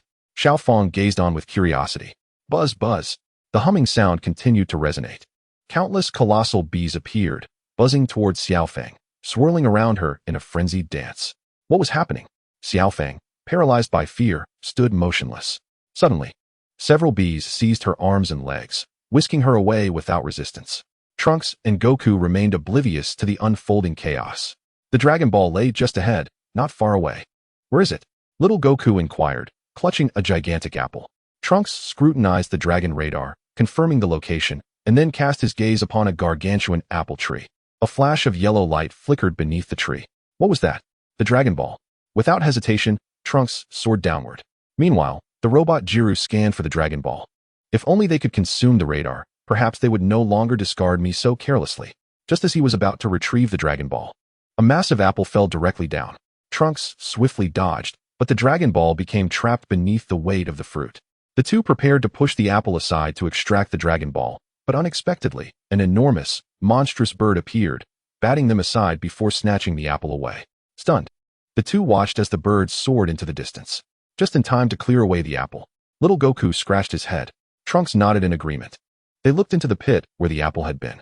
It was utterly empty. Where was the Dragon Ball? The robot pointed towards the distant bird, which clasped the apple in its talons. The Dragon Ball lay embedded beneath it. Fury ignited within them. Curse that monstrous bird, they exclaimed. Meanwhile, Xiaofang was carried by the bees to an enormous hive, where rows of bee larvae awaited. What was this? Xiaofang gasped in astonishment. Suddenly, BUU appeared. Spotting Xiaofang examining the larvae, he called out, Xiaofang, Uncle BUU. Hearing the familiar voice, Xiaofang turned in disbelief, thrilled to see BUU in such an unexpected place. She abandoned her curiosity about the larvae and rushed to embrace him, her delicate features brimming with wonder. "What brings you here?" "I came to see you," he replied, wrapping his arm around her. Noticing Xiaofang's attire and inhaling her familiar scent, BUU's eyes glimmered with an indescribable emotion, causing Xiaofang to blush profusely. "You look lovely," BUU complimented, and Xiaofang beamed with joy, nuzzling against him. BUU surveyed the hive, desiring to avoid the incessant swarm of bees. He raised his hand, conjuring a distorted space to envelop them both. As they conversed, Xiaofang chattered excitedly while BUU listened with a smile. "By the way, Bra is nearly able to transform into Super Saiyan too." "What?" Xiaofang could hardly believe it. "Has Bra progressed so quickly? How infuriating." After chatting for a while, they decided to rest. Eventually, they returned to the location of the spaceship. "Where is Xiaofang?" "She has vanished." "What if something has happened?" Trunks called out anxiously. Having searched the vicinity without success, "Let us hurry and find her," he urged little Goku. All right. Although little Goku was not overly concerned, he was still prepared to search. After all, Xiaofang could already transform into a Super Saiyan. What danger could she possibly face? Chapter 41. The first Dragon Ball. Half an hour later, within the hive. In the realm of distorted space, the two had rested sufficiently. Xiaofang's attire bore some creases, and a hint of flush adorned her delicate visage, rendering her radiant. She adjusted her garments and donned an orange headscarf, casting her gaze towards the contemplative BUU. "Uncle BUU, when will you return to Earth?" "Perhaps later. I have no pressing matters on Earth and am in no rush. It provides a perfect opportunity to accompany you." Upon hearing this, a rosy hue graced Xiaofang's cheeks, her heart brimming with joy. BUU, with nothing to occupy him and the progress of his limiter stagnant, awaited the grand finale. Only after Goku and his companions concluded their cosmic explorations would the real spectacle commence. He pondered what the next phase would entail once the progress reached 100. "You haven't been training diligently of late, have you?" BUU remarked, aware of Xiaofang's tendencies. "Hee, you see right through me," Xiaofang responded, her eyes narrowing into crescent shapes as she flashed a mischievous smile. Though the universe offered some amusement, Xiaofang did not neglect her training. However, as her journey had only just begun, she had yet to encounter formidable foes, and without trials, her strength had seen little enhancement. "We should depart. If I linger too long, Grandpa and the others will surely worry." "Indeed," BUU agreed, dispelling the distorted space. A swarm of newly hatched bees buzzed about. As worker bees dispersed honey to the larvae and then fluttered around in search of Xiaofang. Upon spotting her, they flocked toward her eagerly. "Why are they here again?" Xiaofang stepped back in confusion as the bees approached. BUU chuckled, understanding the situation. "They mistake you for their queen." Xiaofang's expression soured upon hearing this. How can they make such an error? She pondered her disheveled fur, the adornments atop her head, and the faux wings on her back. The approaching bees halted in their tracks. "Let us leave this place," she urged BUU. BUU nodded, sensing Goku's aura, and, cradling Xiaofang, activated his instant transmission. Meanwhile, in another location, amidst towering trees and flourishing flora, Trunks and Goku continued their search for Xiaofang, neglecting even the recently vanished Dragon Ball. In their quest, they stumbled upon a severely weakened giant bee beneath a tree. Compassion stirred within them, and they decided to carry the bee along as they sought Xiaofang. Where could Xiaofang have gone? Trunks pondered aloud. "I have no idea. I hope she isn't in any danger," Goku replied. Suddenly, the ground trembled beneath them. What is happening? They wondered, intrigued. A colossal figure ambled past, a strange bird perched upon its shoulder. With each step it took, the earth quaked. Moments later, the giant vanished from sight, leaving Trunks and Goku in awe, for it was their first encounter with such a gigantic being. In a flash, BUU appeared, still cradling Xiaofang. Observing Trunks and Goku, who stood transfixed, staring in the same direction, Xiaofang stepped out of BUU's embrace and approached them. "What is the matter?" she inquired. "Xiaofang." Trunks and Goku exclaimed in unison, turning swiftly at the sound of her voice. Upon the appearance of Xiaofang, Trunks was instantly invigorated, radiating vitality. A sigh of relief escaped him. Everything was well. However, when he spotted BUU, his demeanor swiftly deteriorated. "BUU, what brings you here?" Trunks exclaimed, astonished. Aware of Xiaofang's strength and her safe return, Goku was unfazed and curiously inquired about BUU's presence. "I had some free time, so I thought I'd check on you all. How is the search for the Black Star Dragon Balls progressing?" BUU replied with a smile. "Ah, is that robot Jero?" BUU remarked, his eyes glinting as he noticed the robot in Goku's hand. "It's all right. There's one Dragon Ball on this planet," Goku said, scratching his head with a cheerful grin, then added somewhat disgruntled, "It's just unfortunate that it was taken away by that strange bird." Strange bird? The one on the giant's shoulder. They exchanged glances, astonished that after such a long time, they had yet to retrieve it. Xiaofang was taken aback. We were searching for you. Who knew where you had vanished? Trunks retorted, slightly annoyed. Oh really? I was just whisked away by a bee, Xiaofang replied, her gaze shifting to the bee behind Trunks. What is going on with that? She questioned, pointing at the queen bee. She is quite weak. If we leave her, she may perish. We decided to bring her along in hopes of finding her bee colony, Trunks explained, casting a glance at the queen bee. Oh, I mistook her bee colony for the queen. Xiaofang recalled BUU's earlier words. BUU nodded in agreement and then unleashed a healing beam towards the queen. Gradually, the queen's vitality was restored, and she ascended from Trunks' back, hovering gracefully in the air, expressing gratitude to the four with a gentle bow. We have no time to linger. She is well enough now to return to her hive. We must pursue the Dragon Balls, BUU stated after tending to the queen. Goku and Trunks nodded in agreement. With the queen restored, it was evident she would seek the Dragon Balls. Do you have any leads? Xiaofang inquired. Yes. Just moments ago, a giant passed by, and on his shoulder stood a large bird. The very one that took the Dragon Balls, Goku informed her. A giant? Xiaofang was intrigued, having never encountered one. Indeed, he was enormous. Goku exclaimed, extending his arms to illustrate the giant's size. He should be just ahead, Trunks indicated, pointing in the direction the giant had departed, using the Dragon Ball radar. Then let us set forth immediately, Xiaofang declared. The group soared along the path the giant had taken. Suddenly, Goku caught a whiff of a tantalizing aroma wafting through the air. It smells delicious. I'm starving. After we find the Dragon Balls, we can eat. Grandpa, he exclaimed excitedly. Xiaofang shot him a disapproving glance from BUU's back. Goku, you can't think about food now, she admonished. Goku looked dejected, feeling deprived of his meal.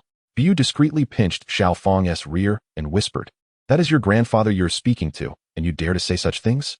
If it weren't for him, we wouldn't have hurried to the universe. Though the universe was indeed a thrilling place, Xiaofang's face flushed as she leaned against BUU's back, shifting slightly in discomfort, and retorted, Oh really? Next time, BUU, you and I shall embark on a cosmic journey together. Upon hearing this, BUU proposed, All right, it's a promise, Uncle BUU. Xiaofang's face lit up with joy as she began to envision the three of them traveling. Observing Xiaofang's excitement, BUU mused to himself, You are celebrating too soon. We may have to wait until my objectives are fulfilled before we depart. At that moment, Trunks suddenly exclaimed, We're almost there. The dragon radar indicates a Dragon Ball ahead, and the giant should be nearby as well. The four followed the enticing aroma, arriving at an immense forest where wisps of smoke curled upwards. They descended closer to the source of the smoke, where a colossal fish was being roasted, filling the air with an irresistible fragrance. It's so large, so fragrant. I must have a taste, exclaimed Goku, clutching his empty stomach, drool pooling beneath him. Suddenly, the ground trembled as the gentle giant and several enormous creatures approached the roasted fish, seeing that it was nearly done. Without uttering a word, he picked up the fish and began to eat. After a short while, a gigantic creature resembling a deer nudged him with an apple embedded with a Dragon Ball.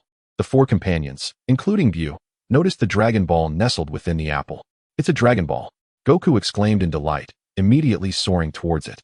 Alas, he was too late. The giant devoured the apple in one swift motion.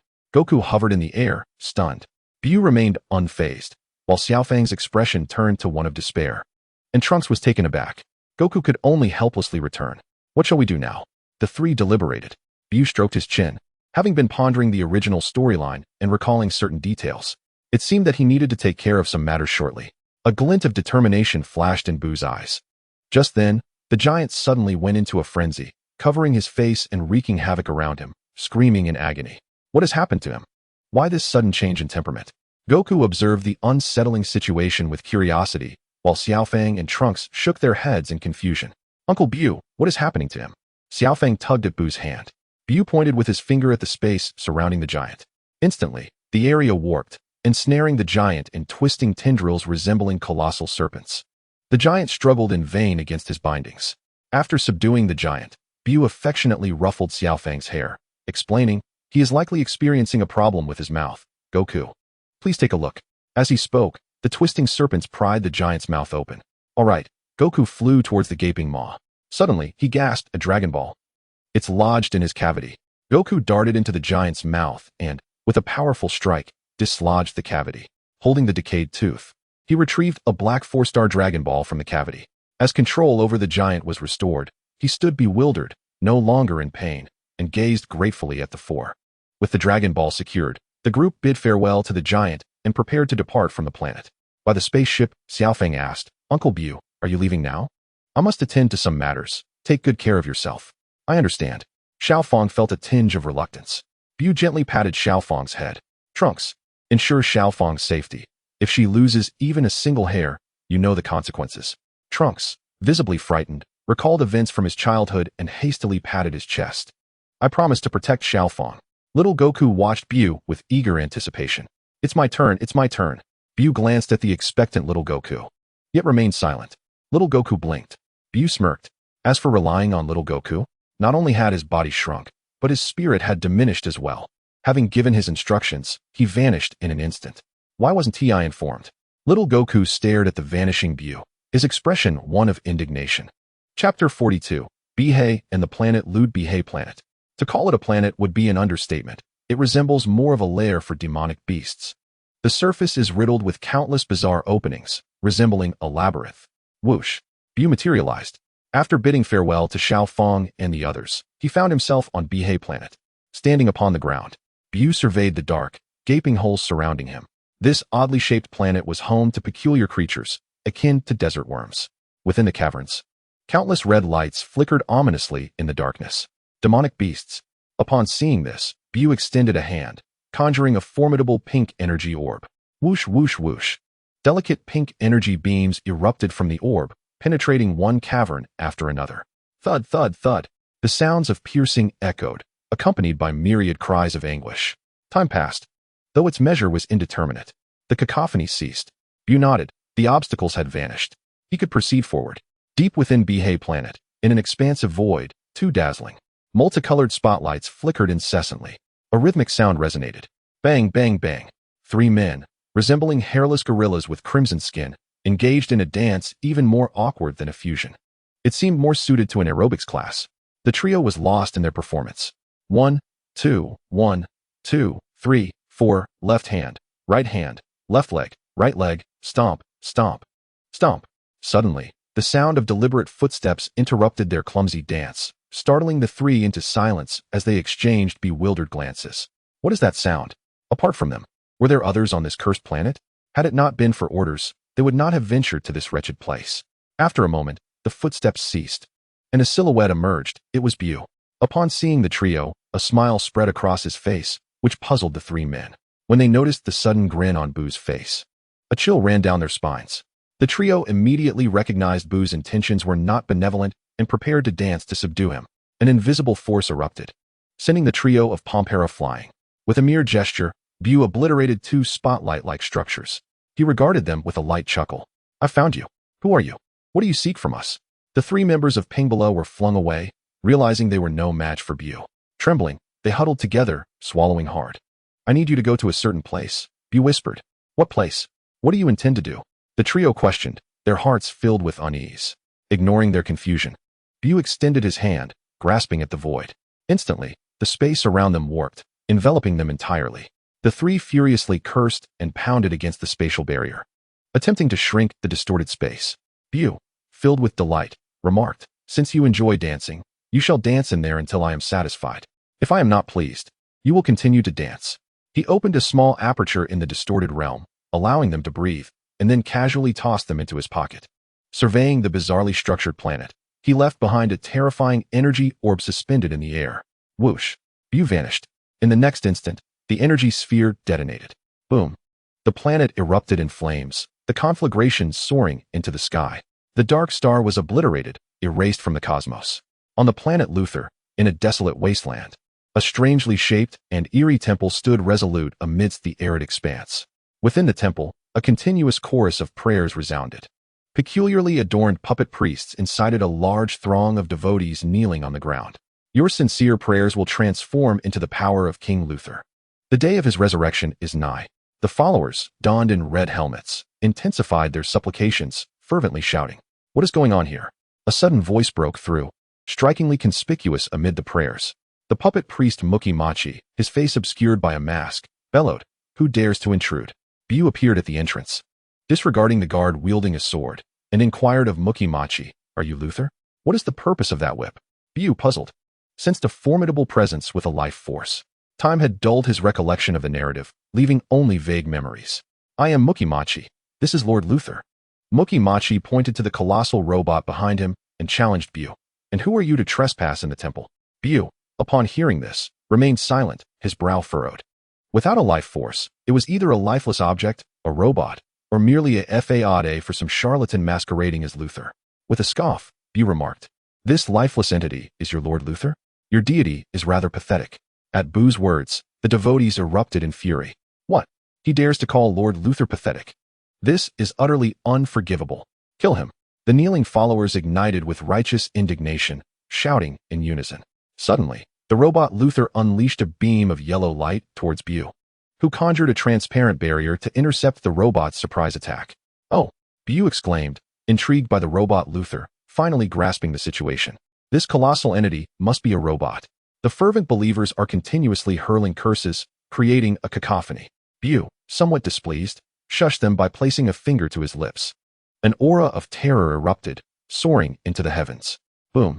The temple was demolished with relentless force. In a short time, a massive pit emerged, with BUU standing atop a stone pillar in its center, nodding in satisfaction. Finally, tranquility was restored. The temple lay in ruins, and the fervent crowd of devotees faced dire consequences. The dead lay still, the wounded scattered, blown into corners by the overwhelming pressure. The puppet priest was tossed aside by the force, crashing into the robot Lud behind him, losing consciousness. Only a few damaged robots remained alongside Muki, who had reverted from a whip to his human form. Struggling against BUU's overwhelming presence, Muki collapsed helplessly to the ground. Gazing at Muki's true form, and then at the robot Lud, BUU expressed his surprise. There was a hint of strength in him, having managed to withstand a fraction of BUU's might. Muki, now in his true form, looked on in terror, stammering, "Who are you? We have not provoked you." Muki racked his brain, unable to comprehend if they had offended BUU in any way. "Who I am is of no concern to you. Tell me, who is Lud?" BUU demanded, lowering his finger and fixing his gaze on the robot. I'm Muki," he stuttered. Suddenly, a voice emanated from above the robot's head. "What on earth is happening?" Daruki queried, bewildered. "I just want to change my doll's attire. How did it come to this?" He emerged from a door atop the robot Lud, looking astonished. "Who are you?" BUU questioned, eyeing the grotesquely peculiar old man with curiosity. "I am Daruki, the leader of the Lud cult." "And who are you? Did you cause this devastation?" BUU nodded affirmatively. "Leader? Is it not Dr. Mio?" BUU scrutinized the oddly shaped old man, pondering deeply. Suddenly, a memory surfaced in his mind. BUU's eyes widened in realization. "You are that old fool, aren't you? You are the so-called Lud?" "I misremembered." Enraged, BUU directed his fury at the misidentified target. "Incompetence. All of you are incompetent." Unbeknownst to Daruki, who was still unaware of BUU's wrath, he began to berate the collapsed Muki.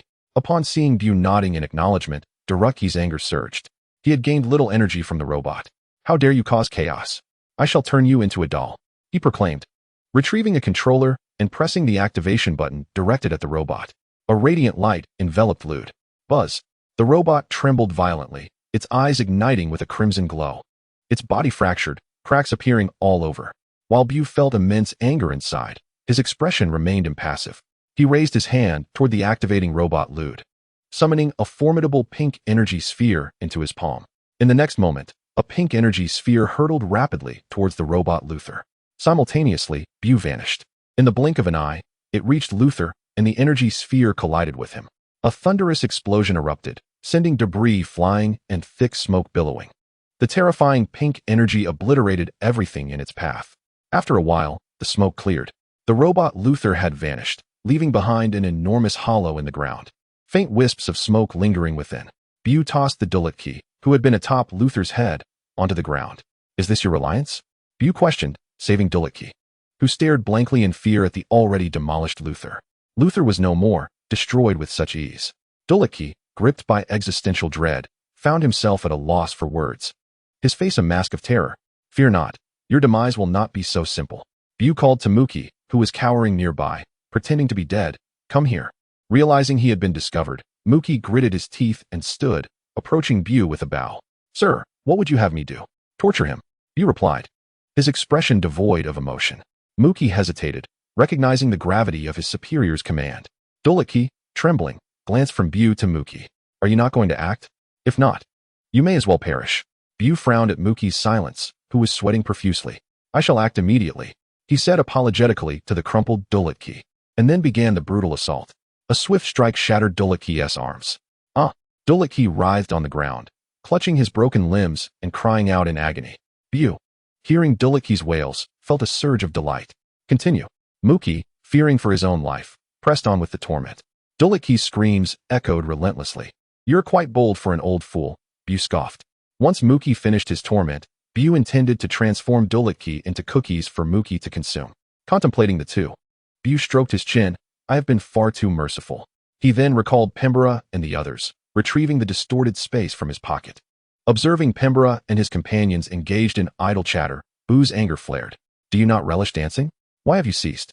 Inside the distorted space, Pembera and his companions, hearing BUU's voice, pleaded for mercy and offered explanations. We've already danced. This is our rest time. Rest? BUU chuckled darkly. Now, you shall dance for me again. If you fail to satisfy me, you shall remain trapped inside forever. Pembera and his companions, filled with dread, abandoned their rest and immediately resumed their awkward dancing. Chapter 43. Planet 2 stars after viewing the final images transmitted by the robot Luther. Who is he? When did we provoke such a terrifying individual? Dr. Meow regarded the troublesome BUU with curiosity. Investigate his identity. Yes, doctor. His subordinate hesitated, speaking cautiously. Our team has acquired what they refer to as the Dragon Balls. But now the bases on Black Star Planet and Luther Planet have been destroyed. What shall we do about the Dragon Ball? Dr. Meow frowned deeply. The capable individuals under his command have all but vanished. Even if there are one or two left, they are of no substantial use. He can only rely on General Leard. He must continue to nurture his latest mutant robot, Baby. Once Baby is successfully developed, conquering the galaxy will be effortless, and not even this enigmatic figure will be able to impede him. At that time, he will settle the score. Doctor. Meow addressed his subordinates. Take the Dragon Balls to General Leard and instruct him to deal with those individuals. Understood. Before long, after meticulous scrutiny and comparison, the name of the notorious Majin BUU, the Star Destroyer, surfaced. A terrifying figure from over a decade ago who obliterated countless planets.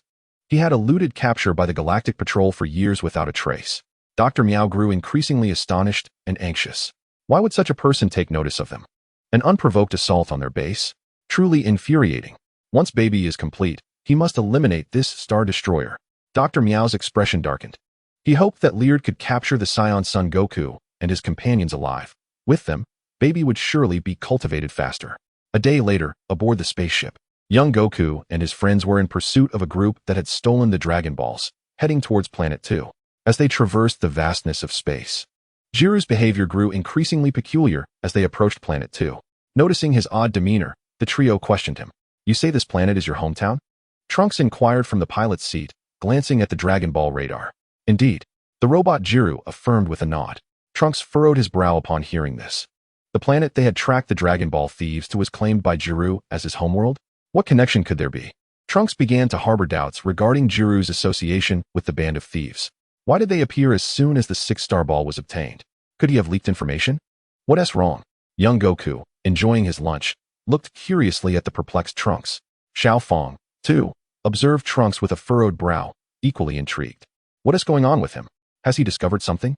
Trunks shook his head and cast a deep glance at the robot Jiru. Nothing. The spaceship glided through the starry expanse, drawing ever closer to Planet 2. Trunks felt an increasing sense of unease. Meanwhile, young Goku and Xiao Fong continued to relish their meal, utterly unfazed. Trunks grimaced, reassuring himself that it was likely just a figment of his imagination.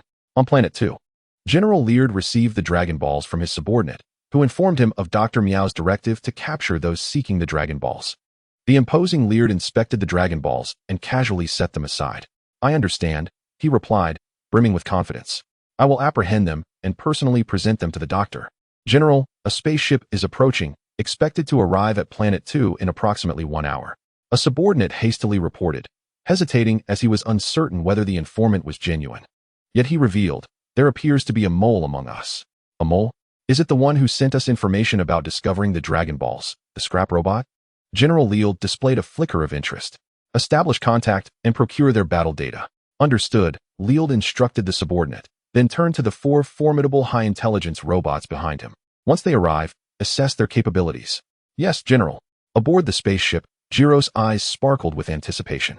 The nearby planet 2 loomed ever closer. "We shall make them aware of the consequences of stealing from us," Little Fong declared, shaking her tiny fist. Indeed, little Goku wholeheartedly agreed. "They dare to pilfer the Dragon Balls while we are unprepared. They shall soon learn that reaping benefits at our expense is not so easily achieved."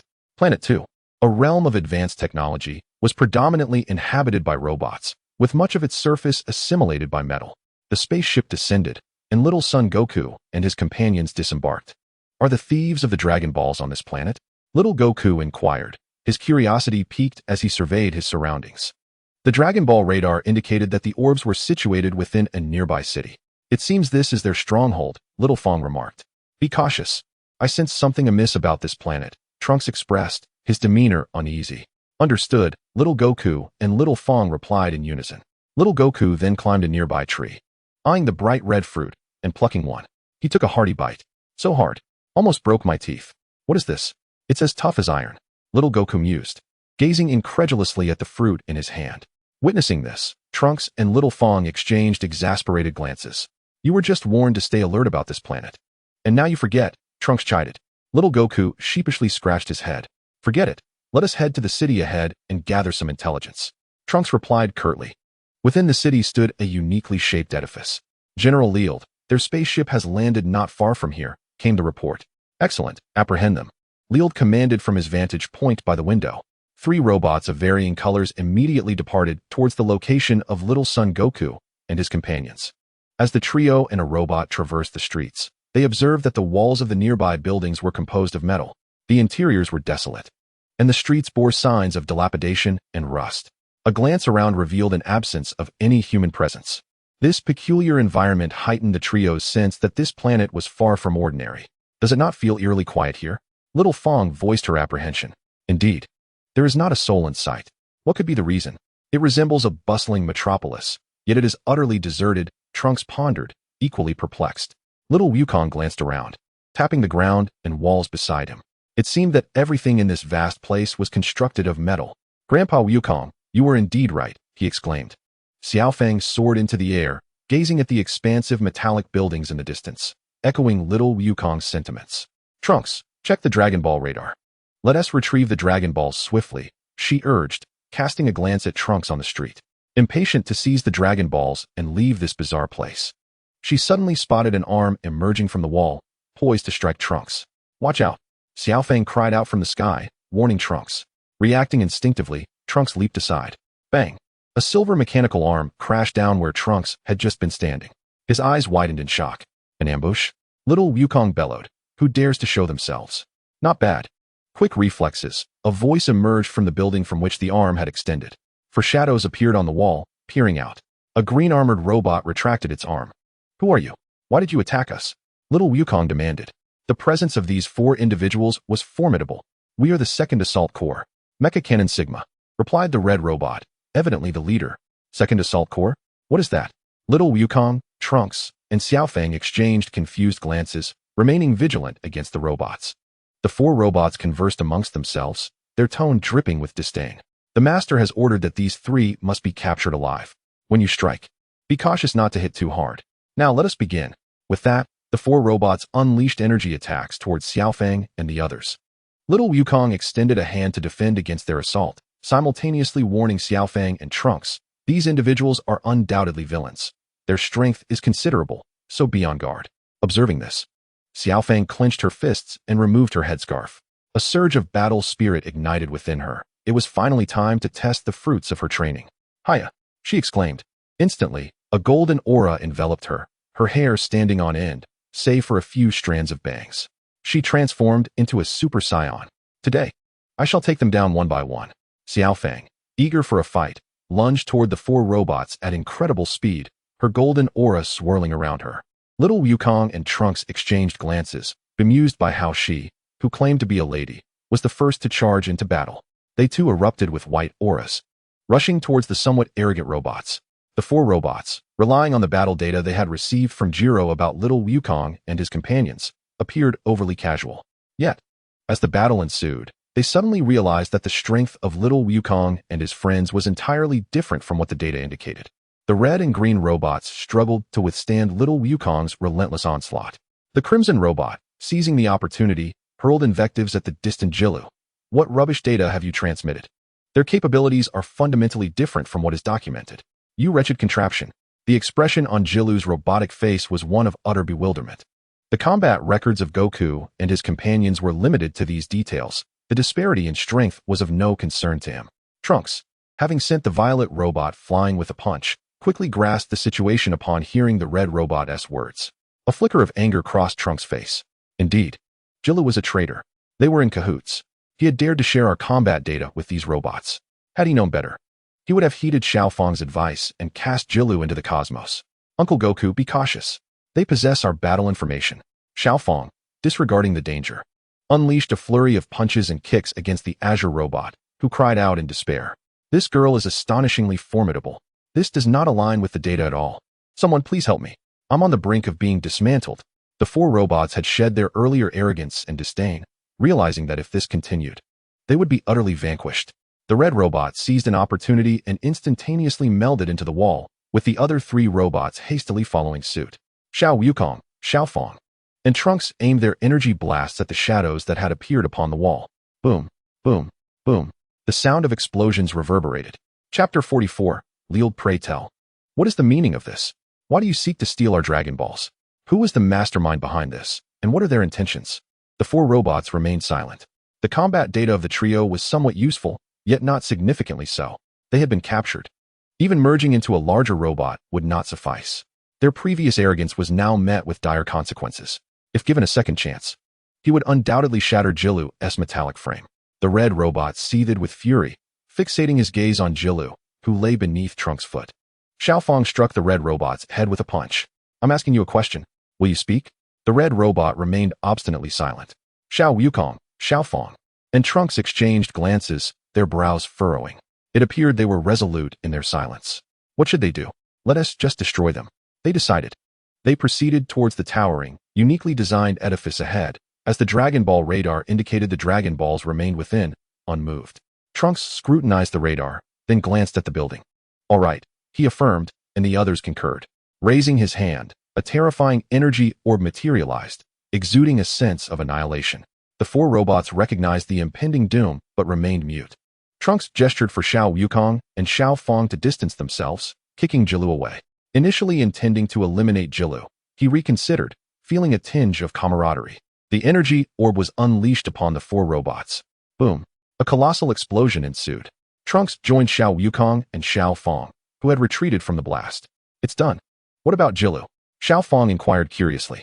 How shall we deal with him? Let us leave him here. He can fend for himself, Trunks proposed. That seems like a sound plan. Little Wukong and Xiao Fang nodded in agreement. The issue concerning Jiru had been resolved. The three continued their journey towards the location of the Dragon Balls. Unbeknownst to them, a shadowy figure in the sky observed their every move with clarity. How excessively merciful. The figure murmured to itself. Having been betrayed and sold out, they are let off so easily. If it weren't for my immense power, the consequences. Within a grand building, Lierd, aware of his subordinates' failures and demise, sat in his chair, fuming. He cared little for their deaths, only lamenting their inability to complete their mission. It seems I must intervene personally. These worthless beings are of no use at all. What was that girl's transformation about? How could her power increase so dramatically? Do the other two possess similar transformations? Lierd furrowed his brow as he examined the transmitted battle data. Yet, what does their transformation signify? I can transform as well. And I remain confident in my control over this planet. I shall surely fulfill the orders of Dr. Mu. After observing for a while, he sneered coldly and, after standing for a moment in the direction where little Wukong and the others were, departed from the building. These robots resemble Jiru, though they appear to be more advanced. Xiao Fang commented, gazing at the densely packed small robots nearby. They were scattered throughout the streets and buildings, yet showed no signs of aggression, merely fleeing in disarray. Little Wukong and Trunks were also intrigued by the robots, but suddenly their expressions turned serious as they furrowed their brows. They exchanged glances. What's happening? A formidable energy is rushing toward us. Is an enemy approaching? Little Wukong murmured. So soon? Trunks replied, astonished. It seems every move we make is being monitored, otherwise. This energy would not have appeared after we defeated those robots, little Wukong deduced. More enemies are coming, Xiao Fang declared, filled with combat spirit and curiosity. This foe is extraordinary. You must be cautious, Xiao Fong, little Wukong advised her with unusual gravity. Understood, I will be careful, Xiao Fong nodded. The three of them fixed their gaze ahead. As time passed, the source of the immense energy finally manifested. A fierce aura swept through the vicinity, stirring up clouds of dust. At the center of this turmoil stood the imposing figure of Leard, clad in a yellow metallic helmet and armor. His muscles bulged, exuding an overwhelming presence. It appears that the few from that assault squad are insufficient to deal with you, Leard declared, a murderous intent glinting in his eyes as he fixed his gaze on the trio. They braced themselves, aware of the vastness of the universe that harbored such individuals. A hint of excitement danced upon little Wukong's face, a long-lost fervor igniting within him.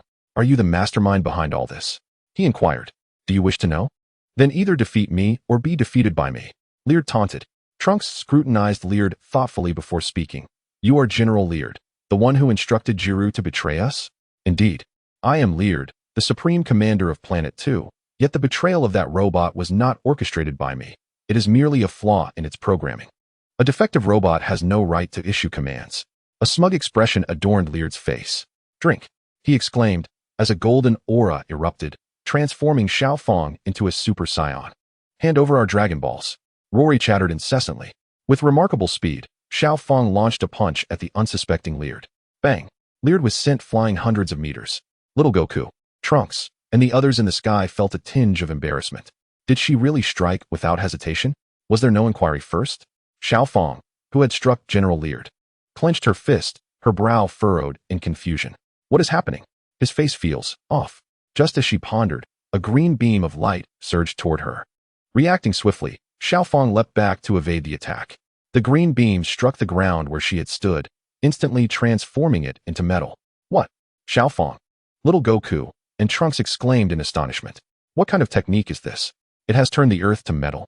After missing with his initial attack, Leard opened his mouth wide, unleashing a barrage of metallic beams aimed at the trio. That girl's punch knocked out one of my teeth. Leard seethed with rage. As the beams approached, little Goku and the others hurriedly dodged.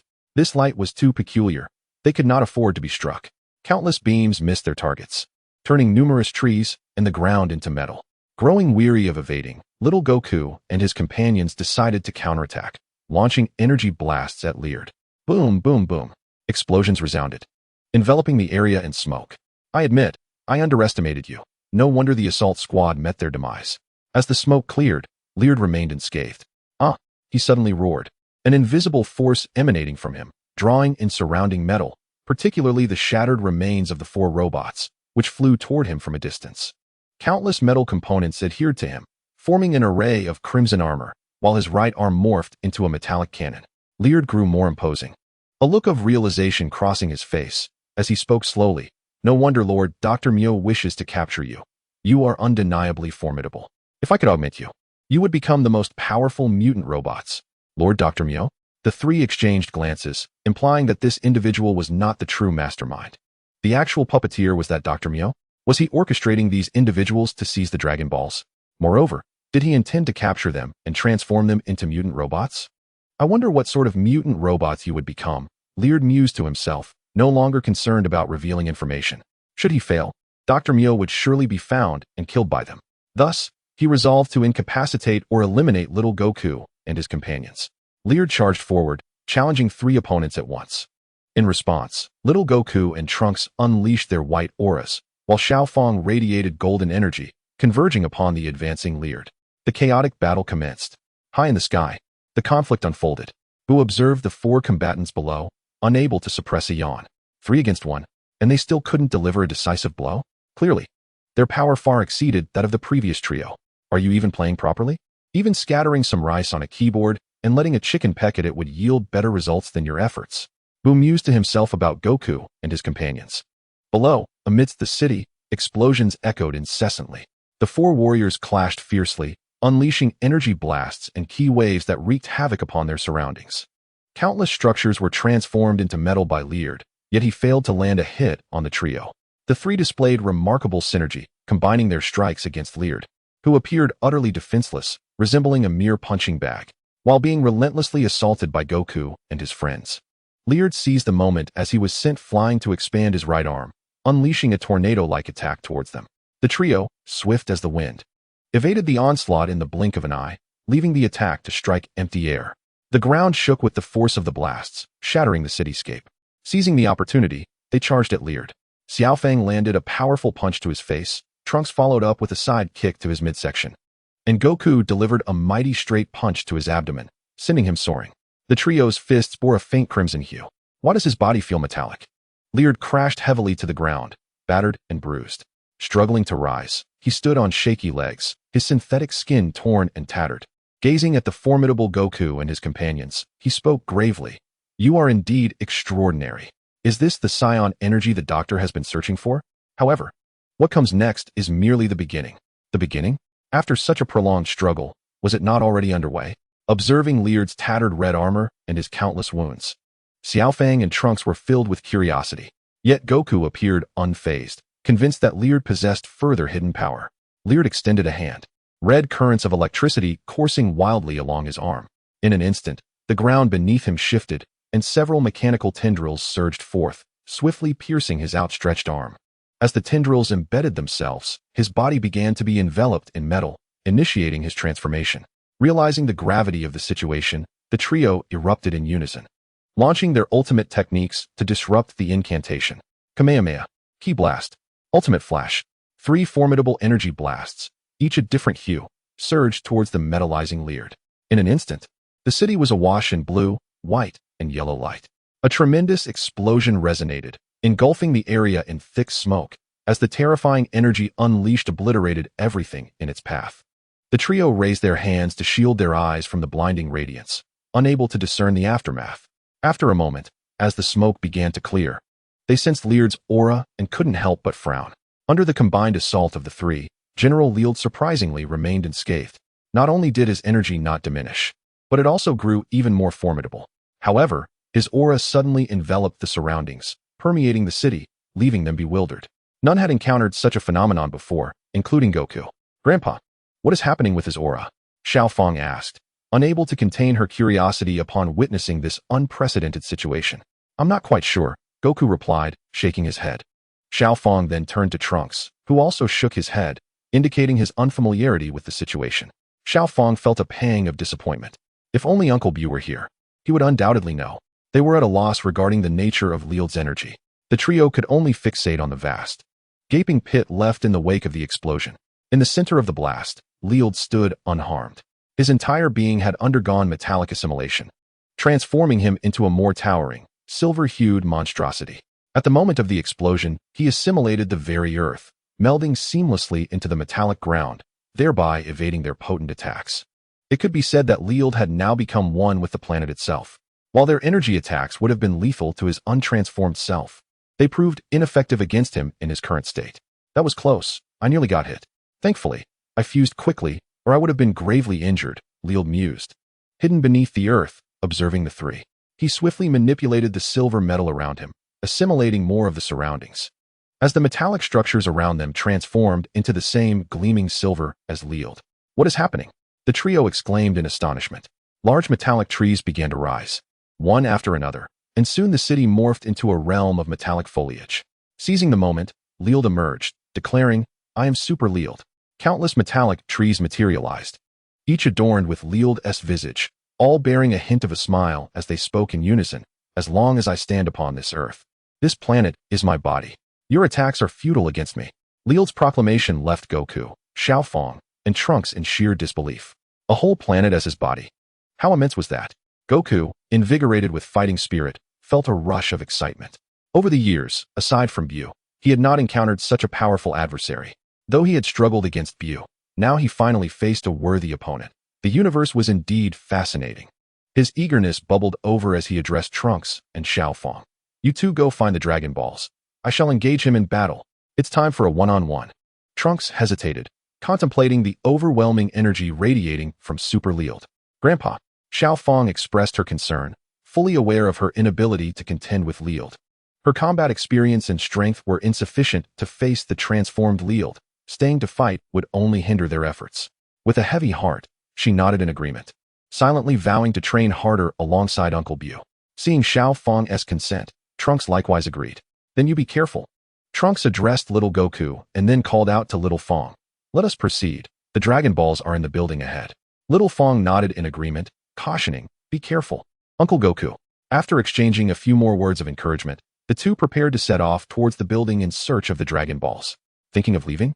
Leered. Observing their intentions, immediately commanded the assimilation of metal to attack the three of them.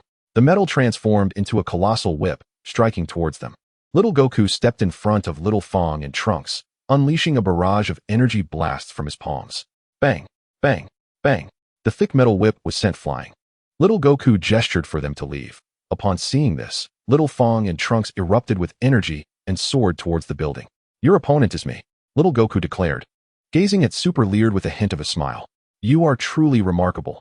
I had no idea such a being, one with a planet for a body, existed.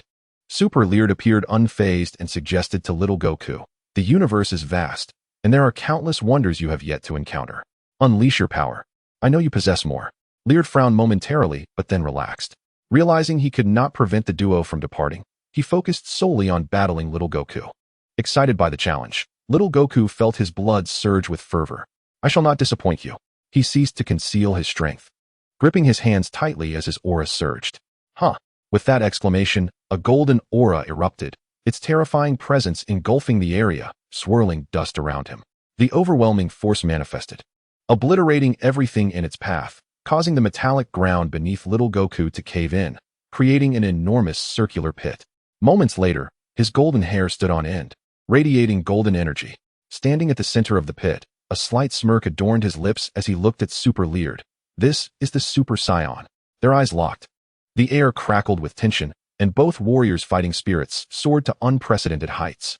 Ah, this is Goku's energy. Has he become serious? He has transformed into a Super Saiyan. In the building, BUU emerged in the corridor, suddenly sensing little Goku's energy intensifying, which took him by surprise.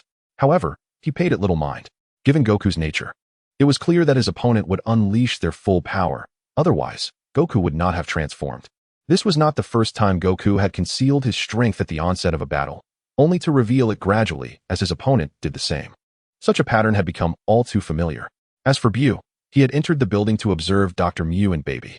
One could not help but marvel at the peculiarities of the mutant robots and androids. One required mere parasitism, while the other needed fusion or absorption to achieve cataclysmic power, far surpassing the pace of Saiyan ascension. The genius behind their creation was indeed remarkable. BUU made his presence known in the building, only to be discovered moments later. The surveillance cameras fixated on BUU, and the voice of artificial intelligence immediately resonated. Intruder detected, initiating Level 1 alert. Unfazed, BUU continued his advance. Suddenly, a myriad of robotic sentinels emerged from both the front and rear, encircling him completely. Intruder, vacate this area immediately. BUU paid no heed to these mechanical toys. With a mere wave of his hand, he obliterated the encroaching robots. After dismantling the robotic guards, the metallic floor began to ripple as if alive. BUU exerted a forceful stomp, shattering the ground beneath him and instantaneously stabilizing the shifting walls and floor. He then ambled leisurely towards the laboratory, where a spatial transporter awaited. Observing the terrified personnel nearby, he commanded, "Transport me to the planet where Dr. Mew resides. You, invader, aspire to reach Dr. Mew's domain? We would rather perish than acquiesce to your demands," they proclaimed with righteous indignation. In response, BUU raised an eyebrow. He was entirely oblivious to these machines and had no knowledge of Dr. Mew's planet, which left him somewhat vexed. A pink energy orb materialized in his hand, sweeping across the room full of staff members, who all lowered their heads in silence. Alas, it seems there is no alternative. I must send you to the depths of hell. BUU sighed. At his words, they gazed at him in terror. I could assist you, but please, spare my life. One staff member stammered. The others glared at him, hurling insults. He turned away, ignoring their scorn. BUU was surprised. There was still someone who valued their life. Nodding, he unleashed a barrage of light beams from his energy orb, annihilating those who resisted, their screams echoing as he spared the compliant individual. Turning his gaze towards the remaining staff member, BUU gestured for him to proceed. The worker swallowed hard, trembling as he sprang into action. On the planet where Dr. Mew resided, within an oddly designed technological edifice, Dr. Mew felt an unsettling anxiety. Why had Leard not yet captured them? Was he destined to fail? His usual composure shattered. He paced the laboratory restlessly. Glancing at the cultivation chamber where Baby lay in serene slumber, he regained a semblance of calm. Yet, the absence of Scion data nagged at him. Otherwise, Baby would be even more perfect. No matter, he mused. As long as he diligently nurtured Baby, the conquest of the galaxy would be within reach. He gazed obsessively at his creation. Suddenly, the tranquility outside was disrupted by the sound of footsteps. Doctor. Mew furrowed his brow. Had he not expressly prohibited anyone from approaching Baby's cultivation chamber? What were those robots doing? Casting another glance at Baby, he turned to leave, intent on teaching the disobedient robots a lesson. Fuming, Dr. Mew stormed out into the long corridor, shouting, "Did I not make it clear that you are forbidden from approaching this area?" BUU stood in the center of the path, observing him with curiosity. Dr. Mew, adorned with peculiar glasses, an unusual hat, a long beard, and orange hair, halted in astonishment upon seeing BUU. "Who is this? He is not one of my robots." Doctor. Mew inquired of BUU, "Who are you? You look so familiar. That crimson skin, that diminutive stature, that face." Dr. Mew scrutinized BUU, pondering for a moment, his eyes widening as he stammered, "The destroyer of stars, Majin BUU." "It is I," BUU replied, observing Dr. Mew's astonishment with curiosity. "Have you conducted an investigation on me?" It had been quite some time since he had roamed the cosmos, and he was surprised that Dr. Mew could recognize him. Dr. Mew did not respond. Upon realizing BUU's identity, he stood frozen in place, his expression one of utter despair. He had been discovered at his lair, and by the terrifying Majin BUU no less. It was over, everything was finished. Despite his high intellect, his combat prowess barely reached a fraction of 5. Being captured by such a formidable being meant certain death. Witnessing Dr. Mew's pale complexion, resembling one who had just lost their mother, rendered BUU somewhat speechless. "I have yet to do anything, and you already look like that?" Indifferent to Dr. Mew's plight, BUU found his demeanor exceedingly unworthy. As he brushed past him, Dr. Mew snapped back to reality and rushed in front of BUU, fearfully attempting to halt his advance. "You mustn't go any further. Are you tired of living? Do you dare obstruct me?" BUU furrowed his brow, vanishing from sight only to reappear behind Dr. Mew, delivering a swift chop that rendered him unconscious. "Ugh, Dr. Mew's vision darkened as he lost consciousness. Ignoring the fallen scientist, BUU continued toward the baby incubation chamber. He arrived at the chamber, gazing at the infant baby, a Zuffle being, peacefully slumbering. This little one is quite extraordinary. It was Baby's possession of Vegeta that had significantly enhanced his power, making him a formidable adversary to Goku, ultimately leading to Goku's transformation into Super Saiyan 4. BUU sensed a potent energy concealed within Baby's being. "What a pity, little one, that you have encountered me. I shall not permit you to survive." BUU's expression reflected his regret. In an instant, he vanished, reappearing in the outer space of Dr. Mew's planet, extending a single finger. A terrifying energy orb, radiating an aura of destruction, materialized at his fingertip. BUU sighed, "Farewell, my dear first. Allow me, as the last remnant of this era, to personally see you off. There is no need for you to perish at the hands of Goku and his companions." With a wish for a good journey, he hurled the energy orb toward Dr. Mew's planet. BUU then disappeared. Boom. The planet was obliterated. An inexhaustible wave of explosive power swept across the cosmos. In an instant, the horrifying flames and energy rippled outward, their residual force affecting the surroundings. The planet, along with Dr. Mew and his baby, vanished from the universe. Chapter 46. The End. After eliminating Dr. Mew and Baby, BUU returned to Planet 2. High above, the energies of Goku and Leard were still clashing fiercely. He found himself at a loss for words. "I have dealt with Dr. Mew and his lot. Why are you two still at it? So slow, truly a dilly-dallying Goku. Super Leard may be strong, but he is certainly no match for Goku. Just unleash your full power and be done with it."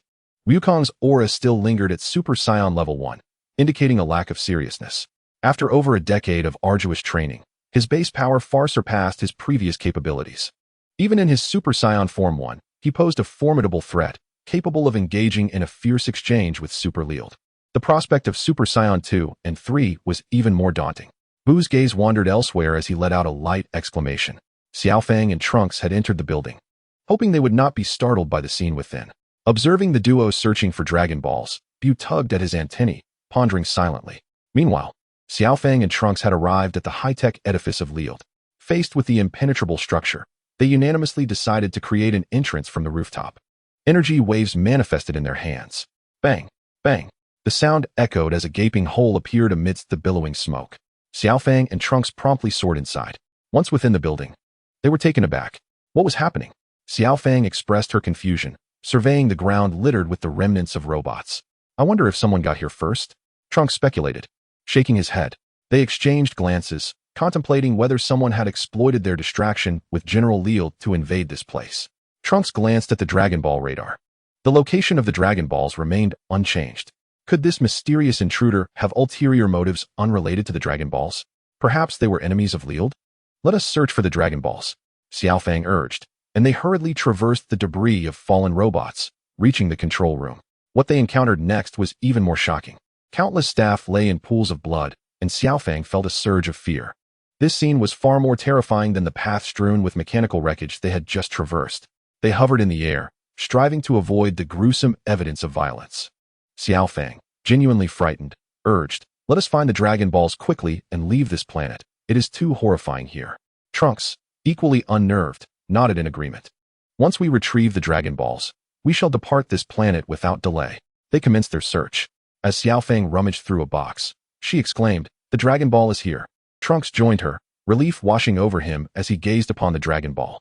"At last we have it. What a tumultuous ordeal. Now, we must locate Uncle Wukong and tackle Leal together. We cannot afford to linger here any longer. The happenings on this planet are too dreadful." Xiaofang and Trunks unleashed their energy, making a swift exit from the building. Meanwhile, little Wukong had been engaged in battle with Super Leal for several minutes. Leal's abilities were exceedingly troublesome. At this moment, little Wukong appeared somewhat disheveled, standing atop a cube of assimilated metal. As he paused momentarily, the metallic cube beneath him began to writhe, transforming into a massive hand that reached for him. Little Wukong unleashed energy waves from both hands, propelling the metallic hand away and ascending into the air. In midair, he furrowed his brow. His attacks against Super Leal were largely ineffective, leaving him in a precarious situation. After all, as long as this planet contained metal, Leal would remain impervious to harm. He could assimilate into the metal or manipulate the surrounding metal to launch surprise attacks on little Wukong, rendering his defenses futile. This was only the second time little Wukong had encountered such peculiar techniques, having previously experienced them against BUU. Why couldn't they engage in a straightforward, visceral battle? Such tactics were truly exasperating. Little Wukong felt a surge of frustration. "Super Saiyan, what is wrong with you? Why do you keep fleeing?"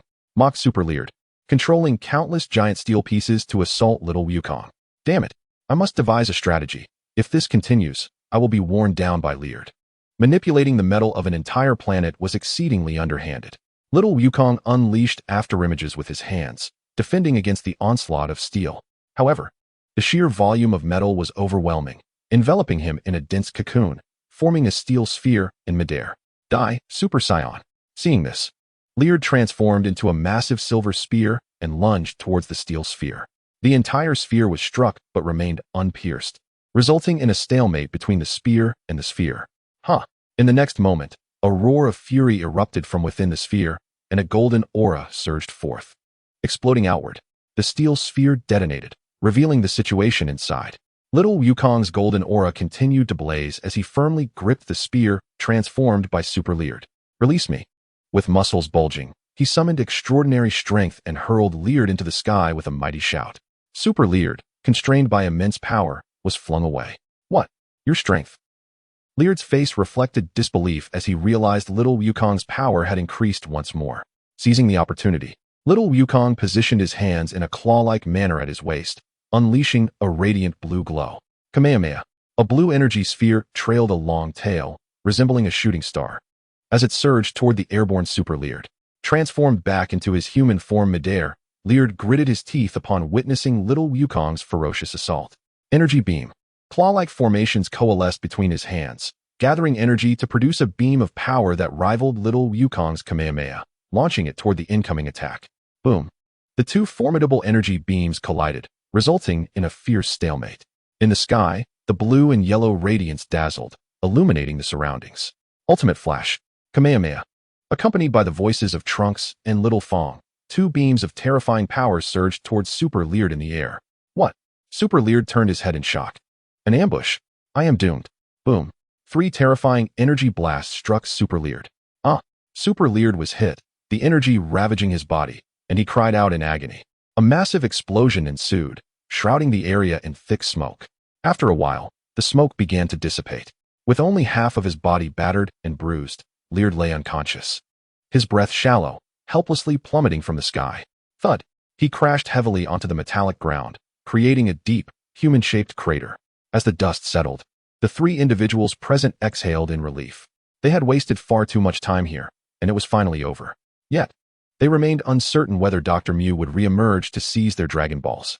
Unfortunately, they were unaware of Dr. Mu's whereabouts. Otherwise, they could have resolved the matter together.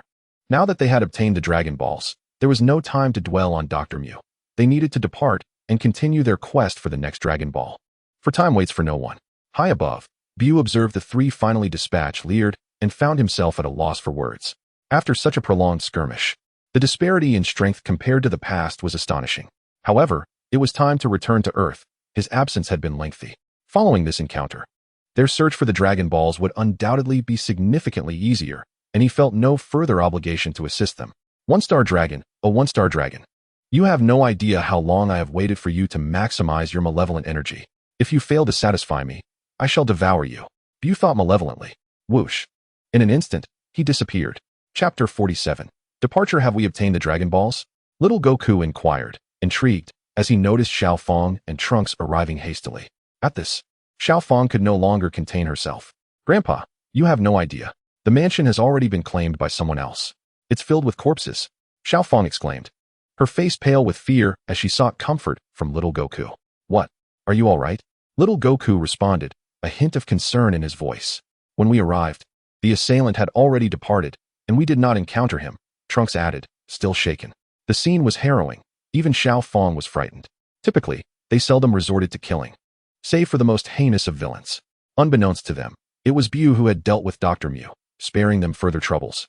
While the trio remained lost in their anxious thoughts, worrying about the potential emergence of new conspiracies, little Goku furrowed his brow, reflecting on the situation.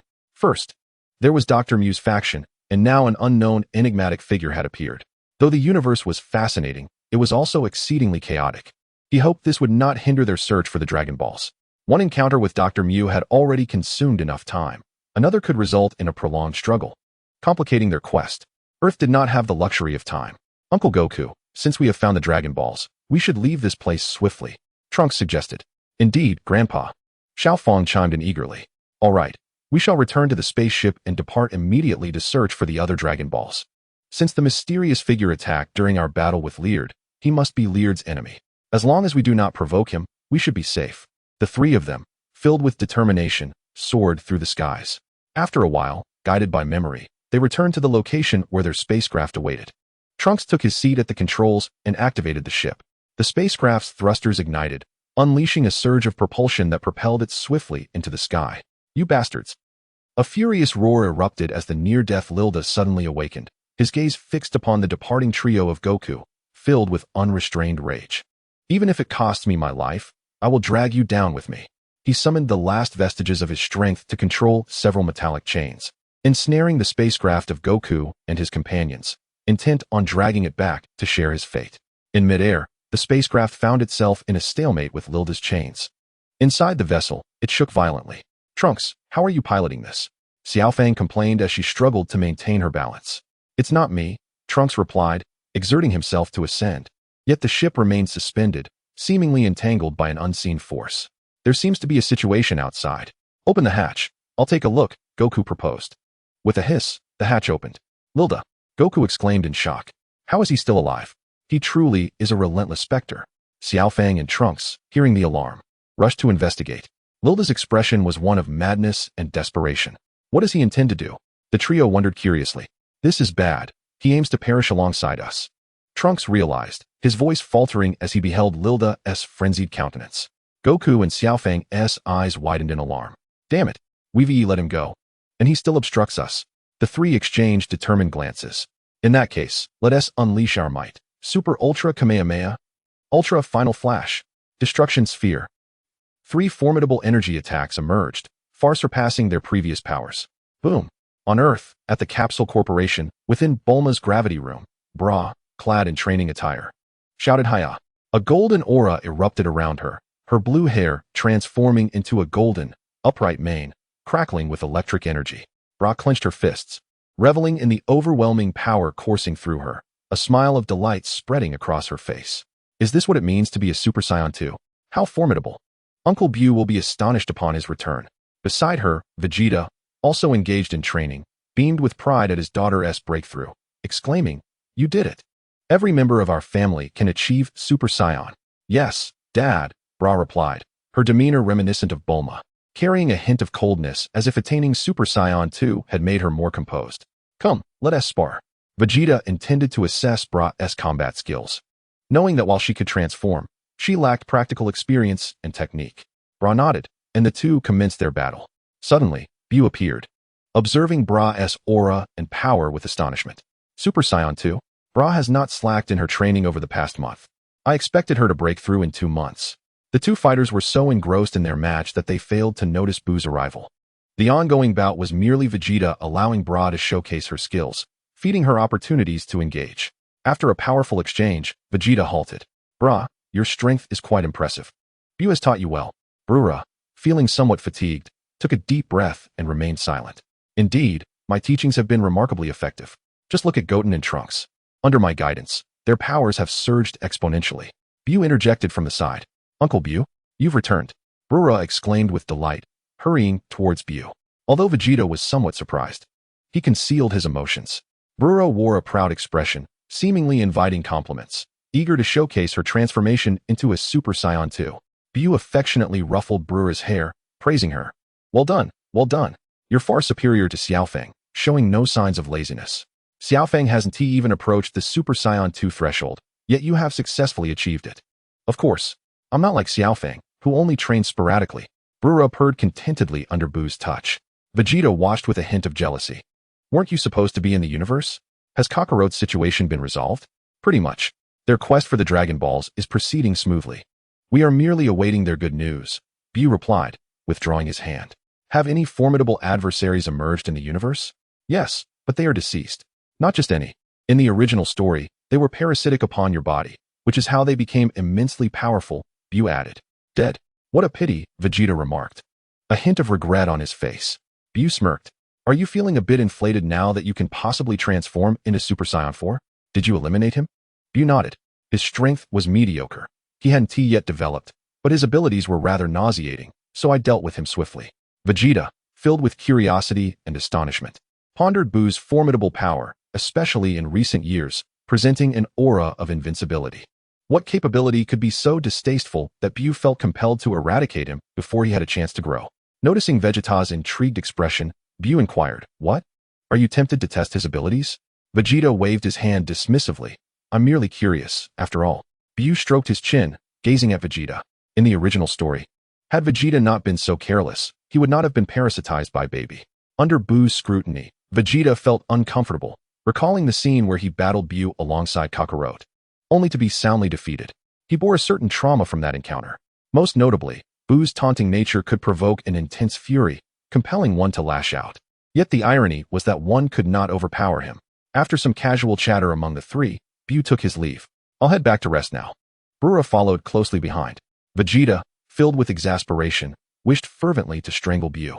He regretted entrusting Bra to BU's care during her childhood. Chapter 48, Return to Earth. BU's residence. Time flowed onward. Several months passed. Calculating the days, they should be returning soon, as time was running short. BU lounged on the sofa, resembling a lethargic fish. He glanced over at Bra, who was diligently training, and could not help but offer guidance. Dressed in a loose-fitting red training outfit, Bra radiated youthful vibrancy and liveliness.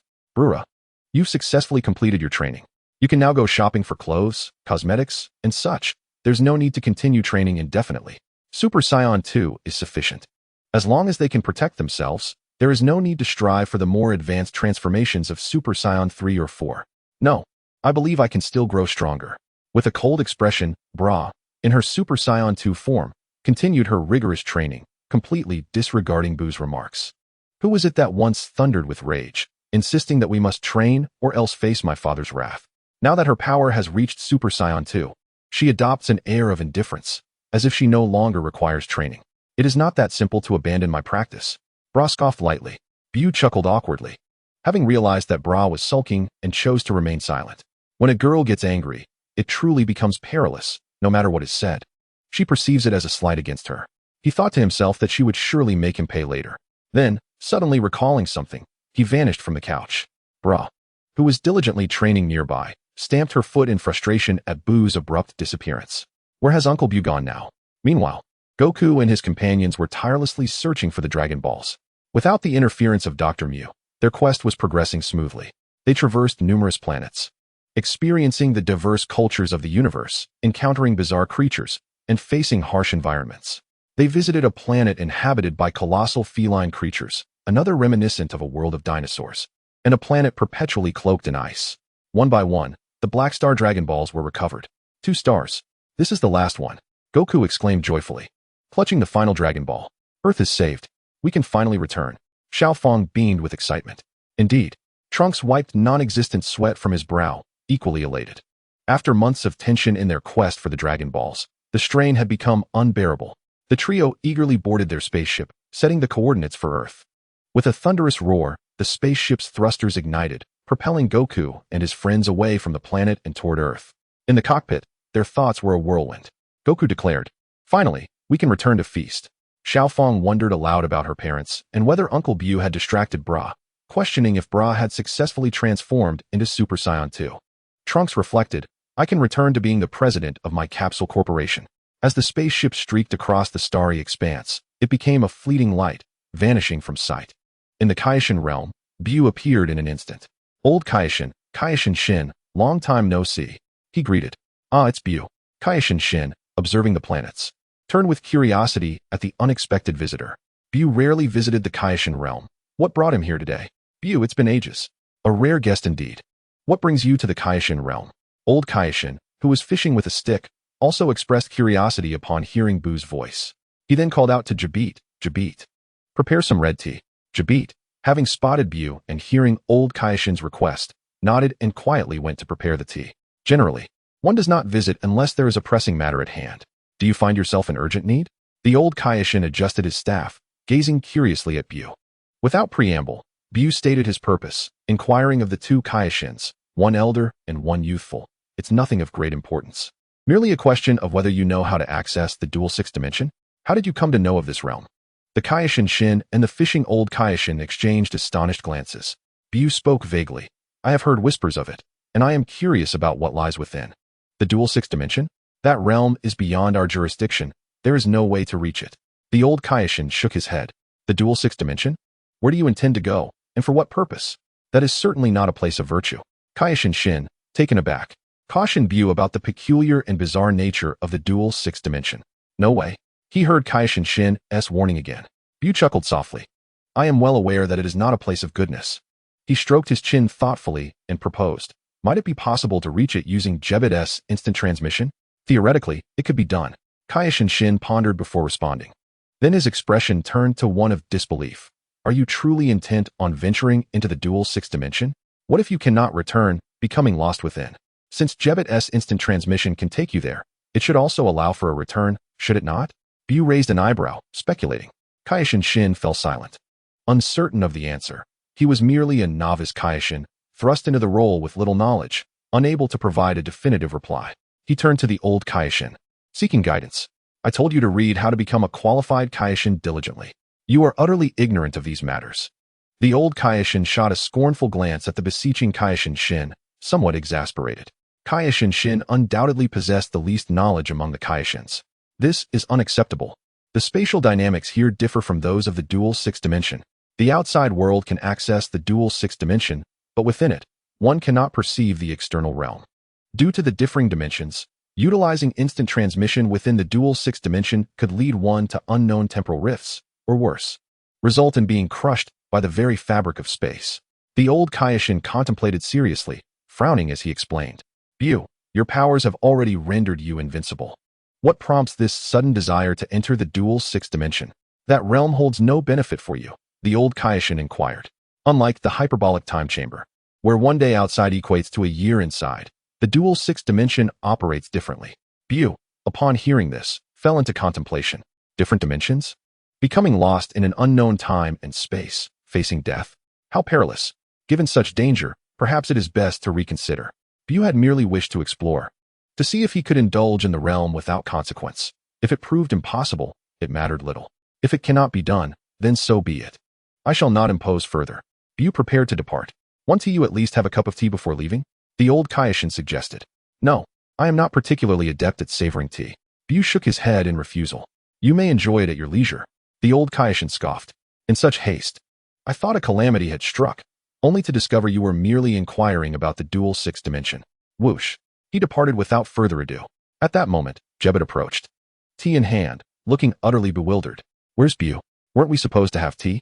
The old Kai, observing the dazed Jebet, gently scolded him. What are you dawdling for? Hurry up and bring the tea over. Young people today lack any sense of urgency. 2 weeks later, on Earth, in West City, at the Capsule Corporation. Bulma had already received Trunks' message that they would return to Earth today. She informed everyone with great joy, exclaiming, Trunks and the others are coming back. It seems they have successfully gathered all 7 Dragon Balls. The crowd reacted with mixed thoughts. Vegeta, dressed in a tailored suit with arms crossed and a stoic expression, pondered. It's been nearly a year since I last saw Kakarot. I wonder if he has grown stronger in the cosmos. Bra, adorned in a vibrant red dress, radiated excitement and pride, declaring, When Goten and my brother return and find out that I can transform into a Super Saiyan too, they will be utterly astonished. Piccolo wore a contemplative expression, deep in thought. Dandy, the Supreme Kai, remarked, Earth is saved. Gohan and Videl mused about their son Goten, wondering if he had gained or lost weight and how the food in the universe had treated him. BUU smiled, feeling lively, as the Dragon Balls had been restored, and their cosmic adventures completed. As they engaged in cheerful conversation, a dark speck appeared in the sky. BUU glanced up at the spacecraft, but said nothing. Time passed, and it drew nearer. Piccolo and Vegeta sensed it too, looking up to alert those present. They're back. The crowd followed their gaze, faces filled with joy and anticipation. The spaceship landed, and the hatch opened. Goten could hardly contain his excitement as he rushed out, shouting, Mom, Dad. He joyfully leaped into Videl's arms. After nearly a year apart, he missed his parents dearly. The three embraced tightly. Trunks and Goku followed closely behind. Mom, Dad. Trunks approached Vegeta, who nodded in acknowledgement, saying nothing, for all was understood in silence. Bulma stepped forward, patting Trunks on the shoulder, showering him with praise. Goku sheepishly scratched his head and approached a tearful Chi-Chi, saying, I'm back. Chi-Chi wiped her tears but remained silent. Bulma, filled with delight, proclaimed, Everyone, to show our gratitude for their hard work over the past year and for successfully bringing back the Dragon Balls, let us host a welcoming feast tonight. The group unanimously agreed.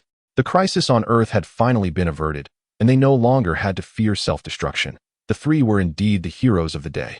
At that moment, Dandy interjected, Mr. Goku, please hand over the Dragon Balls.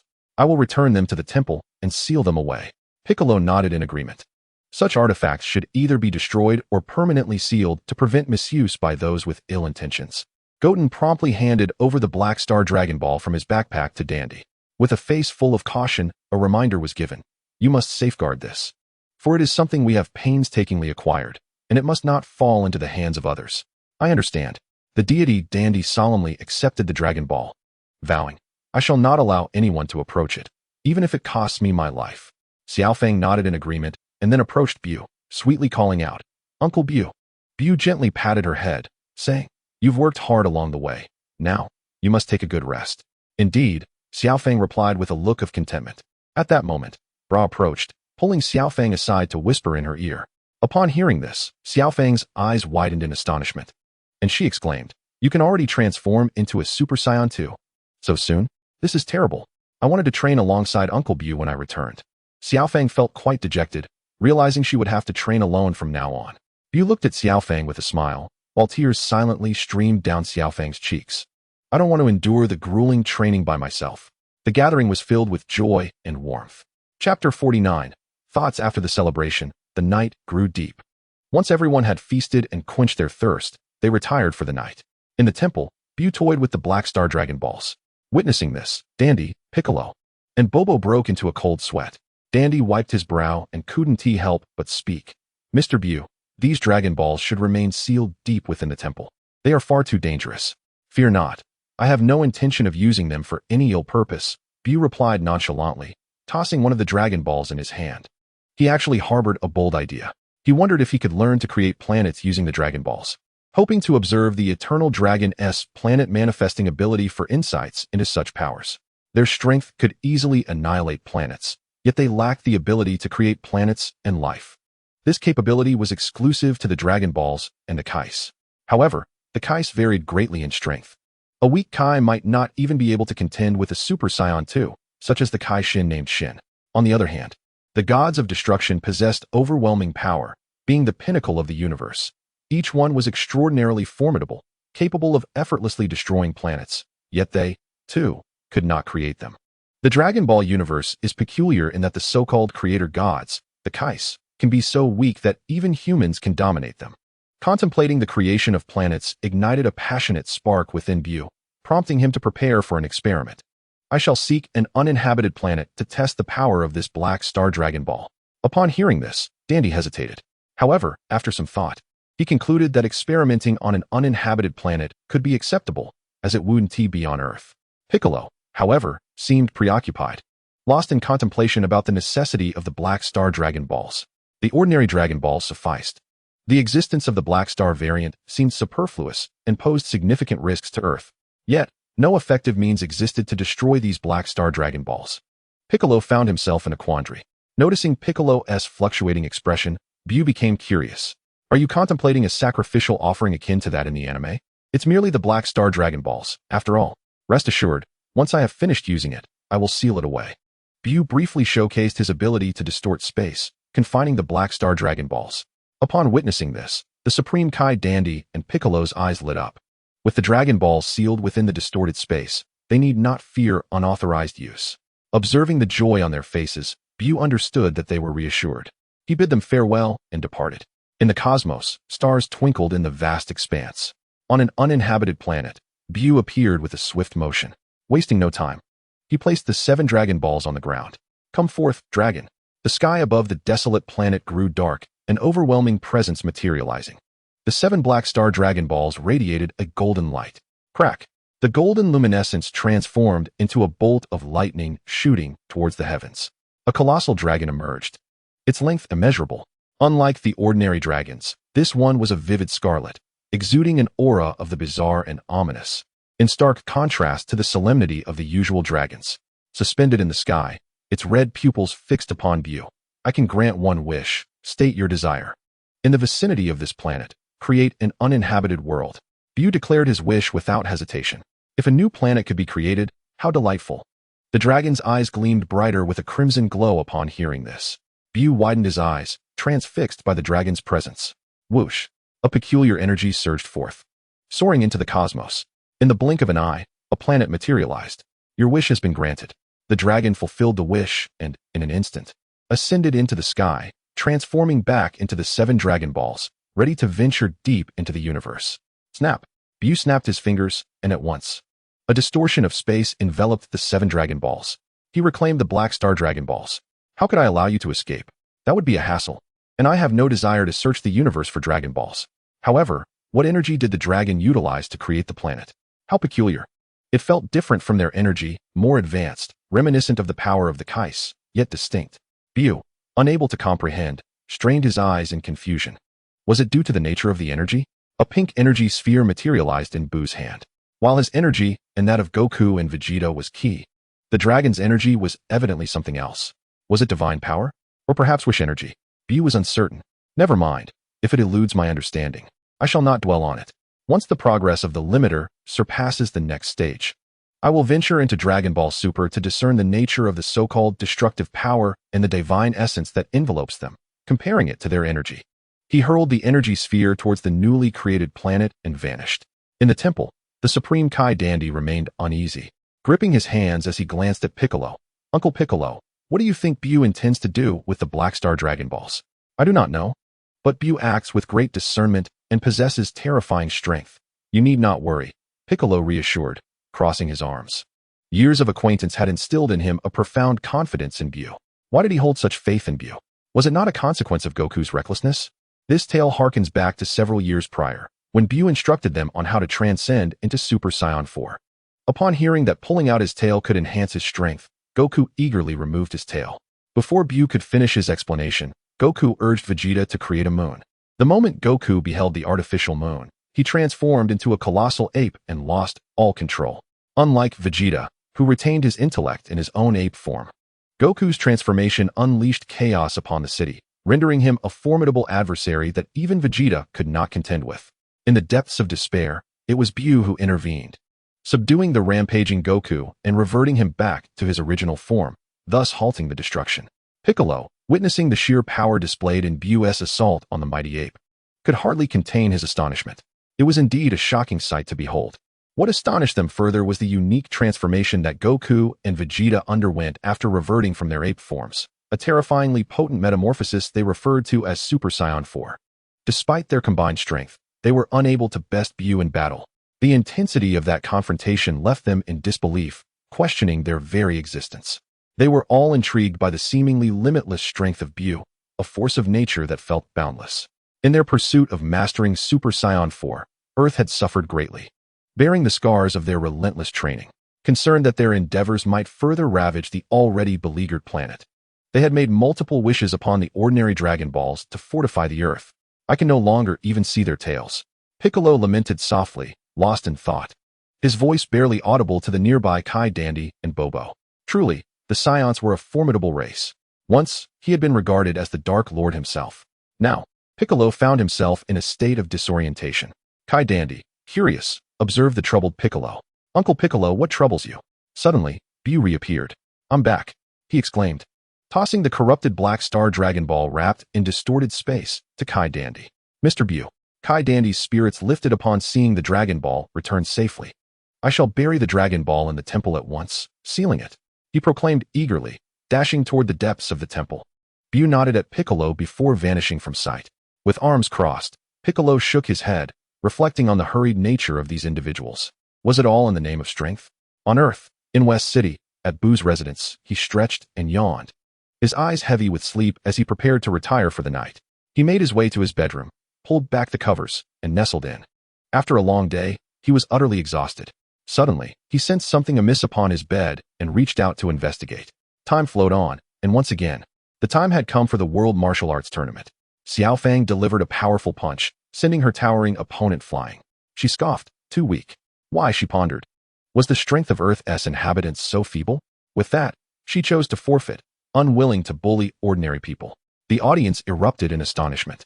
How could such a formidable competitor forfeit? Xiaofang muttered, "It's like children playing house. I expected to see truly exceptional fighters at the world's foremost martial arts tournament." The host wiped his brow, in complete agreement. The prowess of this little girl reminded him of the legendary Sun Wukong. Since the inception of the world's greatest martial arts competition, he had been the one to host it, aware that previous contestants possessed genuine skills. Unlike the flashy moves displayed by the present competitors, the true strength of Sun Wukong and his peers had left a lasting impression. Their battles against worthy opponents were nothing short of spectacular. Regrettably, Sun Wukong and his companions no longer participated. As he glanced at Xiaofang, he couldn't shake the feeling that there was a striking resemblance between her and Sun Wukong. Xiaofang made her way down to the stands where the Sun family was watching. The host's eyes followed her. Could this be Sun Wukong? His eyes widened as he recognized a familiar face, identical to that of Sun Wukong from decades past. Little Wukong also noticed the host's gaze and smiled, nodding in acknowledgement. It truly was Sun Wukong. It turned out that the little girl was part of his family. A smile spread across the host's face as memories of their first meeting flooded back to him from many years ago. On the arena, he held the microphone and inquired about the young boy's name. The boy, brimming with confidence, proclaimed, "My name is Sun Wukong." The host paid no mind to the fact that Sun Wukong had shrunk, just like in the days of battling the evil King Piccolo. Sun Wukong and his companions had always managed to create miracles to defeat their adversaries. BUU also observed this scene, feeling nostalgic and reflective. Such classic moments were absent in Dragon Ball Super. After greeting her parents, Xiaofang approached Uncle BUU. "Uncle BUU," she said, her expression sour. "The strength of Earthlings is generally weak. There's no need to be disheartened," BUU comforted her. "The strongest Earthling, Krillin, couldn't even touch a Scion's tail in the end. Let alone these ordinary folks who can't even harness their energy. It's a miracle if any of them are strong." Xiaofang felt somewhat better after hearing his words. After a month or two of rigorous training, she had anticipated showcasing her prowess at the tournament, only to be met with disappointment. "Since you're not participating, shall we head back?" BUU suggested, his mind wandering. By now, Android 17 from Hell should be about to emerge, followed by the evil dragons. Xiaofang agreed. Since she wasn't competing and found the place dull, she nodded in assent. Returning to Sun Wukong and the others, she relayed BUU's suggestion, and they unanimously decided to leave. As for the one who invited them, Satan, they could let him entertain himself. The group leisurely made their way back. The aging host, in a cheerful mood, announced the next contestant to enter. The martial arts tournament continued. In hell, the dark and foreboding earth, Dr. Mu wandered aimlessly, despondent. His baby had been destroyed before even coming into existence, and his hatred for BUU was indescribable. Cursed BUU. He walked without direction, unsure of how long he had been at it. Where am I? Dr. Mu wondered, feeling lost in this unfamiliar place. I have awaited your arrival for quite some time. Dr. Meow. A sinister voice suddenly echoed. Who are you? What do you seek from me? Dr. Meow inquired with curiosity. Is there someone in hell who recognizes him? I am Dr. Gallo, the most distinguished scientist on Earth. Dr. Gallo? What business do you have with me? Dr. Meow scanned his surroundings as he questioned. He was taken aback by the sudden appearance of Dr. Gallo. For my research, I require the scientific technology of the Z fighters. Dr. Gallo declared fervently. Even in hell, you continue your studies. Dr. Meow expressed his astonishment. This is all in pursuit of revenge against Sun Wukong and his companions. Dr. Gallo's face was contorted with hatred. Sun Wukong, the Science. Dr. Meow's expression mirrored the animosity, and without hesitation, he replied, I agree to collaborate with you. However, I have one stipulation. What is your request? After you have slain Sun Wukong and his allies, I wish for you to eliminate another individual. Who? Dr. Gallo's curiosity was piqued. The destroyer of stars, Majin BUU. Very well. Dr. Gallo was somewhat astonished. Why do you wish to extinguish this terrifying entity? He was well aware of Majin BUU's dreadfulness, which surpassed that of Sun Wukong and Vegeta combined. Dr. Meow's face was filled with venomous rage, because he killed me and my baby, the unfortunate baby, who had yet to be born and had not yet eradicated the Science, was ruthlessly slain by that vile BUU. Dr. Gallo, intrigued, noted that Majin BUU had been relatively dormant in his killings in recent years. Many years ago, when Majin BUU was at his most malevolent, those who perished in the universe spoke in hushed tones of his dread. Did you provoke him? No, I have only crossed paths with the Science. Then you have nothing to fear. He shares a cordial relationship with the Science. Dr. Gallo raised an eyebrow, explaining. What? Another Scion? Is it because of them that Majin BUU seeks to kill me? How infuriating. Damn Science. Dr. Meow's eyes widened in fury at Dr. Gallo's words. Fear not. With the technology of the Z fighters, we shall assuredly be capable of vanquishing Sun Wukong, his companions, and Majin BUU, avenging us both. Dr. Gallo brimmed with confidence, enticing Dr. Meow with grand promises. Blinded by vengeance, Dr. Meow believed that their combined intellect could forge the ultimate life weapon in the universe. He nodded in agreement. Accepting Dr. Gallo's grand vision, the two sealed their pact with a firm handshake, agreeing to eliminate Sun Wukong, Vegeta, and Majin BUU. Dr. Gallo and Dr. Meow exchanged knowing glances, their sinister laughter resonating in unison. On Earth, at Xiaofang's residence, outside the garden, BUU remained oblivious to Dr. Meow's deep-seated hatred towards him, as he had now become a target of Super 17. Yet, even if BUU were aware, he would regard it with disdain. Super 17?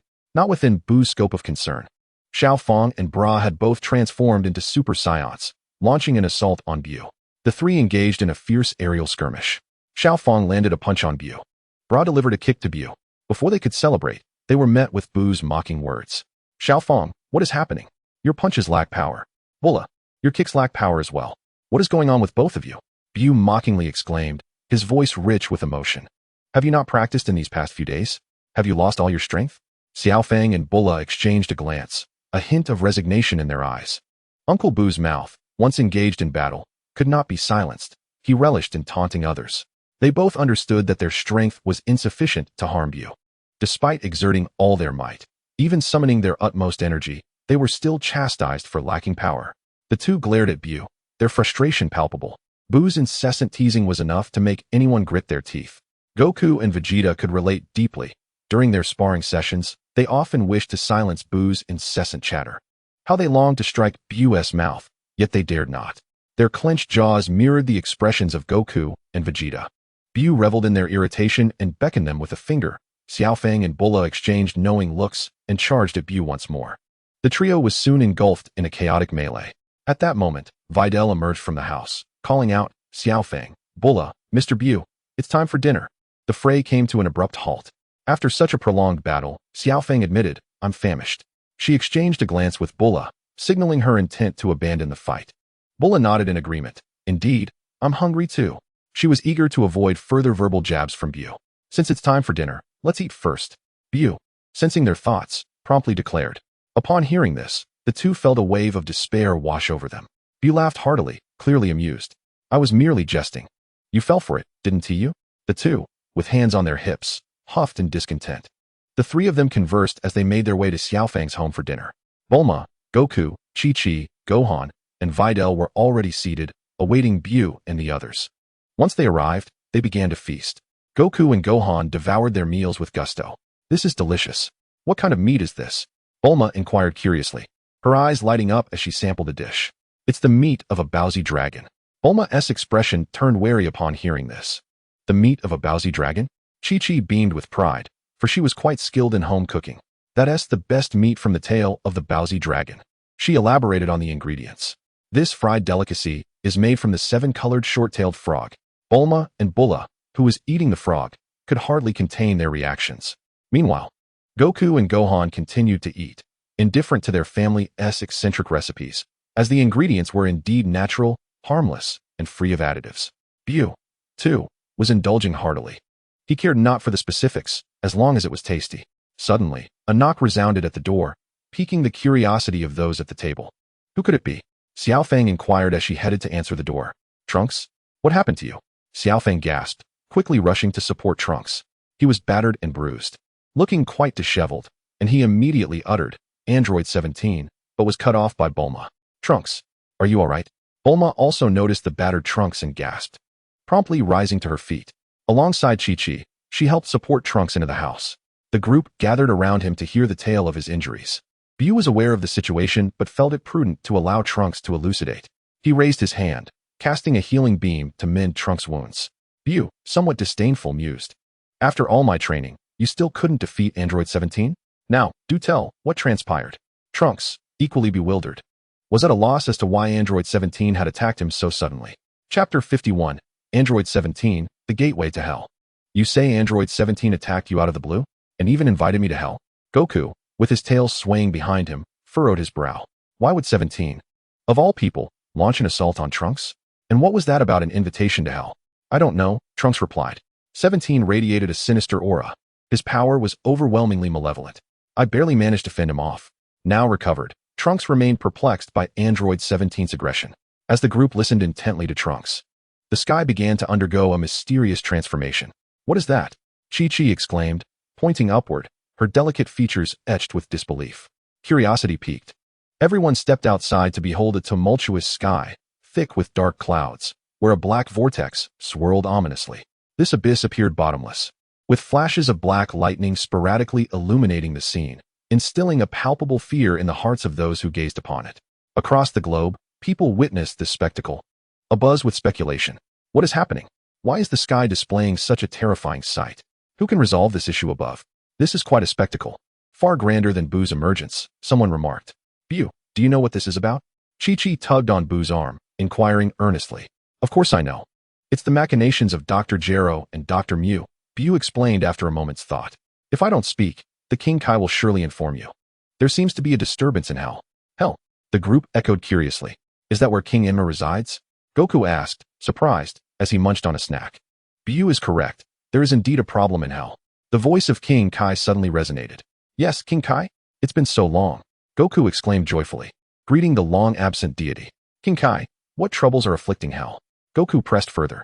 On King Kai's planet, the ailing deity rose from his bed.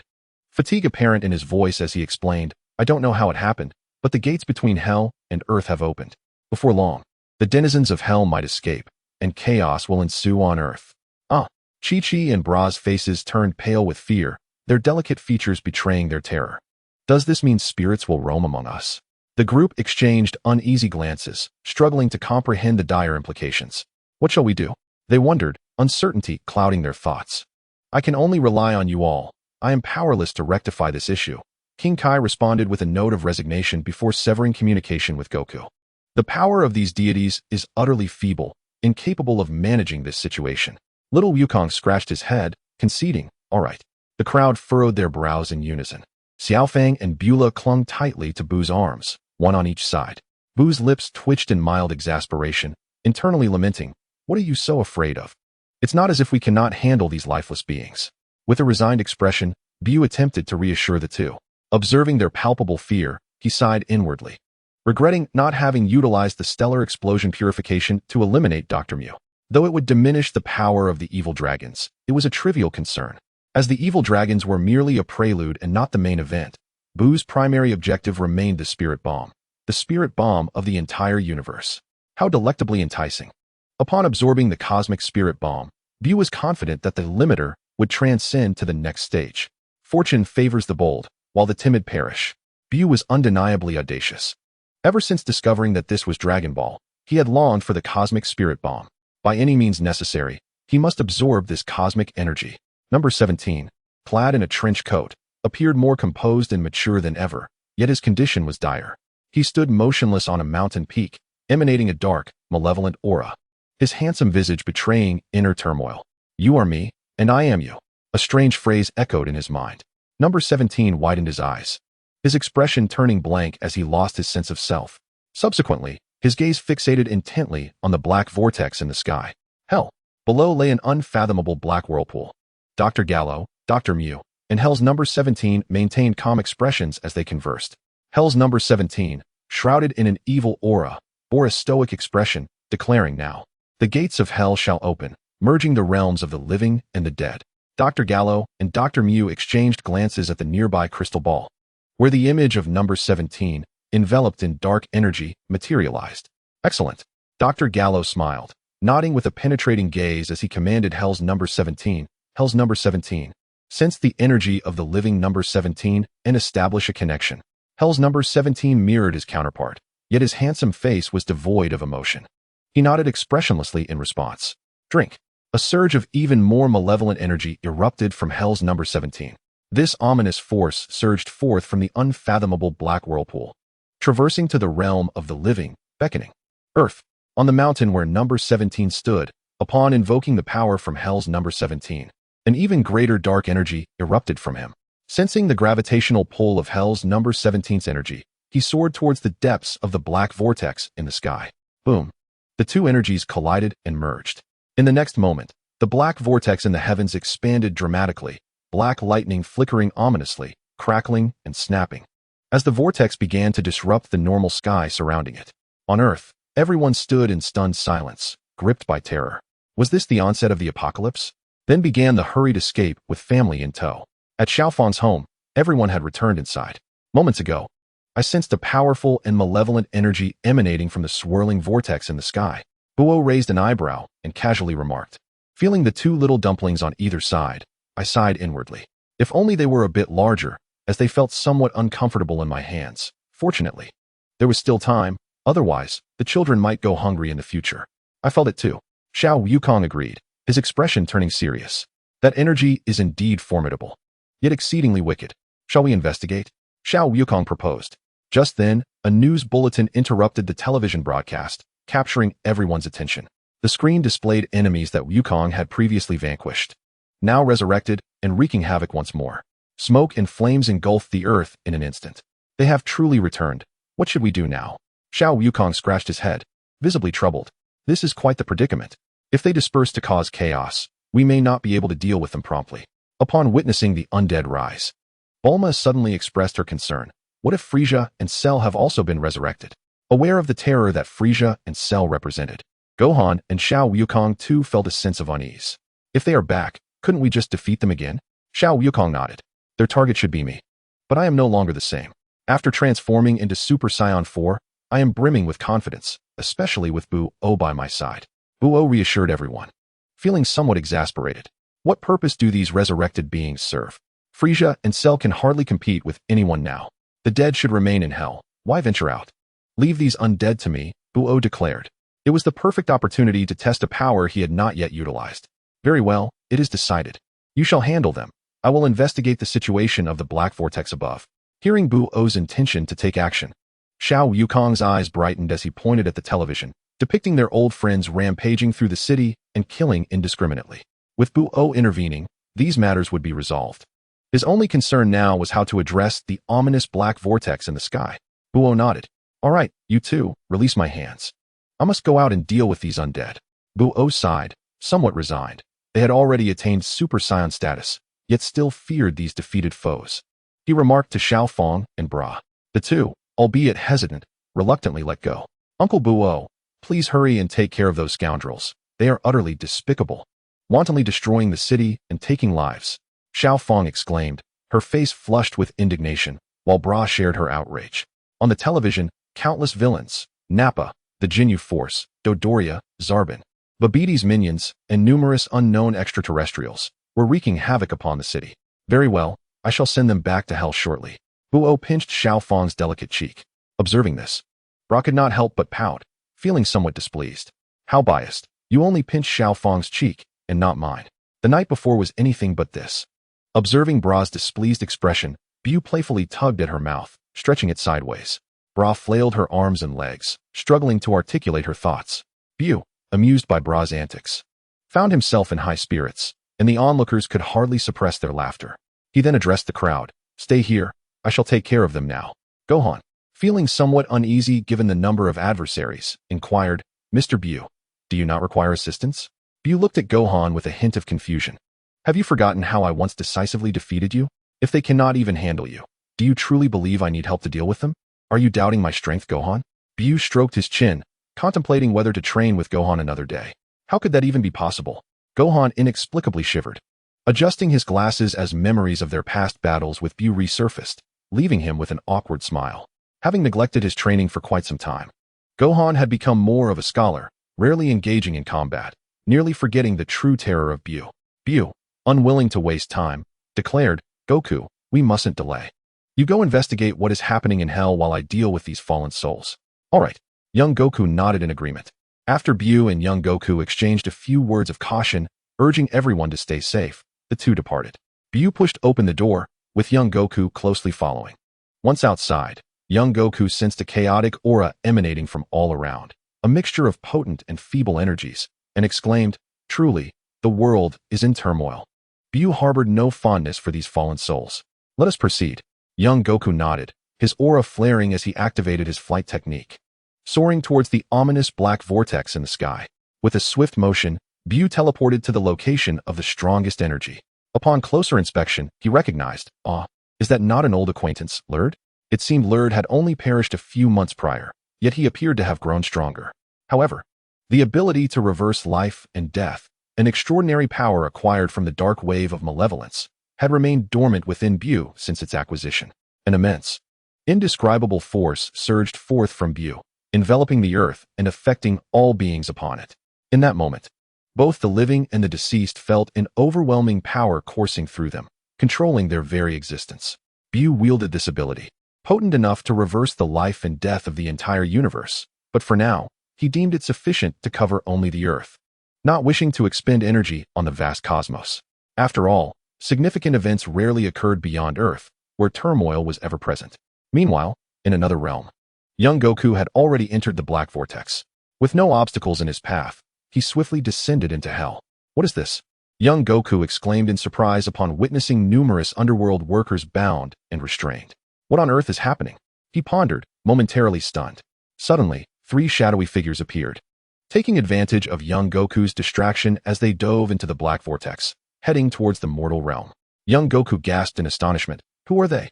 As the black vortex began to close after 3 enigmatic figures entered, little Wukong was taken aback, his heart racing.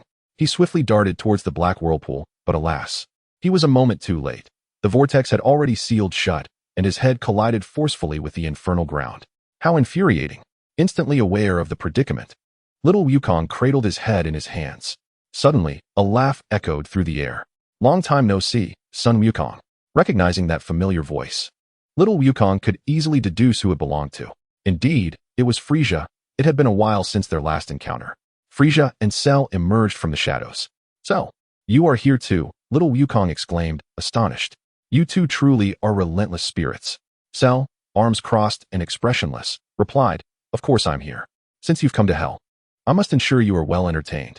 Frieza, gazing at little Wukong, remarked mockingly, I never expected that after some time apart, you would become even more adorable, son Wukong. You are practically shorter than I am. Ha ha. The three exchanged jibes, with Frieza and Cell taking the brunt of the teasing, before they all plunged into a chaotic brawl.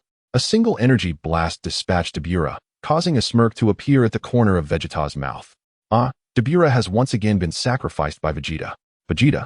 Long time no see, Dr. Gero and Dr. Mu observed from behind Vegeta, smirking coldly.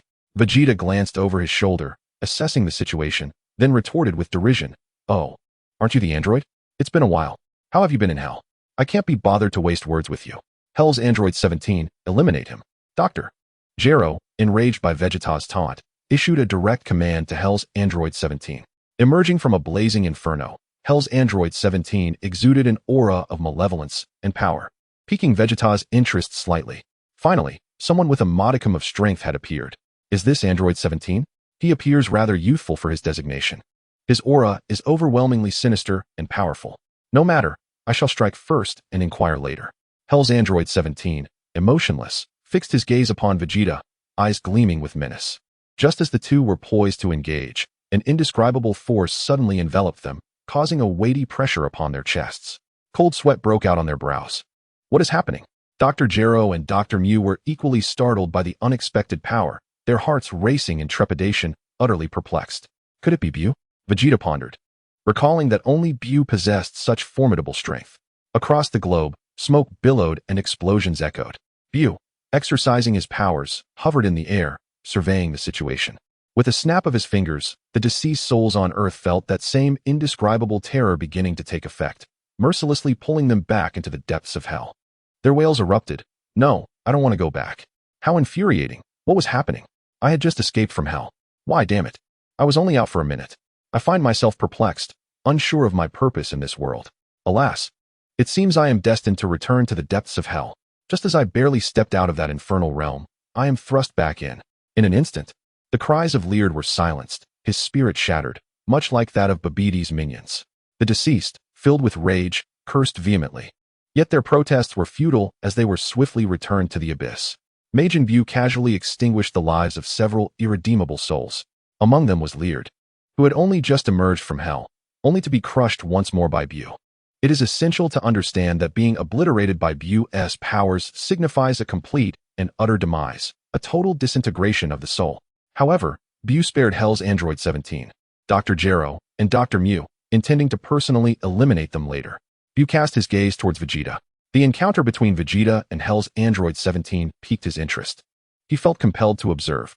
In a flash, BUU vanished. The intangible and indescribable terror he wielded abruptly dissipated.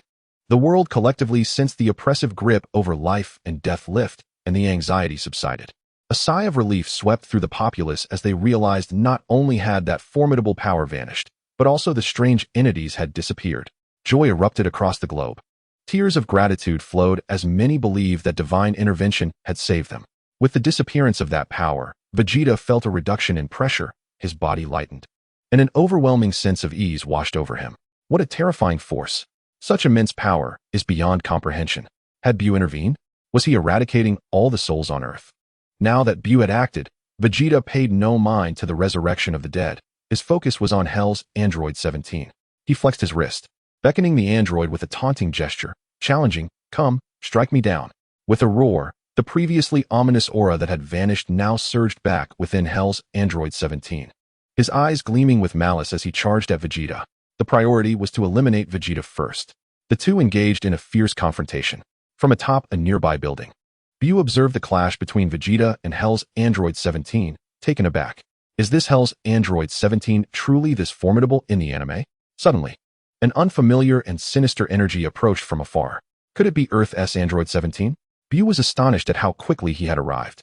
Unbeknownst to him, the efforts of Dr. Mu and Dr. Gero to enhance Hell's Android 17's strength were profound, driven by their desire for revenge against the formidable Majin BUU, the destroyer of stars across the universe. Their animosity towards BUU and the Science ran deep. After several minutes of combat, a resounding clash echoed as their fists met, sending shockwaves through the air. Both Vegeta and Hell's Android 17 staggered back. However, the android retreated several paces while Vegeta merely took a step back. Your power has increased significantly? Vegeta pondered, his curiosity piqued as he shook his fists, astonished. When had Android 17's strength grown to such an extent? It was quite unbelievable. He had not witnessed any training.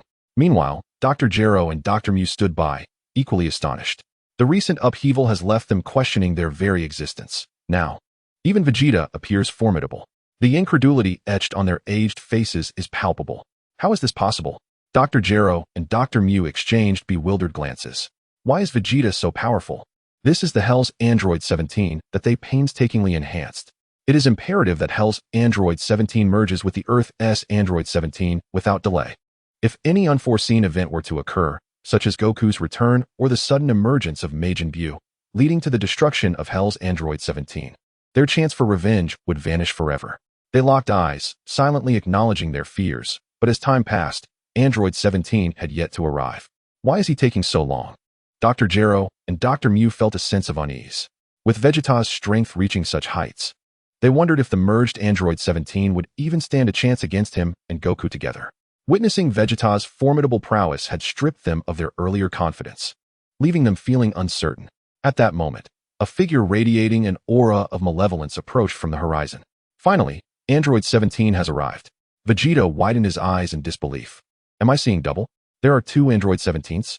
Dr. Gero and Dr. Mu rejoiced. Hurry, merge and eliminate Vegeta. Merge? Vegeta pondered curiously. Is it similar to Cell's method? But Cell had absorbed Androids 17 and 18, hadn't he? Hell's Androids 17 and Android 17, receiving their orders, did not hesitate. Their sinister, potent energy surged dramatically. They murmured in unison, I am you, and you are me. Subsequently, a strange golden light enveloped their bodies as they drew closer, merging into one. A terrifying energy engulfed the surroundings. Seeing Vegeta remain passive, BUU tapped his forehead in disbelief. Vegeta, have you lost your senses? Why are you not intervening? Have you forgotten the beating you received from Cell? Are you certain you want to allow them to merge? BUU's voice echoed from a distance. Vegeta, somewhat taken aback, glanced around and spotted BUU perched atop a distant building. BUU truly is elusive. As Vegeta sensed the overwhelming energy generated by the merging, he crossed his arms. Responding dismissively to BUU, what of their fusion? I can handle it. Having the ability to transform into Super Saiyan 4. He had yet to engage in combat with any of his peers. Surely, he could contend with this creature, BUU. Now, with a worthy opponent before him, he was eager to witness the strength of the two merged Android 17s. BUU shook his head. You dare to allow him to merge without even knowing his full capabilities? The golden light was blinding, causing Vegeta to shield his eyes. Moments later, the brilliance subsided. A fierce gust of wind erupted, sending countless stones flying from the ground. Vegeta raised his hand to crush a stone that had been hurled at him, unable to suppress a frown. Impressive force. It seems the merged Android 17 has significantly increased in power. As the radiance vanished completely, a figure clad in an orange scarf, with a tall stature, long black hair, and a malevolent grin appeared. Super Android 17 has arrived. Compared to number 17, his facial features were more chiseled and handsome. He did not gaze at Vegeta, but instead turned his head to the distant figure of Majin Buu, speaking each word with deliberate clarity. Majin Buu. Dr. Mu was taken aback. Majin Buu? Following the line of sight of Super 17, he spotted a diminutive pink figure, about 1.60 meters tall. Observing their every move from a nearby building, fury surged within him, consuming his reason. It's you, Majin Buu. Dr. Mu bellowed, disregarding Dr. Gero's attempts to restrain him, commanding Super 17. Kill him, Super 17. He paid no heed to Vegeta standing by. Vegeta was bewildered, questioning if this peculiar individual bore a grudge against BUU. Oh, such hatred for me. The moment you see me, you lose your composure and wish to end my life. Is it simply to send you and your baby to hell? Vegeta, the Scion, disregarded the fact that the Scions had annihilated the Tsufruans. BUU, taken aback, stroked his chin with a grin, instructing Vegeta, Vegeta, deal with Super 17. Upon hearing BUU's command, Vegeta cast a glance at BUU, realizing he was unable to confront him, thus choosing to endure in silence. With a roar, a terrifying golden aura erupted forth, his golden hair standing on end, elongating until it reached his waist. As Vegeta transformed into Super Saiyan 3, his eyebrows vanished, and his brow tightened, exuding an air of wickedness. Vegeta's presence was overwhelming, a fierce wind sweeping across the earth. Super 17, sensing Vegeta's formidable strength, finally turned to regard him with curiosity. Chapter 53, Super Saiyan 4. As time passed, Super Saiyan 3 Vegeta clashed with Super 17. Their battle fierce and relentless. They soared into the sky, then crashed down to the earth, leaving devastation in their wake. BUU appeared beside Dr. Gero and Dr. Mu. Observing the two elderly men with ill intent, it would be best for you two to vanish. What are you planning? Dr. Gero and Dr. Mu stammered, filled with dread. They had forgotten that BUU was still nearby. Eliminating them would be as easy as slaying a chicken. With an inexplicable smile, BUU watched them, causing cold sweat to pour down their backs as they felt a chill run through their bodies, trembling uncontrollably. With Super 17 occupied by Vegeta, their fate was sealed. Despair etched on their faces. They lamented, "Had we known, we would not have shown ourselves. Who could have anticipated that a mere Vegeta would be so troublesome?" BUU, indifferent to their reactions, swiftly dispatched Dr. Gero and Dr. Mu, turning his attention to Vegeta and Super 17. Super Saiyan 3 Vegeta still struggled against Super 17. The form was no longer sufficient to keep pace with their battle. Although Vegeta was significantly stronger than in the anime, Super 17 had been augmented by Dr. Gero and Dr. Mu. Most critically, the already powerful Super 17 had absorbed Vegeta's energy, further enhancing his strength in the conflict. At the center of the battlefield, Super 17 declared, "Vegeta, today marks your demise." His murderous intent palpable. "Kill me? I concede you possess some strength, but it is still insufficient." Vegeta, filled with fury, wiped the blood from the corner of his mouth. He reverted to his normal state, his hands clenched tightly as he bellowed in rage. "Drink." A surge of immense power erupted from Vegeta, an extraordinary aura that violently tore through the earth and stirred the elements. Dust and debris rose from the ground as a fierce wind obliterated everything in its path. Vegeta underwent a dramatic transformation, distinct from the typical changes seen in Super Saiyan forms. His hair, long and dark, framed his face, while his eyes glowed a fiery red. There was no golden flame surrounding him. Instead, a portion of his upper body was adorned with red fur, revealing his muscular chest. Vegeta had ascended to Super Saiyan 4. In this new form, he exuded an even colder demeanor, soaring through the air as he coldly remarked, "I have seen through your tricks. During our battle, you can absorb my energy through that device of yours to enhance yourself, a rather impressive ability. But this is merely the beginning." "What is this?" Super 17, sensing the unusual presence of Vegeta, was filled with curiosity. How fascinating. Such a peculiar transformation indeed. It is entirely unlike the prior forms of Super Saiyans, which merely altered hair color.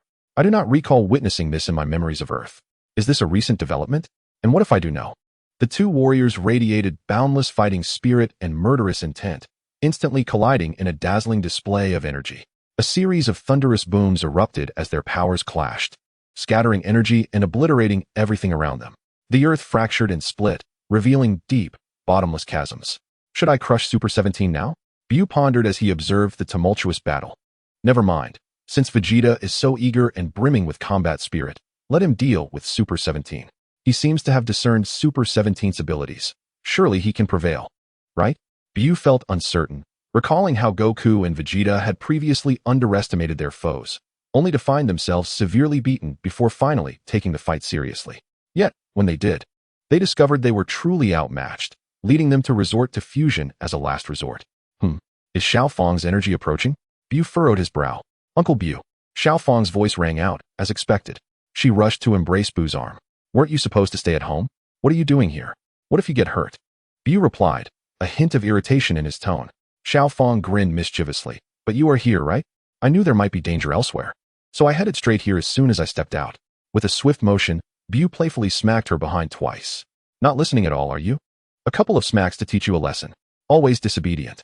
Xiao Fang, covering her slightly reddened cheeks, protested, I was just curious. I've never seen these kinds of spirits before. Do Gohan and the others know you are out? No. Oh. BUU, hearing this, took Xiao Fang's hand, preparing to escort her back. But I left a note for Mom and Dad. Xiao Fang quickly interjected as BUU intended to return her home. Moreover, I sensed the dissipating energy that lingered on Earth, just as I was preparing to emerge. BUU found himself at a loss. After all, there was only one Super 17 left, so it wasn't a significant issue. With a resigned gesture, he gently patted her head, relinquishing the thought of sending her back. BUU and Xiaofang were engaged in conversation when the jarring laughter of Super 17 suddenly echoed through the air. Ha! Vegeta, your energy now belongs to me. There he was, battered and bruised, circling behind Vegeta, ensnaring him with both hands and feet. Initially, Vegeta dismissed the binds with disdain, confident that such restraints could not hold him. He prepared to break free, but soon realized his energy was rapidly depleting, flowing towards Super 17. Before long, the vast reserves of energy that sustained his Super Saiyan 4 transformation were entirely absorbed, rendering him powerless to revert to his normal state. Damn it, I was careless. Vegeta seethed. This wretched mutt had feigned weakness, enduring relentless blows merely to lower his guard and then strike. What a scoundrel! He had never anticipated that mere physical contact could siphon off energy. It was utterly absurd. Had he known, he would have kept his distance from Super 17. After all, Super Saiyan 4 was immensely powerful, and he had underestimated Super 17, only to fall prey to a cunning ambush. Vegeta, now significantly weakened, found himself ensnared by Super 17's grip around his head. With a sinister smile, Super 17 declared, "Thank you for your energy, Vegeta. I have transcended my former self. Soon, I shall be invincible." With the energy of Vegeta's Super Saiyan 4 absorbed, Super 17's power surged dramatically. "BUU uncle, is he an enemy? Vegeta has been defeated. What shall we do now?" Xiao Fang inquired, sensing the terrifying aura emanating from Super 17, shaking BUU's arm for reassurance. Yet, BUU merely smiled knowingly. Indeed, just as expected. A reversal of fortunes. This is an old tradition. With a powerful throw, Super 17 discarded Vegeta to the ground. Thud! Vegeta crashed violently into the earth. A cloud of dust rising as a massive crater formed beneath him. Having disposed of Vegeta and absorbed his energy, Super 17's aura grew even more fearsome. His handsome, mature visage bore a hint of malevolence, his eyes glinting with murderous intent as he gazed at BUU and Xiao Fang. "Next, it will be your turn." As for the deceased Dr. Gero and Dr. Mu, Super 17 felt no particular sentiment. Avenging them by killing BUU sufficed. After all, they were already dead, and eliminating BUU was Dr. Mu's desire. It was hardly a loss. BUU casually tapped his ear, feigning ease. "What did you say? I couldn't quite hear you." "Kill me? You think absorbing Vegeta's energy means you can kill me? Have you not yet awakened, Super 17? Xiao Fang felt a twinge of worry. The aura surrounding Super 17 was dreadfully intimidating, sending chills through her body. "I have no time to engage in idle banter with you." Super Android 17 unleashed a terrifying and malevolent aura, launching an immediate assault towards Majin BUU with astonishing speed, closing the distance in the blink of an eye. BUU narrowed his eyes, contemplating that if one sought death, he would oblige. He retaliated with a powerful punch directed at the approaching Super Android 17. The sheer force of the blow manifested, accompanied by an unfathomable power, obliterating everything in its path. What? Super Android 17 felt an overwhelming alarm resonating throughout his body, a sharp pain piercing his brow, as if a dreadful peril concerning life and death loomed before him. Reacting swiftly, he concentrated his entire strength, conjuring an astonishingly resilient energy shield that materialized before him, providing protection. In the next moment, a thunderous roar erupted. The energy barrier shattered instantly, and he was struck by an indescribable, horrific force, sent hurtling backwards for hundreds of thousands of meters. On Earth, the sky and ground twisted under the impact of that punch, the areas swept by the force vanishing entirely. A vast vacuum appeared in the clouds, while the ground bore a gaping chasm, unfathomably deep and stretching beyond sight. With that singular blow, parts of the Earth's topography were irrevocably altered. Xiao Fang stared in shock. Is this the might of Uncle BUU? If it were merely energy-based, her Kamehameha would have had similar effects. Yet, this destruction stemmed solely from BUU's physical strength. Without employing any energy, that was truly terrifying. BUU, feeling somewhat bashful, tugged at his antennae, remarking that even the Earth, reinforced by the Dragon Balls, was rather unimpressive. He had not even exerted himself fully, and it had already been reduced to this state. The number of Earthlings slain by the malevolent souls in Hell likely paled in comparison to those lost from just this punch. What is happening to Earth? The inhabitants stood in stunned silence, witnessing the sudden devastation following the disappearance of the deceased. Is this truly the onset of the apocalypse? BUU stroked his chin, realizing he would still need to rely on the Dragon Balls to make a wish. After a considerable time, Xiao Fang regained her senses and, in a daze, asked, "Uncle BUU, is he dead?" "Not yet," BUU replied. Though that punch was intimidating, it could not possibly kill Super Android 17. Xiao Fang found it hard to believe. He is still alive? What manner of monster is this? BUU chuckled softly, taking Xiao Fang's hand without further explanation. While the force of the punch may not have been lethal, he was certain that if his fist connected with Super Android 17, the latter would undoubtedly be reduced to mere rubble. At that moment, the battered Super Android 17 lay at the terminus of the dissipating force, tattered and questioning his existence. Was it possible that Majin BUU was so formidable that his punch contained no energy? The sheer might derived solely from physical strength was astounding. Surely, he must possess some energy. Coughing violently, he involuntarily expelled a mouthful of blood, his breath becoming unsteady. How could Majin BUU be so terrifying? Doctor, you sent me to kill him? It would be more plausible for him to eliminate me. Conquering the galaxy was simply absurd. It should be noted that I have absorbed the energy of Vegeta, the Super Saiyan 4. In this instance, Super 17 was utterly powerless, sent flying by BUU's punch. A reality that was difficult for him to accept, let alone believe. Was he truly so devoid of pride? Chapter 54. The search. BUU paid no mind to where Super 17 had been sent. He sensed that Vegeta was on the brink of death. Is Vegeta dead? BUU inquired, hovering over the pit where Vegeta lay. After a lengthy pause, a feeble voice responded, not yet. Vegeta, battered and barely clinging to life, lay beneath the earth, exuding weakness. Do you wish for my demise so fervently? After BUU extracted Vegeta from the ground, the latter, looking disheveled, retorted with a hint of sarcasm, I am not dead. Are you disappointed? How could I be? Your death would sadden me. Upon hearing this, BUU feigned wiping away tears, eliciting irritation from Vegeta, who, in a weakened state, urged BUU, hurry and heal me. If you delay further, I truly may perish. BUU burst into laughter and raised his hand to commence healing Vegeta. As he tended to him, he teased, well, isn't this the illustrious Super Vegeta? After just a few minutes, you've fallen apart. What happened to your earlier confidence? How is it that you now require my assistance? I merely underestimated him. Who could have predicted he could absorb energy through his body? Vegeta replied, flushing with indignation. If given another chance, I shall defeat that Super 17, that old coin. Vegeta had grasped Super 17's tactics well. He was resolute in his disdain for such a lowly being, one who merely absorbed the energy of others, daring to conspire against him. BUU, however, remained indifferent to Vegeta's indignation and bluster. What was it you said earlier? That their fusion meant nothing, that you could still prevail? And now look at you. Reduced to this state, your energy consumed by Super 17. BUU mimicked Vegeta's earlier tone, wearing a mischievous grin, relishing the sight of Vegeta and Goku's misfortunes. You were so arrogant, believing that transforming into Super Saiyan 4 would make you invincible. Now, you've tasted the bitterness of defeat. Enough of this. Where is Super 17? Vegeta, feeling embarrassed, hastily changed the subject. BUU responded bluntly, I do not know. Do not know? Vegeta furrowed his brow, scanning the surroundings for Super 17. Only to witness BUU delivering a punch that sent Super 17 flying, inadvertently wreaking havoc upon the earth. The landscape had been utterly transformed, leaving him momentarily speechless. I was only unconscious for a few minutes. How could it have changed so drastically? He turned to BUU, who appeared sheepish. It was your doing, Vegeta sighed. No need for speculation regarding the culprit. The sheer magnitude of the destruction, devoid of any residual energy, was unlike anything Vegeta had witnessed. Only BUU could unleash such terrifying devastation through sheer physical strength. Was it truly necessary? Vegeta's lips twitched, his expression one of exasperation.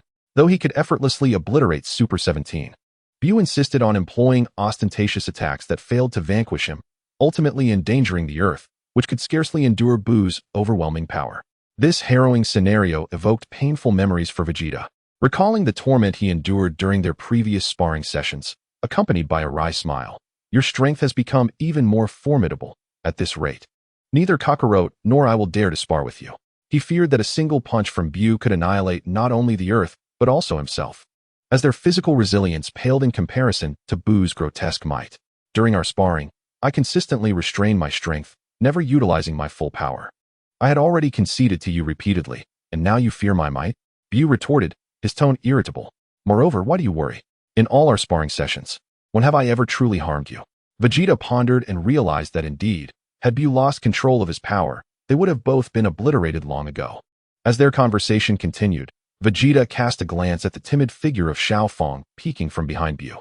Surprised, he inquired, You're here. Where's Kakarot? Did he not come? Given the gravity of the situation, Vegeta found it implausible that Kakarot remained silent. Upon hearing this, Xiao Fong recalled Goku's entry into the swirling vortex with concern. Grandfather went to confront the dark vortex in the sky, but after he entered, it closed. And I haven't heard from him since. I'm unsure of his current state. BUU, upon listening, attempted to comfort the anxious Xiao Fong, though he felt somewhat exasperated. Goku was likely trapped in the underworld, yet how could Frieza and Cell possibly contain him? Perhaps they were simply reminiscing. Vegeta, equally perplexed, gazed skyward. The black vortex had since closed, and the sky had returned to normal. Kakarot had vanished after entering that vortex, with no word about his whereabouts. What was he up to? Vegeta refused to believe that such a place could confine Kakarot. He began to suspect that Kakarot might be feigning his absence. But this was not the time for such concerns. His thoughts shifted to the elusive Super 17. Vegeta queried BUU. Did you happen to kill Super 17 with a single blow? BUU shook his head, indicating ignorance as to where he had been sent. Not dead. Uncertain of his location? Vegeta frowned at BUU's words. He concentrated intently, searching for Super 17's energy. Unable to locate it, he felt a sense of foreboding. What's wrong? Can't find Super 17's energy? BUU, noticing Vegeta's knitted brow, asked curiously. Vegeta nodded. It feels as though he has vanished from existence. If Super 17 has escaped, it poses a significant threat. This individual possesses the ability to absorb energy. What if he is lurking in some shadowy corner, surreptitiously gathering strength? That would spell disaster. The primary concern lies with the older generation of warriors on Earth, whose powers are limited and utterly insufficient to contend with Super 17. Apart from a select few, such as Goku and his companions, none can hope to match Super 17's might. There will inevitably be moments of solitude. When they are absent, others may find themselves in peril. Why did you not restrain him? Why strike him away? Vegeta lamented, his anxiety mounting as he turned to BUU. BUU, however, appeared indifferent to Super 17's escape, dismissing it as a trivial matter. He explained, it has been quite some time since I had the chance to stretch my limbs. When I saw him charging at me, I could not restrain myself and, perhaps, exerted a tad too much force in delivering a punch. Vegeta, exasperated, smacked his forehead and voiced his deep-seated concerns. Upon hearing this, BUU frowned, instinctively tugging at his antennae. Uncle BUU, what shall we do now? Xiaofeng inquired, gripping BUU's hand tightly in fear. Sensing Xiaofeng's trepidation, BUU, who initially remained unconcerned, began to take notice. He softly reassured her, pondering the implications of leaving Super 17 at large. While he may not pose a threat to BUU, the Earth is not solely inhabited by him. BUU disregarded ordinary humans. Yet if Super 17 set his sights on Xiaofeng or her family, they would be in grave danger. An ambush from the lurking Super 17 would be all too effortless. BUU could not remain by their side at all times to shield them. The strength of Super 17, particularly against Xiaofeng and her companions, was overwhelmingly formidable, rendering them hopelessly outmatched. Even without absorbing the energy of Super Saiyan 4, few could stand against Super 17. At the very least, Gohan, Trunks, and Goten would merely be offering themselves as targets. And let us not forget Vegeta. Now, he too would find himself merely a target against Super 17. Just moments ago, Super 17 had absorbed Vegeta's Super Saiyan 4 energy, significantly enhancing his power. Now, Vegeta and Goku, facing Super 17 alone, would only serve as fodder unless they united forces. BUU contemplated the current power dynamics of Super 17, unable to resist a glance at Vegeta. Were it not for your folly in allowing Super 17 to absorb the energy of Super Saiyan 4, he might not even triumph over the two of you. Vegeta, noticing BUU's gaze, felt a twinge of curiosity and scrutinized himself. What is it? Why are you looking at me like that? BUU, disinterested in further engaging with Vegeta, recognized that such behavior was merely par for the course for him and Goku. The pressing matter remained. They must locate Super 17. However, Vegeta's inability to find him did not inhibit BUU's search. BUU remained utterly unperturbed. Lacking the ability to sense energy, he instead focused on the soul fluctuations of Super 17. He had memorized the soul wave of Hell 17. The essence of Hell 17, emerging from the underworld, differed from that of a living being. Moreover, as he had fused with Earth 17, their souls had merged, indistinguishable from one another. The essence of Super Android 17 emanates a unique energy, subtly distinct from that of a living person. This energy is the lingering soul resonance from Hell's Android 17, an indelible mark. With BUU's current soul strength, locating the anomaly that is Super Android 17 should be a simple task. After expressing his concerns, Vegeta resumed his search for Super Android 17's energy. BUU interrupted him, asserting, "Allow me to take the lead. You are too slow." Vegeta contemplated for a moment before acquiescing. BUU stroked his chin, attuning himself to the soul vibrations on Earth. After a brief while, he finally detected the unique soul signature of Super Android 17, which diverged from that of the living, on the opposite side of the planet. Turning to Xiaofeng, BUU instructed, "You should return. Vegeta and I will handle this troublesome Super Android 17. Understood, Xiaofeng nodded, showing her understanding before departing in a burst of energy. As she left, BUU addressed the waiting Vegeta. Let us proceed to eliminate Super Android 17. Vegeta was taken aback by how swiftly BUU had found their target. BUU cast a sidelong glance at Vegeta, a hint of pride in his demeanor. You think I'm like you, incapable of locating someone? Vegeta, aware of BUU's boastfulness, couldn't help but scoff. You're impressive, I concede. Not wishing to prolong BUU's showboating, he placed a hand on BUU's shoulder and urged, let us move quickly. Very well, BUU rolled his eyes, feeling somewhat exasperated that he wasn't given the chance to explain how he discerned Super Android 17's presence, which Vegeta could not sense. In a flash, BUU and Vegeta vanished. Chapter 55. Death. At that moment, Super Android 17 was on the hunt for the inhabitants of Earth. Although the energy of the Earthlings was scant, even the smallest morsel was worthwhile. Where is everyone? Why is there not a single living soul in sight? After searching extensively, he found no signs of life, leaving Super Android 17 perplexed. Unbeknownst to him, a portion of the populace had been slain by the denizens of Hell, while BUU's single strike had decimated the majority. There were no living souls left. Suddenly, BUU and Vegeta appeared, the atmosphere charged with intense energy. Super Android 17 immediately sensed their presence, pivoting sharply and bellowing. Who goes there?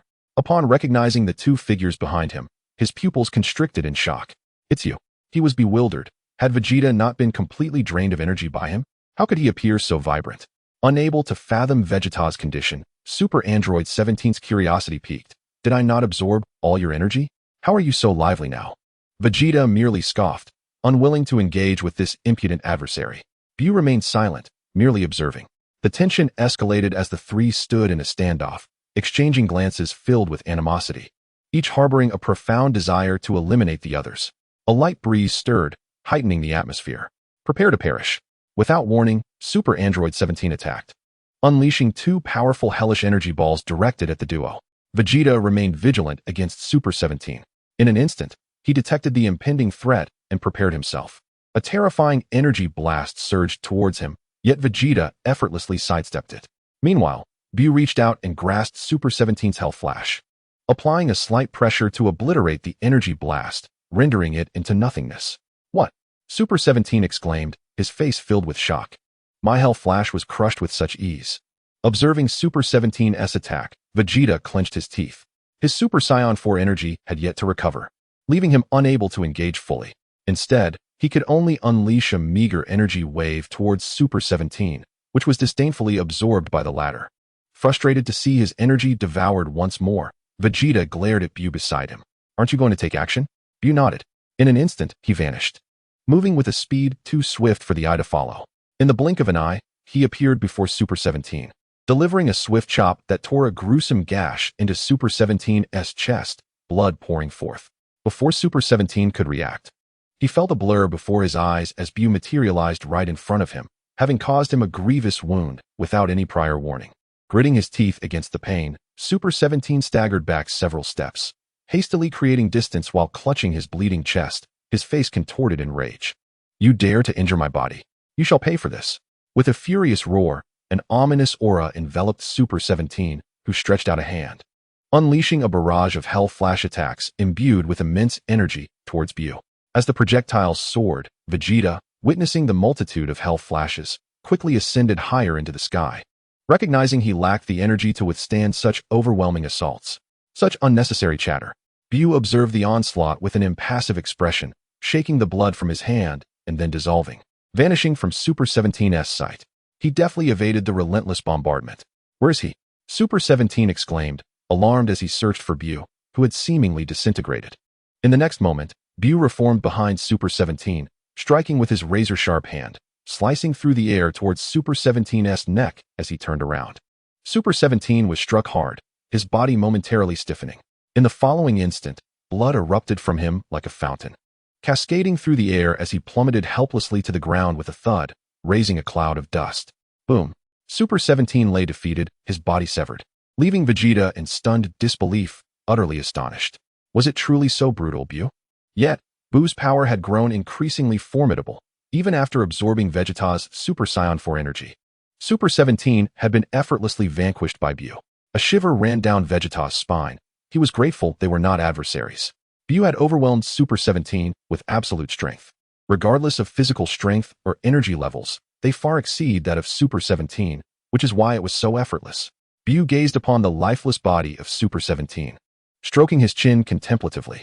One cannot deny that the physical fortitude of these individuals is rather mediocre, although their energy is formidable. It only enhances their physical strength to a limited extent without a primary focus on bodily prowess. With Super 17 now deceased, Vegeta leisurely approached, disdain etched across his face. Unable to restrain himself from voicing his critique, "Isn't this a bit too gruesome? Could you not have simply pierced the heart or the body directly?" He then cast a glance at the horrific state of Super 17's corpse. That said, Vegeta couldn't help but give a nod of approval. The demise of that wretched Super 17 was indeed fitting. How dare he absorb my energy? Humph, Vegeta, with a hint of pettiness, mused.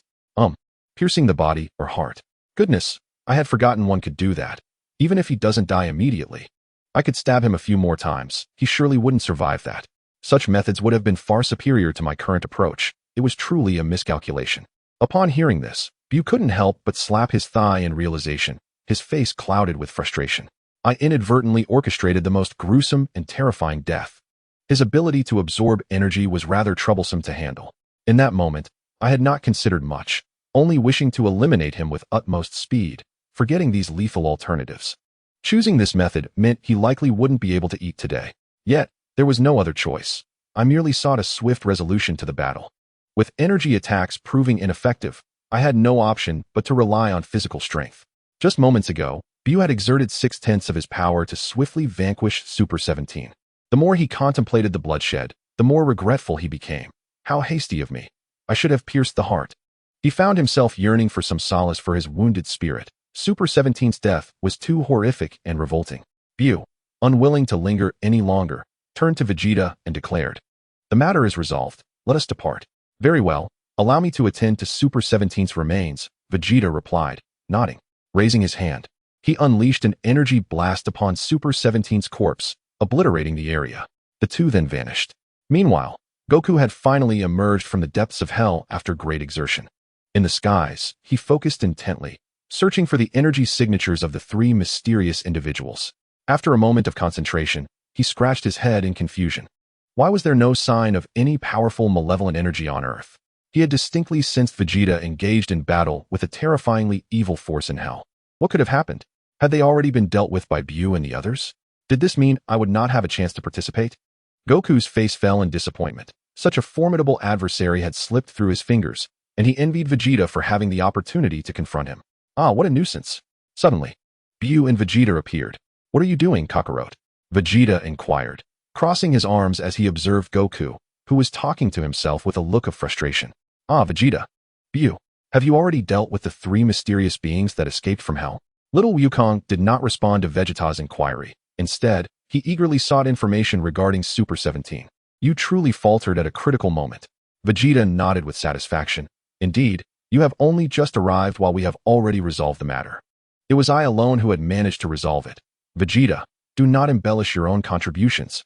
BUU contemplated intervening, but, recalling Vegeta's prideful demeanor in front of little Wukong, decided against it. Their bickering had persisted for far too long. Let them be. Damn it, I was ensnared by Frieza and Cell. They nearly sealed me away using the underworld.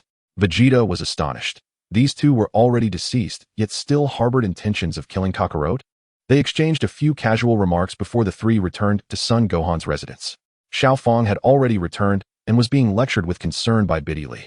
The cacophony of their conversation rang out as Xiao Fang helplessly covered her ears, ignoring Biddy Li's incessant chatter. What a lively atmosphere. Little Wukong chuckled. "Grandfather, Uncle BUU." Upon seeing Son Wukong and Vegeta, Xiao Fang swiftly made her exit. Biddy Li appeared resigned. Xiao Fang's personality mirrored her own youth, carefree, imbued with a strong sense of justice, and decidedly unladylike. Bulma, along with Trunks and Bra, approached Vegeta, inquiring about the outcome. The instigator had been eliminated, and the incident was concluded. Everyone rejoiced at this news. Suddenly, the earth trembled violently, causing buildings to sway and debris to fall. "What is happening?" The crowd gasped. Wasn't it already over? At that moment, the television flickered to life, a host announcing, "Breaking news. Since the mysterious disappearance of individuals, volcanic eruptions and oceanic upheavals are occurring worldwide. In some regions, a terrifying, vast chasm has emerged, and the Earth's situation is dire." Vegeta's lips twitched at the mention of the chasm. BUU's gaze wandered, while Xiao Fang understood immediately. The others exchanged glances, puzzled. Bulma exclaimed, "Does this not mean that the Earth is on the brink of destruction once more? What is going on?" Chi-Chi, Xiaofang, and Bitty Li sighed in despair. What is there to fear? With the Dragon Balls, these issues are trivial, little Wukong responded with remarkable ease. The group's spirits lifted at the mention of the Dragon Balls. Oh yes, the Dragon Balls. You all are thinking too simplistically. The current Dragon Balls are not what they once were, BUU remarked with a mysterious smile, eagerly anticipating the outcome. Then let us seek the Dragon Balls at once. Xiaofang declared, raising her small fist. Before that, let us dine. I am quite famished, little Wukong suggested, patting his rumbling stomach. After a day of battles, he was utterly exhausted. Upon hearing the mention of food, BUU's expression turned sour, feeling his stomach churn violently.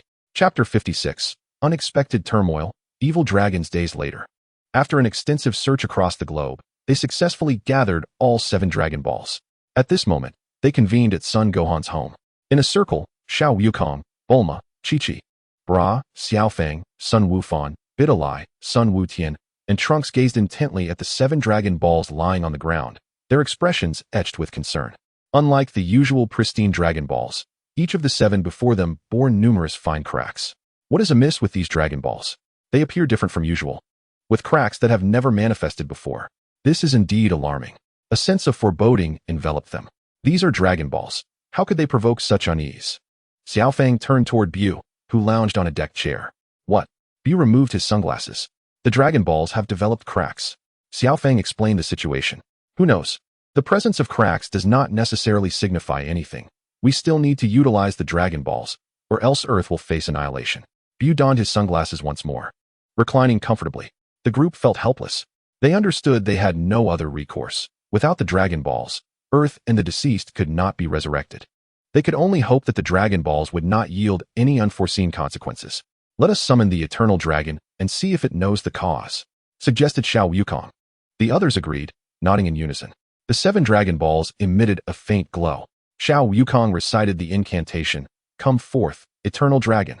Silence enveloped the air, and the sky remained unchanged. For a moment, everyone exchanged puzzled glances. Xiao Wukong scratched his head. Did I mispronounce the incantation? Why does the Eternal Dragon not appear? The group shared his confusion. The incantation was correct, so what could be the issue? I shall try again. I refuse to believe it. Xiao Wukong cleared his throat. Come forth, Eternal Dragon. As he recited the incantation once more, the atmosphere grew heavy. In the next instant, the sky unexpectedly darkened to a deep crimson, and red lightning flashed, crackling ominously. The group, initially bewildered, felt a surge of excitement, believing they had successfully summoned the Eternal Dragon. BUU observed the unfolding scene. Lowering his sunglasses, he sensed the malevolent energy of an evil dragon stirring. Internally, he lamented, "You all rejoice far too soon. The Eternal Dragon is indeed responding. But what will emerge is a nefarious dragon shrouded in smoke." The ground trembled. Why is there an earthquake? This is unlike any prior manifestation of the Eternal Dragon. Confusion and unease gripped the group as they steadied themselves. Moreover, a formidable and malevolent force began to coalesce, though the earthquake posed little threat. The ominous energy caused Xiao Wukong to furrow his brow. In the following moment, the 7 Dragon Balls radiated a sinister red light, and a plume of black smoke began to rise from the cracks. The black smoke gathered and congealed in the air, and soon, an unprecedented dragon emerged. This malevolent dragon, clad in a deep blue-black hue, sported fearsome wings, long whiskers, and was adorned with countless sharp spines, its elongated form coiling menacingly through the sky. It exuded an aura of wickedness. Beneath it billowed a thick black smoke, its form suspended in the air, with crimson eyes fixated upon the crowd. The onlookers stood in stunned silence. Is this also a dragon, grandfather? The bizarre creature before them left Xiaofang uncertain, prompting her to inquire of Xiao Wukong. Xiao Wukong scratched his head. It must be a dragon emerging from the Dragon Balls. The black smoke dragon opened its gaping maw, exuding excitement. Ha!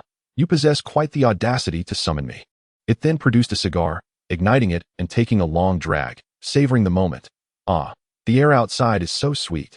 I have finally returned to life. The malevolent dragon, reborn, reveled in its joy, eager to unleash chaos once more. Witnessing the dragon's nonchalant smoking demeanor, BUU suddenly recalled a phrase. A dragon that smokes possesses boundless magic.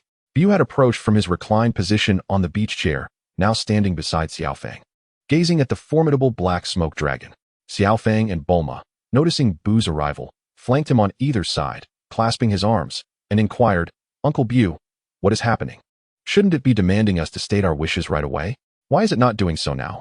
The others echoed Xiaofang's sentiment, finding this dragon to be rather unremarkable. As it rambled on without entering the wish-granting phase, BUU gently ruffled Xiaofang's hair, a smile gracing his face as he explained, "The reason is quite simple. This is not the benevolent dragon we are accustomed to, but an exceedingly malevolent demon dragon. Not a benevolent dragon, but an evil demon dragon." The group exchanged bewildered glances. Did this dragon truly embody a distinction between good and evil? The voice of King Kai interjected, "BUU is correct. This is the evil dragon. A grave threat. King Kai." The words of BUU and King Kai left Xiao Wukong and the others utterly confounded. The black smoke dragon took a deep drag from its cigar, exhaling a cloud of smoke toward the crowd.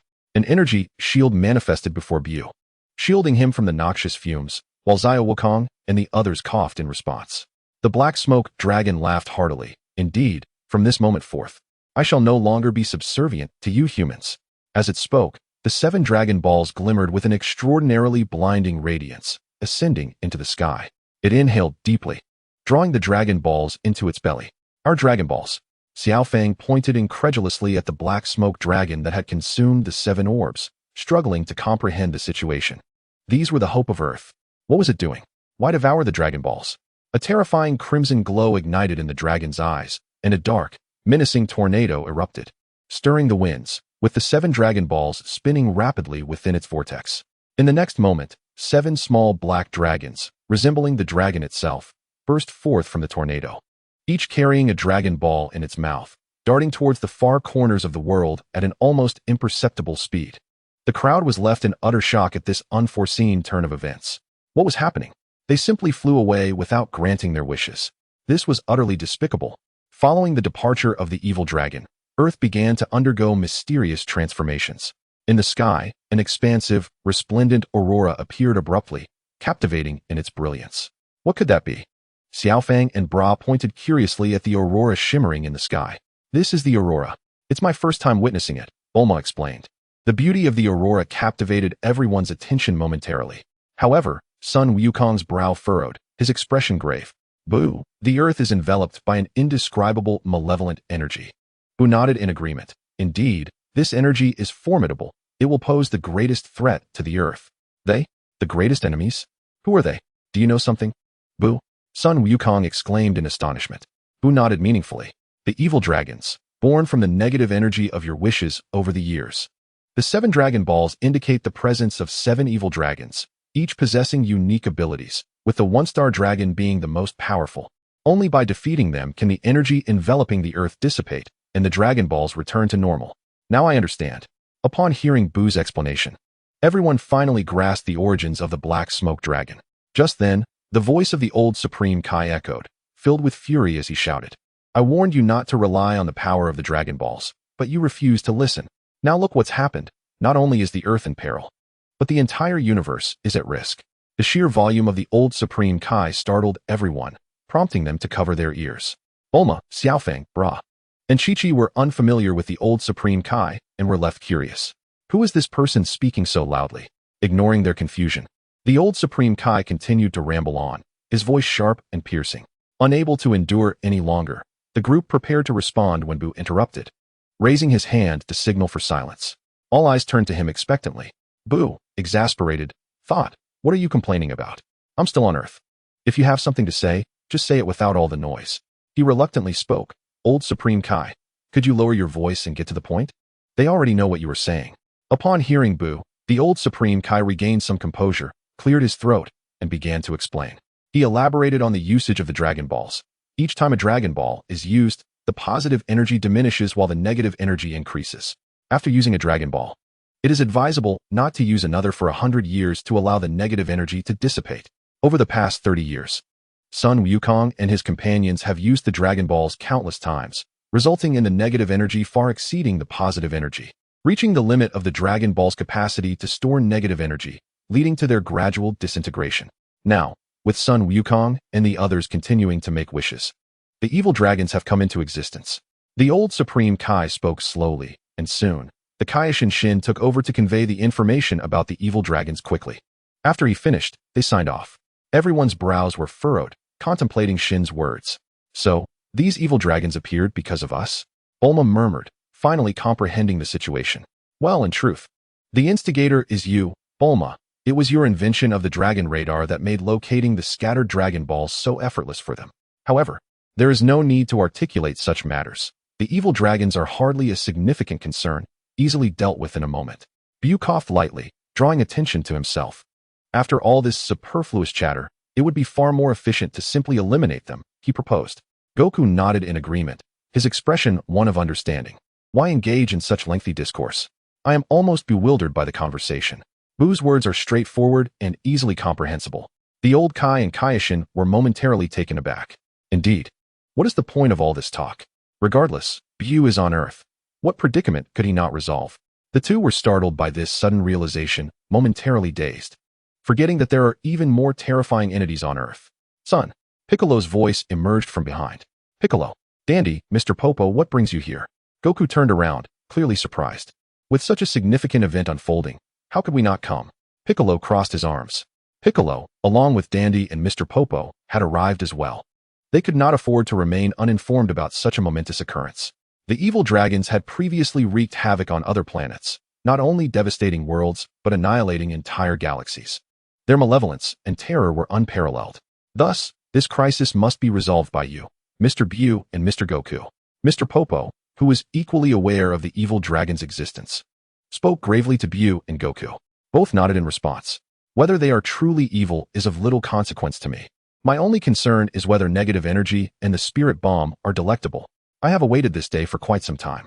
BUU was already salivating. Uncle BUU, what's wrong? Are you hungry? Xiao Fong inquired. Noticing the droplet of saliva at the corner of BUU's mouth, her curiosity piqued. BUU hastily wiped away the drool. Using Xiao Fong's observation as a pretext to cover, I am indeed a bit hungry. Upon hearing this, Goku suddenly felt a pang of hunger as well. He decisively declared, after we finish eating, we shall seek out these evil dragons and eradicate them. BUU immediately objected, an enigmatic expression in his eyes. There is no need to go searching. The evil dragons will come to us. He had no desire to pursue these malevolent beings. The others were astonished, perplexed as to BUU's intentions. The evil dragons would seek them out? Goku scratched his head, equally bewildered. Chapter 57. The Evil Dragons at this moment. The world was in disarray under the influence of the evil dragons. Earth had become unrecognizable. After satisfying their hunger, BUU addressed the group. Goku, Vegeta, you two will accompany me to a certain location. The rest of you may remain at home and await our good news. The group understood, as their current strength would only serve as a hindrance. Goku and Vegeta nodded, their curiosity piqued, yet they refrained from inquiring about BUU's destination. Uncle BUU, I wish to accompany you. May I? Xiao Fong exclaimed excitedly. She too wished to seek the Dragon Balls and witness the evil dragons firsthand, adorably appealing to BUU. BUU and Goku sternly interjected. This is no mere game. You cannot come. But, isn't Uncle BUU and Grandpa here? Xiao Fong was exceedingly cunning. She understood the terrifying prowess of BUU, Sun Wukong, and Vegeta. With a twitch of his lips, BUU remarked, it is precisely because of my presence that you cannot go.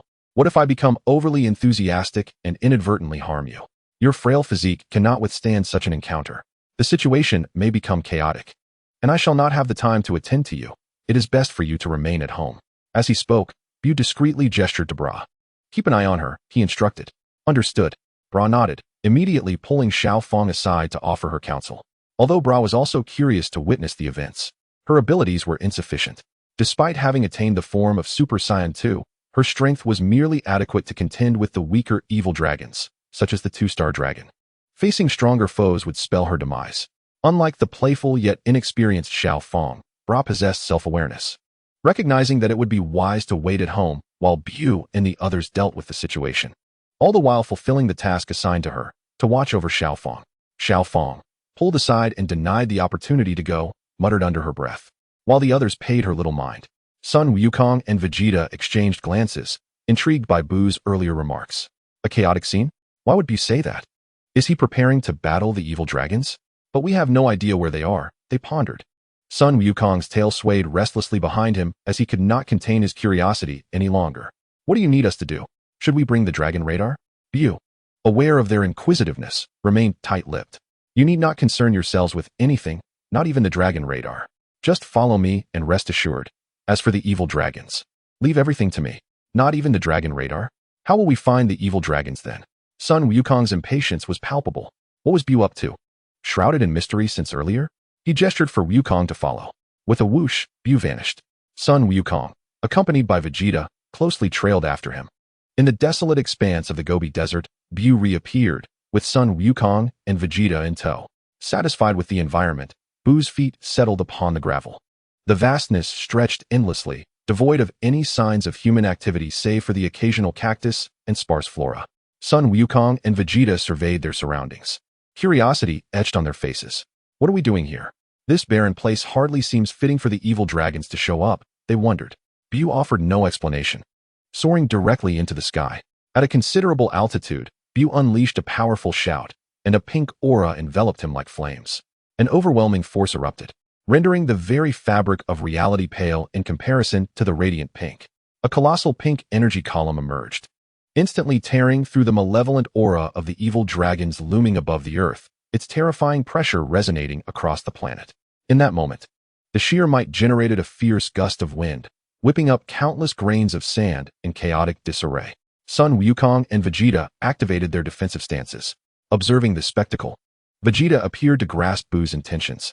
Sun Wukong scratched his head, only partially understanding the gravity of the situation. The formidable aura manifested across the earth, resonating in every corner of the world. With the emergence of the malevolent dragon, a negative energy began to corrode everything. In a tainted body of water, the two-star dragon trembled in fear. How terrifying! Why are there such dreadful beings on earth? In the ruins of a city, the seven-star dragon felt a mix of fear and greed, swallowing hard.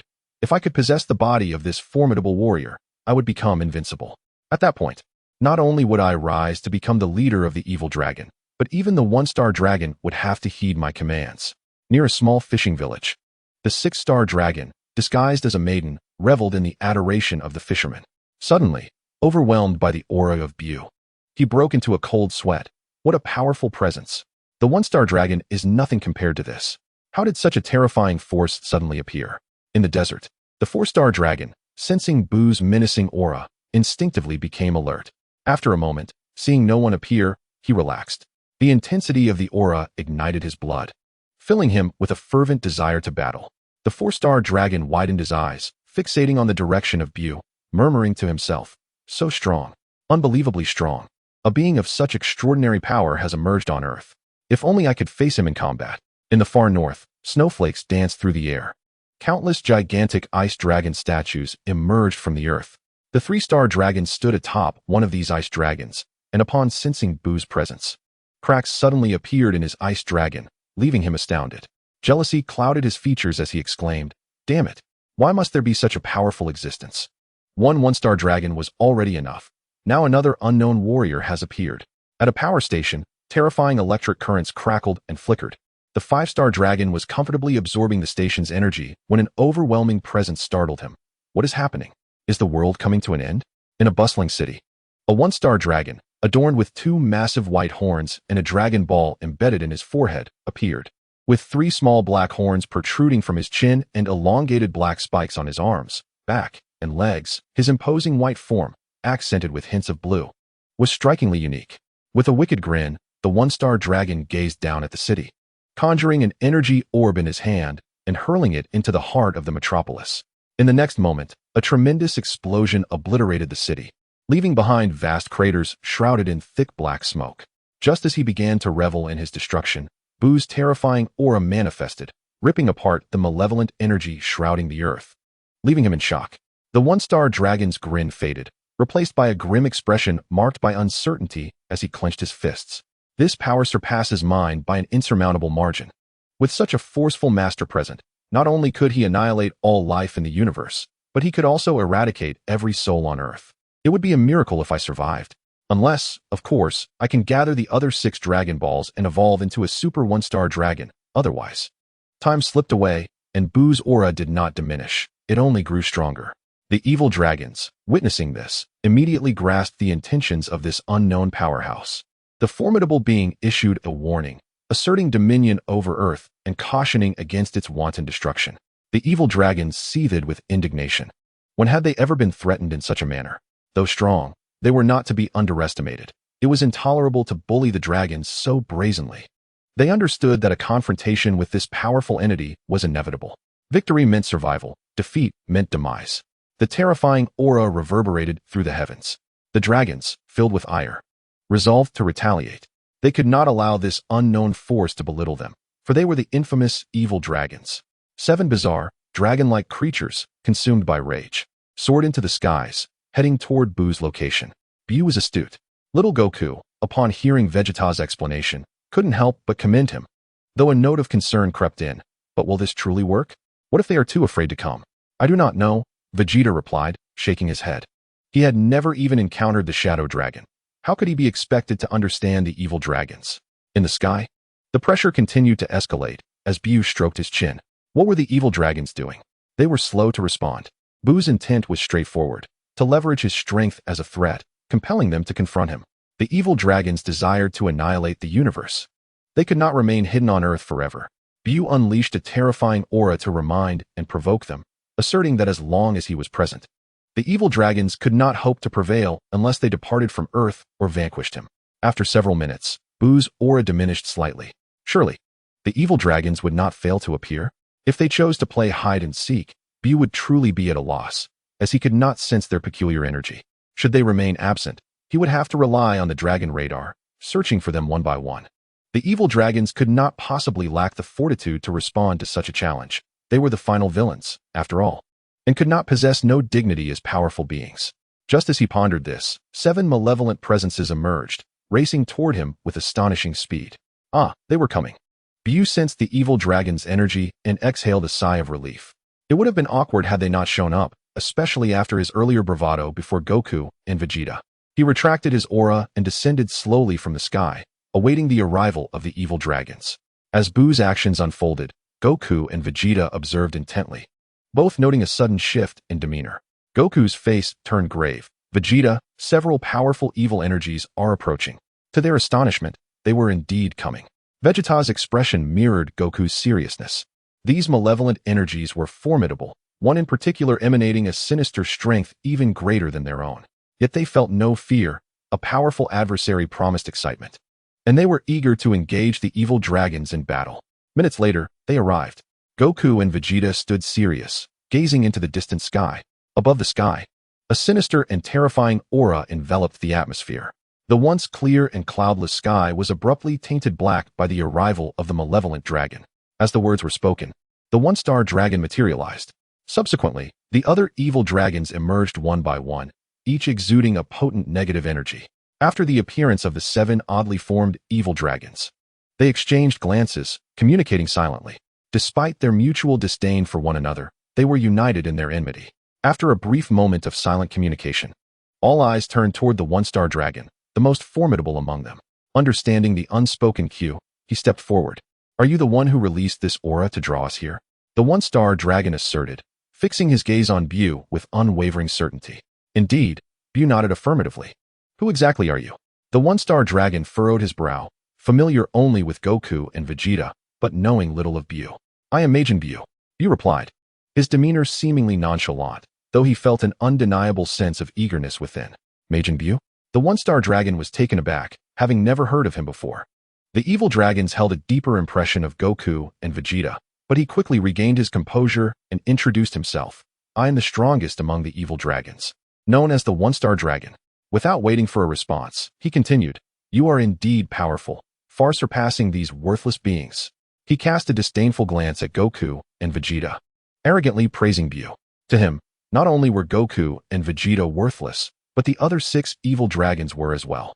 BUU was not devoid of strength. He was no mere waste. Being referred to as a Majin, he was expected to embody villainy, yet only one could reign as the strongest in the universe. The overwhelming strength of BUU instilled a sense of trepidation in the one-star dragon. Had BUU not surpassed him, he would not have remained so composed in their exchange. Who do you call worthless? Goku and Vegeta, incensed, rolled up their sleeves, ready to confront the one-star dragon. This guy is far too arrogant, daring to label us as worthless.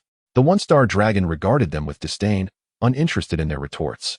Just 2 monkeys, he scoffed. Hearing the disparaging remarks leveled at Goku and Vegeta, BUU intervened, restraining the furious duo. With a sardonic tone directed at the peculiarly formed one-star dragon, he remarked, "Indeed. I am quite powerful, but you seem rather weak, one-star dragon. I suspect you might also be a waste. I wouldn't even consider you a threat. 7 worthless beings." The one-star dragon retorted, his anger flaring as he clenched his fists, narrowing his eyes at BUU.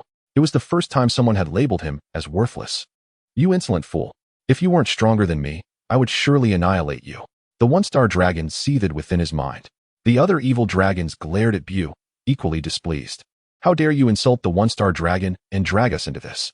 Suppressing his fury and murderous intent, the one-star dragon laid the situation bare. "What do you intend to do? Kill me, or shall I end you?" BUU smiled, casting a glance at the one-star dragon and the evil dragons behind him. As the words left his lips, an eerie silence enveloped the air. Tension palpable between the two factions. BUU's proclamation was absorbed word for word by both Goku and Vegeta, who, without uttering a single syllable, assumed their battle stances, ever vigilant against the malevolent dragons.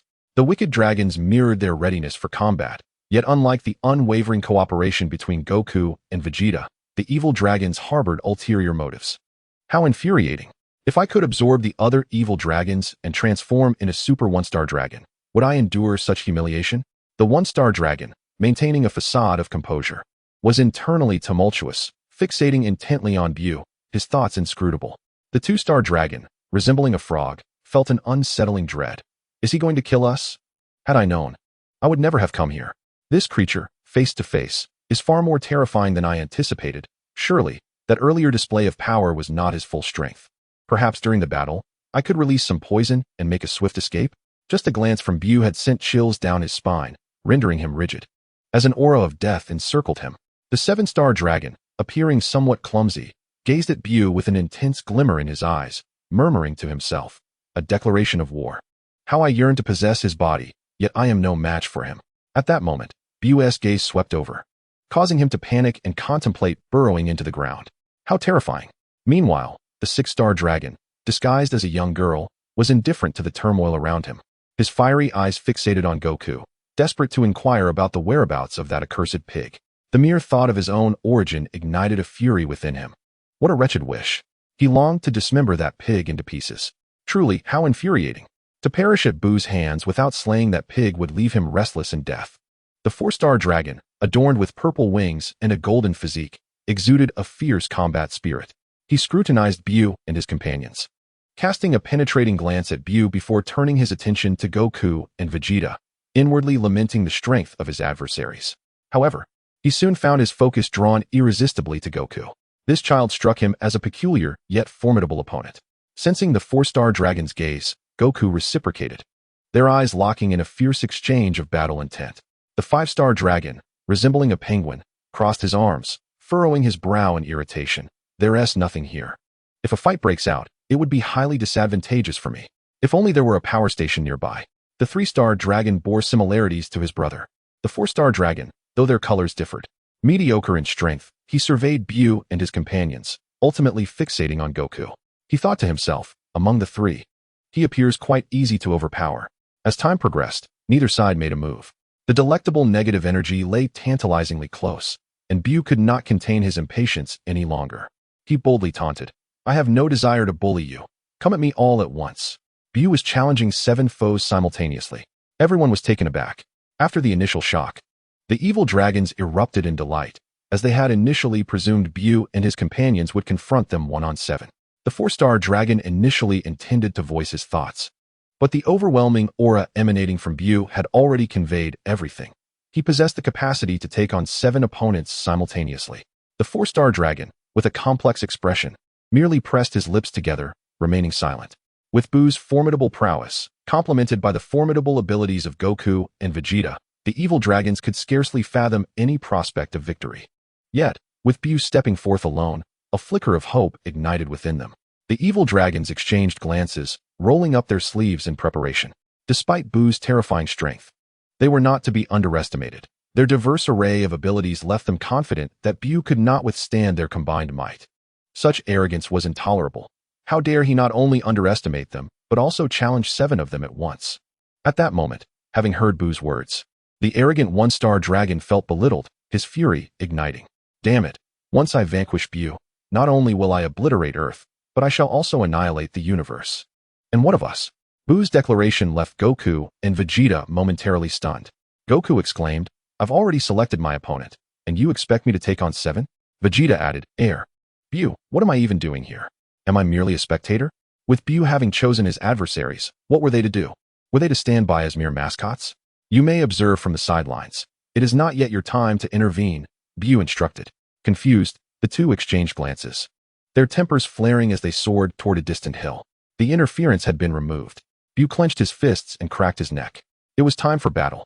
Seeing BUU's stance, the evil dragons launched a direct assault, attempting a sneak attack. Die.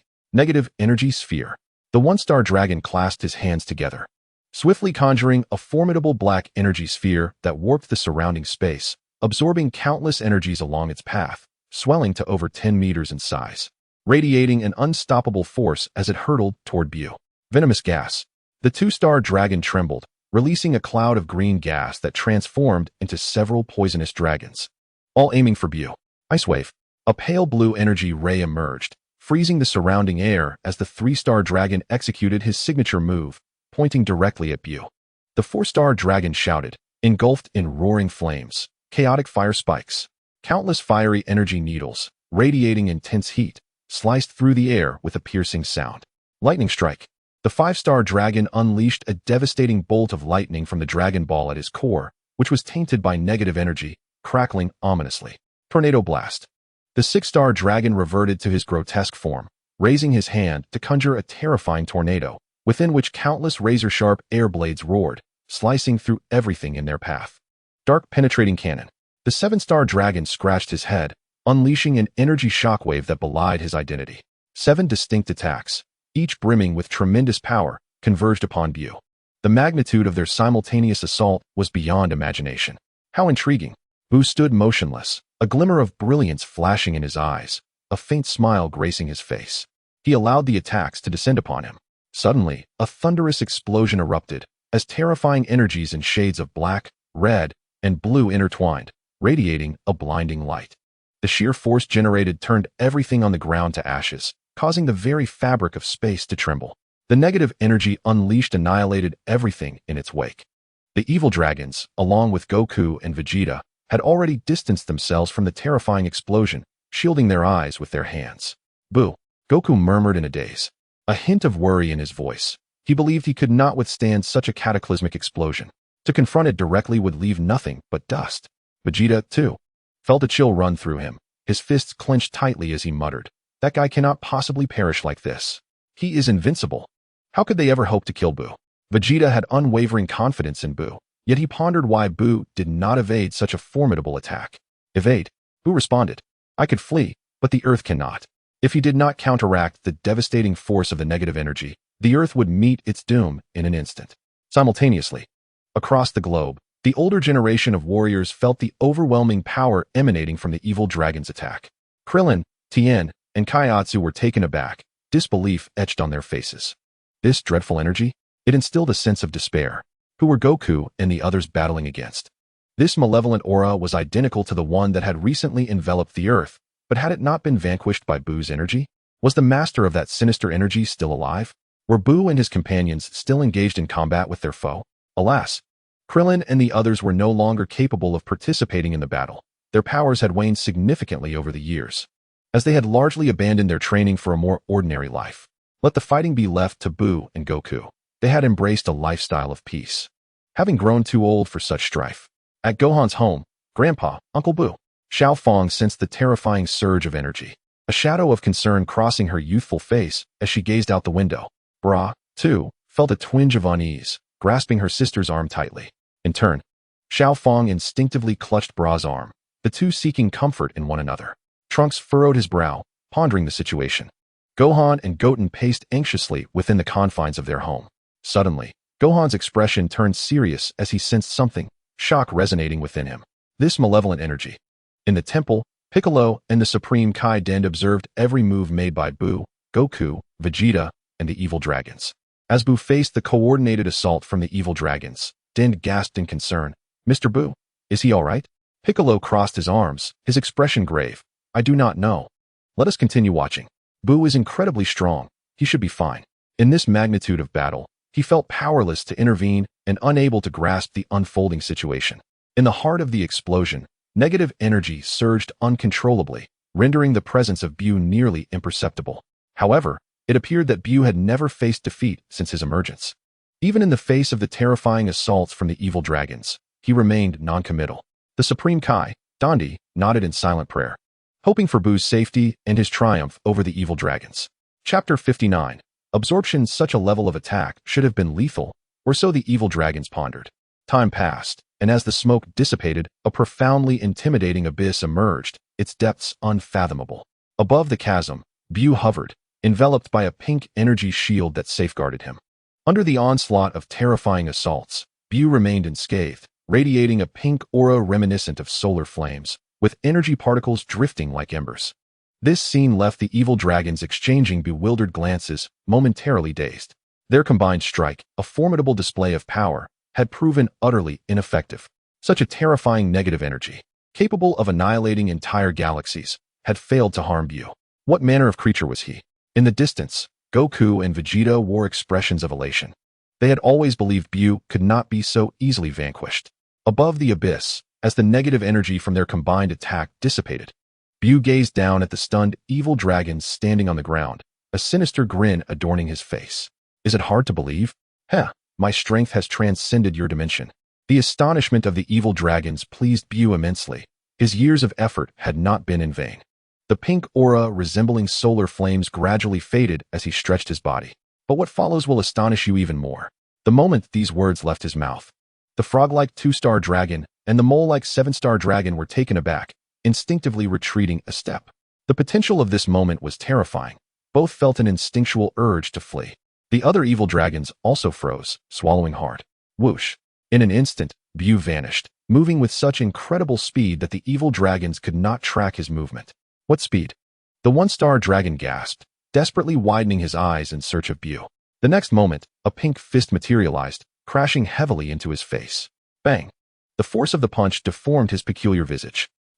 The 1-star dragon screamed in agony, propelled away by the sheer might of BUU's blow, hurtling through the air for an unknown distance, crashing into one mountain after another.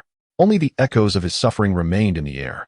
BUU reappeared where the 1-star dragon had stood moments before. What?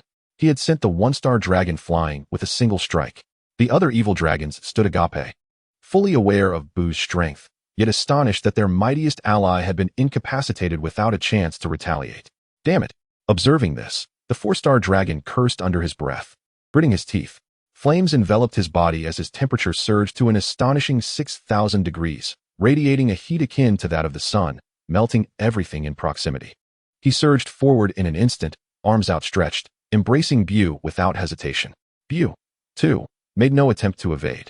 Eager to experience the terrifying heat akin to that of the sun, he perceived this encounter as anything but trivial. Instantly, he was enveloped by the 4-star dragon. Hiss!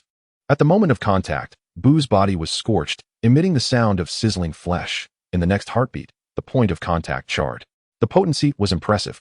BUU, unfazed by his injuries, reveled in the sensation. His entire being was ensnared by the searing heat, flames consuming him, transforming BUU into a fiery figure. A savory aroma wafting from his form. Ignoring the pain, BUU maintained an impassive expression. With a surge of strength, he effortlessly freed himself from the binding embrace and retaliated with an elbow strike that sent the 4-star dragon sprawling. His face contorted in disdain. I do not appreciate being held so tightly by a man. He continued, your abilities are commendable. You can burn me. I shall take it from you shortly. BUU's interest in the 4-star dragon's power was piqued. The 4-star dragon, having been so easily liberated, was struck with terror. Feeling the unnatural tremor in his arms and the dull ache in his chest, his expression one of bewilderment and horror. How could this be? To be freed with such ease? Why was his strength so formidable? You seem to misunderstand my terror. In an instant, his injuries healed, scars vanishing. The 4-star dragon stared, dumbfounded, at BUU, who had returned to his normal state. Murmuring, your wounds. BUU fixed a penetrating gaze on the bewildered 4-star dragon, offering no explanation. He flickered, appearing before the 4-star dragon, extending his large hand to grasp the astonished creature's bald head, lifting him high. The pressure of his grip intensified, causing the four-star dragon's head to warp slightly. With immense force crushing his skull, the four-star dragon felt as though his head might burst from the pain. Desperately, he clawed at BUU's hand, exerting all his strength in a futile attempt to pry it away, but to no avail. As BUU's grip tightened, he uncontrollably cried out, "Ah?" BUU held the four-star dragon in a vice-like grip. This spectacle instilled fear in the hearts of the evil dragons. Among them, the mightiest, the one-star dragon, and the second strongest, the four-star dragon, were vanquished with ease by BUU. The 5 evil dragons, now gripped by terror, found themselves paralyzed, their fighting spirit extinguished. They watched the tormented four-star dragon scream in agony, juxtaposed with BUU's relaxed demeanor. Meanwhile, the 7-star dragon, akin to a mole, though equally stricken with fear, felt an insatiable greed swell within. This body was undeniably exquisite. Noticing BUU's focus on the 4-star dragon, his greed triumphed over his innate fear, and he endeavored to control his trembling form. Taking a chance, he thought, a bicycle can become a motorcycle. BUU's intent to annihilate them was abundantly clear. Given their inevitable demise, today he would seize the moment. Some foolish 7-star dragons, awakening to reality, recognized that their abilities were their last glimmer of hope. They refused to surrender and be slaughtered. After all, what if they succeeded? The 7-star dragon stealthily maneuvered his body, gradually retreating until he found himself behind the dazed 2-star, 3-star, 5-star, and 6-star dragons, seamlessly merging into the earth. The malevolent dragons and BUU remained oblivious to his presence. In the distance, Goku and Vegeta observed the scene, dismissing it without concern. Though they were uncertain of the 7-star dragon's intentions, they surmised it posed no threat to BUU. Just as BUU was about to crush the 4-star dragon's head, the gravel beneath him trembled violently. What could it be? BUU glanced down, curiosity piqued. Like a mole, the 7-star dragon suddenly burst forth from the ground, launching himself at the intrigued BUU with blinding speed. The 7-star dragon envisioned the moment he would successfully seize BUU's body. Unable to suppress a bizarre cackle. Haha, your body is now mine. If I can possess this Majin BUU, I shall become the leader of the evil dragons. The audacious attack caught the malevolent dragons off guard. When had the 7-star dragon grown so bold as to ambush such a formidable foe?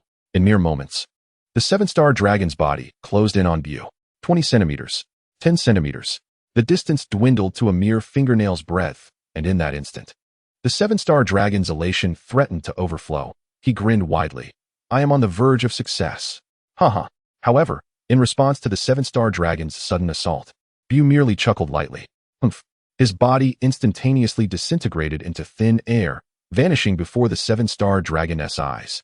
With BUU's disappearance, the 4-star dragon fell helplessly to the ground, clutching his head in agony, his body involuntarily convulsing. What? BUU had vanished into thin air, and the 7-star dragon lunged at nothingness, rolling several times on the rocky terrain, finally coming to a halt in a most undignified manner. What kind of ability is this? Why has he disappeared?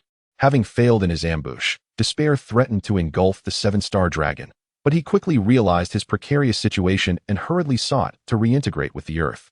In the next moment, a pink hand materialized in front of him, a palm harboring a terrifying pink energy sphere radiating an aura of destruction, which struck his comical face with great force.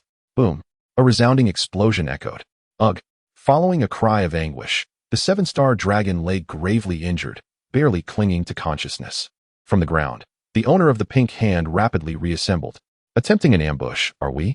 You truly possess quite the audacity, little mole. Observing the battered and bruised 7-star dragon, BUU smiled, then disdainfully remarked, your power is simply too weak, your speed far too slow. The severely weakened 7-star dragon could utter no words, his groans of pain barely audible. The malevolent dragons, witnessing their comrade's dire state, yearned to intervene but found themselves powerless. They launched a few token attacks, but soon fell silent. BUU swiftly waved his hand, effortlessly dispersing their feeble assaults, disregarding the dispirited evil dragons. His expression remained impassive as he regarded the 7-star dragon. Majin BUU lifted one foot and ruthlessly stomped down on the fallen 7-star dragon. With a resounding thud, the earth cracked. The 7-star dragon had no time to scream before being crushed with ease, as if it were a mere insect beneath BUU's heel. Upon its demise, the dragon's body turned to ashes, and the 7 Dragon Balls rolled away in a clattering manner. BUU picked up the Dragon Balls from the ground. Once dark and cracked, They transformed back to their vibrant orange hue after the death of the 7-star dragon.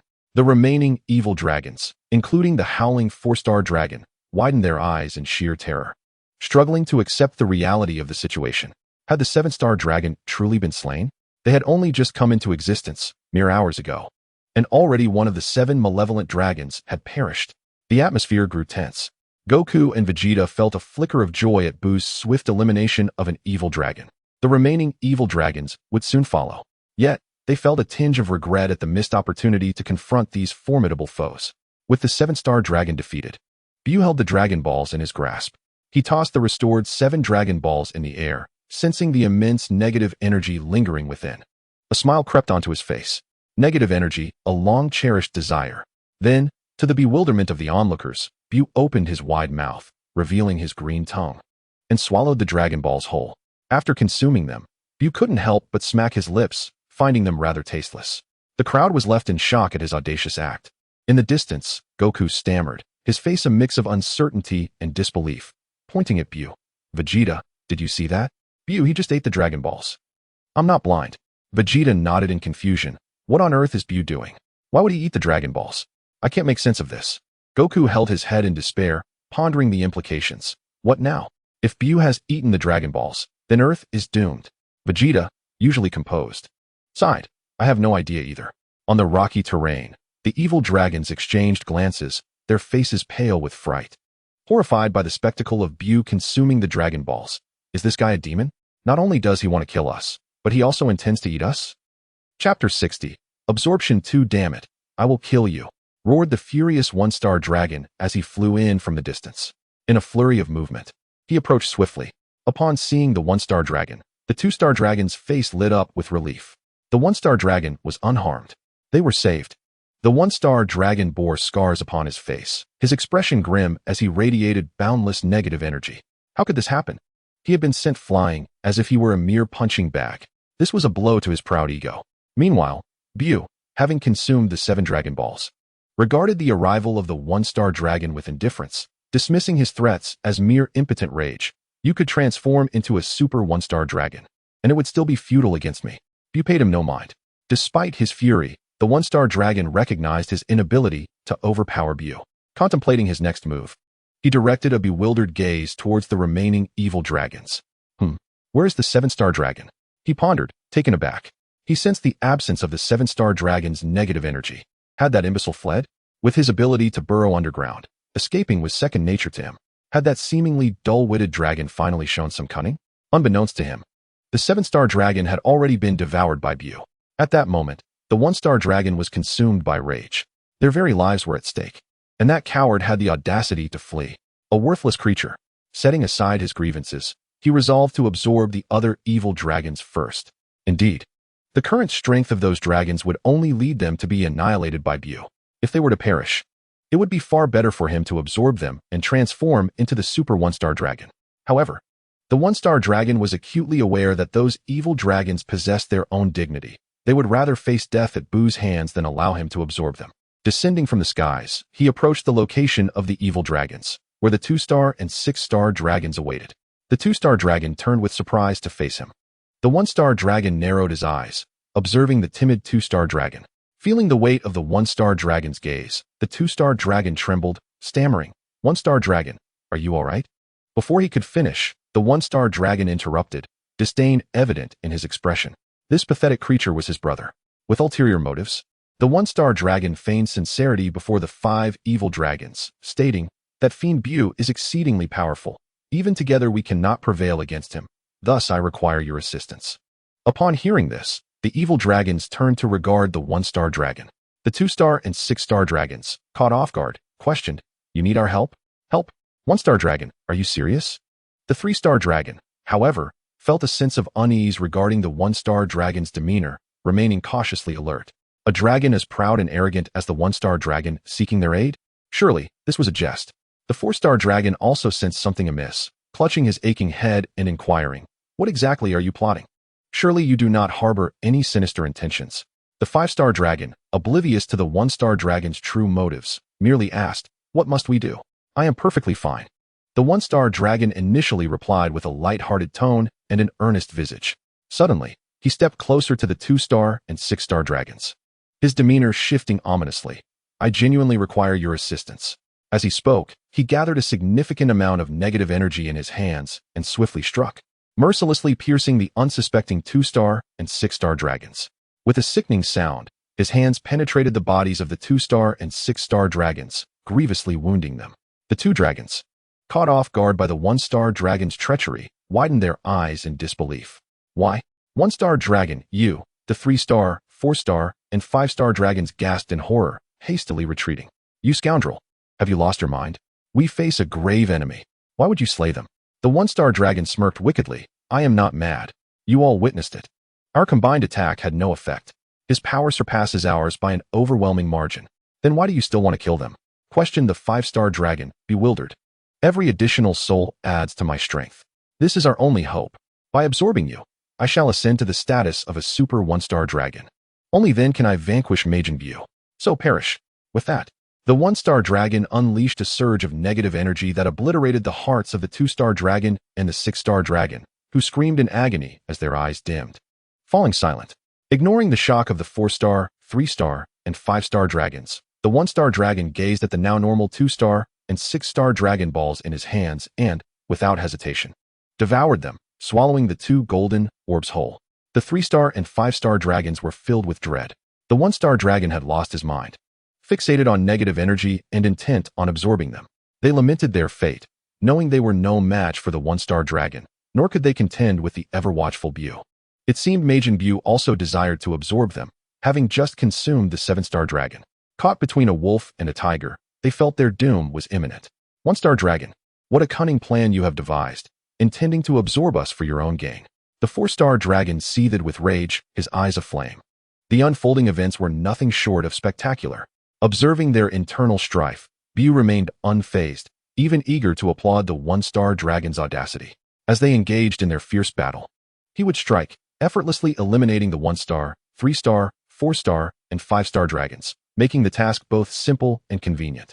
The 1-star dragon was quite cooperative, almost eagerly offering his head. BUU smiled, knowing that with the 1-star dragon's malevolence, he would surely eliminate the other evil dragons and absorb their dragon balls. He had not anticipated the variable of BUU, which compelled him to act sooner than planned. None of them stood a chance against BUU. The 1-star dragon's actions were undoubtedly aimed at transforming into a super 1-star dragon, his ultimate trump card. Disregarding the furious glare of the 4-star dragon, the 1-star dragon reveled in the rapid increase of negative energy within him, feeling elated. Yet, it was still insufficient. This newfound power was not enough to confront Majin BUU. He needed 4 more Dragon Balls. Once he absorbed these 4 orbs and transformed into a super 1-star dragon, he was confident he could defeat Majin BUU. Clenching his fists, he smiled, encouraging himself. He then turned his gaze to the terrified 3-star and 5-star dragons, as well as the infuriated 4-star dragon. Seeing the 1-star dragon smile, BUU shook his head. "The idea is commendable, but alas, you are merely working for me. After all, the 7-star dragon has already been consumed. You cannot become a super 1-star dragon. Even if you did, it would change nothing. The damned must still meet their end. Though a super 1-star dragon may be powerful, BUU has long since dismissed it as a threat. Their prowess has transcended realms." On the distant mountain, the young Wukong widened his eyes in disbelief. Not only had he slain his comrades, but he had also consumed the Dragon Balls. 2 more Dragon Balls were lost. In this bewildering scene, both Wukong and Vegeta were at a loss.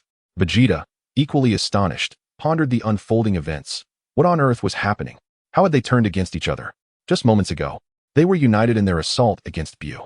Now, they were attacking their own kind. Did they harbor grudges amongst themselves? And is it now fashionable to consume Dragon Balls?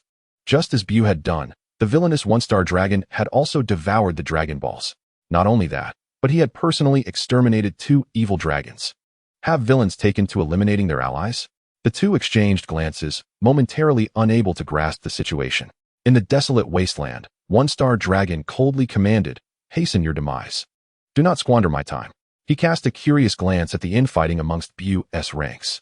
Observing that BUU remained passive, he addressed the 4-star, 3-star, and 5-star dragons. Chapter 61. Absorption 3 Perish, 1-star dragon. Upon hearing this, the already irate 4-star dragon became even more incensed. Ignoring BUU's watchful gaze behind him, a surge of murderous intent flooded his being, and he yearned only to obliterate this traitorous one-star dragon. Blazing flame attack. A colossal fireball materialized above the 4-star dragon, radiating intense heat that warped the air, evaporating moisture, and scorching the earth.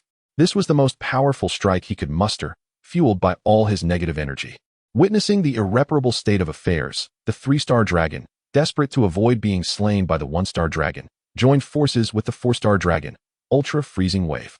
A beam of extreme cold manifested, unleashing an icy tempest that encased everything in the wasteland in frost, transforming the area surrounding the 3-star dragon into a frozen expanse. Thunderous shock. The 5-star dragon gritted his teeth, channeling all negative energy into the dark Dragon Ball, unleashing a cacophony of terrifying lightning that surged through the air. Aimed directly at the 1-star dragon. Curse you, 1-star dragon. With such a formidable foe before us, you still choose to act madly, then perish. The amalgamation of ice, fire, and lightning converged into an even mightier energy attack, hurtling towards the visibly distressed 1-star dragon. How dare you? The 1-star dragon, his face darkened with fury, felt his murderous intent intensify. Why must you resist? You could simply allow me to absorb you and augment my power to vanquish the Majin BUU. As the terrifying assault approached, the 1-star dragon had no choice but to raise his hands in defense. Boom. The explosion reverberated, enveloping everything in thick smoke. The devastating blast obliterated all in its vicinity. The 3-star, 4-star, and 5-star dragons remained intensely focused on the epicenter of the explosion. Meanwhile, BUU revealed a sinister smile. A splendid opportunity. He disassembled and vanished, reappearing behind the evil dragons fixated on the explosion. BUU resolved to eliminate the 5-star dragon first, reforming behind the 5-star dragon. He conjured a pink destruction sphere. With a resounding bang, the unsuspecting 5-star dragon was obliterated into countless pieces. The sound of an explosion echoed, prompting the 3-star dragon and the 4-star dragon to hastily distance themselves. The 3-star dragon, stricken with fear, exclaimed, Majin BUU. The expression of the 4-star dragon darkened as he gazed at the now-vanished 5-star dragon. Has Majin BUU turned his wrath upon us? For the moment, the fates of the 3-star and 4-star dragons were set aside. Where were the Dragon Balls? Why had they not manifested? BUU, unable to detect the Dragon Balls, furrowed his brow, focusing intently on the energy of the 5-star dragon. There remained a pulse of life. Suddenly enlightened, he realized why the Dragon Balls had not appeared. Although the 5-star dragon lay in tatters, its energy, though faint, radiated with a vibrant vitality. How could it still be alive? The passage of time had dulled BUU's memory of such trivialities. Shaking his head, he dismissed these thoughts. Meanwhile, the shattered 5-star dragon transformed into a pink, viscous substance, lying motionless among the rubble, feigning death. BUU, astonished, locked onto the 5-star dragon's energy signature. A pink energy sphere materialized in his hand, releasing a barrage of laser beams that scattered and obliterated the 5-star dragon's gelatinous form. The 5-star dragon let out a few desperate cries before falling silent. Its energy vanished without a trace. Now it is truly dead, BUU mused, stroking his chin. Eliminating a resilient evil dragon in just a minute or two. My efficiency is commendable. At that moment, the 4-star dragon and the 3-star dragon, having witnessed the demise of the 5-star dragon, were struck with shock, their limbs turning cold. With the formidable 5-star dragon dispatched, BUU picked up the Dragon Ball that lay on the ground. Ambush. You must understand, I have been behind you the entire time. Your attention was captured by the 1-star dragon, causing you to overlook my presence. BUU swallowed the Dragon Ball, eyeing the 2 dragons with a predatory gaze. This is intolerable, they thought, feeling cornered and overwhelmed. The 1-star dragon was a nuisance, but Majin BUU was a far more formidable adversary. The 4-star dragon had recently experienced BUU's terrifying power firsthand, having been utterly dominated without the ability to retaliate, and now he was devoid of any fighting spirit. His mind raced with thoughts. Since both the 1-star dragon and Majin BUU sought the Dragon Balls, the 4-star dragon resolved with grim determination, even in death. I shall not allow you and the 1-star dragon to succeed. An immense surge of negative energy converged in his heart, a peculiar radiance emerging. The 4-star dragon's energy skyrocketed, intensifying as his body temperature soared to an astonishing 6,000 degrees, flames enveloping him. The terrifying heat affected everything in the vicinity. What are you doing? The 3-star dragon, uncomfortable with the rising temperature, hastily distanced himself from the 4-star dragon. Surprised by the latter's actions, he realized the 4-star dragon seemed intent on something dire. The 3-star dragon's eyes widened in disbelief, and moments later, A look of despair crossed his face. The opponent was too powerful. Must the 4-star dragon resort to self-destruction? BUU observed the 4-star dragon's strange behavior with keen interest. This scene caused a furrow to form on BUU's brow.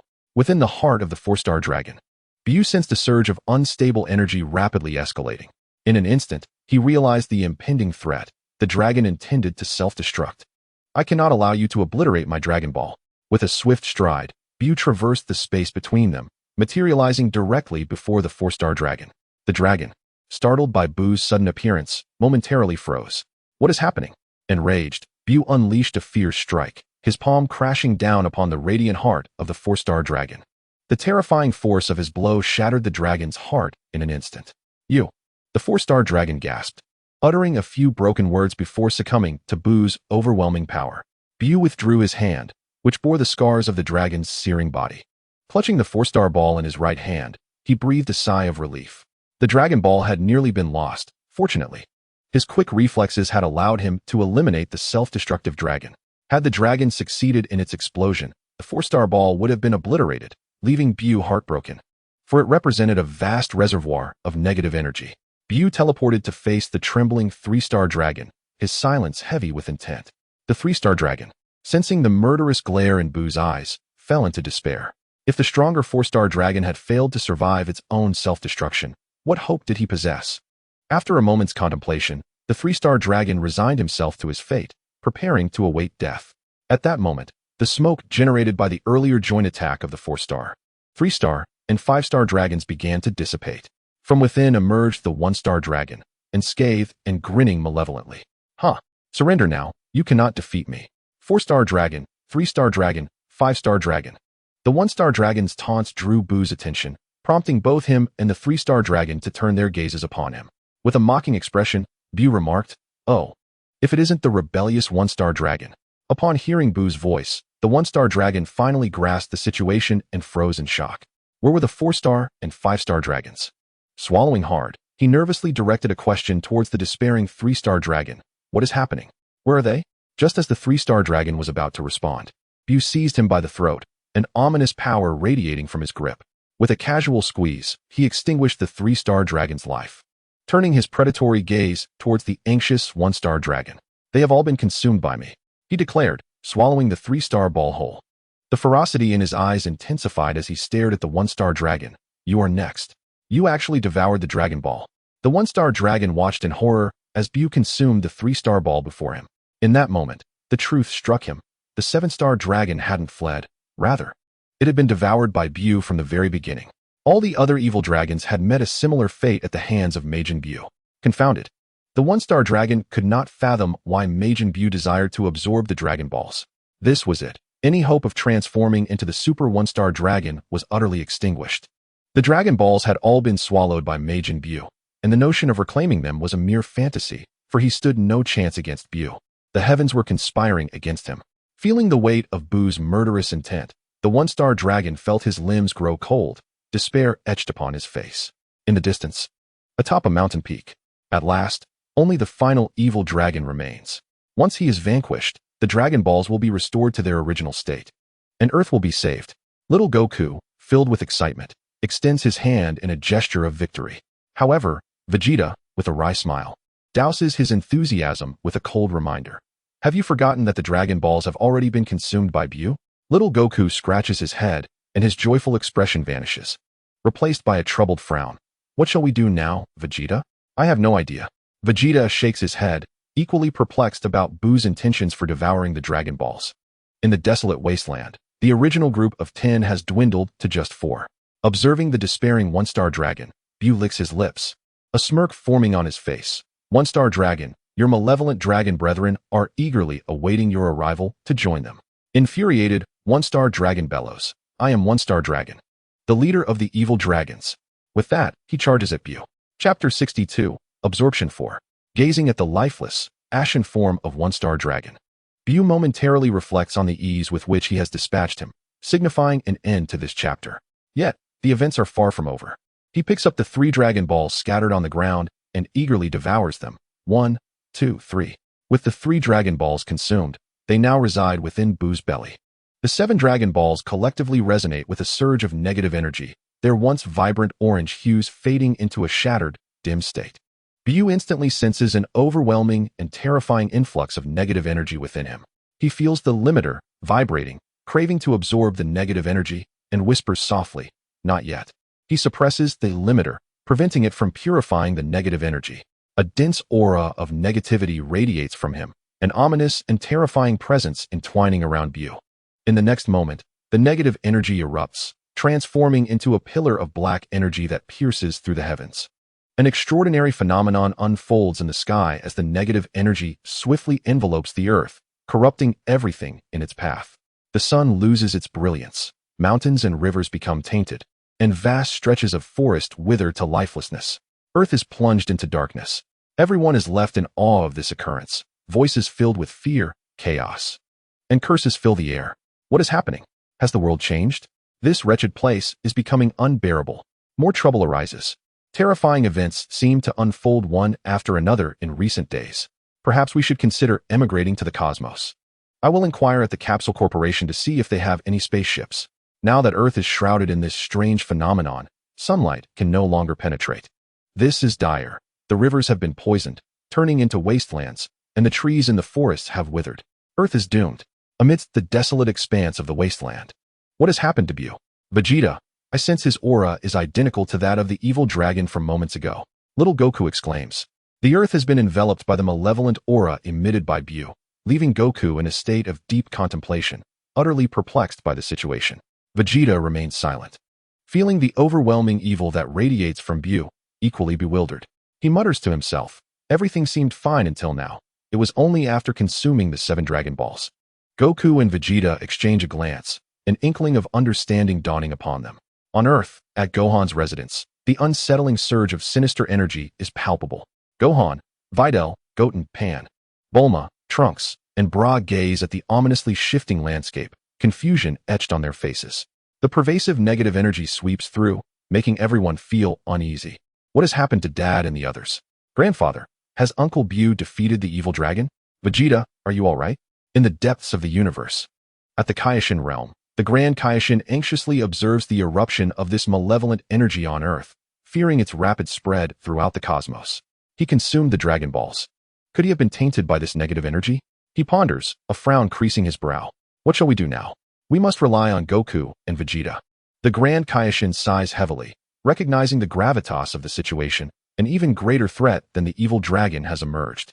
At the Kai's planet, the Kai has been vigilantly monitoring the events unfolding on Earth, his face a mask of concern as he relays a message to Goku and Vegeta. Goku. It seems that BUU has fallen under the influence of negative energy. You must eliminate it from him. So that's the case. They exclaim in astonishment. The potency of the negative energy is astounding. Even BUU has succumbed to its effects. Suddenly, BUU bursts into raucous laughter, shattering the heavy atmosphere. The dark energy emanating from him intensifies, causing the ground to fracture, deep chasms opening up, and countless massive stones floating. As innumerable grains of sand are crushed to dust in an instant, obliterating the vast desert. Parts of the earth begin to crumble under the strain. As time ticks away, the negative energy erupting from BUU shows no signs of abating. Goku and Vegeta realize that if this continues, Earth will face annihilation. With the Kai's warning echoing in their minds, they comprehend BUU's dire predicament. Having consumed the Dragon Balls, he has become corrupted by negative energy, turning evil. Goku immediately resolves, we must stop BUU. If this goes on, he will destroy the Earth. Agreed. Vegeta nods in affirmation. Their eyes lock, and with fierce determination, they shout, Ha! As their energies surge, a monumental transformation occurs. Goku instantly reverts to his normal form, his long black hair cascading down his shoulders, crimson rings around his eyes. Clad in yellow trousers, devoid of golden flames, revealing his robust chest covered with red fur. Vegeta is similarly striking, with flowing black hair cascading over his shoulders and piercing red eyes. Unlike Goku's yellow trousers, Vegeta dons a pair of denim jeans. His upper body partially adorned with crimson body hair, showcasing his robust pectoral muscles. Both Goku and Vegeta summon their utmost power, transforming into Super Saiyan 4. Not only that, but their strength has transcended even the limits of Super Saiyan 4. Standing side by side, their chiseled faces are etched with seriousness, fully aware of BUU's terrifying nature. A hint of frustration lingers in their hearts, Why not simply use the Dragon Balls to eliminate the evil dragons instead of facing this unforeseen, dreadful transformation? The situation has become exceedingly precarious. While they harbor no fear of the evil dragons, the unknown nature of BUU instills a profound uncertainty within them. They must compel BUU to cease the release of the malevolent energy emanating from him. They soar towards BUU. At this moment, BUU has undergone some transformations. 7 cracked. Dim Dragon Balls appear embedded in his chest, his body soaring several centimeters taller, while his tendrils extend to an exaggerated length, and sharp spikes protrude from his back. His pink skin becoming increasingly profound in hue. He exudes a sinister aura reminiscent of his previous malevolent state. Curiously, BUU touches the 7 shattered, grayish Dragon Balls embedded in his chest, feeling somewhat indifferent. The negative energy possesses a certain quality, but not in abundance. BUU is currently attuned to the alterations within his body caused by the negative energy. Before long, Super Saiyan 4 Goku and Vegeta break through the oppressive aura of negative energy emanating from BUU, drawing near and urgently urging, BUU, cease at once. The negative energy you are releasing will annihilate the earth. BUU casts a fleeting glance at them, disregarding their pleas, and continues to unleash the negative energy at will. Observing BUU's gaze shifting towards them, Goku pauses momentarily before attempting to awaken BUU. Spit out the 7 Dragon Balls you just consumed. You have been tainted by the negative energy. Vegeta adds, Kakarot is right, BUU. You must expel the Dragon Balls. Expel the Dragon Balls? How could that be possible? I feel magnificent, an endless surge of energy pouring forth from within. My strength has escalated further. Why should I halt? A glimmer of brilliance flashes in BUU's eyes as he outright dismisses their suggestion. If I expel the Dragon Balls, I would lose the negative energy that justifies my transformation into evil. Will you then use the cosmic spirit bomb against me? He scoffs. Furthermore, how could mere negative energy possibly taint me? What does the destruction of Earth have to do with me? It is merely a planet. And there are countless planets in the universe. With my power, conquering the universe over a decade ago was effortless.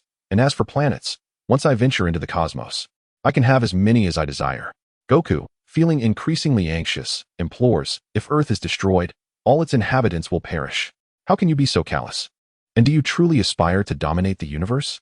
BUU chuckles. The fate of Earthlings is of no concern to me. I am not one of them. As for dominating the universe?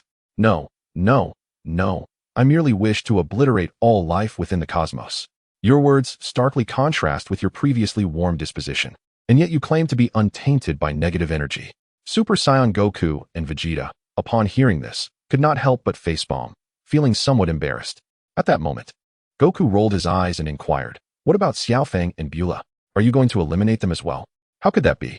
Suddenly, BUU's voice faltered, and he fell silent.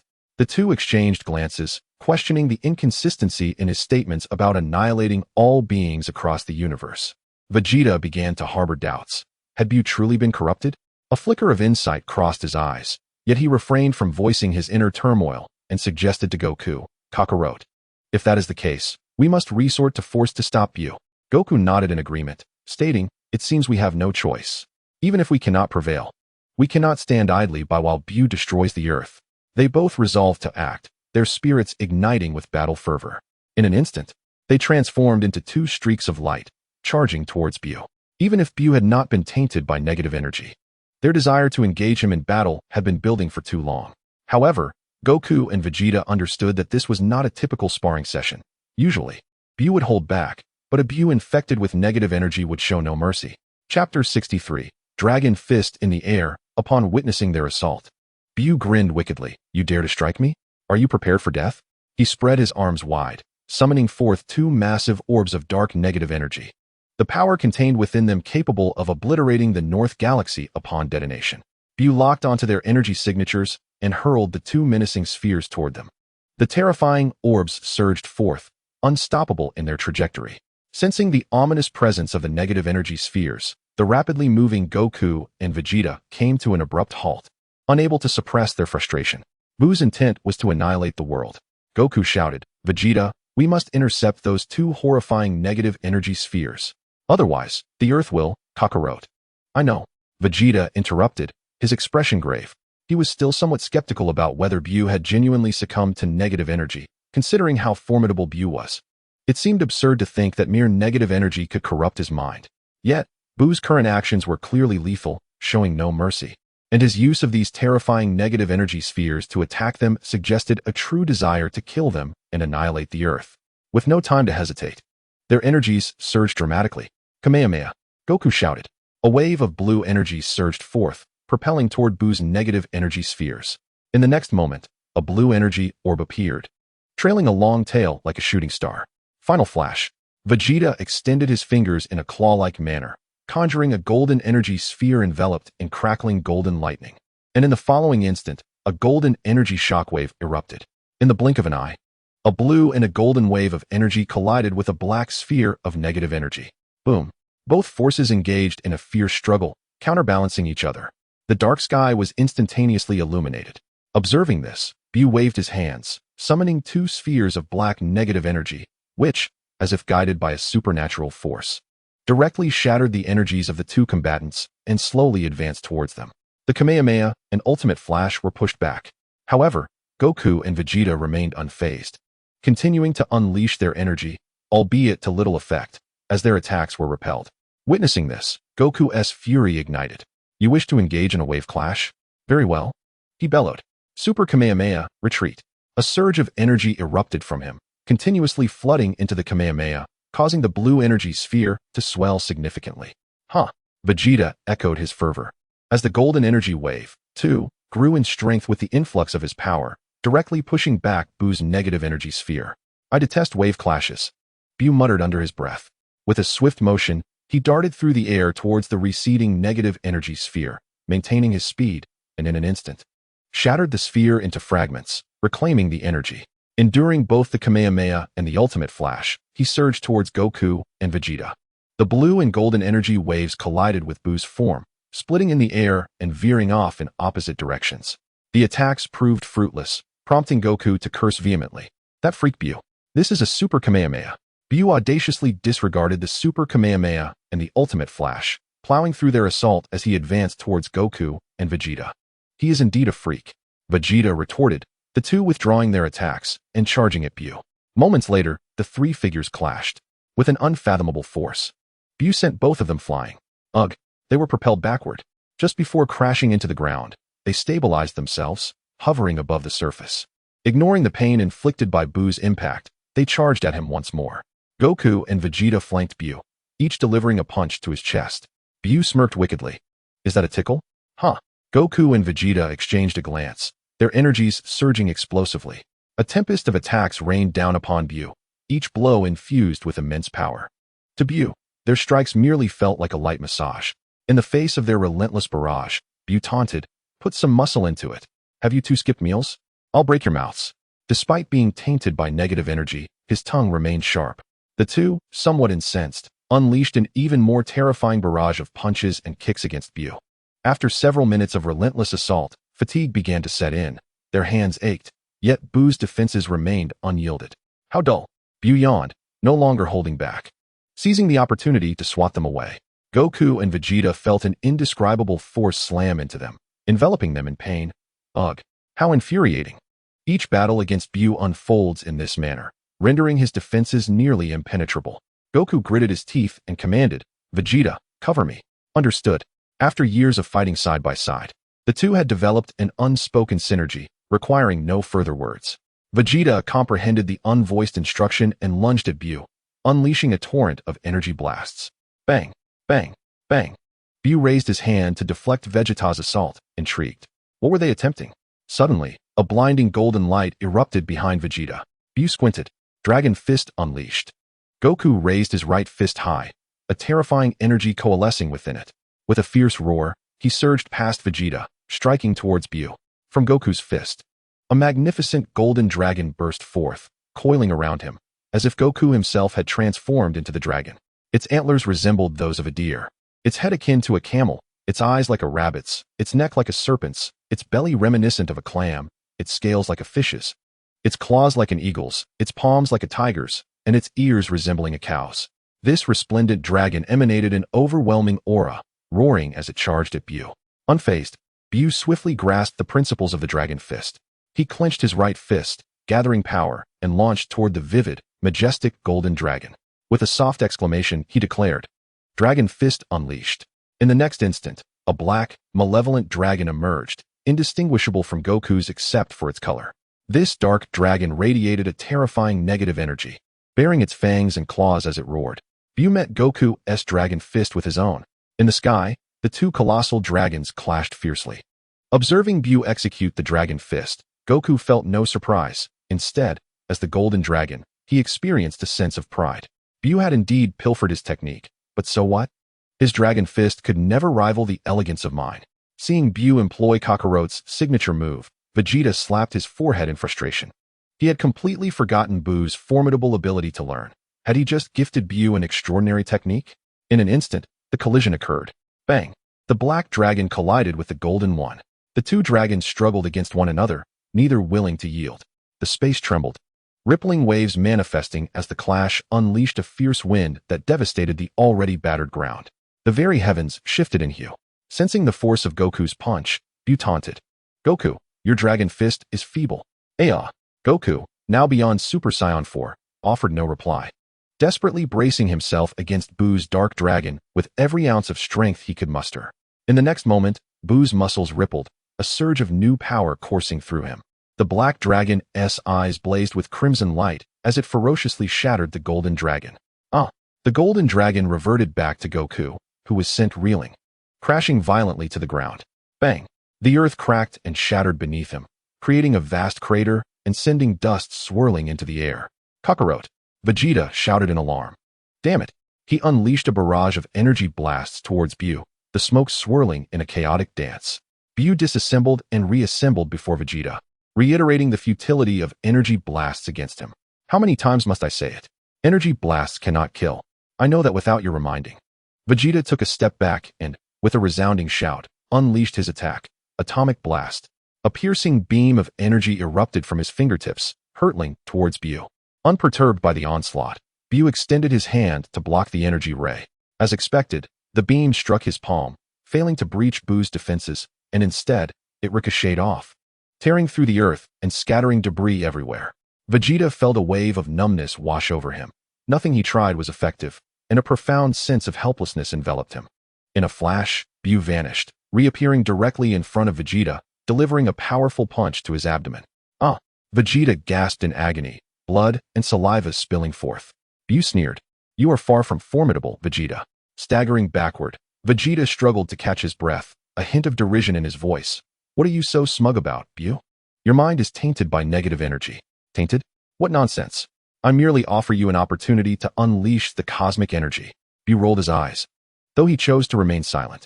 Interpreting BUU's silence as a sign of indignation, Vegeta was caught off guard as BUU executed a spinning kick, sending him flying. You know nothing, BUU muttered under his breath. Suddenly, Goku swooped in to catch Vegeta, and the two soared thousands of meters away, disappearing from BUU's sight. Once the force dissipated, they came to a halt, seeking refuge behind a mountain, whispering furtively. Vegeta scanned the surroundings, vigilant against a potential ambush from BUU, while Goku shook his trembling arms, drained of strength after their exchange. Sighing, he remarked, at this rate, we stand no chance. Neither of us can contend with BUU. Vegeta, equally troubled, replied, I am aware of that. Do you have a plan? A plan? Goku mused deeply, and after a moment, a spark of realization ignited within him. I remember now. Given our current situation, there exists only one solution. Curious, Vegeta inquired, what solution? Goku, filled with excitement, exclaimed, fusion. Vegeta's brow furrowed as he echoed Goku's words. Fusion? Yes. Vegeta knew of the fusion technique, having previously overseen Trunks and Goten's practice. And he had fought alongside the formidable Gotenks after their merger.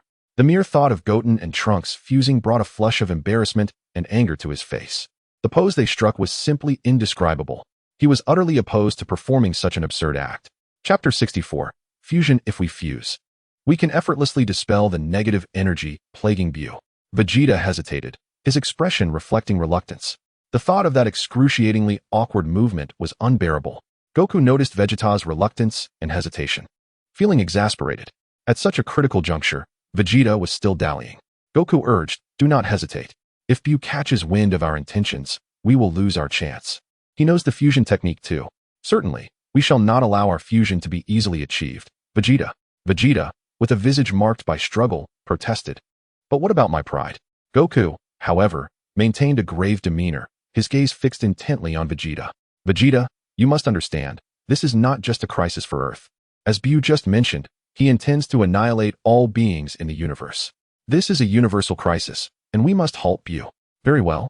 Vegeta conceded reluctantly after casting a serious glance at Goku. Do you know the secret to the fusion technique? Vegeta remained silent, turning his gaze away, merely nodding in affirmation. Goku, sensing Vegeta's knowledge, felt a surge of excitement and clenched his fists. If they could successfully fuse, they could eradicate the negative energy emanating from BUU, and that would be the end of their troubles. In the distance, Goku and Vegeta vanished from BUU's sight. Where could they have gone? BUU soared into the sky, peering towards the direction of their disappearance. His gaze swept across the desolate land below. They surely wouldn't attempt to flee. It must be fusion. BUU stroked his chin, discerning their intentions. They must not be allowed to fuse so easily. They must be made to endure pain and despair. A wicked smile crept across BUU's face as he sensed the fluctuations of their souls, discovering them not far ahead. With a swift motion, BUU vanished from the sky. Behind a great mountain, Super Saiyan 4 Goku and Vegeta found a level clearing. The two stood opposite each other, a slight distance apart, striking an exceedingly awkward pose. As they chanted and moved, fusion, their fingers were just about to touch. Suddenly, BUU appeared behind them. Quick as lightning, he thrust his palm between them, thwarting their fusion. What is this sensation? Goku and Vegeta, realizing their fusion had been interrupted, exchanged puzzled glances. BUU, Goku exclaimed, turning to see the direction of their fingers. BUU? Vegeta echoed in astonishment. They instantly leaped to opposite sides, creating distance from BUU. BUU gazed at the astonished duo, a sinister grin spreading across his face.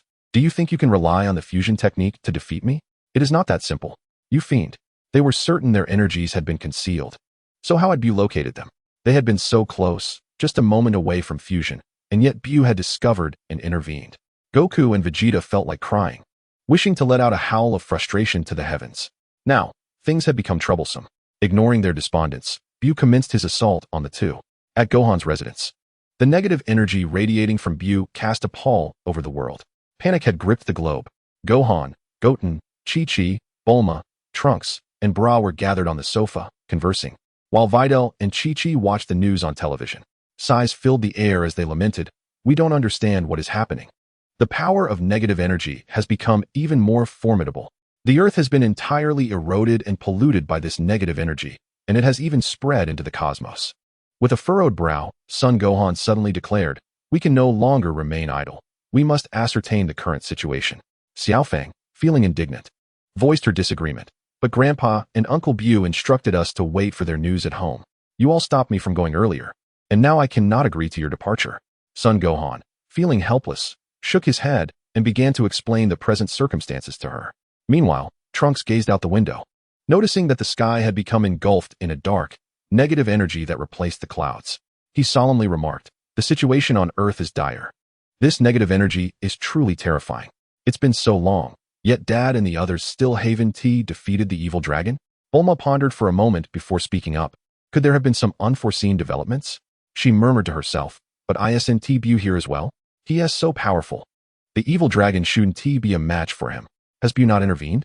Upon hearing this, Son Gohan and Trunks exchanged a glance, their eyes widening in alarm as unsettling thoughts crept into their minds.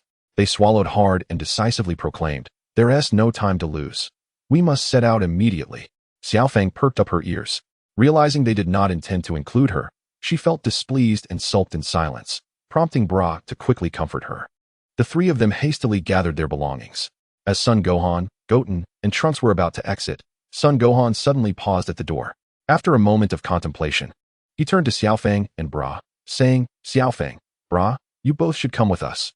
Surprised by Son Gohan's sudden decision to include her, Xiaofang felt a surge of excitement, thinking, "Since it's your request, I will gladly join." Hearing that she would accompany them lifted her spirits, and she eagerly packed her things, finally getting the chance to see the evil dragon. Unbeknownst to her, the evil dragon had already met its end, and the chaos was now being instigated by BUU. Bra, however, reacted differently. She appeared confused and uncertain. "Am I going too?" she asked, pointing to herself. Son Gohan nodded affirmatively. Despite her hesitance, he assured her that he would ensure her safety, and she reluctantly agreed. Meanwhile, at the location of BUU and Son Goku, time passed. The sound of booming echoes reverberated as the earth trembled, boulders tumbled, and smoke billowed. Son Goku and Vegeta had been enduring a relentless assault for several minutes. With a powerful strike, BUU unleashed two forceful punches before retracting his fists. Son Goku and Vegeta crashed heavily to the ground, leaving two large impressions in the earth, their forms having reverted to their normal state. Both were battered and on the brink of collapse. BUU gazed unflinchingly at the fallen warriors and remarked, "This one do. It seems you cannot stop me." A murderous intent glimmered in BUU's eyes as he conjured two spheres of negative energy in his hands. Son Goku and Vegeta, with great effort, opened their swollen eyelids to meet the gaze of the menacing BUU and the ominous energy spheres he wielded, their expressions tinged with bitterness. It appeared that today marked their fateful end.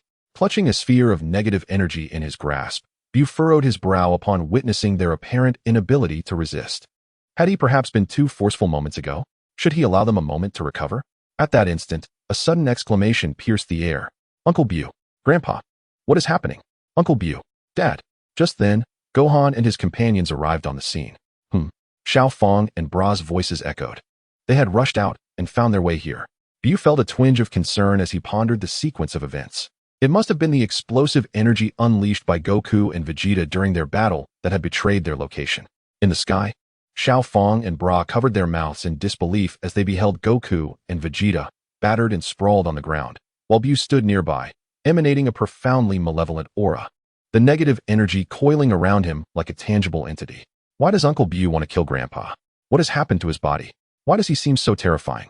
BUU looked up towards the sky, where Gohan, Goten, Trunks, Xiao Fang, and Bra hovered, their faces a mixture of shock and incredulity. BUU casually dispelled the sphere of negative energy, stating in a calm manner, "I did not do much, merely taking the initial step in the Cosmic Population Control Plan." Cosmic Population Control? What does that mean? His cryptic statement left everyone perplexed.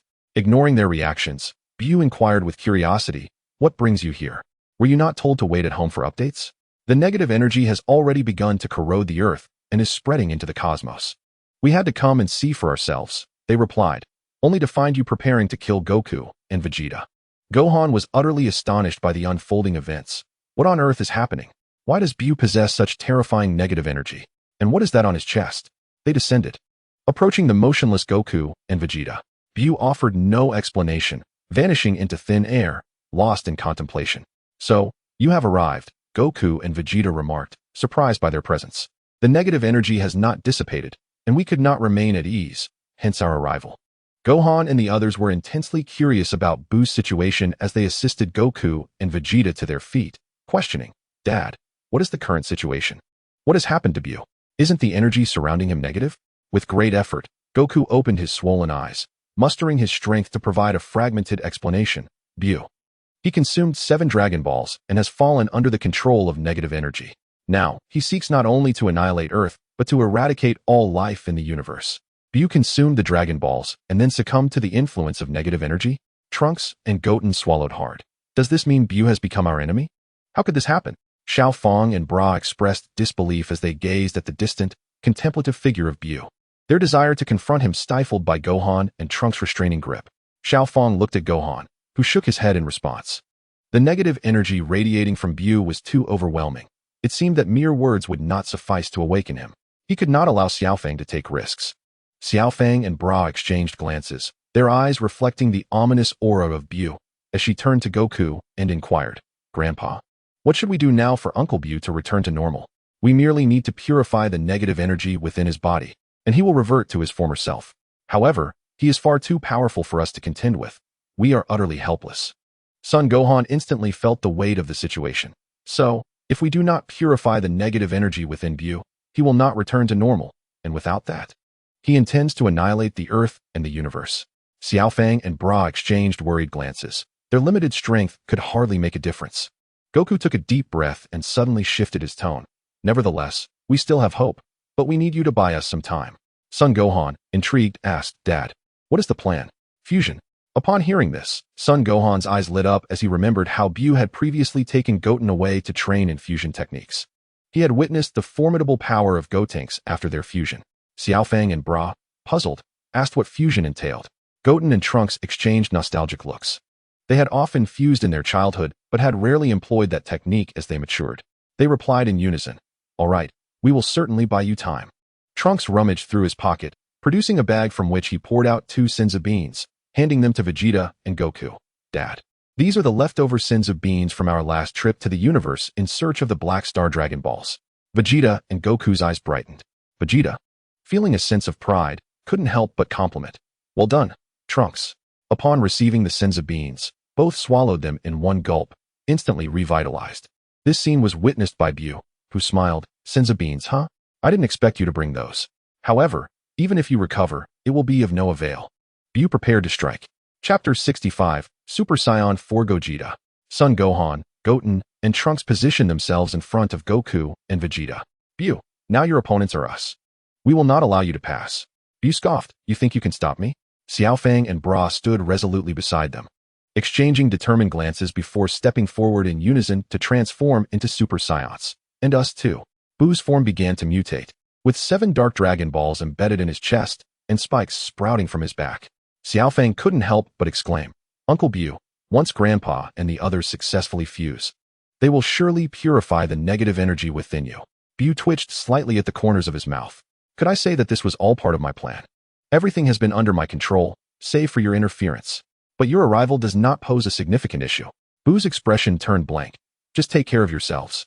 With that, the negative energy surrounding him surged toward the 3. Instantly, they transformed into Super Saiyans, their golden auras flaring as they braced against the oncoming negative energy. Son Gohan gasped in horror. What terrifying power! I can't believe Dad and the others can withstand such a formidable assault from BUU for so long. It had been a long time since he last faced BUU, and now confronted with him again, he immediately felt overwhelmed. The sheer magnitude of BUU's imposing presence was already proving difficult to withstand. Gritting his teeth, he let out a fierce roar to rally his spirits before charging forward. Upon witnessing Son Gohan's advance, Son Goten and Trunks suppressed their fear and followed closely behind. However, it was futile. With a sweeping motion of his enormous hand, BUU unleashed a powerful shockwave, sending the 3 of them flying. A moment later, he conjured a distortion in space that ensnared them. Son Gohan, Son Goten, and Trunks found themselves trapped within this warped dimension, their expressions shifting to one of alarm. What is this? They exerted themselves to assault the barriers of this distorted space, unleashing a multitude of energy blasts, yet to no avail. BUU cast a glance at the ensnared trio, disregarding their cries and frantic movements. He turned his attention to Xiaofang and Bra. Are you 2 attempting to thwart me as well? BUU uncle, please do not go down this wrong path. I barely recognize you anymore. Xiaofang exclaimed, her eyes reddening with anguish and disbelief upon witnessing the transformation of the once gentle BUU. Yes, BUU uncle, you must stop. Your actions will lead to the destruction of both Earth and the universe. Bra pleaded earnestly, struggling to comprehend how the warm-hearted BUU could be controlled by such negative energy. BUU, though feeling a pang of sorrow for them, could not relinquish this opportunity. I am not in the wrong. I am merely doing what must be done. His gaze became inscrutable. You both need to step aside. I will not allow Goku and Vegeta to successfully merge. Sharing a resolute glance, Xiaofang and Bra responded in unison. If that is the case, then you shall have to pass through us. Without further words, they soared toward BUU, joining forces to entwine around him. Seeing Son Gohan and the others attempt to block BUU, only to be swiftly dispatched, left only Xiaofang and Bra. Realizing the urgency, Goku and Vegeta understood that time was of the essence. They transformed back into Super Saiyan 4. Goku, feeling anxious, urged, Vegeta, we must not delay. Indeed, they distanced themselves, preparing for the fusion. However, as BUU noticed their intent to merge, he swiftly broke free from Xiaofang and Bra's grasp and flew toward them. It was not going to be that simple. Xiaofang and Bra, realizing BUU had vanished from their sight, were struck with shock. Not good. They hastily retreated. Just as BUU was about to interrupt the 2, Xiaofang and Bra arrived, one on each side, clutching tightly to BUU's legs. BUU uncle, you cannot prevent Grandpa, Dad, from merging, they implored, holding on to him with unwavering resolve. Though BUU feigned anger and struggled, a glimmer of cunning sparkled in his eyes, while internally he was quite animated. After their earlier interference, they now understood how challenging it was to merge. They would surely proceed with caution this time. Hopefully, they would avoid the mistakes that could arise from the distortion of space. I certainly do not wish to encounter that BUU again. On the ground, witnessing BUU being stalled by Xiaofang and Bra filled them with joy. They took their positions, preparing for the fusion, calling out as they moved, fusion. In the next instant, A blinding golden light erupted, illuminating the darkened sky, as the figures of two individuals gradually merged into one. The fusion commenced, and in that fleeting moment, an indescribable column of golden energy surged forth, piercing the heavens and the earth. The dazzling golden light flickered intensely. After a brief moment, the brilliance diminished slightly, no longer overwhelming. Within the golden radiance, a tall silhouette emerged. Standing firmly upon the ground, enveloped by waves of golden energy, he exuded an unfathomable aura of terror. It was the Super Saiyan 4 Gogeta. Clad in the attire of the Metamorphs, his dark red fur covered his robust physique, and his dark red hair flowed alongside a lofty, pointed tail. His well-defined chest muscles indicated his formidable strength. Super Saiyan 4 Gogeta gazed at Majin Buu, his handsome visage bearing the prominent features of both Son Goku and Vegeta, a subtle smile gracing his lips. He ran a hand over his head, feeling the immense power coursing within him, a smile curling at the corners of his mouth. Upon witnessing the emergence of Super Saiyan 4 Gogeta, Xiao Fong and Bra were filled with joy and excitement, finally free from the entanglements of BUU. It worked. Uncle BUU and Earth are saved. The three individuals trapped nearby also rejoiced with overwhelming happiness. What an incredible aura. Father and the others have succeeded. Now Earth and the universe are safe. In the air, Majin BUU regarded the extraordinary Super Saiyan 4 Gogeta with immense satisfaction. At last, he has arrived. Super Saiyan 4 Gogeta, the strongest warrior in the universe. He had long desired to confront this unparalleled fighter, having previously battled the Hell Gogeta in a fractured space. Yet the current Super Saiyan 4 Gogeta was on an entirely different level. The disparity in strength was monumental, as the former powers of Son Goku and Vegeta paled in comparison to their current might. Although Super Saiyan 4 Gogeta was immensely powerful, Majin BUU was no longer the novice he once was. The time had finally come to engage in battle with the universe's mightiest, a confrontation he had previously avoided. Fully aware of his inferiority, he had no interest in suffering defeat. After all, inflicting pain and enduring it are two vastly different experiences. However, circumstances had changed. With the aid of negative energy, coupled with his own formidable abilities, BUU mused that even if he were to falter, he wouldn't be utterly overwhelmed. It is well known that Super Saiyan 4 Gogeta possesses power exponentially greater than that of a single Super Saiyan 4, celebrated as the strongest warrior in the Dragon Ball universe. Yet, this overwhelming strength comes at a cost, as it exhausts energy rapidly, limiting his transformation to a mere 10 minutes, his sole drawback. Were it not for the antics of Gogeta in the anime, who toyed with the Super One-Star Dragon without delivering a fatal blow, the fusion would not have been voluntarily undone when time expired. Otherwise, the One-Star Dragon would have been vanquished long ago. One must acknowledge that Super Saiyan 4 Gogeta could eliminate the One-Star Dragon with a mere finger. Gogeta fixed his gaze upon BUU, remaining silent. BUU waved his hand, sending Xiao Fong and Bra to a nearby patch of ground. He rolled his eyes and inquired, "Who are you?" To which Gogeta, exuding an unwavering confidence, replied with a radiant smile, "I am neither Son Goku nor Vegeta. I am the one who is about to defeat you." With a sudden glare, an invisible yet formidable force erupted, directed towards BUU. In response, BUU narrowed his eyes and unleashed his own intangible energy, clashing with the might of Super Saiyan 4 Gogeta. The impact resonated with a loud bang. The two forces collided, and in the next instant, BUU's energy was dispersed, yet the relentless force continued its trajectory towards him. Frowning, BUU allowed the energy to strike him. Bang! He staggered back a couple of steps, internally marveling at the sheer strength of his opponent. The onlookers widened their eyes in astonishment, a mix of excitement coursing through them as they witnessed BUU falter for the first time. Clenching his fists, BUU proposed, "This place is too confined to contain our power. Shall we battle in the cosmos?" Given BUU's formidable strength, a confrontation on Earth could risk obliterating the planet with just a fraction of their might. After a moment's contemplation, Super Saiyan 4 Gogeta nodded in agreement. Very well. At that, BUU vanished in a flash, with Gogeta following closely behind. Disappointment washed over Gohan, Goten, Trunks, and the others as they realized they would miss witnessing the battle. Chapter 66, The Re-Encounter with Gogeta. In the vastness of the universe, on a desolate planet, BUU and Super Saiyan 4 Gogeta materialized simultaneously, confronting each other in the sky. BUU's spirit surged with fervor and determination as he gazed at Gogeta. 10 minutes.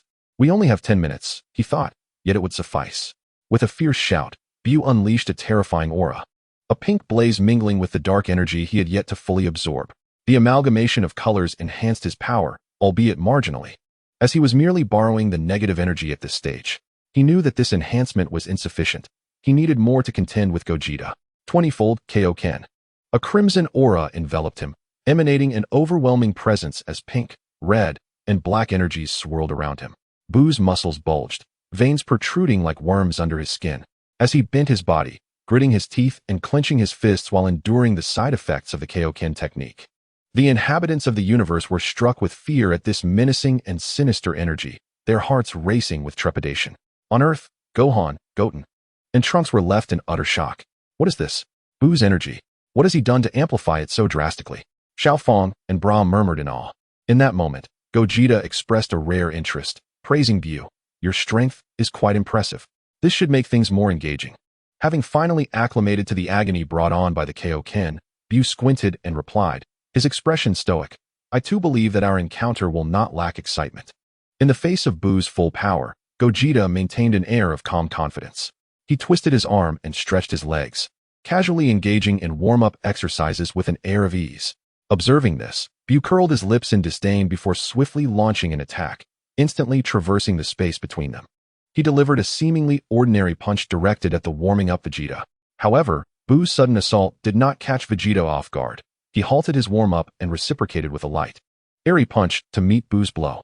Bang! The two fists collided. The terrifying force of their clash radiated like waves, instantly shattering the surrounding space into fragments. The desolate planet beneath them was swept by the monstrous power of their strikes. Crack! The sound resonated, and astonishingly, the barren planet split in two. As both withdrew their fists, their reactions differed. BUU shook his slightly pained arm, while Vegeta remained unfazed. It was undeniable that BUU had lost the exchange against Vegeta. He recognized his inability to best Vegeta, yet he vowed not to concede defeat. Let us fight, BUU declared with fervor. As you wish, Vegeta replied.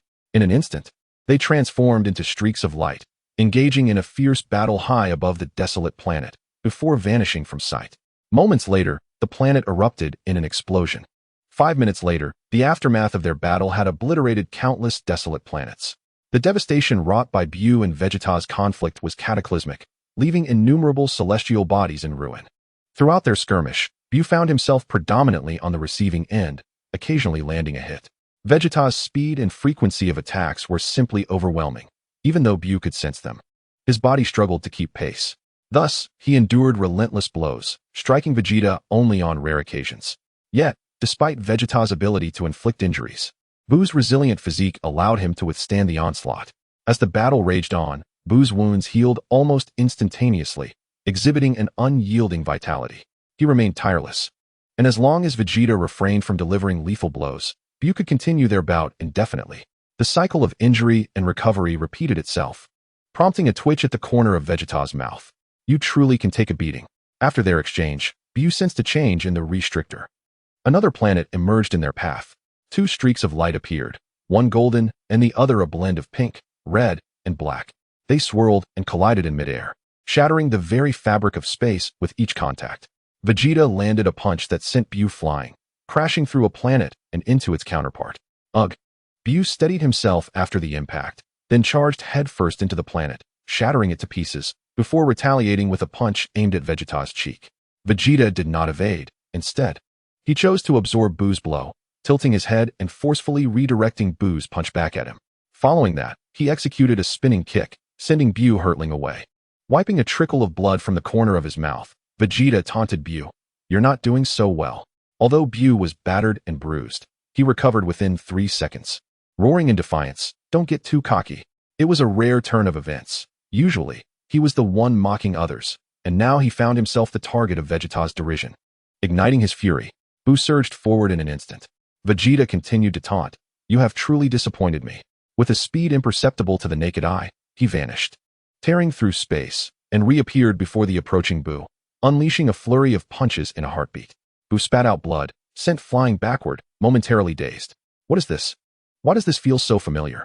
Have I been struck by this move before? How is it possible that the same technique has been used against me twice? This is intolerable. This cannot be tolerated. Annihilation. BUU, enraged, revealed his final trump card, radiating a blinding pink light. In the next moment, an even more terrifying aura erupted from him, instantly engulfing the universe.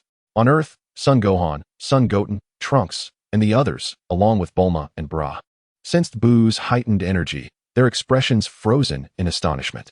On King Kai's planet, the four Supreme Kais trembled as they witnessed the battle, their eyes widening in disbelief upon seeing BUU's energy escalate further.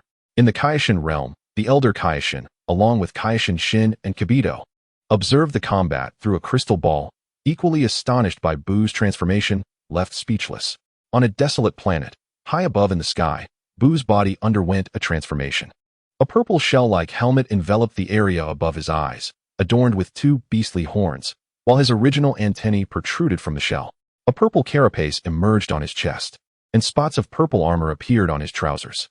Spikes, fueled by negative energy, sprouted from his back, rendering him an utterly bizarre figure. 3 colors of energy continued to erupt from BUU, intensifying his already terrifying aura. In a cold voice, BUU declared, "This is my full power." In this form, his recovery abilities, strength, and unique capabilities would be significantly enhanced. Vegeta, witnessing BUU's newfound strength, was exhilarated. How intriguing. A golden aura erupted around him, his terrifying powers surging once again, exuding an overwhelming presence. In the next moment, the space behind them trembled simultaneously as they both vanished, and in an instant, BUU and Vegeta clashed. The sound of punches echoed, and the cataclysmic aftermath obliterated everything on the planet, causing it to shatter into countless fragments, while molten lava erupted, plunging the planet into its demise. BUU's hand sliced through space as he struck at Vegeta. Vegeta raised his hand to block, then counterattacked. BUU disintegrated and evaded Vegeta's strikes, reappearing before a sudden black vortex in front of him, unleashing a barrage of negative energy spheres. The spheres entered the dimensional black hole, emerging before Vegeta, who did not even blink, slightly tilting his head to evade them. With a burst of speed, he engaged in combat with BUU. For a moment, the two were locked in a fierce struggle. At this level of combat, the techniques of disintegration and spatial manipulation were proving to be somewhat taxing.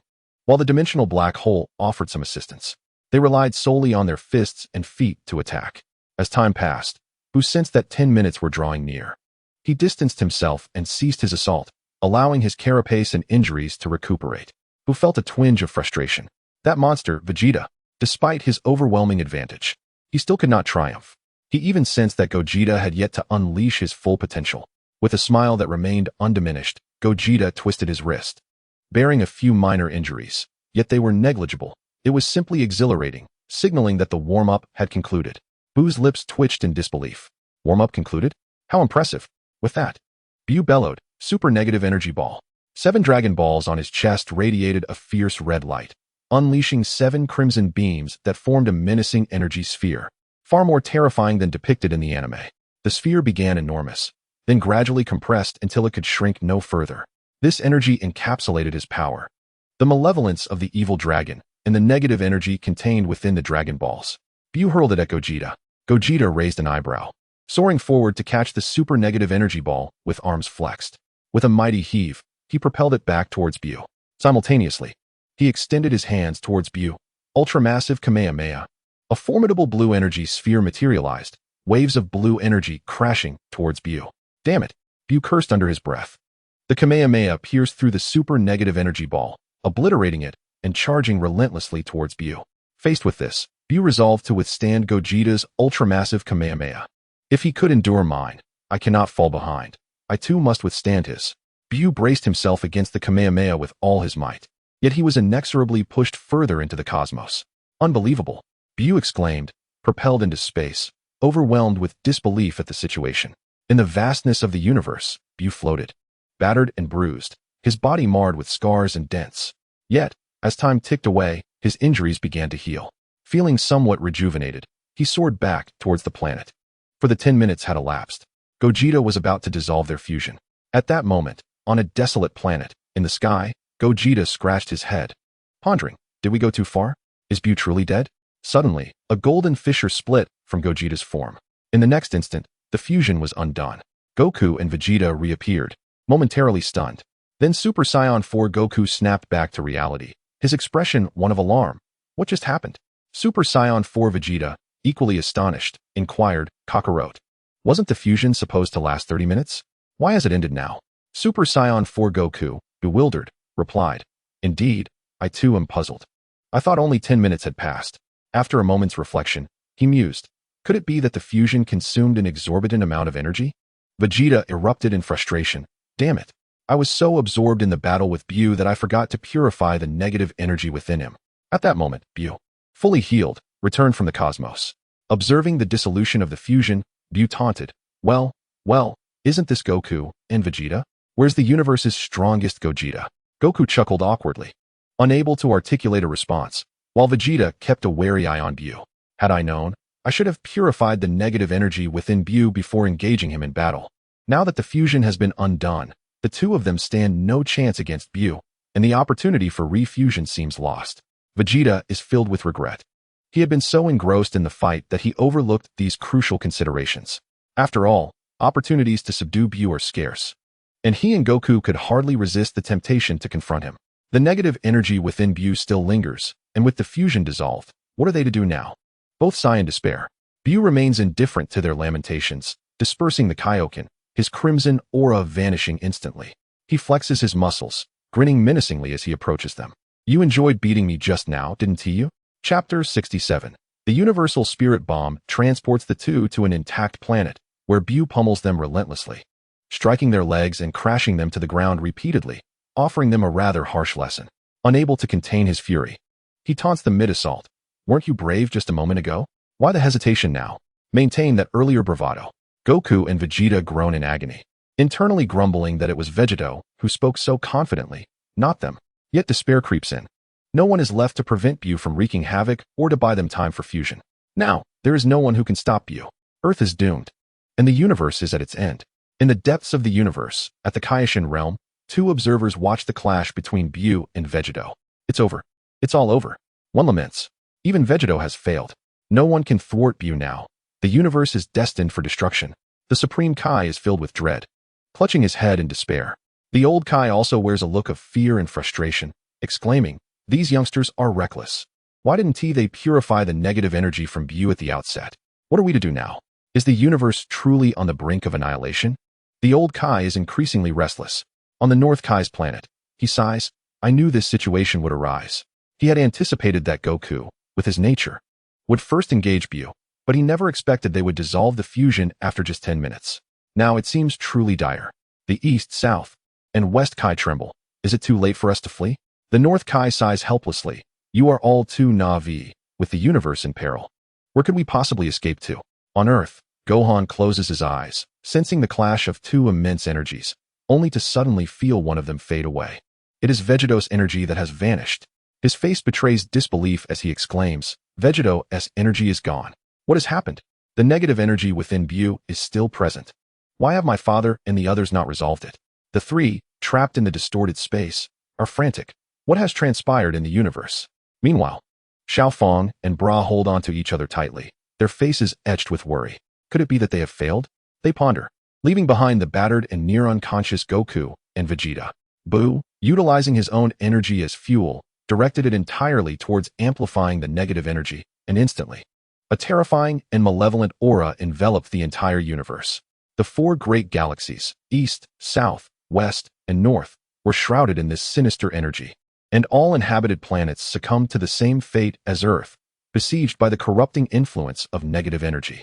The land, mountains, rivers, and forests were ravaged, losing all vitality.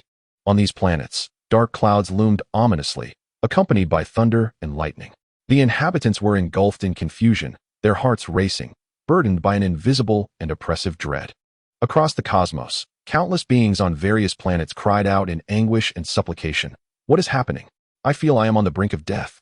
Our planet has descended into darkness, even though the sun remains. Why can't the sunlight penetrate? Everything on our planet has lost its vigor. Our world is on the verge of demise. This is absurd. How can a planet be so effortlessly obliterated? I refuse to believe it. Oh God, please save us. If this is the apocalypse, then let us perish together. Not just our planet, but all life across the universe is engulfed in darkness. Who will rescue the cosmos? Is this divine retribution? I am only 18. I wish to live. What wrong have we committed? Does God truly exist? Why does he not come forth to save the universe? What is the meaning of all this? What has become of the cosmos? The cries for mercy and shouts of anger echoed through the heavens. In the universe, an innumerable array of planets reacted in various ways to the unfolding calamity. In the realm of the Kais, the Elder Kai observed the transformations in the universe with a weary gaze, catching a glimpse of the emerging negative energy beyond the Kais realm. With a sigh laden with sorrow and resignation, he reflected, I never imagined that merely a decade past the unsealing, I would face my end. KAIOSHIN clenched his fists, rendered speechless. Was he truly destined to perish at BUU's hands? For a fleeting moment, he contemplated fleeing, but upon reflection, he dismissed the notion. Where could he escape to now? The universe itself was collapsing. Beside him, Jebet sighed, remaining silent. On King Kai's planet, the North Kai was drenched in sweat, attempting to breach the negative energy to awaken the unconscious Goku.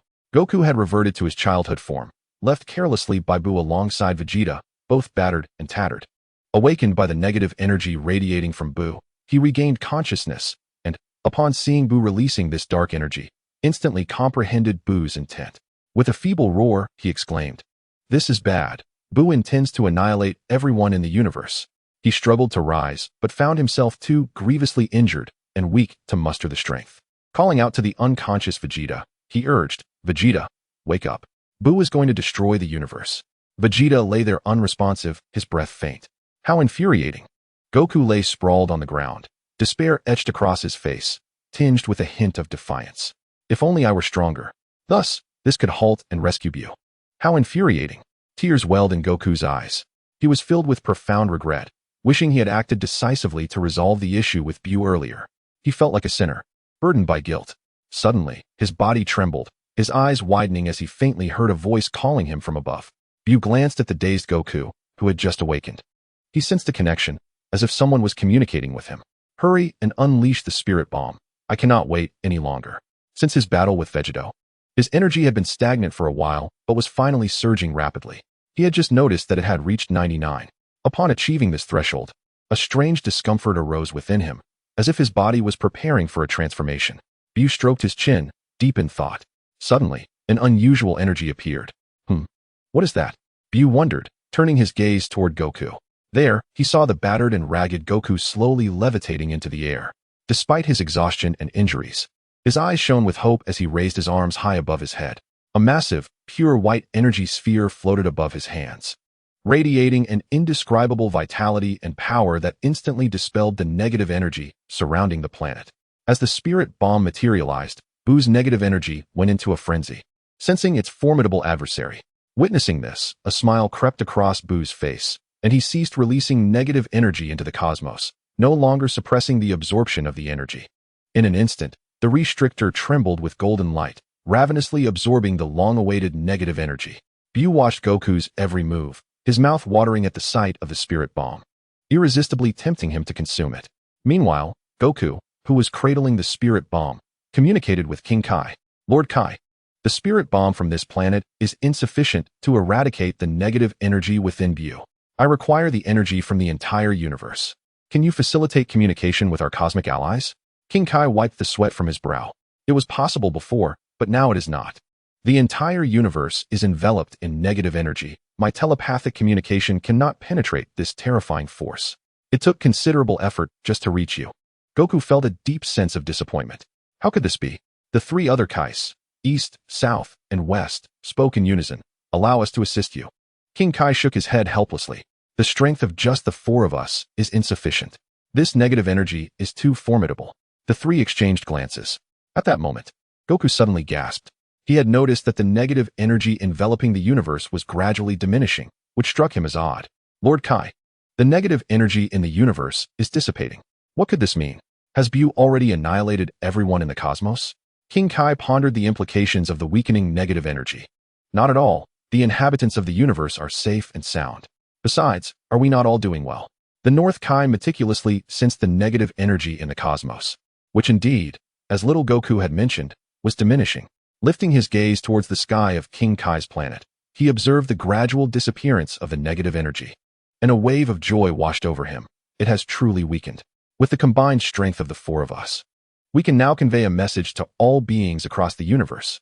The four Kais united their powers, channeling little Goku's voice throughout the cosmos.